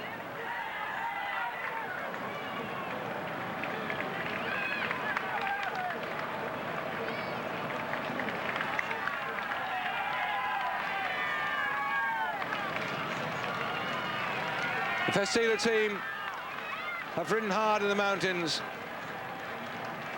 And everybody understand, by the way, that Festina, that were a watch manufacturer in Spain, their sales since they've been sponsoring their racing team have absolutely rocketed. And I think on the back of this Tour de France, they're going to go up even more so. It just shows you that the mobile publicity provided by a racing team, provided backed by a good product, good distribution, can actually bring good sales success. I remember reading also some figures about Gewiss, how they only make, they make switchgear, electrical switchgear, and how their sales have rocketed ever since they've been involved in cycle racing. And here comes the other man from the Festina team, Duffield, who set some of the fastest times early on. Racing on in here, is he going to beat Chris Bourman's time? It looks like Chris may be pushed down. One more slot by Duffield here. 1:17.50, just 10 seconds. He's gone into third spot.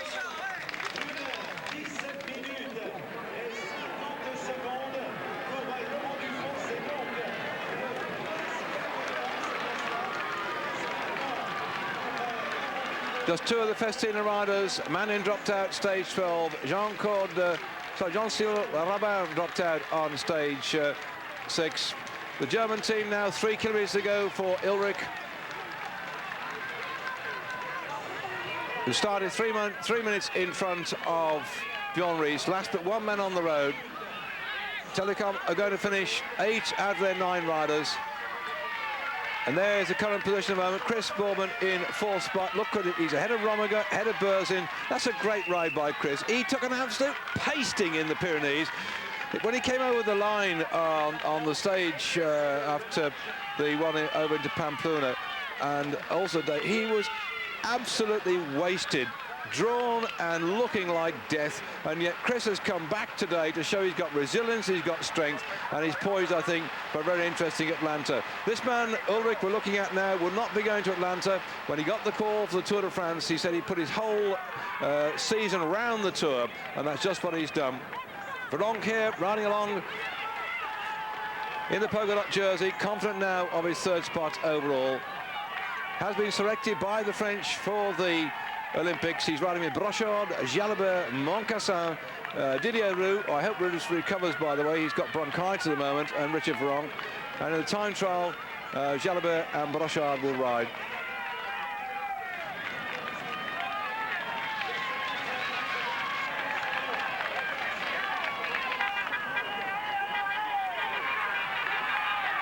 One kilometre to go for this very popular man in France. Tactically, he sometimes may commit mistakes, but when it comes to riding, when the mountains go up, there's nobody to touch him.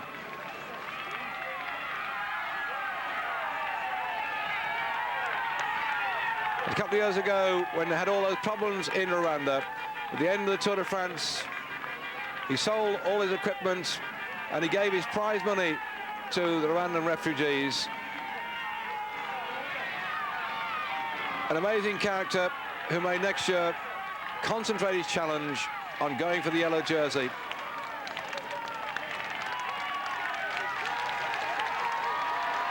He's done an extremely good time trial here by his standards. Veronk would not say that this is his speciality.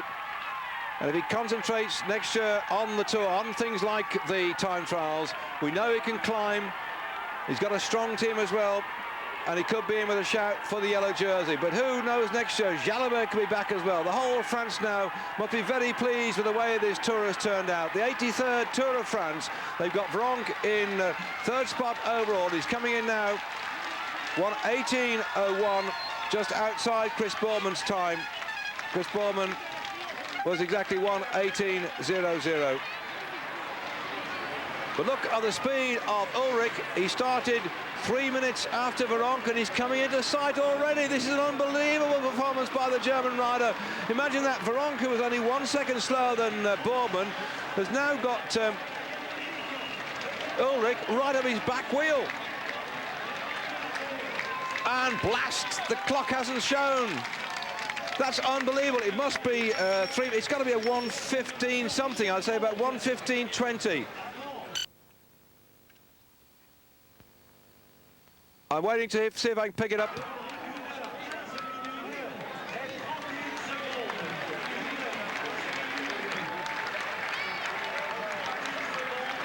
$15.31.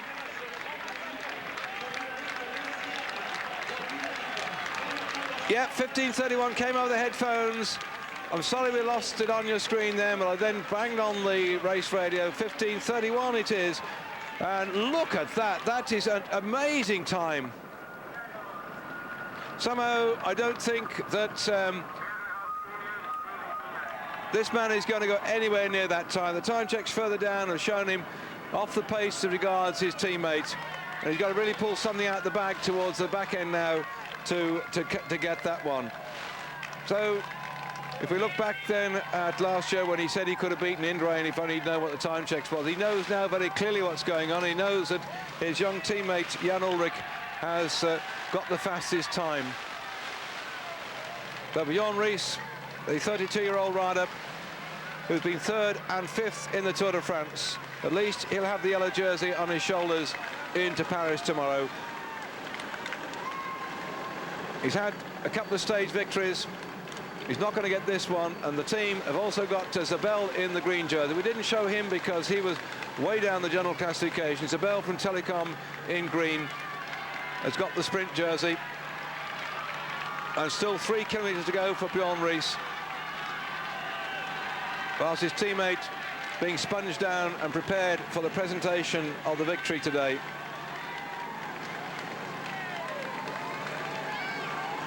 It certainly worked in Ries's favour when he left the Italian teams. For years he'd ridden with people like Arestier, and of course last year with Gavis, when they had more chiefs than Indians really, and he had to ride with people like Berzin and Ugramov. But moving into Telecom team that Volta Gruderfoot had built up, adding into the depth of German talent that had existed with the team, because German Telecom wanted a lot of German riders in it, but as ever you can't always make sure a complete team from a complete country is going to be successful. The French have had full French teams over the years. People like Castorama are always a mainly French team. Many Italian teams are 100% Italian, but occasionally if you want to really win a particular type of event, you have to draft in somebody that's a specialist from outside. Started that way when we started the TI Valley team many years ago. I remember that we had a Dutch and English team, and then eventually became all Dutch, and it was a very successful all Dutch team. But from time to time Peter Post would draft in 1 or 2 specialists, like he did with Didi Turo, to provide just that extra firepower from time to time. But the German Telecom team have done the right thing. They've got a nice balance in the team, and last year having to ride as 6 men from the Telecom team with the 3 men from Akai, it didn't work last year, but Godefroot now has got his full 9-man team in the Tour, and they've been so strong, so dominant. Just 2 Danes in the Telecom team. Bjorn Ries you see here, and Brian Holm, who's been suffering with some stomach trouble during the race, has also been riding very well indeed. So let's do a roll call of honour then upon the Telecom team that have helped this man in the yellow jersey. We've seen them driving away on the front. So Bjorn Ries in the yellow jersey. Rolf Aldag from Germany, another teammate. Udo Boltz, another teammate. Christian Hem, we've seen him trying to get a stage victory a couple of days ago along the coast there in riding for the Telecom team. With 1 kilometre to go then in that team too, Jens Heppner. Brian Holm, I've mentioned him. Jan Ulrich, who's just won the stage today, and Eric Zabel, the man in the green jersey. So what a roll call of honour then for Telecom, with Walter Godefroot, the team manager, and Rudi Pevenage, the assistant director. Just shows you that big acorns, sorry, big acorns, big apple, big oaks from little acorns do grow. Because some years ago, the Telecom team, I remember with Rudi Altig and Peter Voigt, probably 2 years back, going round the Tour de France village before the start, and always glum faces on the faces of the Telecom squad. They were having problems to get success. Of course, Ludwig has been a past victor in the green jersey competition, but now they really have come good, and perhaps I'm not quite sure that British Telecom will sponsor a British team and nurture them up to a Tour de France success in maybe 3 or 4 or 5 years' time. But certainly here, Bjorn Ries in the yellow jersey will have a hero's welcome tomorrow in Paris. Loads of Danes, we understand about 1,000 of them booked to come down on coaches and trains and planes, and so the whole of the Champs-Élysées will be full of red and white flags. 1:17.49 puts Ries in 4th spot overall. He's just about 11 seconds faster than Chris Boardman, but the day really belongs to his teammate Ulrich, who set a cracking speed right the way through. All the time checks showed him going flat out. Ries didn't get the stage, but he's still got the yellow jersey.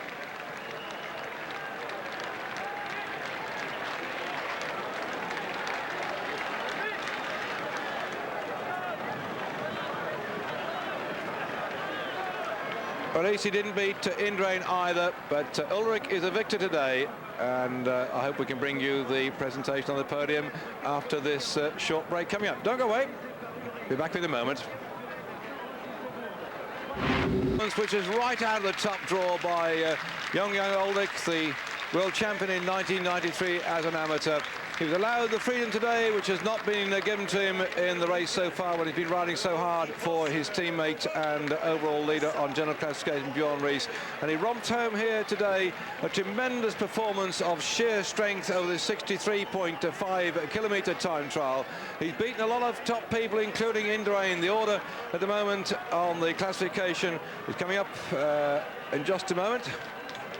Hello. They're looking at the stage yesterday, surely. I don't know what that one flashed up. I looked up there and saw the thing moving. It's gone quickly off again, but it's all the telecom at the moment because we've got the green jersey here, Zabel coming up. And I just tell you, Ulrich has run out the victor of the time trial ahead of Indurain in second spot, Alano third, Ries fourth, Duffield fifth, Chris Borman back in sixth spot. But that just shows that Chris has recovered, and I hope that a lot of you have either made your way to Paris right now or are making your way to Paris. I'm looking forward to tomorrow, and I shall be stuck to my seat, I think, like I've been stuck to the floor here because I've trodden some bubble gum and I can't move my feet at the moment. There are the kisses. The last but one time for the green jersey. Tomorrow it'll be all on the Champs-Élysées, and a massive crowd will be there to say well done to Telecom and particularly young Eric Zabel here.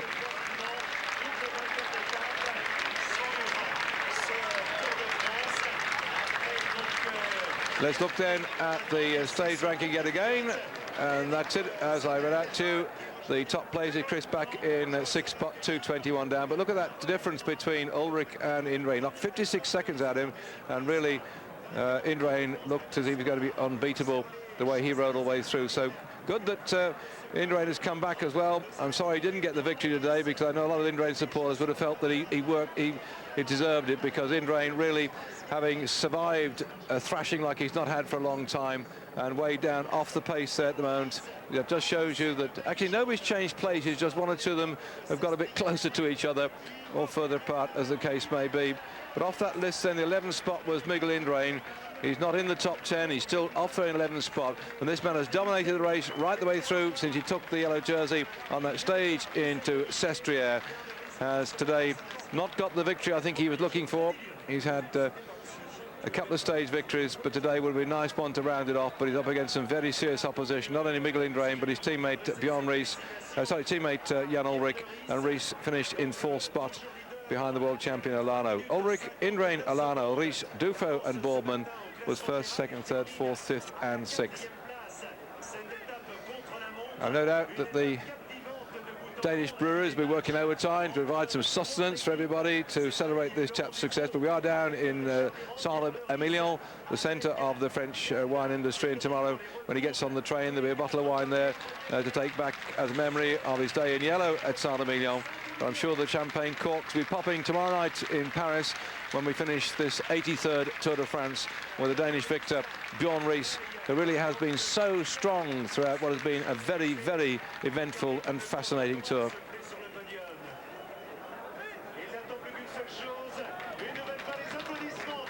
A look back then at him rolling off the start line here, on his way to create history, the first ever Danish rider to win the Tour of France. He's had a third, he's had a fifth. His compatriots in the past have won stage victories, but right now Bjorn Ries going into the final day. You can see on your screen 1 minute 41 seconds ahead of Jan Ulrich. He'll be under no pressure at all tomorrow from Ulrich. It's going to be a ceremonial lap of honour on a course which takes him out from the start on the southwest side of Paris. It's quite an easy start for people who are living in Paris to go out and see, and I'm sure there are going to be swarming masses of people to watch the stage. And the French particularly are going to be rather overjoyed, I think, with the triple here as far as Veronc's concerned. His third consecutive polka dot jersey in the Tour de France. Disappointment still hangs over France with the way that Jalabert, who was expected a challenge for yellow, had to go out the race with serious stomach trouble and stopped him being at the top level. Champion, the supermarket group, once again sponsored this section of the competition. They've done it for some years now. They're back in action again next year, sponsoring the same competition. And what a champion performance we've seen from Richard Veronc.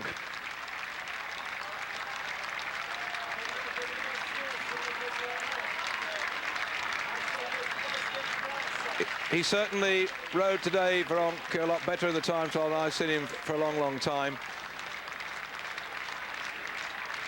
He was probably a bit disappointed with his performance on the mountain time trial at Val d'Isère when he only came in 3 minutes and 25 seconds down on Berzin. But today he rode a lot stronger.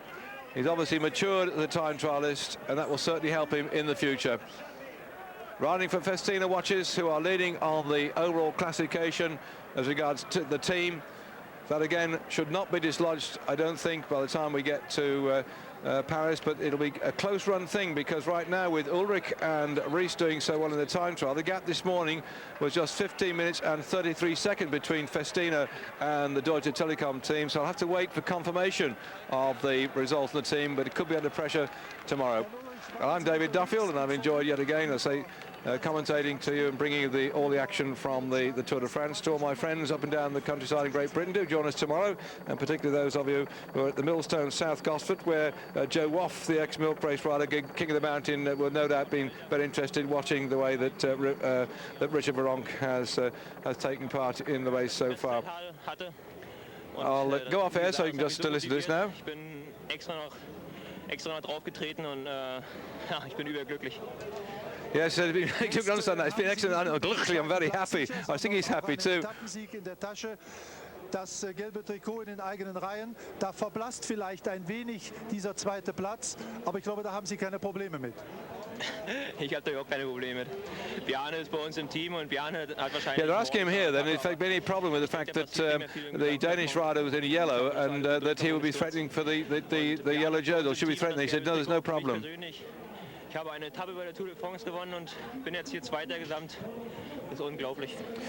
So, 1932, das ist 64 Jahre her. A bit of noise coming up now. I can't follow that one. We're going now to look at the slow-mo replay of the man who's won the stage. We're coming back on air tomorrow at 4:30 Central European time. And also, of course, after that in the evening, we're bringing the women's road race from Atlanta. And coming up next, more action, though, from Atlanta, the women's shooting. And so this is David Duffield signing off. Be with you tomorrow. À demain. Au revoir.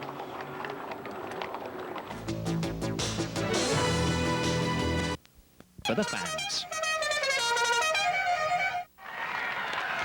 Welcome to the final stage of the Tour de France, the stage from Palaiseau on the outskirts of the town into Paris, the Champs-Élysées. A slightly different finish this year. They've come alongside the Seine, gone over the bridge at the Pamplona, and they're now cutting round the back of the Eiffel Tower. So we're going to see another sight of Paris on its way in towards the ceremonial finish up and down the Champs-Élysées. 8 laps lies ahead of the riders, and already Richard Virenque here, who my co-commentator Stephen Rowe sitting beside me just nudged me and said he's after the Combativity Award. Is that on then today for him? Well, actually, ironically enough, Richard Virenque has the same number of points as Bjorn Rees has in the Tour de France so far. They've both got equal 47 points each, and there's £12,000 first prize for the Combativity Award, the Super Combativity Award this year, Dave.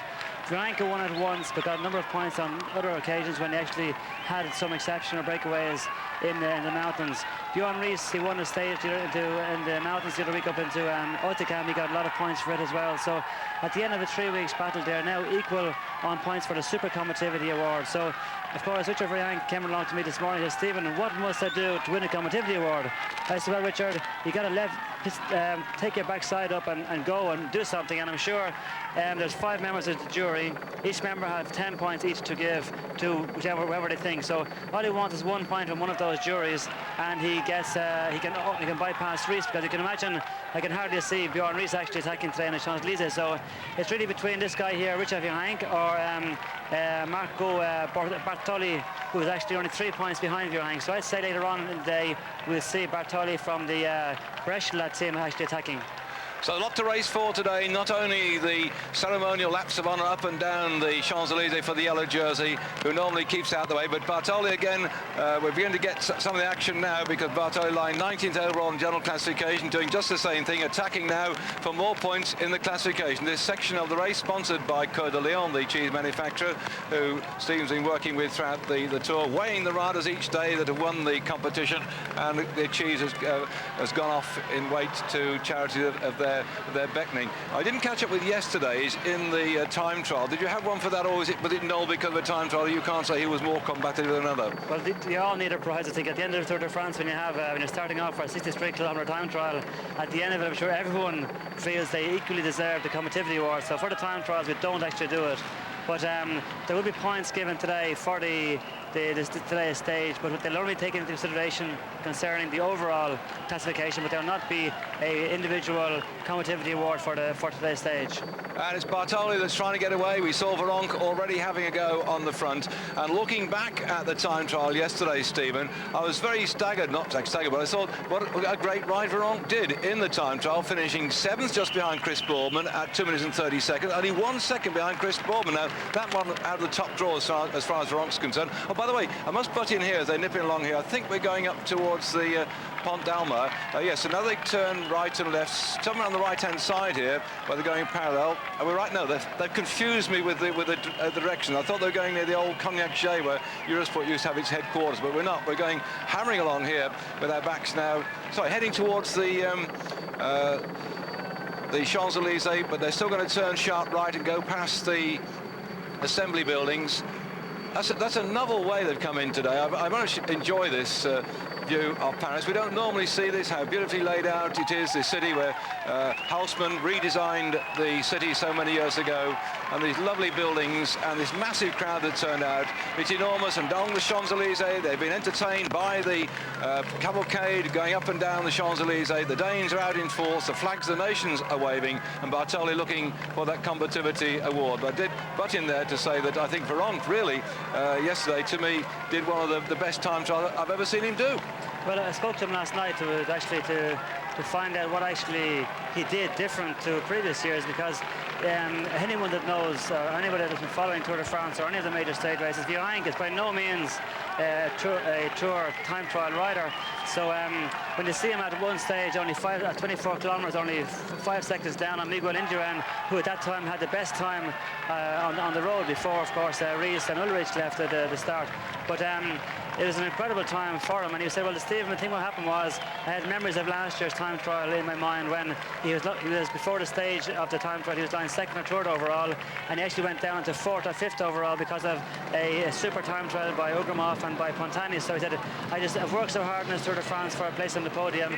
I've dreamt about it every night. I didn't want to see it just be taken off me because I was weak in the time trial. So yesterday in the time trial I was very much under pressure, but I was like a man possessed. I didn't want Laurent Defoe, my teammate. Okay, he was in my same team, it was good for the team, but at the same time I felt that I'd ridden well enough on the Tour de France to have this 3rd place on the podium, because every year is another year. So this year I'm close to the podium, but next year who knows. So at least this year, if I can get the mountains jersey, I haven't won the stage, but if I can finish 3rd on GC, it's good enough for myself, it's good enough for Festina. Well, running into his final day on the Tour de France, the overall leader wearing the yellow jersey, Bjorn Ries, 1 minute and 41 seconds clear of Ulrich in 2nd spot. Richard Veronk, we've just been talking about, is 3rd at 4 minutes and 37 seconds.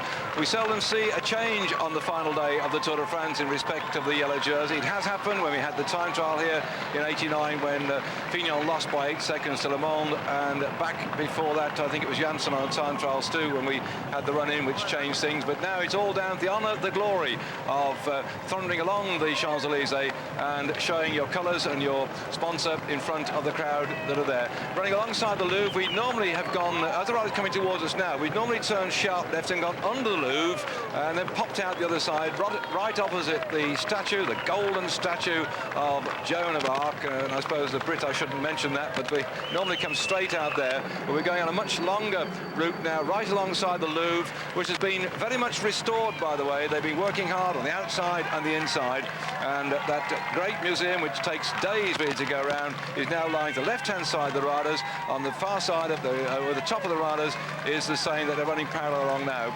So a novel finish for them this year. It's actually strange, Dave, here to see in our picture here that Frankie Andrew has been joined by Johan Museeuw.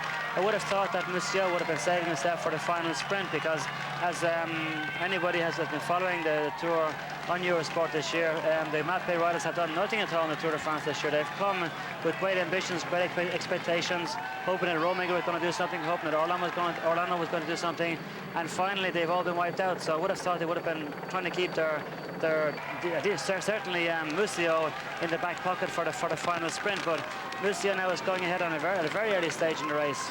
Perhaps he's worried about the sprinter specialists who've been dominating the flat stages so far. We've seen stage victories from Zabel, a couple of those, Moncassin, 2 he's got stage victories, and the great Abdul Japarov, who didn't win his stage from a sprint. He galloped out and left them. A remarkable performance by Abdul Japarov, not to wait the sprint, but he has won twice on the Champs-Élysées in the past, so I suppose we feel like Blyleven still, who missed out the other day in the sprint when he could do no more than 15th place. Perhaps Rizzo here decided that he better go on an early, long, lone break to see if he can get away from him. But you know, when you've still got 8 laps to the Champs-Élysées, this does, as you say, Stephen, seem to be a strange mood. Well, you see that the riders go away, but the peloton keeps staying at the same speed. I mean, the peloton is riding at an average speed of in around 55 kilometers an hour, whereas like anybody that attacks, they may attack and their speed themselves may go to 60, 65 kilometers an hour, but it's impossible to maintain that speed for very, very long. So they're going to 65 kilometers an hour, and eventually they start slowing down. But as the peloton is going the same speed consistently, they catch the front group all the time. So the Tour de France, when it arrives in the Champs-Élysées, just to put you in the picture, if you can imagine, like, these riders have all got some 4,000 kilometers in the legs. They've all got 21 days racing. They've had the first 10 days in the rain, the last 10 days in the super hot conditions. So they're all very, very tired indeed.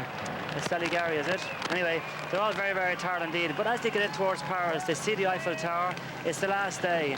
The riders this morning would have taken out clean shoes, clean socks, clean shorts, a clean jersey, and they'd have had in their mind, this is the day to show it all, so we're going to do it in front of everyone today.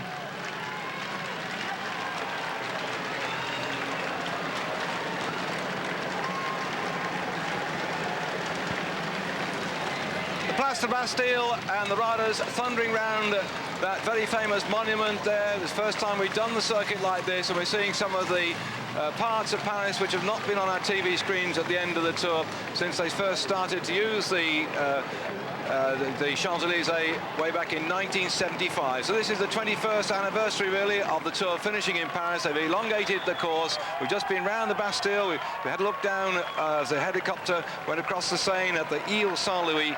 And so now, at the moment, the riders really have a ceremonial tour of the town. And as we're watching the racing here, they're jumping all over the place. And Stephen has just thrown his arms up in amazement to find Zabel in there, eh? Well, Zabel, like, he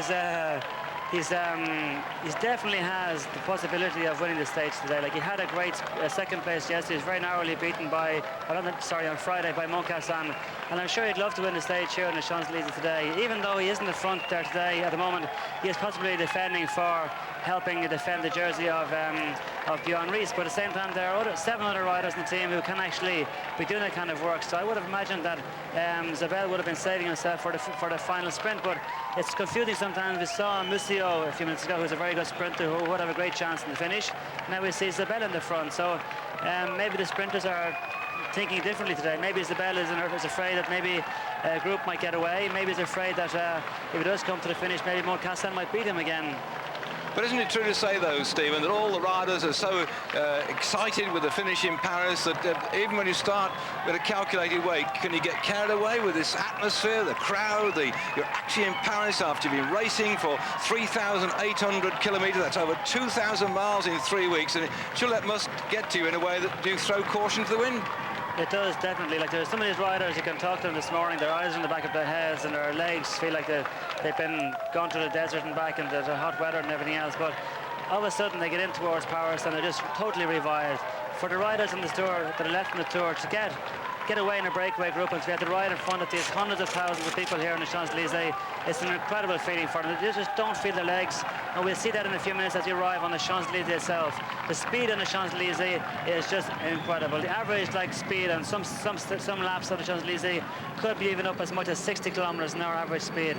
It's an incredible speed when you think about they have done over 2,000 miles and they are very, very tired. But of course it is the last day, so the boys know that once they cross the finishing line here in the Champs-Élysées, tomorrow's another day. Well, they're rolling along the Rue de Rivoli, and I know you popped into the James Joyce pub near the Concord for a little drop of the brown milk before you came in. Well, just to the left-hand side here somewhere, we're shortly going to see my mates who have been quenching their thirst in the in Connell Carr's place, and they watch it on Eurosport and then dash over the barriers, watch it go through live. So it's approaching you now, lads.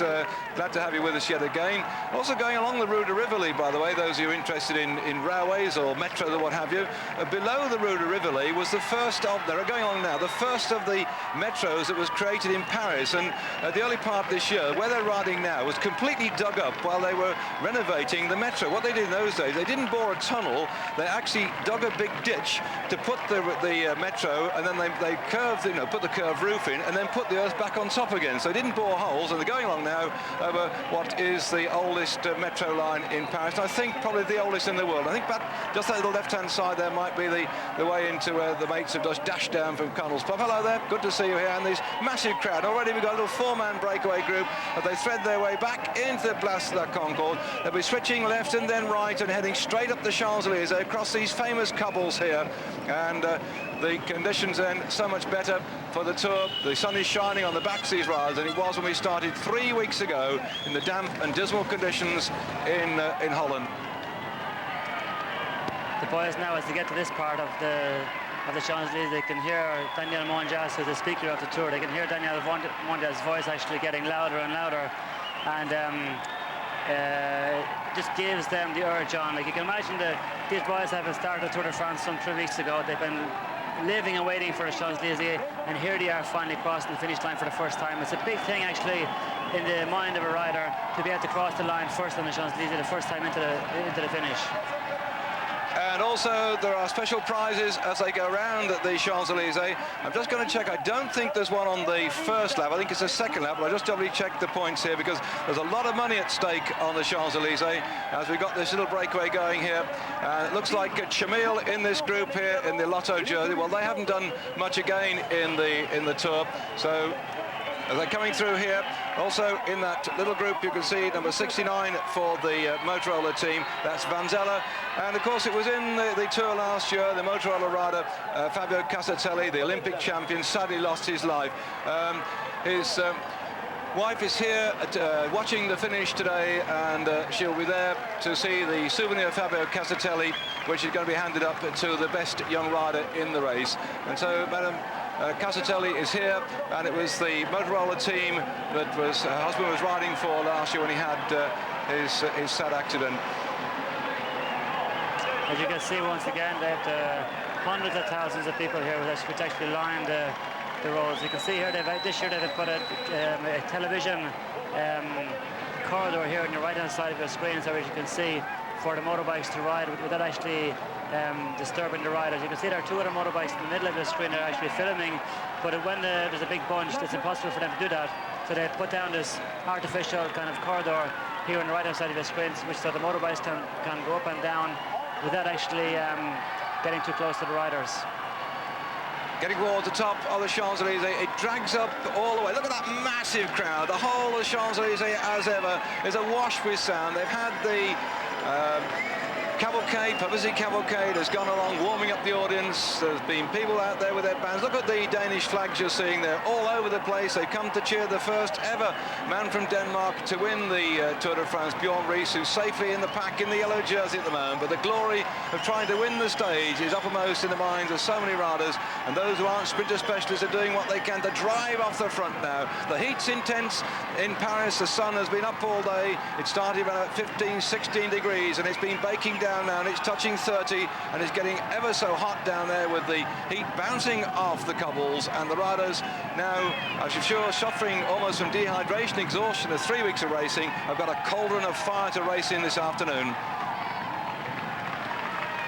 I believe, Dave, that all of the planes, trains and buses, everything coming from Denmark is all totally booked and totally full for the last couple of days. It's amazing the amount of Danish people we have seen on the tour over the last few days, and I'm sure here on the Champs-Élysées here in Paris today we will see hundreds of them again.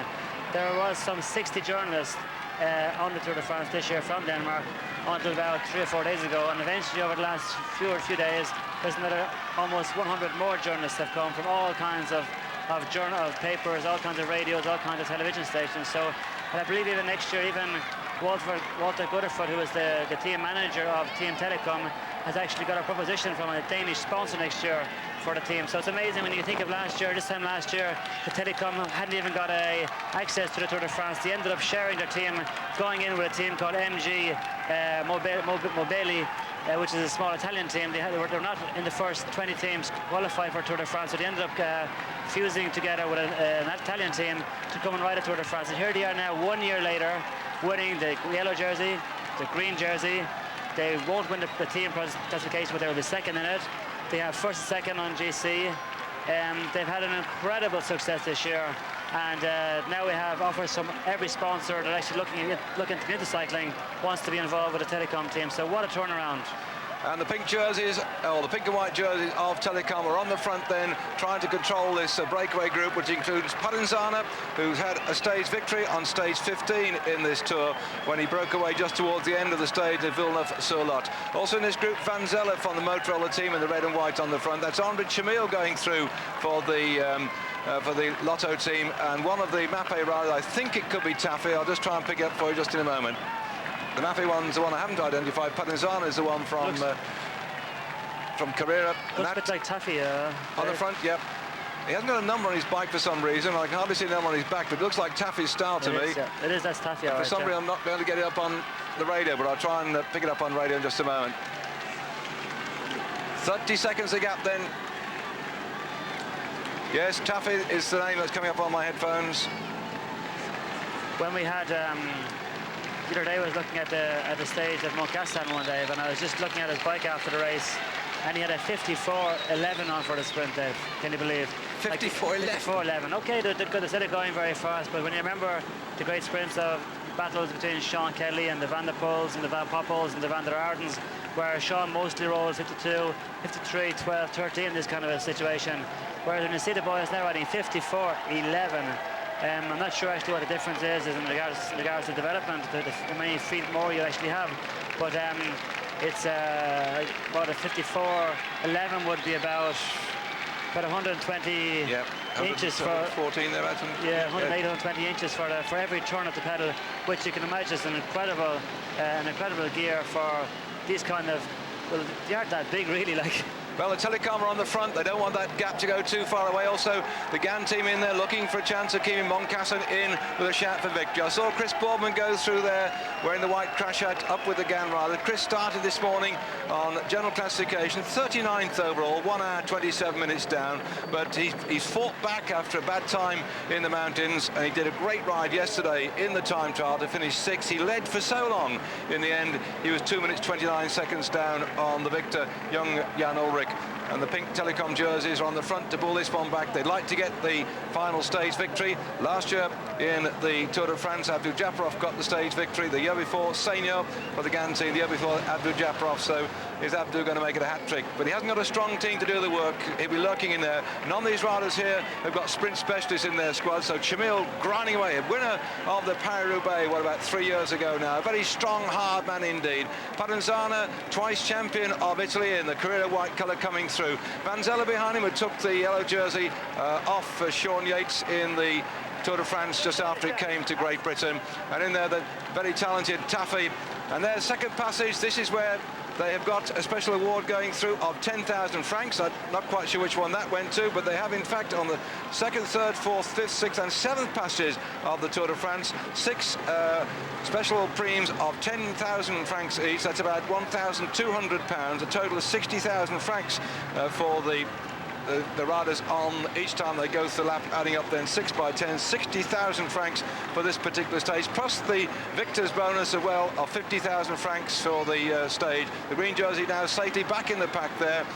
And this great colourful sight of the 129 riders in the Tour de France, now then having gone through on their second passage of the finishing line, have still got another 6 passages to go. But it's still, now it's still 40 seconds as the TVM team right away on the front, in fact 41 according to the graphics on the screen.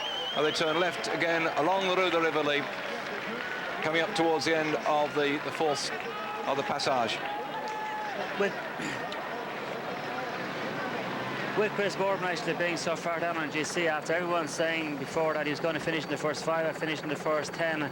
I'm saying everybody said because he didn't. He didn't. Exactly, even though possibly I maybe said he did or whatever, but a lot of people said he was going to do it, but I couldn't believe he would do it because I felt that, well, it's too much to ask for a rider like himself, coming from where he came from. He's already done an awful lot in the short time that he has been within the professional ranks, so you got to let him kind of build himself up first of all. I think it possibly has suited the Gan team that Chris was being earmarked as being a potential Tour winner because it gave them a lot of publicity on and off the bike. But you must be a realist, and the Tour de France cannot be won or cannot be attained apart from exceptions like Ulrich and what have you. Well, they're coming up then towards the end of this next lap here, and my mind goes to that front cover of Cycle Sport, the monthly magazine, which had a picture of Indurain, and one side of him was made like a robot, the other side was a human, and he said, is this man a robot? What it takes to ride the Tour de France? Well, he proved this time that he's not a robot, he's human after all, but he's had the courage and tenacity to stay with the race as well, like so many other riders who've gone through bad patches, and I'm sure he'll get a very big round of applause, because what happens after the Tour is over and done with, the teams go round in the order on general classification. The gap now 42 seconds back to the main pack. We're going to take a short break. The 4-man group is still powering away. Please stay with Eurosport for more action from the Tour de France.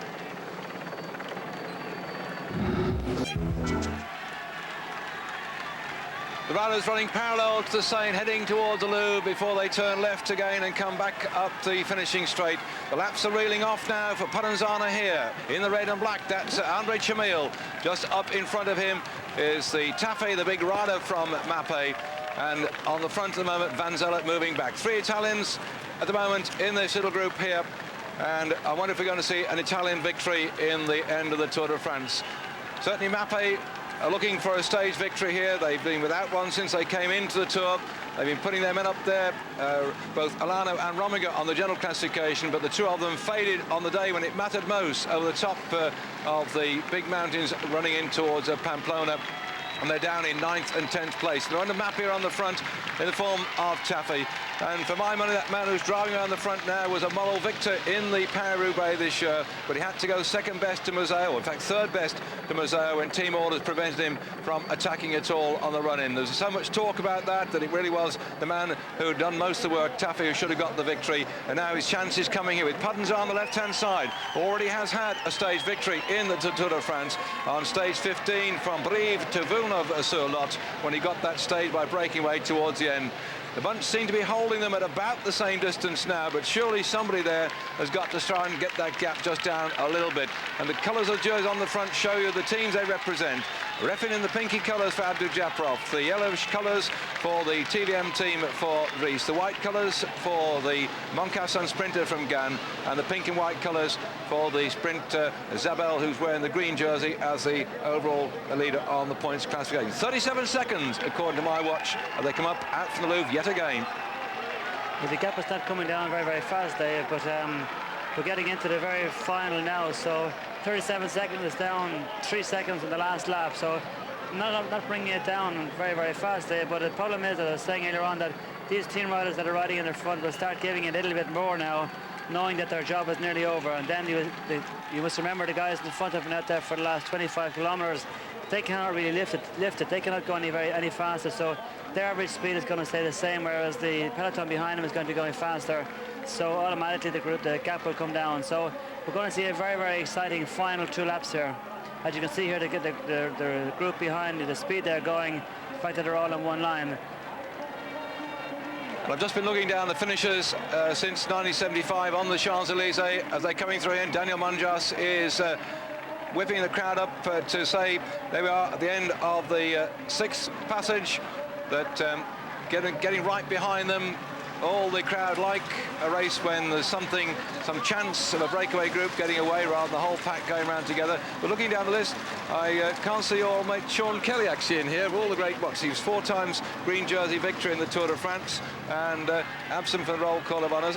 He was on the tour at Pamplona. Did you have a chance to speak to him at all? I had, yeah. Well, Sean was just came along on with hairy legs and his shorts, and just was really along for the ride. Really came along with Pat McQuaid, Owen O'Connor, and 1 or 2 other friends out there just to have a look at the at the Tour. I think Sean has not been back to any cycling event, I think, since he actually retired 2 years ago. So it's great to see him there, just being another wing one of the crowd. And I spent a day with him. We went along on the stage in the car together, and of course there's some good laughs, you know. So Sean is still hanging in there. I believe he's riding the bike now 3-4 days a week. So and getting a hammering, I believe, as well. So I'm going to try and do a bit myself now when I get back to Ireland after the Tour de France. Well, I'm looking forward to seeing the Bromley video of Sean Kelly, a 2-hour programme. My friend Phil Liggett commentating on that one for a couple of hours. Not quite the long-winded, 7.5-hour thrash we had the other day, but nevertheless look forward to Phil's 2 hours chat about Sean Kelly. And whilst this group is coming along here, any more news, Stephen, about the Tour de France starting in Dublin? It's a rumour been flying around a lot. Is it possible, or what are the problems? Well, there are still a number of little small problems to get over. One major problem is the fact that getting from Ireland back across to France for the third stage is causing a lot of headaches at the moment. Getting the 3,500 people back across in less than 12 hours, back across from wherever it be, whether it be from Wexford, whether it be from Cork, back across to the continent again, and trying to minimise the fatigue for riders and personnel.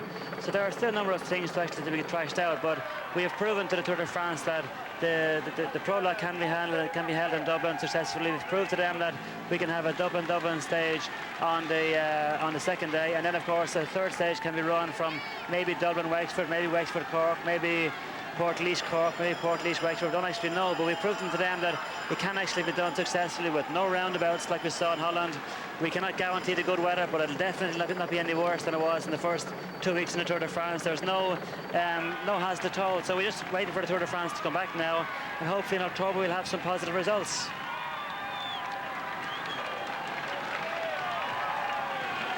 The gap is now down to 30 seconds for this breakaway group that formed on the start of the first lap proper on the Champs-Élysées. 8 laps in all. They now come through the 6th lap. They've got the 7th and 8th lap, and that's it. Off we go in towards a thunderous finish at the end of that lap. So now then, these 3 riders, the gap's been coming down. It was getting the thick end of 50 seconds. It's now 30. And you see the great phalanx of motorcycles on the side here, getting their photographs of the riders and making sure that the press on Monday will have stories. You'll be seeing stories not only in the press as well, but the weekly cycling magazines, the monthly magazines too, when they'll be going in depth to look back at this, the 83rd Tour de France. Jamil there on the front riding away with Pannanzana here from the Carrera team. Jamil on the front, Taffy and Van Zelle. And if you wanted to take 4 really hard riding, experienced bike riders on a lone break in the Tour de France, I don't know where you'll find 4 more experienced hard riding riders we're seeing now.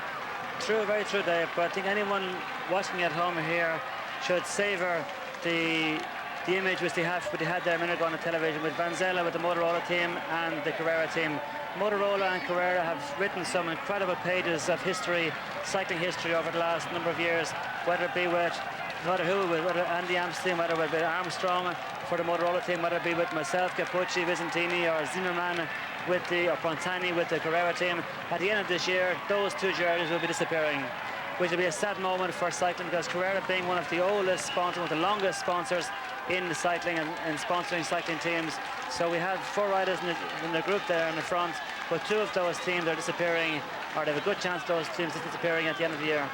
And also, I think we should spare a thought for your career teammate, Claudio Chiappucci, who's in the midst of this little group at the moment. He's got a tremendous following of fans all over Europe, and in particular back in Great Britain. I understand he's riding next year with the Amore Vita team, who currently don't have enough points to be selected for the Tour de France unless they strengthen the team next year with a determined effort to ride the Tour de France, which somehow I doubt it because they prefer to ride mainly in Italy. This could be the last time that we'd like to see Claudio Chiappucci riding on the Champs-Élysées. And one thing I'm going to do, and you do as well with me, Stephen, is to look in that bunch when they swing back there and see if we can spot the ball Claudio, because this might well be his last term. Well, I spoke to him this morning, Dave, and he said he's going to do probably 1 more. But he reckons he will do maybe 2 more years cycling, whereas 1 year next year will be his last tour ride. and then one more year just kind of with no major tour, just kind of winding off. But Tully's team have to get in, and Amori Mito aren't in the top 22. He said he hasn't actually signed us yet, because Boifava with Carrera has the possibility of making another good team. So he said if Boifava makes the good team, he will stay. But Boifava told me also, he's the director sportif of the Carrera team, said he's a bit tired now with 15 years in a row with the top teams. He said it's very, very difficult for his family and everything else. So he may just do a small team next year. If he does a small team, well, then Capucci will obviously go to a bigger team. But at the moment, Capucci, after doing all his whole career with the Carrera team, I'm sure would like to stay with David Boifava, who has given him a lot of satisfaction and also helped him during his most successful days of his career so far. The gap, according to my watch, down to 26 seconds, and the refereeing team are doing the driving on the front together with Gan and the TVM and Telecom teams. The rest of the teams here coming through the colours. We haven't seen much of them on the front. There, the pink jersey of Neil Stevens has had a very hard tour once Jalabert retired with that stomach trouble, and in the pink then Stevens went to try and get away the other day to get himself a stage placing, and he rode very hard indeed. Neil's really put his back into it since Jalabert retired from the race. Here on the front, the MG Techno Gym team riding hard as well to set it up for Bartoli to try and get the last stage victory and perhaps the award for competitive. Baldalto, Dave, also, but Baldalto was going very well the other day, so Bartoli's a good sprinter, but they also have Baldalto, who seems to be coming to the fore over the last few days. Yep, my mistake, I meant Baldalto, as they're snaking here, and I think the speed has gone off it slightly. When you get riders shoulder to shoulder, 3 and 4 back from here, I think suddenly those blokes who've been chasing are finding it a bit tough, and they need some new legs coming through. See, Boardman, they're going through for the Gan team, of course. The way that Mount Cassan is sprinting the last few days, the Gan team have incredible confidence in it here, so I'd say we'll see the Gan team doing more and more riding in the front now in this closing lap. And there we go through now on the 7th passage. So, oh, that lovely cobbles, by the way, that top shot we had. Do you know, still in Paris, they're relaying streets using that lovely fan-shaped cobbles. At one time, they were not relaying them because during the student revolts, what was it, 68 or something, they actually were tearing up the cobbles and throwing them. And they sort of tarmacked over many, but now the old traditions are coming back. A lot of the smaller streets are being recobbled and bringing back that history to Paris. Well, the gap, according to my watch, is 20 seconds. There, Indurain at the back of that group, keeping out of harm's way at the moment. So the work has been timed to perfection now. They've just gone through the 7th of the laps. As you can see in our picture here, it's a little bit deceiving, and sometimes you think they're actually getting closer, but the gap still is around 25 seconds. But these guys here now, they will turn around at the top of the Champs-Élysées. They will look back when they're starting to go back down again. They will see the peloton coming towards them. They'll be able to judge for themselves how close the peloton is getting to them, and they'll be able to say to themselves, well, is it worth their while going on, or are they just going to swallow us up? But contrary to what I've said, is this is the Champs-Élysées, so even if they are only 5 seconds away, these riders will still keep going. This finish now used since 1975. Before that, there was a finish on the track. First of all, at the Parc des Princes, where it finished in 1904. 122 times the Tour has visited Paris, either a start town or a finish town, and sometimes we've finished twice here with both a time trial and a road race stage as well. Not often do you see the yellow jersey coming in victorious to win the last stage. It's happened when we've had time trials. It's happened when we had some pretty serious riders determined to stamp their authority. And the great Eddie Merckx actually won into Paris in 1969, 1970, 71, and again in 1974. And if you haven't caught up with the news back in Great Britain that he's now been elected as a Baron in Belgium, I'm not going to call what he's called Baron Merckx or Baron Cannibal, because he won over 500 races in his time. And Eddie Merckx then a victor in Paris, and the yellow jersey to boot as well. But a yellow jersey safe in the main pack. A beautiful view of the Arc de Triomphe, the Étoile Charles de Gaulle, and they turn around the top. Well, yes, one more time.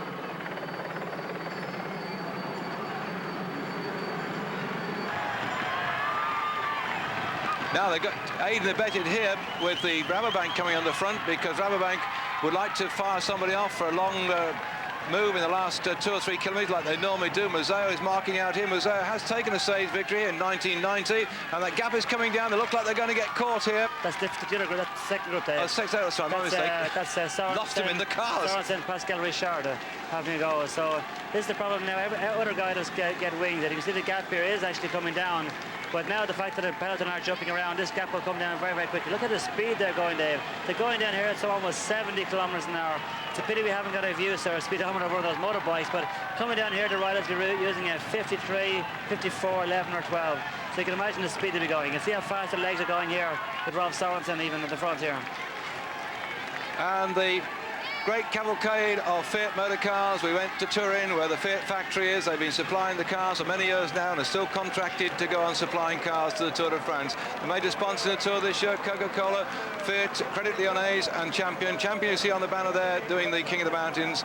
But the big thing is now, in the end of it, who's going to take the lolly? Because overall, the man who wins the Tour de France at the end gets 2,200,000 French francs. That's the victor's prize for awaiting Bjorn Ries at the end of the race today. But who's going to get the final stage victory, which is worth 50,000 French francs? The other day, Dave, I was just looking at a book and I saw that the winner of the Tour de France today will get 2.2 million French francs, which is about 250,000 pounds. Yep. When I won the Tour in '87, I got 180,000 French francs, which is 20,000 pounds.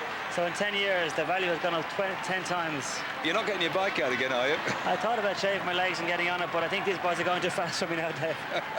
Well, my co-commentator Stephen Roche has said time and time again he thinks it's a bit more cutthroat and sharp now, but I'm sure if he was having his day again, he'd be up there with the best of them. Nice to have you on board again, Stephen, after tearing around all the countryside together, or separate as the case may be. And I'm sure back in Ireland, all our friends there very interested to hear the comments, the in-depth that you have can supply to this little lot. Well, we're getting up towards the next, which will be the 8th passage, and the bell will go on the big ding-dong on the last lap. In fact, talking of ding-dongs, they started out in holiday mood from Palaiseau this morning. That joker in the pack, Jackie Duron, they got a great big cowbell around his neck, and he was going ding-dong, ding-dong as he rode along. They were in holiday mood then, but since they hit the outskirts of Paris, it's been all systems go, shortly just under 54 kilometres an hour. That's around about 34 miles an hour, and there's not been a let-up since they hit the Champs-Élysées. This is the demoralising part now for the riders. They've done all the work. They've been out there stretching out the field for the last 6 laps, and now their gap now is down to 16 seconds. They still have 1.5 laps to go of this circuit here in the Champs-Élysées. 1.5 laps is about 8 kilometres altogether, and you know that now that the chances are almost doomed. But who knows? There's always a slight chance. We see the left-hand side here, Claudio Cappucci. Actually, before we went under the tunnel, we just saw Claudio Cappucci there on the left-hand side of the screen. As we were saying earlier on, Claudio's possibly riding his last, or is definitely riding his last Tour in the Carrera jersey. But of course, we're looking forward to seeing again here next year. Along the Rue de Rivoli, that 4-man breakaway group are still trying manfully to stay away. In the distance, they can see the kilometre to go, but they got one more lap before they hit that one. And the gap then is round about 15 seconds. Boardman leading the charge on the front. Great to see the Brit there doing his work for Moncassin, and the French would absolutely erupt and would hear the Marseille sang up and down the Champs-Élysées should Moncassin get the stage victory at the end of it all. Van Zelle pulls off the front of that group of riders now, heading up for the bell. Of course, the stage today, David, if it comes down to a bunch sprint, will suit equally Zbel, Moncassin and Blijevens. Abdul-Japarov likewise. Abdul-Japarov, maybe Abdul-Japarov is maybe a little slower at the moment than he was a few years ago. But those 3 guys are actually, if you ask me to decide which one of those 3 I would give my preference to today, I would not be able to say, because the circuit today, the finish today, suits the 3 of them. So it'd really be whoever actually has the most stamina and the most energy and the most courage in this final kilometre.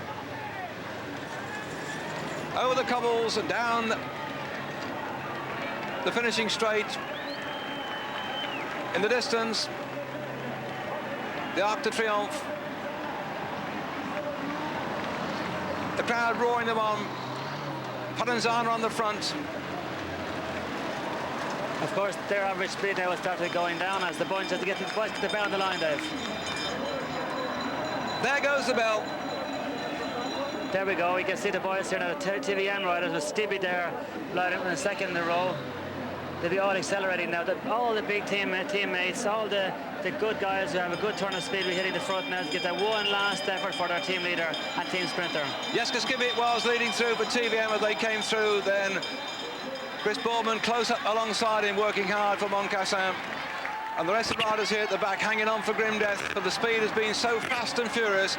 30 degrees the temperature in Paris, an absolute cauldron of heat and intensity. Can this little group hang on? On the front is André Chamil. Chamil driving hard here to stay away from that group. It's his turn then to really thump on the pedals. They've all taken it so much together in turns to drive this thing forward. The Russian rider on the front then, Chamil, but here Ganna doing all the work. Then goes through Christian Hen for the Telecom team. You can see everyone, you can see the riders here in front, they're riding their bit, they're pulling over to the left and going to the back. That's what I was saying earlier on, they're giving their every little bit of energy they have in the left and the legs, giving it all, pulling over, and that's them done. So you can see here, you see them once in their front, then they're gone. On this final lap of the Champs-Élysées, the Tour de France, the finish to be decided in just about a couple of minutes' time. Who will get the stage victory? Will that breakaway group survive?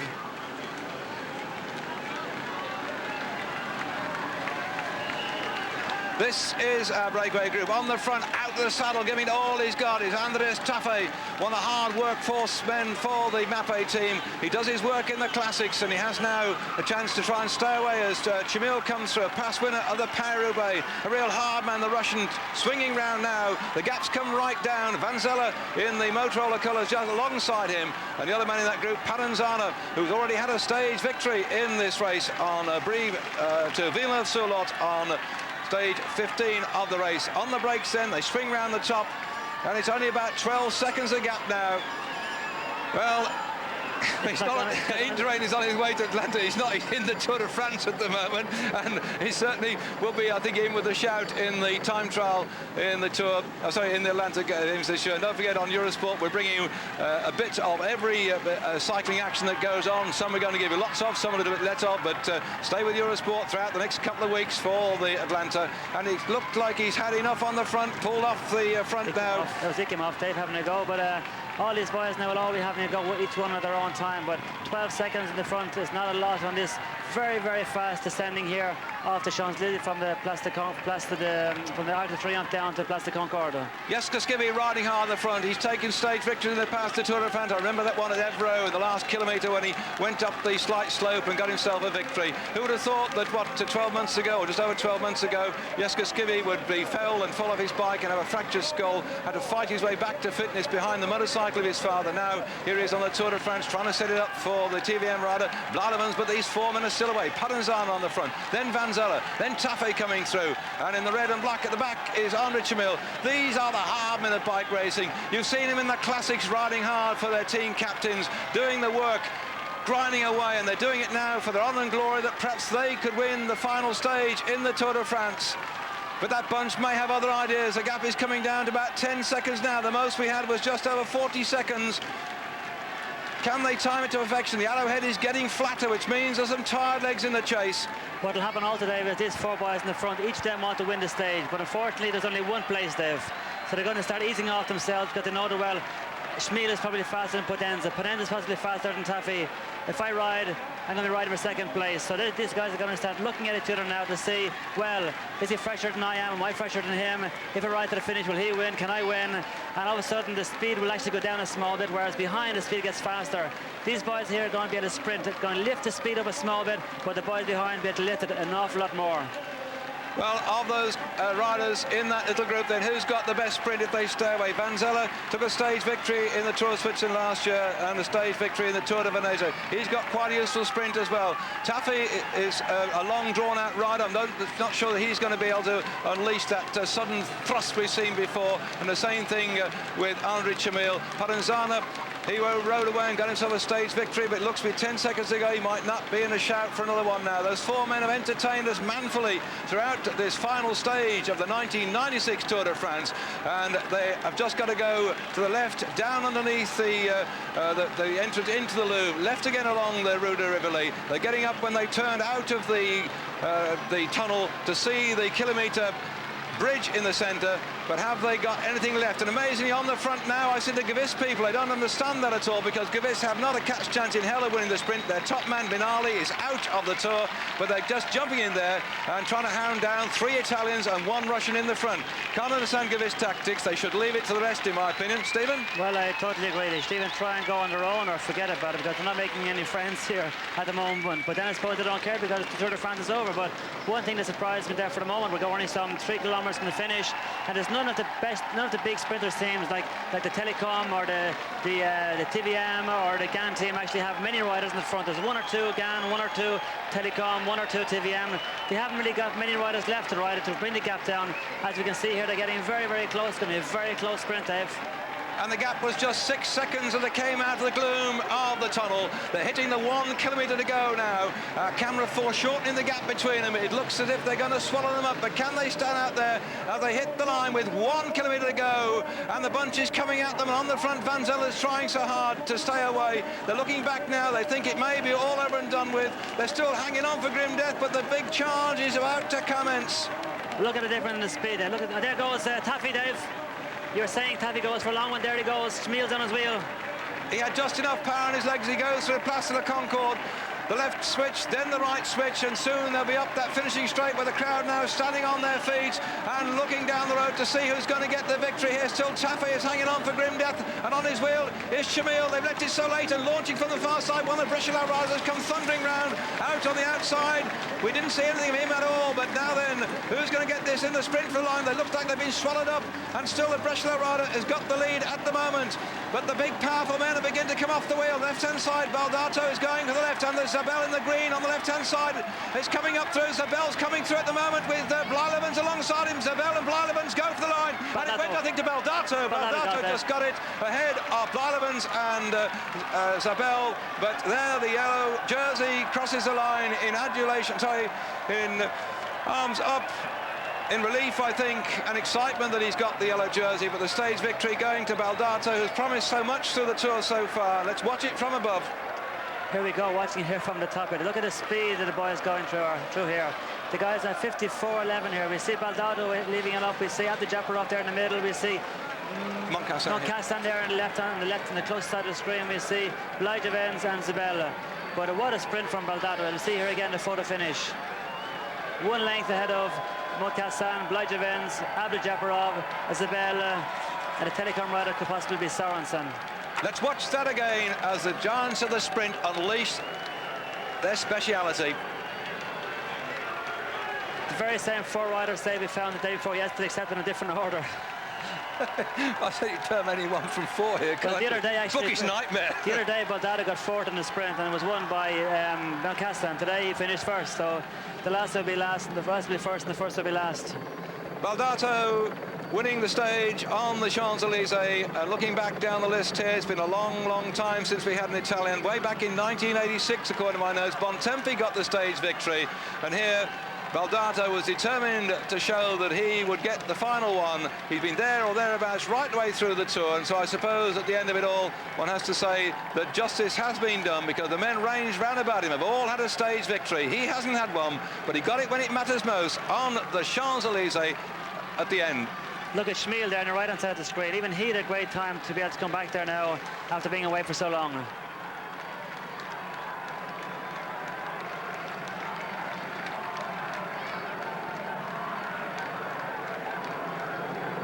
That's a view we don't normally see of Paris, and right up in the sky, and thank goodness, although it's been a hot day today, we haven't had the smog that sometimes descends on this great city, where they're now working hard to reduce the amount of motor car traffic in the town, getting people back on bicycles. It's a fairly flat city, and the more facilities that are being made available for cycling, the better it will be. And in fact, along the Rue de Saint-Germain, or the Avenue de Saint-Germain, they've actually now started to put special cycle tracks. And today, though, the whole of Paris came to a halt for the greatest bike race in the world, the Tour de France, the final stage victory going to Baldato.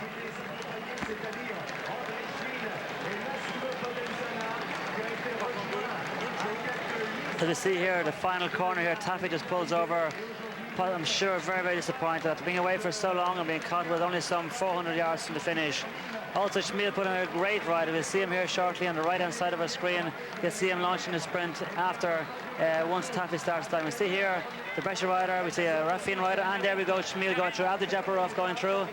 And unfortunately, he only got about 7 or 8 in the stage, but he had a fabulous stage, being out there for some 40 kilometers in that 4-man break, putting in an incredible ride, but then to be able to accelerate in the finish, to be able to stay in there with the big guys.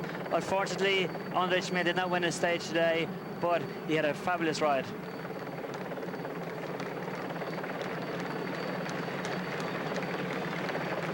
a helicopter picking up the shots for you. And Moncassin saying well done to Baldato as he went through. That's the spirit of comradeship which exists in the Tour de France. They may ride each other into the ground when they're racing. Once it's all over and done with, they say hello. By the way, if you look down, whoops, it's just going, where it says Baldato, if they dropped it down, that is the Besse track where they have the Open in Agen. Just in front of it is the Treasury of France, and we're looking further upstream now, and there we have the confirmation of the finish of that little group that went away. Andre Chamil had to be satisfied with 7th spot. This right-hand area you're looking at now is an area where they're redeveloping some of the rundown areas of France. It's right the other side of Paris from La Défense. As we look at the sprint yet again, that beautiful snake, that colourful spectacle which on the flatter stages entertained us all by the sheer speed and courage of these men in the sprints. They have no thought about the accidents that may happen, and yes, they do happen from time to time. We all remember the time when Abdul-Japarov came off here and slid along the side of the road, demolishing the barriers in the process. Today, though, he couldn't quite make it. He was wedged in the middle of that little group, couldn't get through, and so it went to Baldato, the first Italian to win the stage here since 1986, 10 years back, when Mr. Bontempi, and it's Bontempi it was who said, and I've said it before and I'll say it again, that if you can't stand the heat in the kitchen, then don't go in there. And that's where it's at its hottest. Actually, Abdul-Japarov the other year when he fell off and demolished all the barriers and everything else, if we all know that Abdul's name is actually, his first name is Demo Jabolin. Abdul-Japarov is his name, where they actually called nickname him Demolition Abdul. Well, the man has done the demolition job this year in the Tour de France. Bjorn Ries then riding in with the main bunch to preserve his overall position, but for the sunshine here on the backs of the Italian and on the front of the crowd here gathered in great masses on the Champs-Élysées. So at least the Italians have some satisfaction now. Provenzano also grabbed a stage further back in the race. Cipollini, the sprinter specialist, to grab stage 2, and now almost top and tailing it from Cipollini's stage victory on stage 2. Right at the very end we have Baldato. You can see on his face the sheer joy of winning the final stage of the Tour de France on the Champs-Élysées.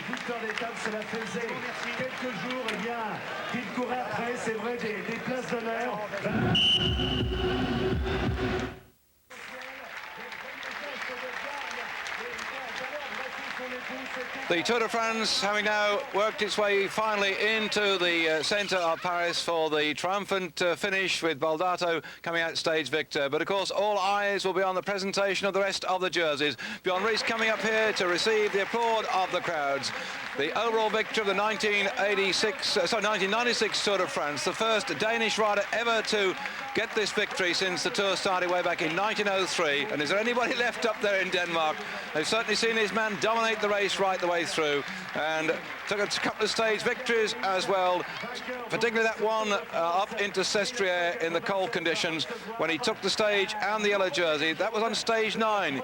Not only did he just sit there with it on his shoulders, he actually went out and attacked the rest of the field. That sort of attacking we've not really seen since today's. Bernard Hinault was just behind him, and Laurent Fignon, because Miguel Indurain was much more able to ride the pace of the race and wait till the time trials to express his superiority. But this man now has taken over his final yellow jersey in the Tour de France, and Bjorn Ries is the winner. So after 5 years of complete domination of the Tour de France, King Mig has now lost his crown. Who could have predicted that from the contenders for that crown, Berzin, Jalabert, Rominger, Olano, Zuller et al., it would be the Dane Bjorn Ries who would ride into Paris in the race leader's yellow jersey. Now let's get on with the green jersey for Zabel. A sprinter specialist, but he also had to survive the mountains too to get that jersey on his shoulders at the end of the race. We saw people like Cipollini, who had been threatening to take the green jersey, get off his bike, finding it too tough to continue. But this man made it through the mountains. He also had his job to do to work for his team leader, Bjorn Ries. So Eric Zabel takes his final green jersey of the 1996 Tour de France, sponsored by PMU, the betting shop chain in France. And he really has not been under threat right the way through. Tremendous sprinter. And as you were saying, Stephen, the way in which the Telecom have dominated this race, who would have thought it after last year? Nobody. If you look at the face there of Eric Zabel here on the finish, That's his son, I think, David's with him there at the moment. So it's something which is a great thing to see now that the wives and family and children and everything else of riders are much more accepted now in the cycling in the Tour de France. Years ago, you would never see something like this.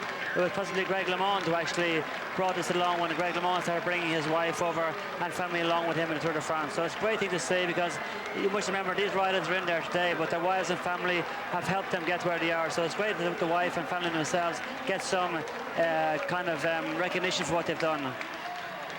Well, I know that as Richard Rock comes up here now to the roars of the crowd, that not only do they have their wives and family around it, but out there we're getting all sorts of audience too. We're getting right across the family spectrum watching cycling on Eurosport. Our viewing figures have gone up this year, way above last year. My thanks go out to all of you who tuned in to Eurosport's coverage of the Tour de France, about what has been one again of the most eventful tours. We have such a wide age span. I was talking to little Natalie Morath of the Froome Wheelers in the winter, and she was agog there, 10-year-old little girl, about what the exploits of these bike riders are. So we've got the young and the old being interested in cycle racing. Pensioners who've retired have been watching the bike racing going through in the last 3 weeks. We watched this man here in the polka dot jersey. Not only has he got the King of the Mountains jersey, but he's finished in 3rd spot, and that's not happened to have a man on the podium since the days of Laurent Fignon. And he's now in the centre here, a great likeable character, waving to the crowd. And Stephen, I think you would agree with me here that if he really controlled himself, he could be a contender for the yellow jersey next year. Well, actually what his plan was, he said he wanted to win the polka dot jersey 3 times in a row and then concentrate on the podium. But this year now he's gotten his polka dot jersey and his place at the podium, so next year he said he's going to concentrate on the higher place on the podium. But the way that his time trialing ability has actually improved in yesterday's time trial, we saw that.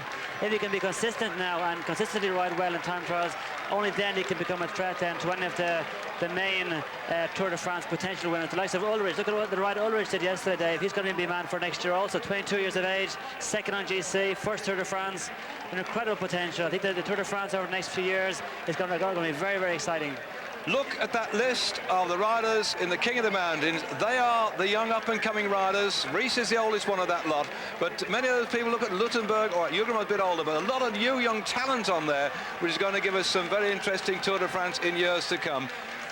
The whole of France in various places gets brought to a halt as the race goes through. These are the giants of the roads and their bicycles that have carried them now 3,800 kilometres, over 2,000 miles, through the rain, through the snow, through the cold, through the heat. The Tour de France, the greatest bike race in the world.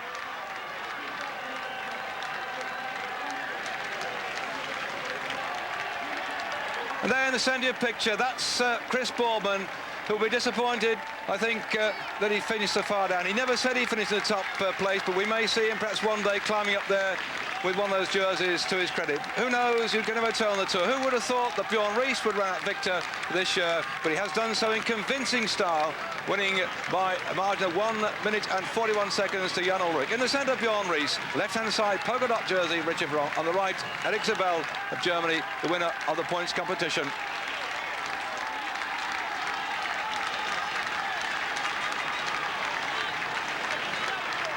It's great for the telecom team. It's great for, look at the face of these boys here. They've done 4,000 kilometres, over 2,000 miles. They're here in the Champs-Élysées. Okay, they're getting a lot of acclaim from the people and everything else. It helps, but at the same time, look how fresh their faces are. Look at the smile on their face. And they're helping off the stage again, Bernardino, working with the organisation. He looks quite happy too, as our camera scans back the riders on the Champs-Élysées. And there, Rominger in the centre with his knee strapped up, a very disappointed man that injury prevented him from batting out for the overall victory. The polka dot jersey of Ronk in the centre. Look at Bianca's tongue sticking out there. And then he lunch. Yeah. I'm sure he's happy to get the powers anyway, because he is so excited yesterday morning before the time trial and so nervous and so tense. He felt that he was going to lose his 3rd place on the podium again. But our thoughts go to these riders here, the work they put in. On the front is Taffy. Behind is the rider from Russia, Chamil. And there in the white jersey, Paranzana, and there Van Zelle going through. They enlivened the final stage. They didn't get the victory they looked for, but certainly they gave the crowd something to cheer. Massive crowd again in the centre of Paris. The sun beating down on the holidaymakers. People have come here from far and wide to see the final stage. Some people just on holiday here have discovered that they're in amongst the bike race, and there young Jan Ullrich getting up. You've now got 1st, 2nd and 3rd on the podium, and with Ronk up there in 3rd spot, that's the first Frenchman to be up there since what, 1989 with Fignon? Well, they've had a few close ones, all right, but I can't remember any French rider being up there over the last few years. They're all smiles now, but you've seen on the faces when Eurosport have been covering the stage in the mountains, the way in which they've been suffering and the pain has been there. And as ever, this 83rd Tour de France has had days of drama and disappointment, of pain and passion. And for me, really, stage 7 was the one that really hammered home how one day you can be top and next day you can be struggling. When Indurain dropped off the pack, when Hulot climbed off his bike with the pain in his knee when he was wearing the yellow jersey, when Brunier went over the edge of the precipice, and when we saw Zuller crashing as well. They all tried, some failed, some won. Well, I certainly enjoyed it, and I'm sure that Stephen Roche, my co-commentator, has. Tonight we're bringing more cycling at 7 o'clock, and that will be the women's race from Atlanta. But the centre of Paris is still roaring with the applause of the crowd for this man, Bjorn Ries. Stephen, yes, a good one? It's been an incredible tour, Dave. It's been, I think that it's relaunched the whole cycling, as I said. We've been so involved with Indurain over the last few years. This year we saw this man, Bjorn Ries. We see the sign he makes there, the effort he made there to win is to finish in Hautacam, and an incredible winner. It's relaunched the whole cycling, and I'm delighted for the Tour de France also. Well, we've been delighted. I hope you have out there, viewers to Eurosport. So from Stephen Roche and myself, David Duffield, it's time for us to say for the final occasion here on the Tour de France, bye-bye to you all. See you next year.